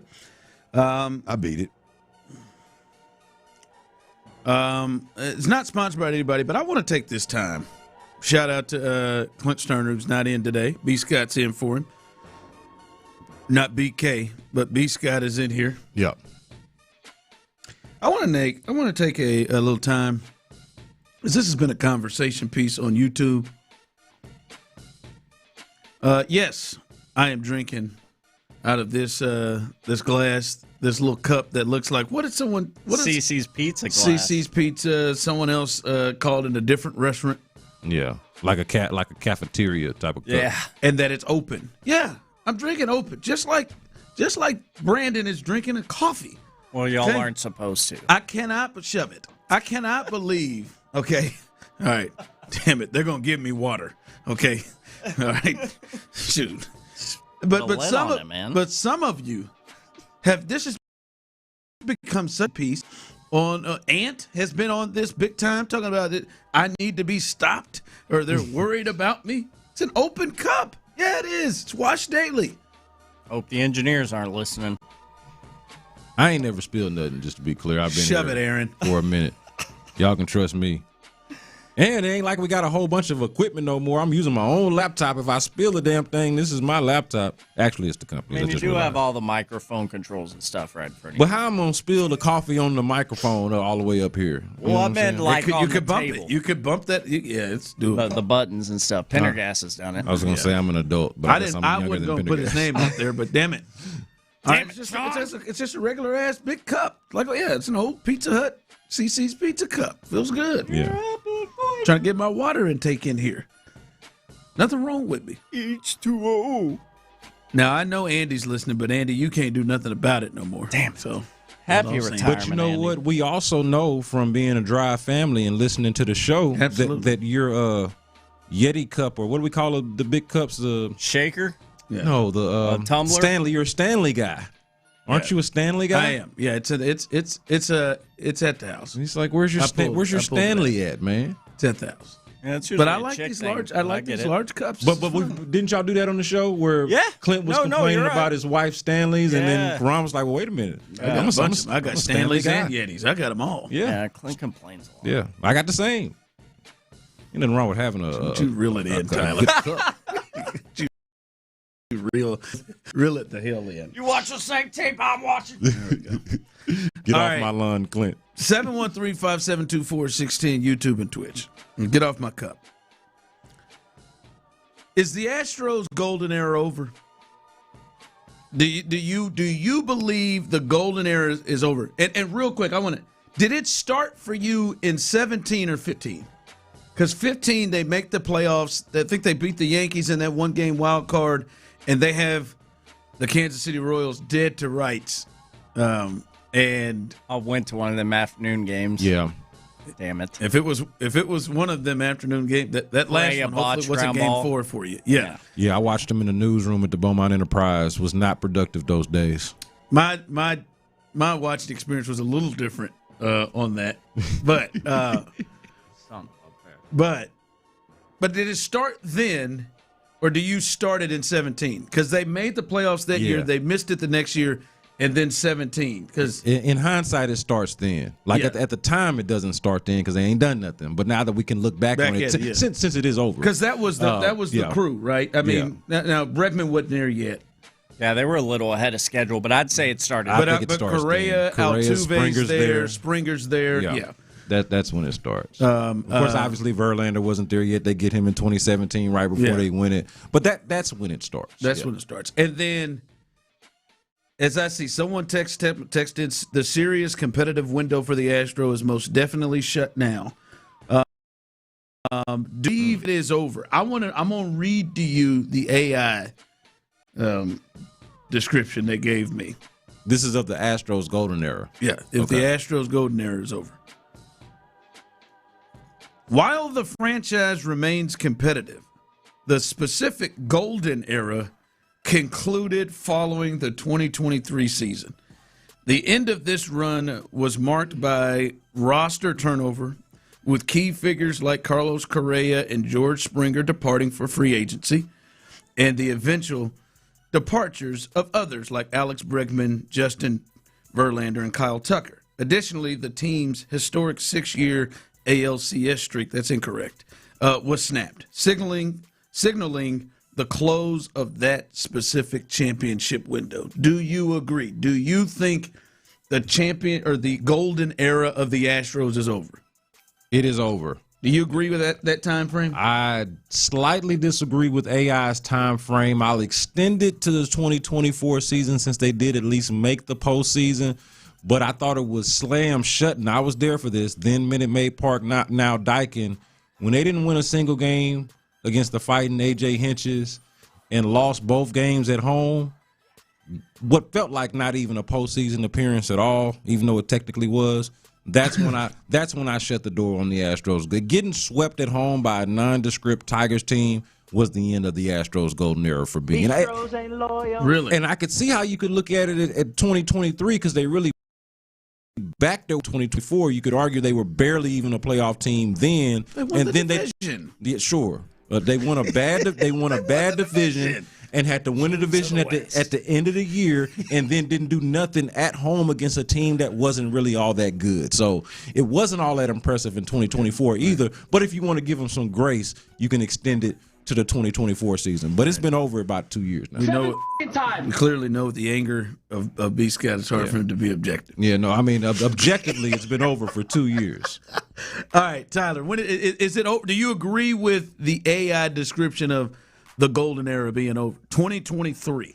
I hate to say it. I like to think I held out longer than some folks around here, but I hate to say it, but yeah. The golden era of baseball for the Astros is over. Really? They can start another one. That'd be cool. Yeah. But that golden But it can't era. be called the golden era. That golden era that we just laid out, you laid out starting in 2015, White gold. 2016, that is done, unfortunately. Platinum? Rose. No, it's sports, so anything's possible, but that era, done. It is hard for me to get there because it's the gold-plated era. It's the I feel like they still have a chance at a dynasty. No. This go to make your neck green. Because 2019 ruined that chance. But I think if you win three titles over the course of 10 years, I think that's a dynasty. I think so too, but I don't think that third one's coming. with other World Series. But when are they going to win another title, though? What are you talking about? How are they going to do that? I'm just saying, for me, a title? For me, this was my thought. And I'm trying to give an understanding with this conversation because apparently, judging by everything people are sending in right now and what you two have said and what AI has said, I am standing alone. Hold on, so.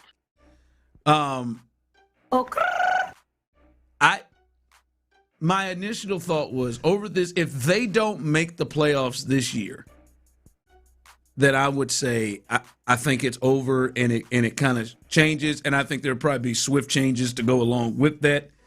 And you would then be, as you said now, 3 years removed from a postseason win, 2 years removed from a postseason appearance. So I'll see you in October. Champ Slice dynasty is 3 out of 4. No, I don't necessarily believe that. I don't. The Spurs were a dynasty. They won 5 and stop. They won 5 in however many years. Yeah, I think you got to win 3. 3 in a 10-year period. To me is inconsequential for this squad because the dynasty is over with, or the potential dynasty. And very well, I mean, it trends that way. If you're going to keep running Mike Burrow's ass out there, it trends that way. But Pure X say that they are in the Temu era at this point. This is a straight to Tubi production. It used to be a premiere film. Now it's straight to Tubi. It's a curse era. BET Plus.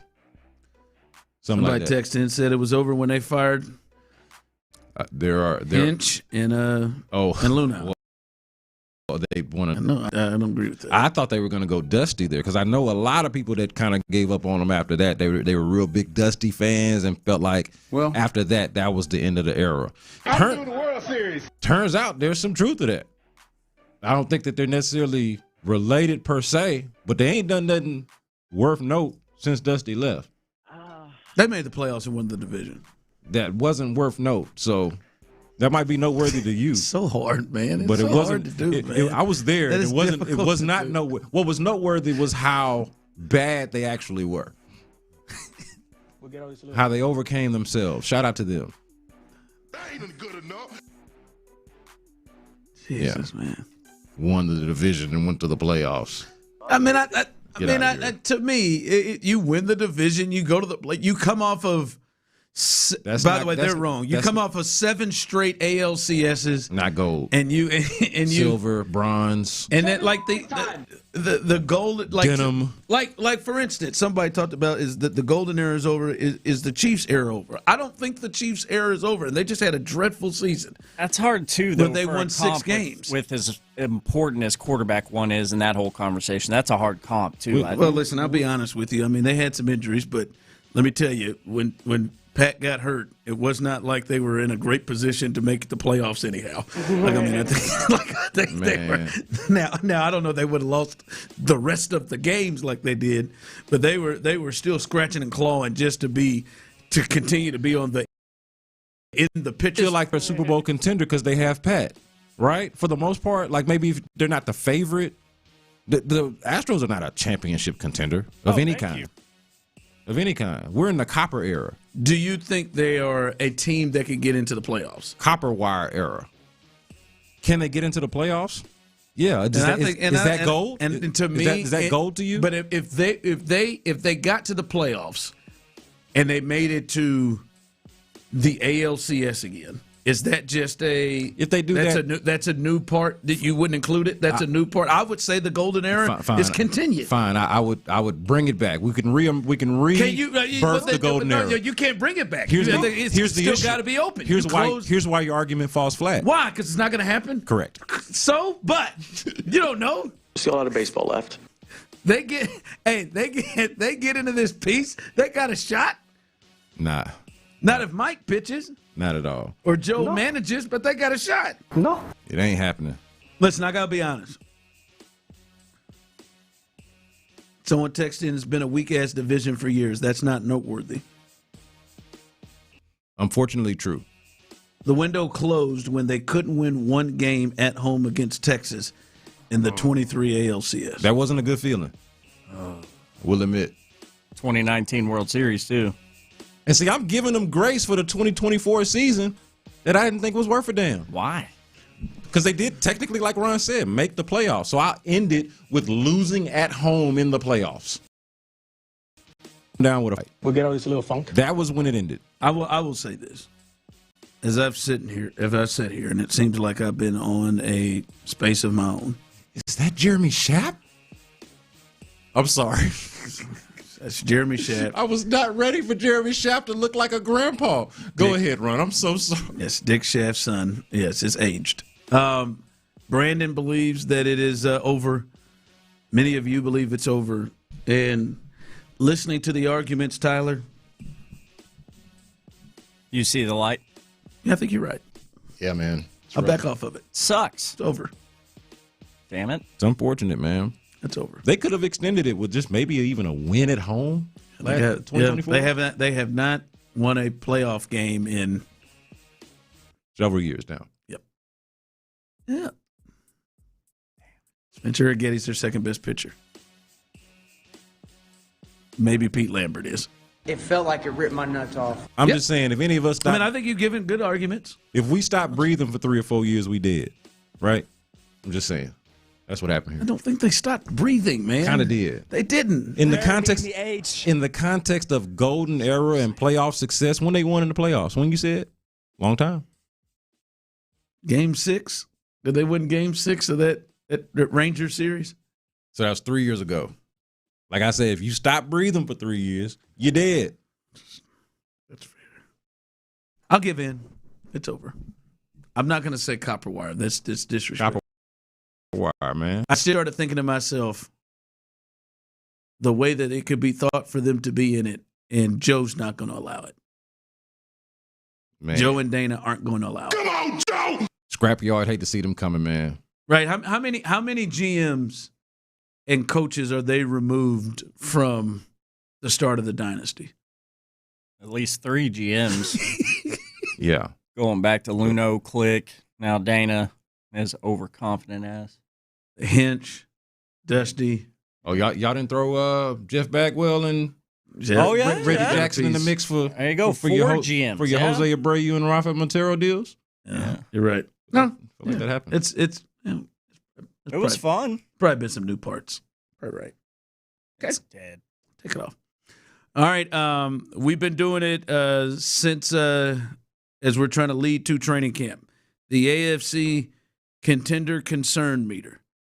We travel west to the Denver Broncos. What is your concern meter to the number 1 seed from last year in the AFC, the Denver Broncos? We'll do that coming up next. The Drive with Stoerner and Hughley. Yeah.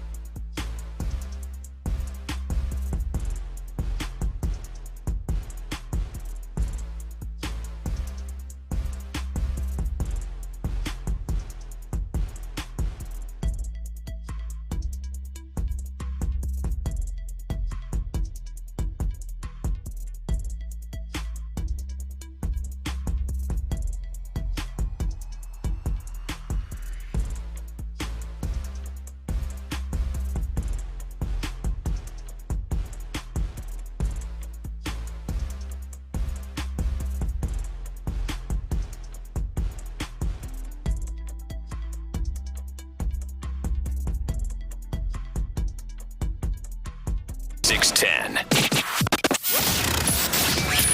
The Drive is powered by Mokaram Injury Lawyers. Heard in an accident?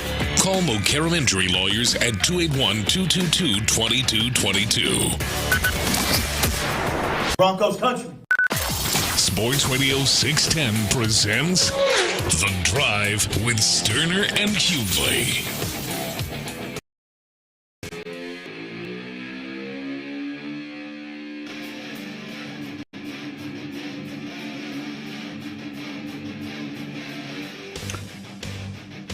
All right, welcome back as we are live on The Drive. We've been doing this leading up until training camp. And most days, people are to these other AFC contending teams. This one, I wonder if we'll have a little bit of a concern. As we say it, what is your concern meter on AFC contenders? Today, we will go with the Denver Broncos. The Denver Broncos last year were the number one overall seed in the AFC, going 14-3, winning the AFC West Division title, and as I said, getting the number one seed. They hosted the AFC title game. They were able to beat Josh Allen and the Bills to put them out, but the last drive, Bo Nix, their starting quarterback, broke his ankle and was able to play in the AFC title and missed going back to Super Bowl. This season, the Broncos have decided to really try to bolster their weapons, and they've added Jalen Waddle. That was the big move for them in the offseason, adding Jalen Waddle and bringing back other important pieces like J.K. Dobbins, who got injured again. And he does, man. This is every year. I mean, every year. Going back to CJ's first game, he tore his Achilles when he was playing for the Ravens. He's just gotten injured every single season. I mean, this is Trout, Joey Bosa territory with J.K. Dobbins. Whoa, sorry. Nobody's in Trout territory.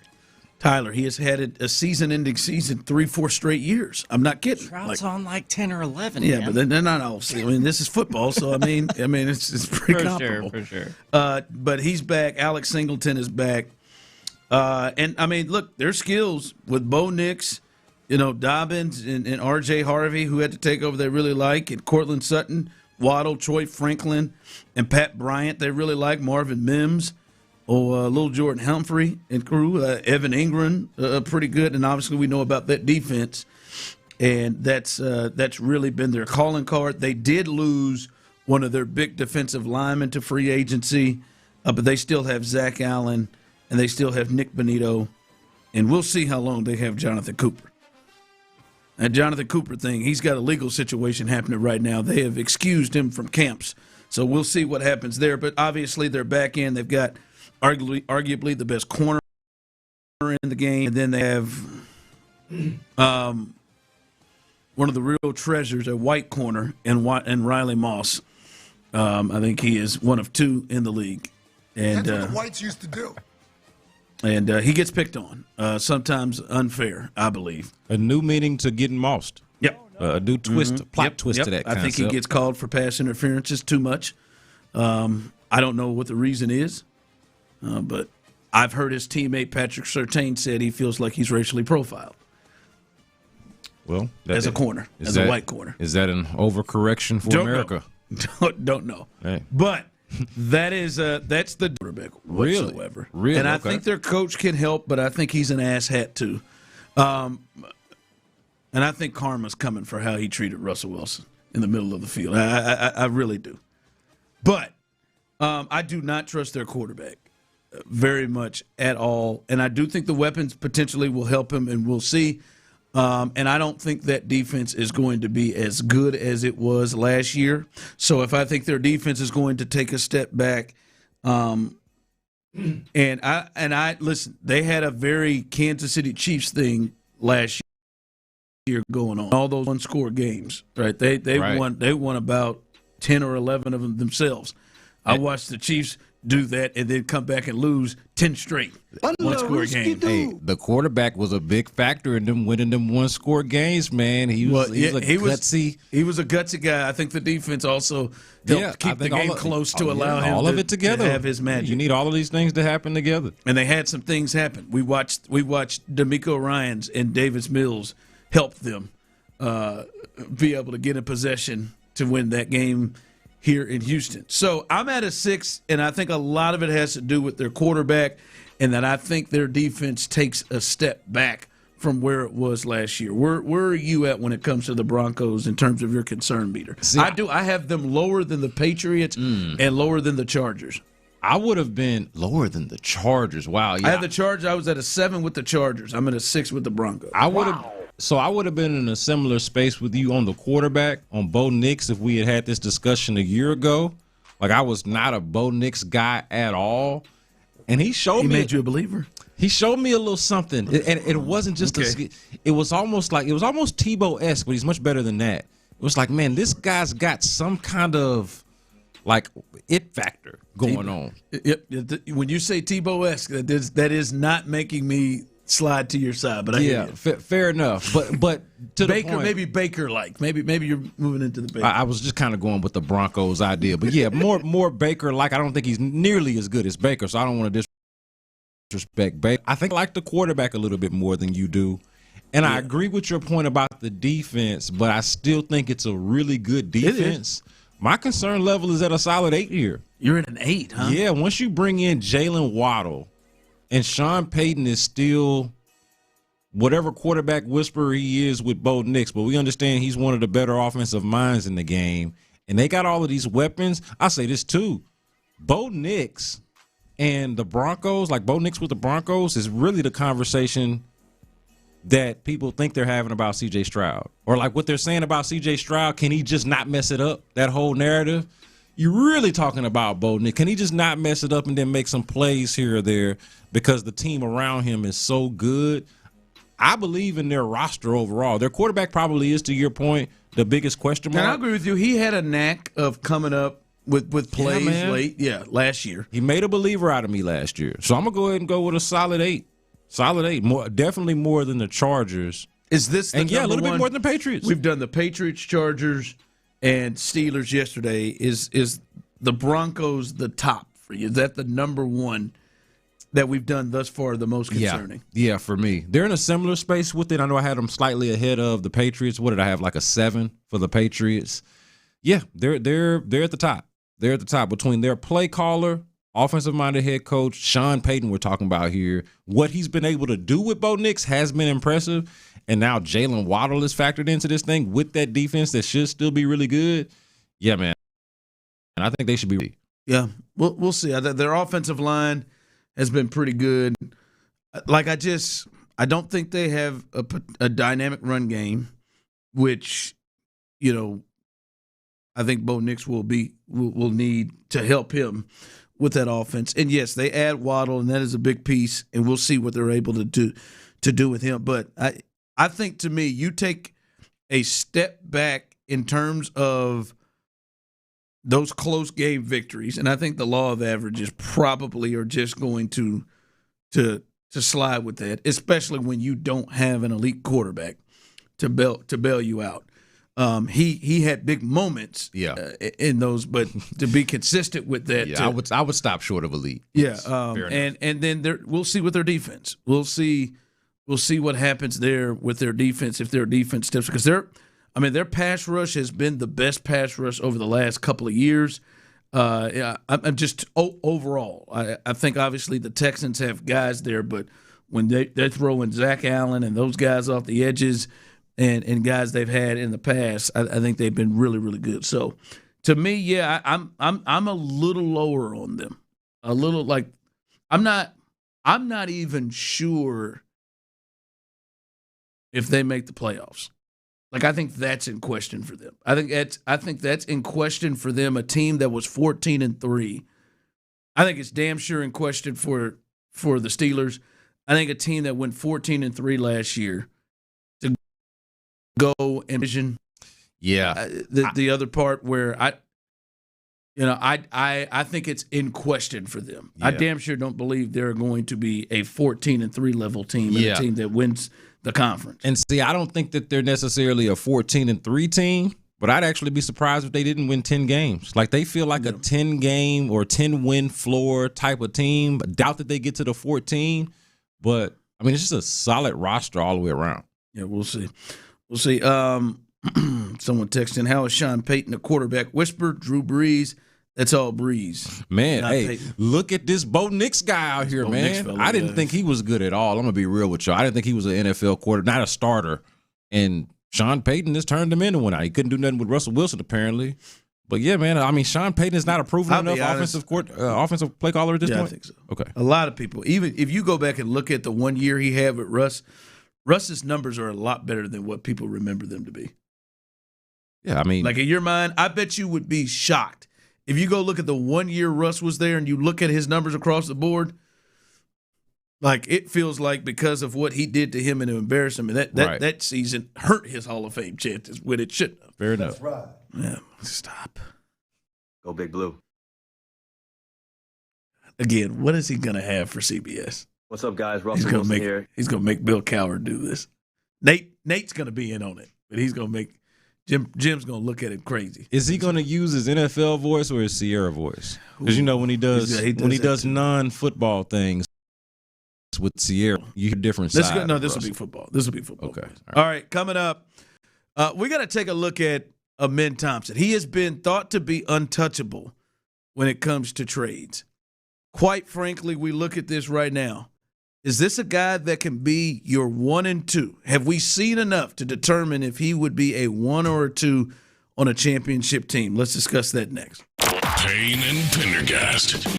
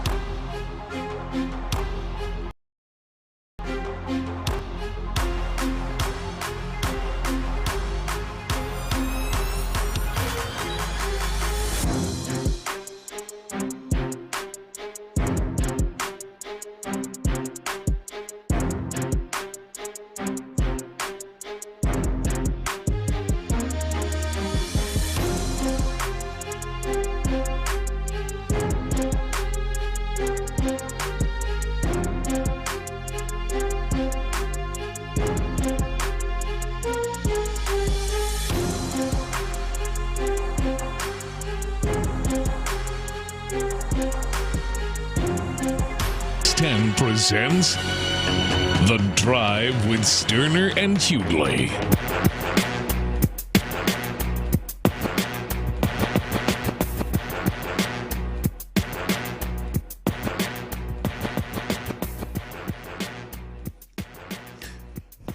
All right, welcome back as we are live here beautifully on The Drive. As a lot to get to here coming up, 5 o'clock fire in a little bit. And T-Mill's Best Bets, Mr. 1 for 3, will continue as that's what he has gone the last 2 days. Maybe it's Brandon's fault. Has a ring to it, Mr. 1 for 3. Mr. 1 for 3. God, I'd be thinking about George Steinbrenner. You know how much of an ass he was when he used to call Dave Winfield Mr. May. Yeah, that is some messed up stuff, man. Yeah. On your team, man. Hey, Mr. May over there, Mr. 1 for 3 reporting in with you. 1 for 3, baby. Mr. 1 for 3. Damn it! I used to call Jeff Fisher 8-8. Mr. 8-8. That's messed up, man. He gonna get you 8. Jeff went to a Super Bowl, man. Jeff, man, Jeff just 8-8. But you knew he was gonna get you 8-8. Jeff, he might get you to a Super Bowl, but you know he gonna get you 8-8. Say, Mike Tomlin. Yeah, that's it. Bill O'Brien was 9-7. What is Amin Thompson? Ooh. And when I say that is, he's been thought to be untouchable. When I think about guys that are untouchable, those are guys that you think this is a dude that could be one of my top 2 pieces. Whenever I get myself to a team and get myself to a space that can be a championship level team, these are one of my pieces.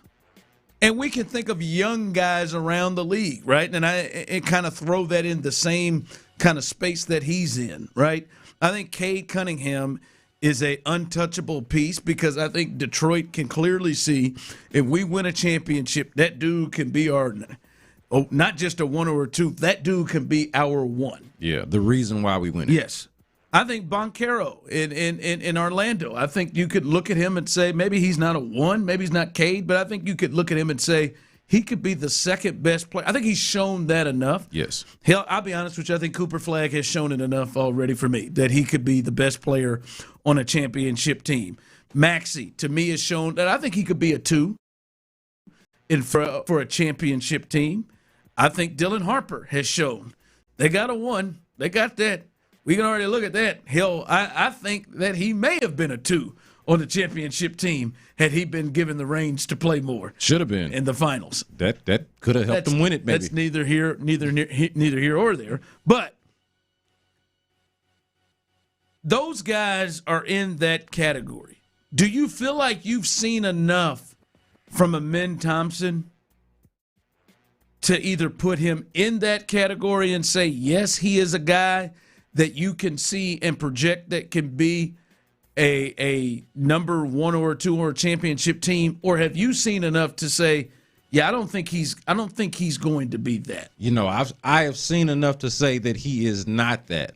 You've seen enough that he is not that right now. I have not seen enough to say that he can never be that. But the fact of the matter is, he just ain't. Like, to the point about being untouchable, is he one of those other guys that you mentioned, Cade Cunningham's and Tyrese Maxey's of the world, Anthony Edwards of the world? No, he is not one of those types of guys. He just simply is not.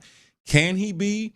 There is a lot to develop in this game, and we're not just talking about the jump shot. We're talking about the handle. We're talking about the offensive repertoire, if you will. Like, he doesn't have too many go-to moves or spots on the floor that he can go to and get a basket, other than obviously when he gets to the paint, and of course when he's able to get a dunk or a layup or something like that. But he's going to have much more of a diversified offense to even be in the conversation with those guys, which is why I say he should not actually be an untouchable, nor do I really believe that he really is one. I think that's just them talking. I think that's some bravado. I think that's a negotiation tactic, because ideally I do think that whatever moves you make, whatever big game hunting that you call yourself doing, if you're the Rockets, whatever swing you take, you do want that player to come in and play with Amin Thompson, probably the player that you feel the best about of the young players that you've drafted. So you don't want to get rid of that young player just to bring in somebody. So what do?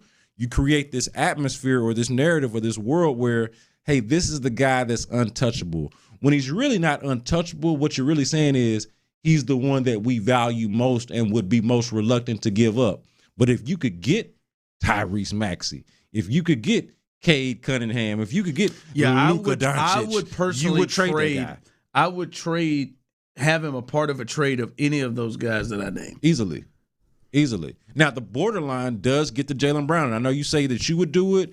And ultimately, if my arm was twisted, I would probably do it as well. But I think that's where that line of demarcation comes from. And I've been talking about this as well, like in other places, like the superstar that is sub 28 years old, under 28, and Jaylen Brown is just beyond that. But like all these other guys that we talked about are younger than 28 years old. Every guy that we mentioned, that's a for sure guy that you would trade him for, that he wouldn't be an untouchable. I could see you squinting and saying, you know what, I don't want to trade him for 30. Guys like Jaylen Brown, Jalen Brunson, guys that are on that edge. So I do think there's a threshold, but he is not untouchable or untradeable or like some kind of can't miss guy. And I like him a lot, but I don't think he's that. He's so hard.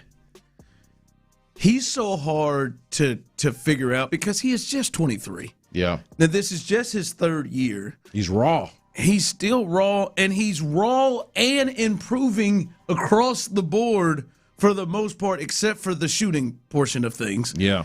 He's improving across the board every year, the way exactly you want. His points per game have gone up by 4 to 5 points every year. Gave you 18 with no jump shot. No jump shot. You know how hard that is? And trying to play a position that is not natural for him. Don't have a jump shot or a post game. No. And got you 18 with poor shooting around him. Like not even other stuff to space. Yeah. And no actual point. He was supposed to be the point guard. Yes. So it's not like you had like this point guard savant that was setting them up with these plays. 18 on just straight raw talent and ability and feel. And his playmaking, his assists have gone up every year. His rebounds have either gone up or pretty much been the same. His defense is where he really is special and can impact the game big time. And the other part that is difficult is it is hard to determine who he is. Like, you would have never been able to convince me that Karl Anthony Towns really could be a 2 on a team that wins a championship with Jalen Brunson as his 1. Like, you would not have been able – you could have convinced me Karl could have been the 2 with Anthony Edwards. Yeah, I got you. But, like – but that's a credit to Jalen Brunson actually being way better than we thought. But yeah, and Karl too, though. Karl impacted things a lot better. And now maybe some would argue that OG was, but I think Karl was the second best player on that team. Yeah. But I think it has shifted because I think Stephon Castle arguably would have been the number 2. And like if you look at the entirety of the Spurs season, the second best player on their team overall was probably Castle. Now maybe Harper took that by the time that the season ended. Yeah. But at least in the postseason. But it was Castle. And Castle is a very similar player to Amen Thompson that just shoots it better. So I feel like the 2 is changing in the league. Hell, Kobe was a number 2 on a championship level team. Yeah. Dwayne Wade was a number 2 on a championship level team. Shaq was a number 2 on a championship level team. But can he be as good as Jamal Murray? He was also a number 2 on a championship level team. I don't know, but so those guys, you don't have to be that anymore. Right. So he is hard to figure out because, again, the guy keeps improving every year. Yeah.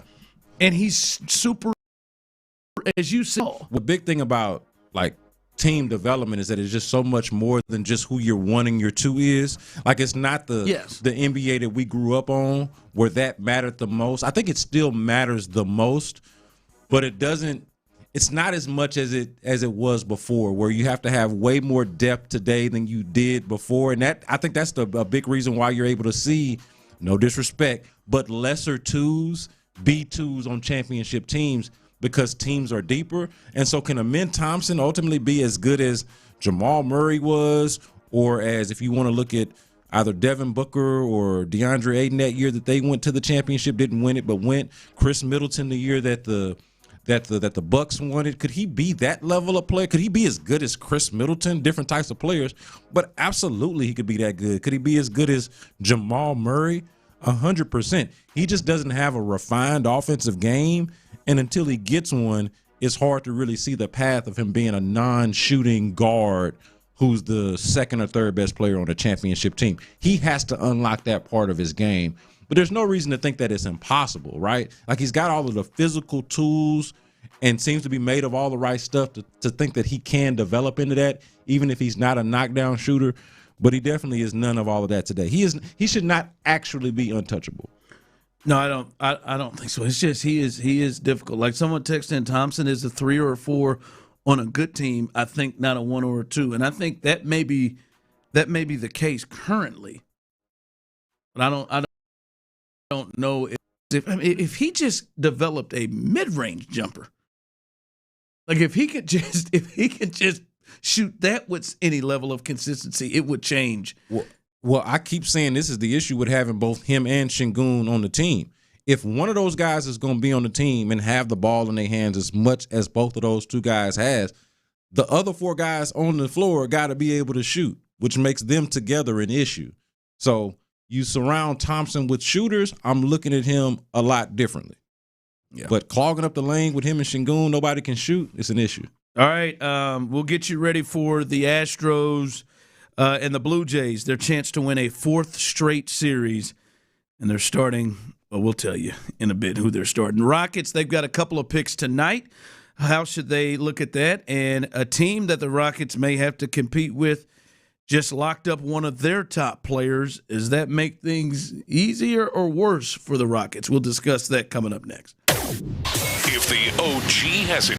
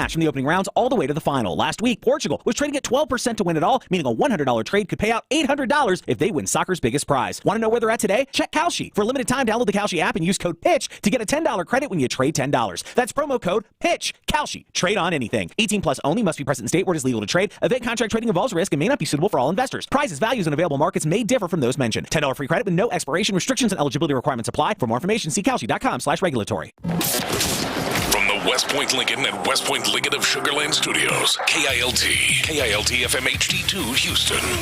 On Odyssey Sports Station, the Texans play here. Sports Radio 610 presents The Drive with Stoerner and Hughley. It's the 5 o'clock fire. It is 5 o'clock. Congratulations. Hopefully you're off work. Luckily for you, B. Skeezy. B. Scott is in the building. Dirty is out. Clint is on vacation. He'll be back next week. Show T. Mill and a.k.a. Psycho T have the latest. And the latest, the Astros, they are seeking a series win in Toronto, which would be their fourth straight series win, and is right on the roll that they desperately need.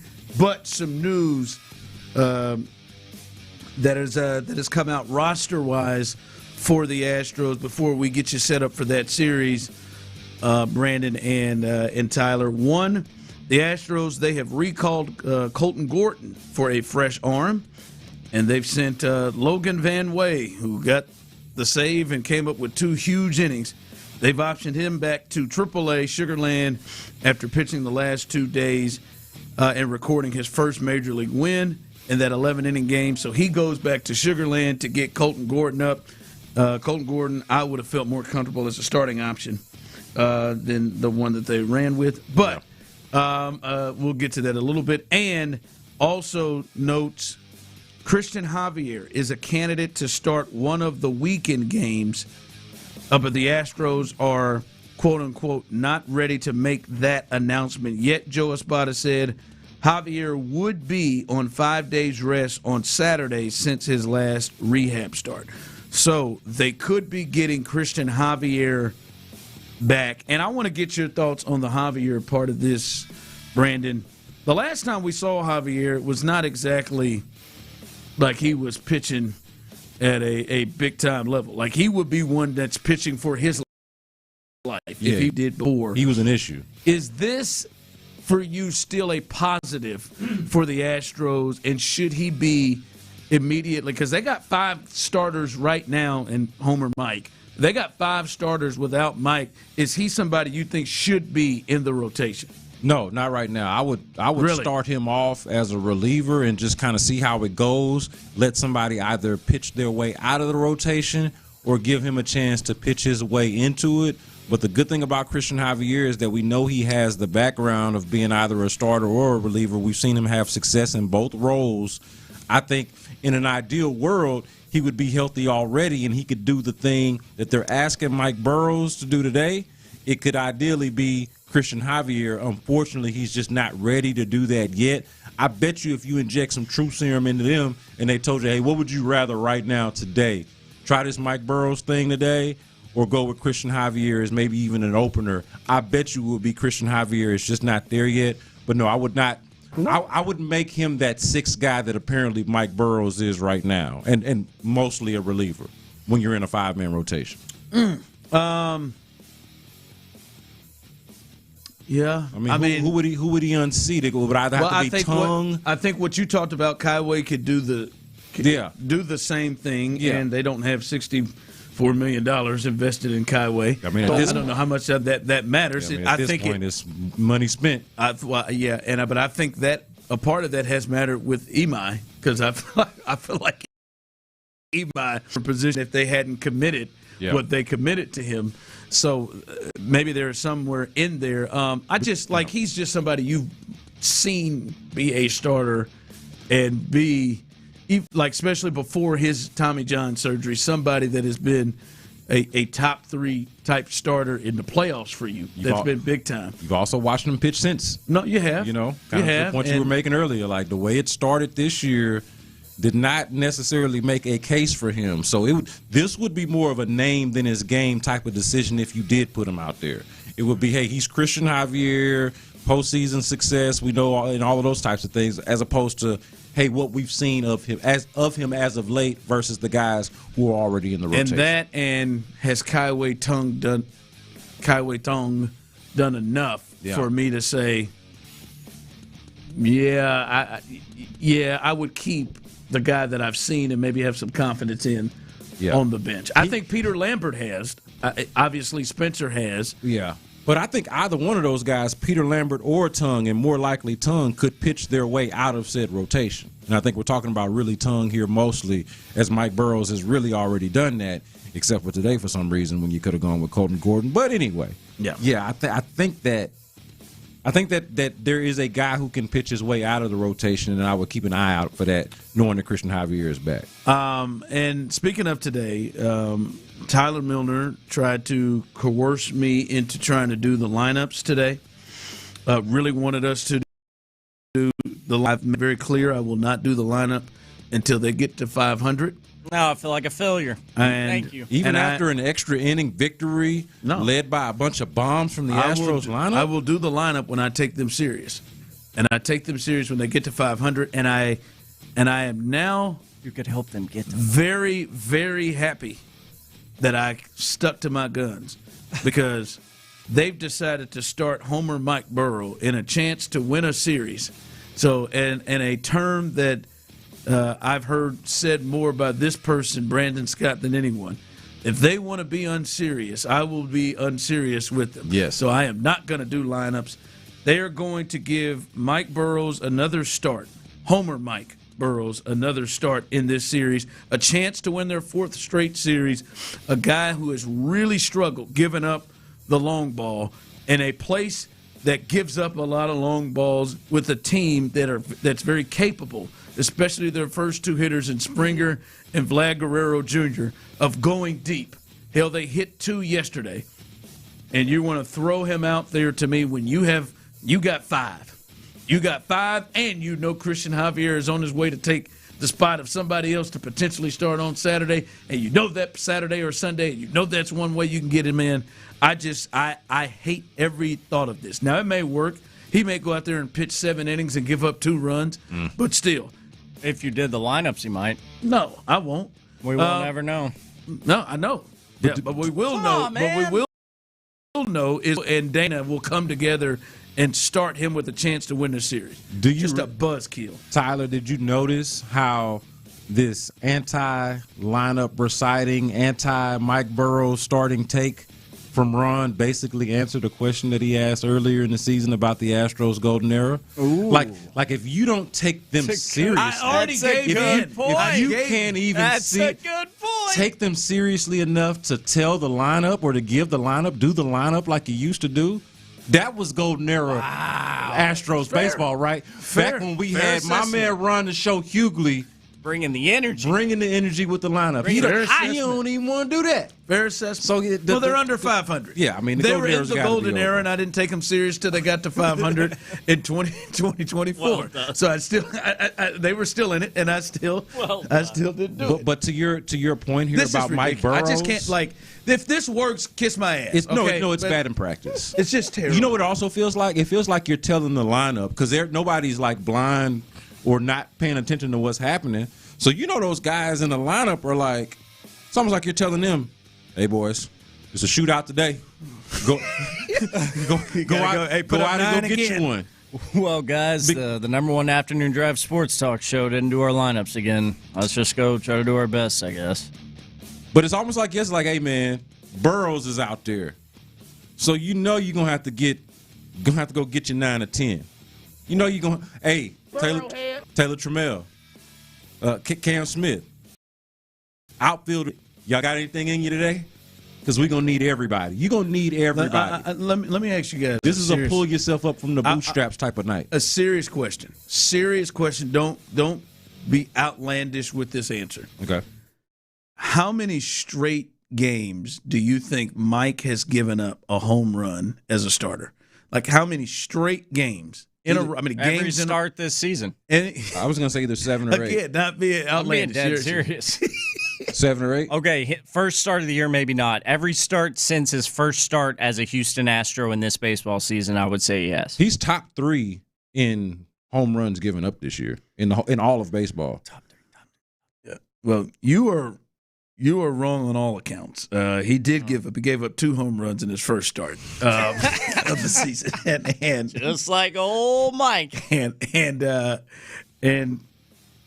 it's not that many. Would you say 7 or 8? Yeah, it's got to be 7 or 8. 6. Okay. 6 straight starts. He has allowed at least a home run, and that is really just 6 straight because he took the game off against the Reds, and then he gave up in 5 consecutive games before that. So he is given up, and many of those games are multiple ones. Are multiple home runs in a game. So, he goes big, baby. Yeah, he has given up a ton of home runs. We'll see. It's almost a bet that you will. You come off of that game and you say, all right, guys, have at it. Arrowhead my ass! 5 o'clock fire. I'm sorry, Jordan. Rockets tonight, they did not have any draft picks in the first round yesterday, Brandon, but they do have 2 tonight, picks 39 and picks 53. We'll see what happens there. We've seen different players mock to them of the players that are left over, and there are still some players that a lot of people had first round either grades or thought would get into the first round that are still left. But in the mindset of this, picking at 39 and 53 for the Rockets, does need matter to you? Yes. It does? Even in the second round? It does, specifically with this team. Maybe if you were in a different spot, maybe if you were still in the rebuilding phase or whatever you wanted to call it, maybe you could just go best player available. And generally speaking, just get the best players possible, especially in basketball. I want the top basketball players that I can get, and then we'll start to kind of work on fit after that. Just give me the best basketball players, and I'll make them fit. I think the best basketball players actually know how to fit and kind of figure that thing out. But the Rockets, where they are right now, they're trying to improve along the margins, and I think you can only get but so good in the second round anyway.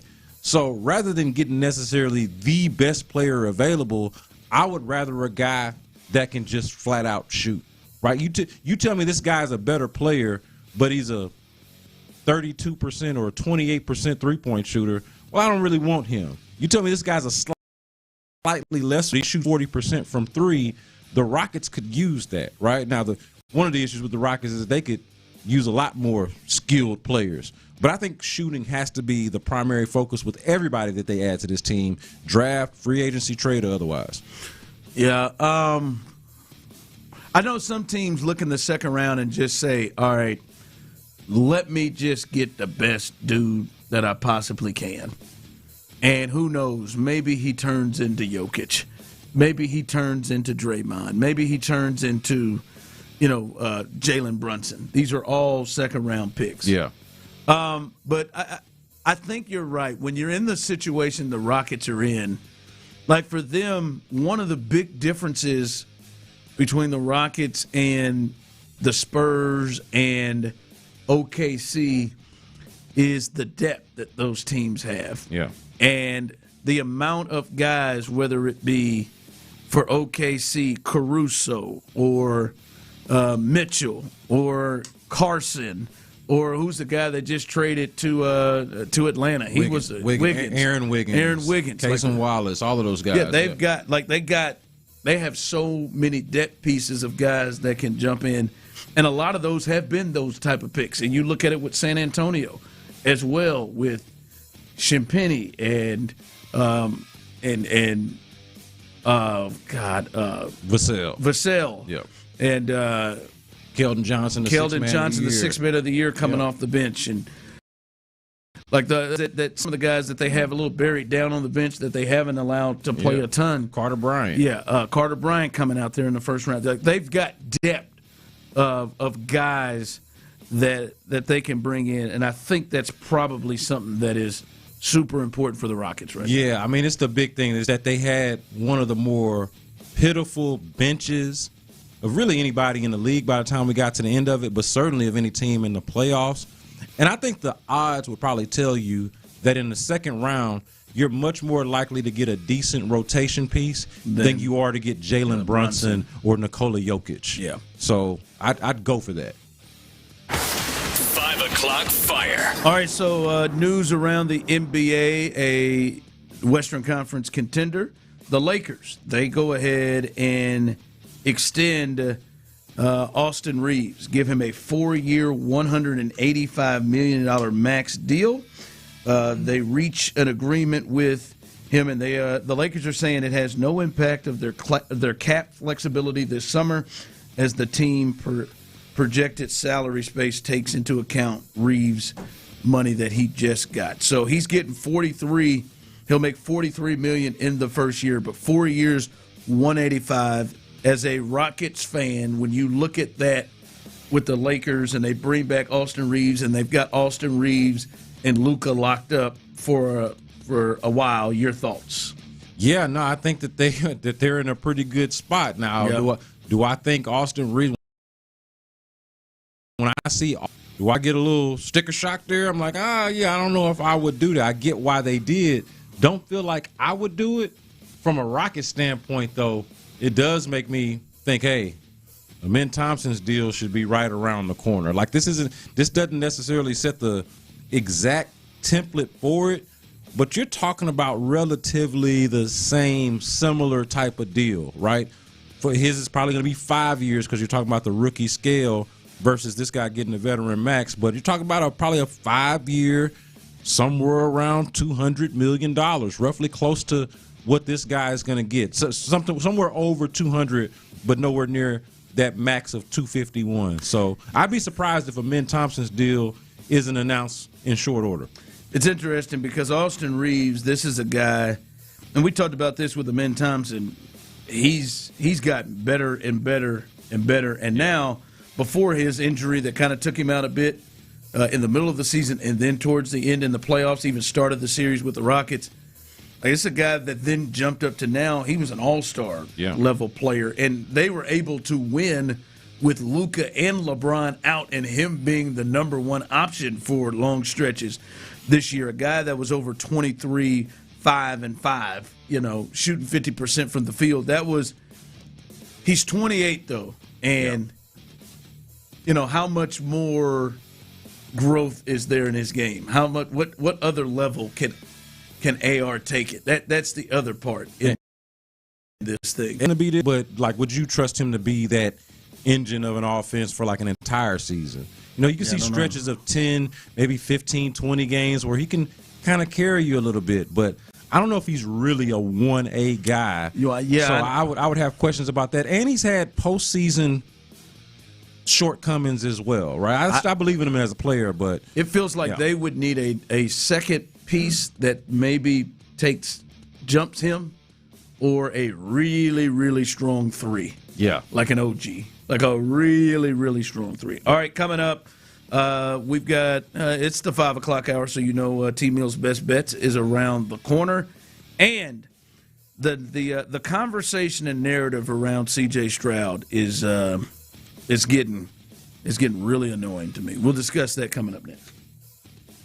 The Drive with Stoerner and Hughley. The Astros are not a team that can play the whole, all we need to do is win series moving forward. You're not that team anymore. You're not a team that can, a week after a guy returns from an injury, give them a break because they're 37 years old.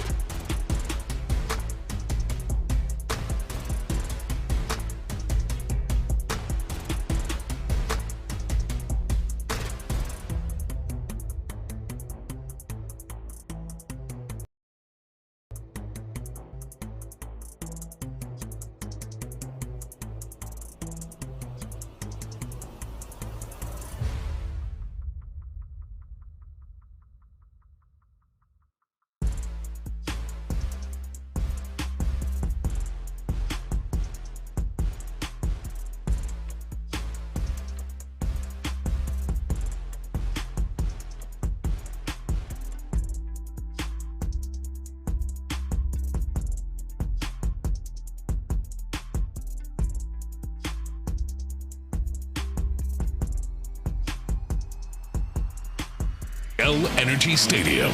Houston's sports leader. Sports Radio 610. The Drive is powered by Mokaram Injury Lawyers. Heard in an accident? Call Mokaram Injury Lawyers at 281-222-2222. Drive's busting this day open. Busted what the hell open, ain't it? And we're telling them to bring it back. Sports Radio 610 presents The Drive with Stoerner and Hughley.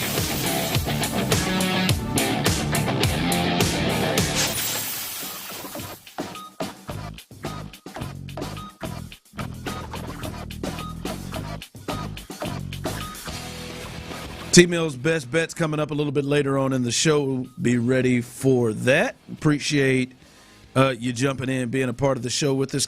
Clint's out today, out as he's on vacation. B. Scott is in, and we've had a good time as always. And I am really kind of blown away by the narrative and the conversation, especially from a national perspective, about C.J. Stroud. And somewhat locally, what people send in here every day. I've almost had to, and Tony's my guy. He's probably listening. Shout out to Tony. I've almost had to block Tony. Tony's take on the Davis Mills. They'd be better with Davis Mills thing. I like that one. That one for me locally is just hard stop. I cannot. And I know people are going to start to text in things here to tell me about Davis. My boy Davis. I'm Davis serving them up Mills. juice boxes. I'm serving y'all up Hot Pockets, Lunchables, and juice boxes if you're talking like that. Yeah, like people, like somebody sent in earlier, like, I don't think Davis Mills is as talented as C.J. Stroud, but I think he's least likely to mess up. I just wonder, when did you start thinking that C.J. Stroud had a turnover problem? Were you thinking that before the two playoff games? Yeah. Like, was that a narrative about C.J. Stroud? Or maybe it was the other way around. Maybe the narrative was like, C.J. Stroud is a guy that has done pretty well with taking care of the football. I think he threw 5 interceptions his rookie year, 12 when they're taking more chances. His second year, and then last year he threw 8. So, like, I don't even think that was even a conversation about CJ until those 2 games. And I'm not saying it wasn't a lot of issues happening, but it was. You would think if a guy has played 53 of them, and 2 of them are out of the ordinary compared to the other 51, that you wouldn't just all of a sudden believe, boy, I feel better about Davis Mills taking care of the ball. I'm going to tell you what, right now, Davis Mills, I've watched Davis Mills try like hell to take care of the ball and still turn it over. So I like not take chances and still turn it over. So like the whole Davis Mills thing, that one. Have a Capri Sun. Like Sunny D, I prefer. They have less sugar in them now. Yeah, one of those. Wine punch. Yeah. But the part though to me is, I don't know that I've ever seen 2 games with a player of the sample size and resume that C.J. Stroud has. I don't know that I've ever seen 2 games, one of which he won. I don't know if I've ever seen 2 games seem to take over a person's narrative or the feel of what type of player a person is than I've seen these 2 playoff games take over C.J. Stroud. Yeah, it's funny, too, because I've seen people also, like on the other end of this, criticize for not being hard enough on C.J. Stroud. There are people that think, and so if they were to hear this take, they would definitely think that this is not hard enough. But there are people that think that C.J. Stroud is maybe being handled with kid gloves, especially locally. So it brings me back to the question of, what do you do with the playoff games? Like, it's not like you can ignore them. It's not like you can pretend like they didn't happen. And it's not like we don't put more emphasis into playoff performances than regular season performances anyway, and the recency bias factor. So it's like, okay, maybe maybe we shouldn't go overly in the wrong direction or in the other direction on what C.J. Stroud is as a quarterback. But it is still true that the last time you saw C.J. Stroud play quarterback, they were in the most consequential games that he's played as quarterback, and he played arguably his worst football. No, you could say those are his 2 worst games he's ever played. Yeah. So I think you have to reckon with that. I think the timing of that is important, and you have to kind of have to deal with it out loud on top of the fact that he's at a crossroads in his career where now it's time to get paid. Now it's time for the team to make decisions about his long-term future, and you're doing that at a time where, yeah, he has a good resume, but now also on said good resume are these 2 blemishes and bad games in the most important moments. And so what do you do with that as a conversation piece? What direction do you go in with the conversation? I think different people are going in different ways, and I think there are a bunch of different ways you can go in a mixed bag. You got a lot of good, and then the bad that happened is most recent, and it happened most publicly in front of everybody. Text line coming in. I've never seen a quarterback play worse for 2 games. I have. I think Definitely. You have too. Definitely have. But it still wasn't good. You've been a Houston Texans fan. Yeah, I mean, we've had Matt Schaub throwing pick sixes for giving them out like it was Christmas. I can. I'm old enough to remember Brian Hoyer's ball game against the Kansas City Chiefs in the playoffs. Yeah, that was an embarrassment. That was one of the more embarrassing moments in Texans history for me. Yeah, at home. Yeah, that was bad. It is, to me, the thought that it would even be conversation pieces from people around the league that he be traded is nuts. The thought that was clickbait. But the thought of the conversation, but it was based off of his playoff games because no one in the world said that. Yeah, you use the news to have those conversations like we've seen. He's not the first time we have seen other quarterbacks have bad postseason games. He's not the first time we've seen other quarterbacks that are good Pro Bowl level quarterbacks or better have bad playoff games, and he's not the first quarterback we've seen that are good or playoff level quarterbacks who hadn't won yet.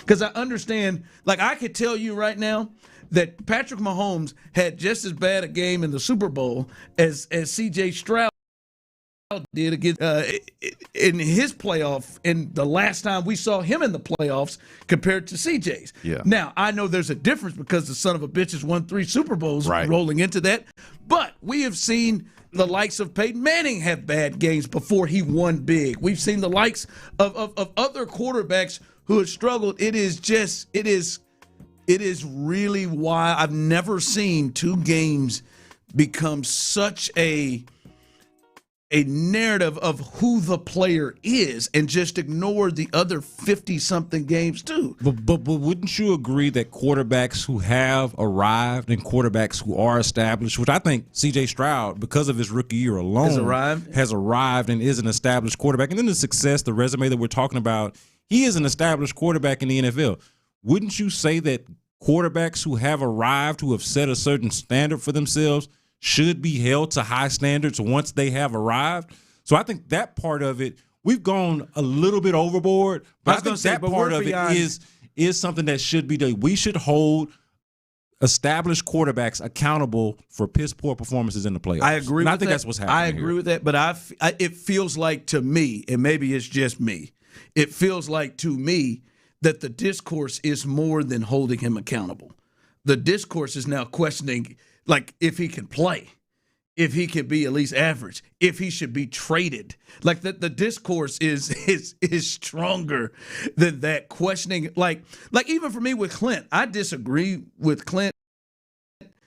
Clint has said he's got questions if the guy can lead this team to a Super Bowl. Yeah. The discourse is not just that. I'd be understanding if that was the conversation. It's even worse than that. Like someone would shape their lips to say this on the text line.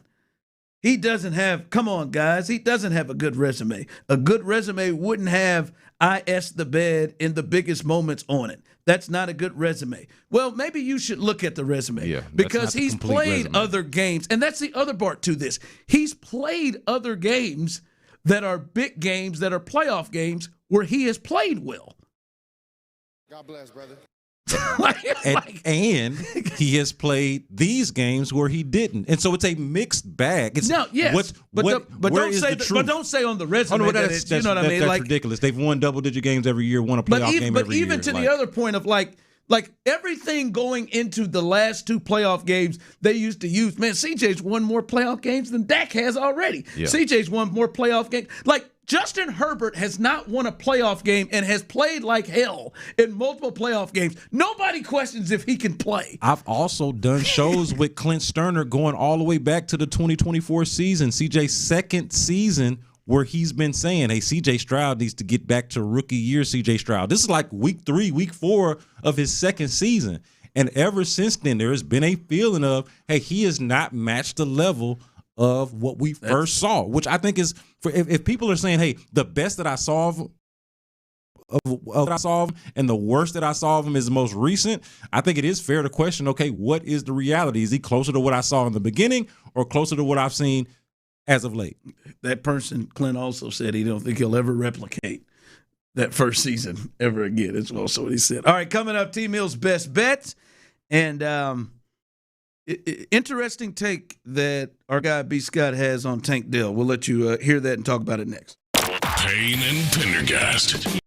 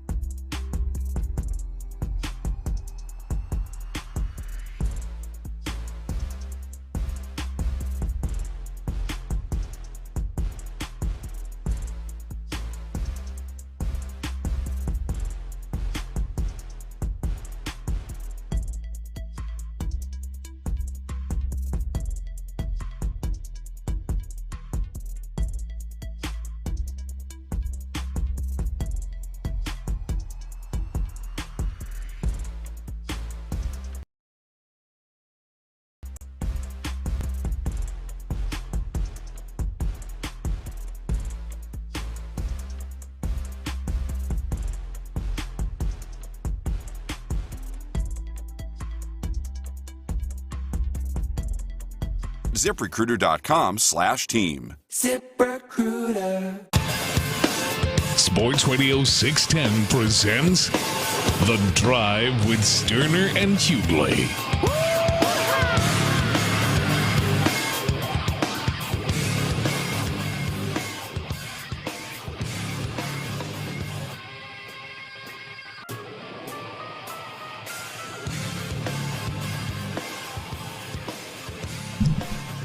All right, T. Mill's best bets coming up. He is, he's not, could have had a better start to the week. He has gone 1 for 3 both days, 2 for 6 overall, 33% dead in the red. That rhymed. Yep, I knew the ketchup had come back. Ketchup and mustard had come back, but it looks like right here just a ketchup. Damn. That was low. I really liked my new outfit too. I like it too. I just don't. Now I'm I sad. like all that ketchup now. When it comes to T Mill's best bets, all right. Of course, as Tyler has had a rough start to the week, that means why not add more bets? So that's what Tyler will do. You can find all of his bets every day at Space City Sharp on Twitter. What are T Mill's best bets today? Yeah, we tend to change things up, switch some things up. We add a bet, go from 3 to 4 bets for your Wednesday night wagers. If we have a successful night, we're right back in it for the week. For the week of wagers, we can make that a success. So let's do that. 4 picks. First, good luck. Your Houston Astros. I haven't bet this in a while, but I do like it tonight in Toronto. I like the Astros as a team over 3.5 total runs against the Blue Jays in this series finale up in Canada. Second best bet is an under Cubs at the Mets. Now, this is a doubleheader tonight.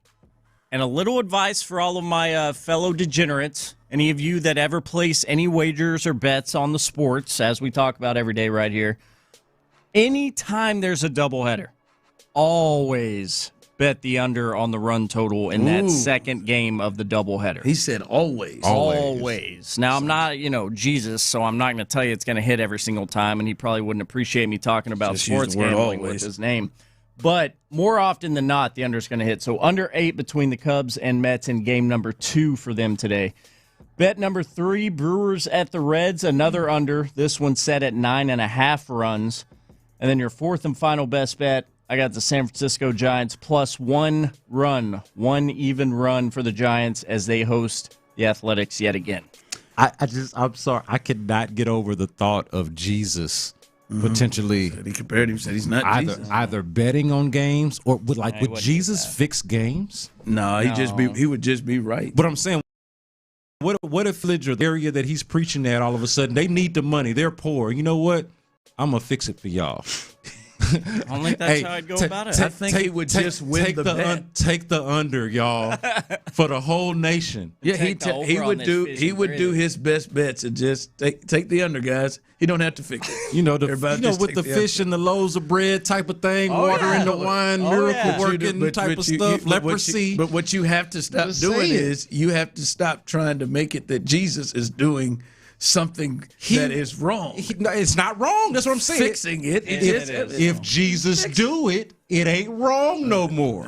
You know what I'm saying? I don't think you have to. He backed himself into a corner though, because he already said he wasn't a fan of the gambling stuff. Yeah, he did. Sorry. Fair enough. Yeah, you're just not gonna win. You're not gonna get this one here. No, I think anything Jesus does is gonna be good. give them what y'all talk about. If all of a sudden Jesus say gambling and fixing games is right, I'm going to heaven. Then it's right. Huh? We'll fix every damn game. I don't think he would. I think he's established. Just saying, if he did, that's what I'm doing. I know it. Brendan Sorsby would be playing too. I think he might. Man, he turned Baptist so fast. He might. He might be the number 1 pick in the draft by the time it's over if he just sits out. Seems like. I'm talking about biblical times. I know what you're talking about. Jesus kind of helped the poor a little bit. Yeah. He would just take the under, guys. Yeah. Yeah, we already know what's going on. Just let him know. He doesn't have to fix it. Just I know what's going to happen here. Yeah. Just take the under. Take the over on these souls. I'm saying it is predetermined. All right, those are his bets. He's going to try to make up some ground here on a Wednesday. Again, you can find that at Space City Sharp, right here on right there on Twitter. Coming up behind us, Texans All Access. as Mark Vandermeer, John Harris. They've got you under control. They talk about the official Texans home game themes they've been announced. So stay tuned for that one. You don't want to miss that coming up right behind us. And then Area 45, they will be live and ready to go. 7 o'clock. They're going till 11 o'clock. We're live and local until 11 p.m. Sean, Bijani, Patrick Creighton, and I see my man Colin, a.k.a. Mid-C, a.k.a. Seabass. I see him in the control room already, so they got it ready for you. They'll have baseball postgame show for you as well, and hoping they'll be talking about the Astros winning a 4th straight series. They need to get on a run, and as I've reminded you, Jeremy Payne said, we just got to start stacking series, and that would be big because then they would go and take the Tigers, and that is another very winnable series for them. So stay tuned for that live and local until 11 o'clock. All right, what's your you had a take on Tank Dell potentially going into this season? I think that while Tank Dell is the most talented non-Nico Collins receiver on the roster currently, I don't think it's a guarantee that he makes the team. And in fact, going into training camp, Tank Dell, until proven otherwise, stack days, if you will, with pads on and taking contact and these sorts of things. Until then, he is not a for sure guy on this roster, and he is somebody who is fighting for one of those final wide receiver roster spots. I think the 4 guys that are for sure going to make it are obviously Nico Collins. It's the 2 guys from Iowa State last year, Jaden Higgins and Jalen Noel. And I think Xavier Hutchinson, another Iowa State guy, has done enough to put himself in a position to where he's one of their more reliable targets over the last few years. I think those 4 guys are for sure in. Those last 2 spots, I think you got at least 3 guys competing for it. Sorry, Jared Wayne, I don't think you're one of these 3 guys. But just between Justin Watson, you better stay away from Tank, the rookie that they just drafted, Lewis Bond out of Boston College, and then of course Tank, who is again the best out of all of the guys that I mentioned, not named Nico Collins. But the injury, just everything that's happened since that rookie year, he's been through a lot. We haven't seen him take contact. I've been asking the question, at what point is Tank Dell going to be ready for violence? At what point are the Texans going to be comfortable exposing him to violence? And I don't know the answers to those. As I sit right now, it's still an open question. So his status on the team, to me, is an open question with that. Yeah, and I think that's fair. It's to me, it's what category you put him in. To me, the for sures are Collins, Higgins, and Noel. And I think Hutchinson is close to that group, but I would not be shocked, like losing it, trying to figure out what the hell is going on if Nico, Jaden, or Noel got cut. That would right. And like unless somebody's injured or something like that. Hutchinson is probably the closest to that group. Because who would make it over him outside of those first 3 guys? I mean, just Tank. Yeah, right, exactly. Tank. So I mean that's a close, or unless they brought somebody else in or something, or like to me, it wouldn't be crazy as hell if Bond played so well during camp that he jumped him or something like that. It wouldn't be that crazy. And then they say we want to keep the veteran Watson, but it wouldn't be. I wouldn't think it's likely at all. But it wouldn't be just crazy. It's just looking at this, man, and we've talked about it on this show a lot, boy. They really need Tank to get close to being Tank. Yeah. Because this group is really lacking. I mean, God forbid any kind of an injury. And if we're just honest, this group is a group that has had injuries in them, including the top dude there and including the dude we're talking about. Right. Like has missed time. So Watson missed a long stretch of games last year as well. God forbid any kind of injury. I mean, this looks even worse. They really need Tank Dell. Like if Tank Dell were anywhere close to the old Tank Dell, this feels so much different. But right now, with there being so much question around him, they really need to get back to form. I mean, if Tank Dell was anywhere close to form, I wouldn't have to keep asking this question that I ask almost every time we talk about the Texans offense, which is where are their explosive plays supposed to come from? Like if he's Tank, there's an answer right there. Since I don't know what he is yet, I still got to keep asking that question. And these other guys, he still may be just Nathaniel, right? Right? Yeah, it could be. And so where is it going to come from? He can show that, but until I see him involved in some kind of violence in training camp, I just can't. I can only pencil him in. I can't write him in pen yet. I think that's what we do, Tyler. He's Nathaniel until we start to see him on the field in pads look like Tank. He's Nathaniel Dale. Fair enough. That's his given name, government name. That's right. Brandon, good, great job, great show as always. We appreciate you with us. Tyler, great job as always. I am Ron the show. Houston, we love you, baby.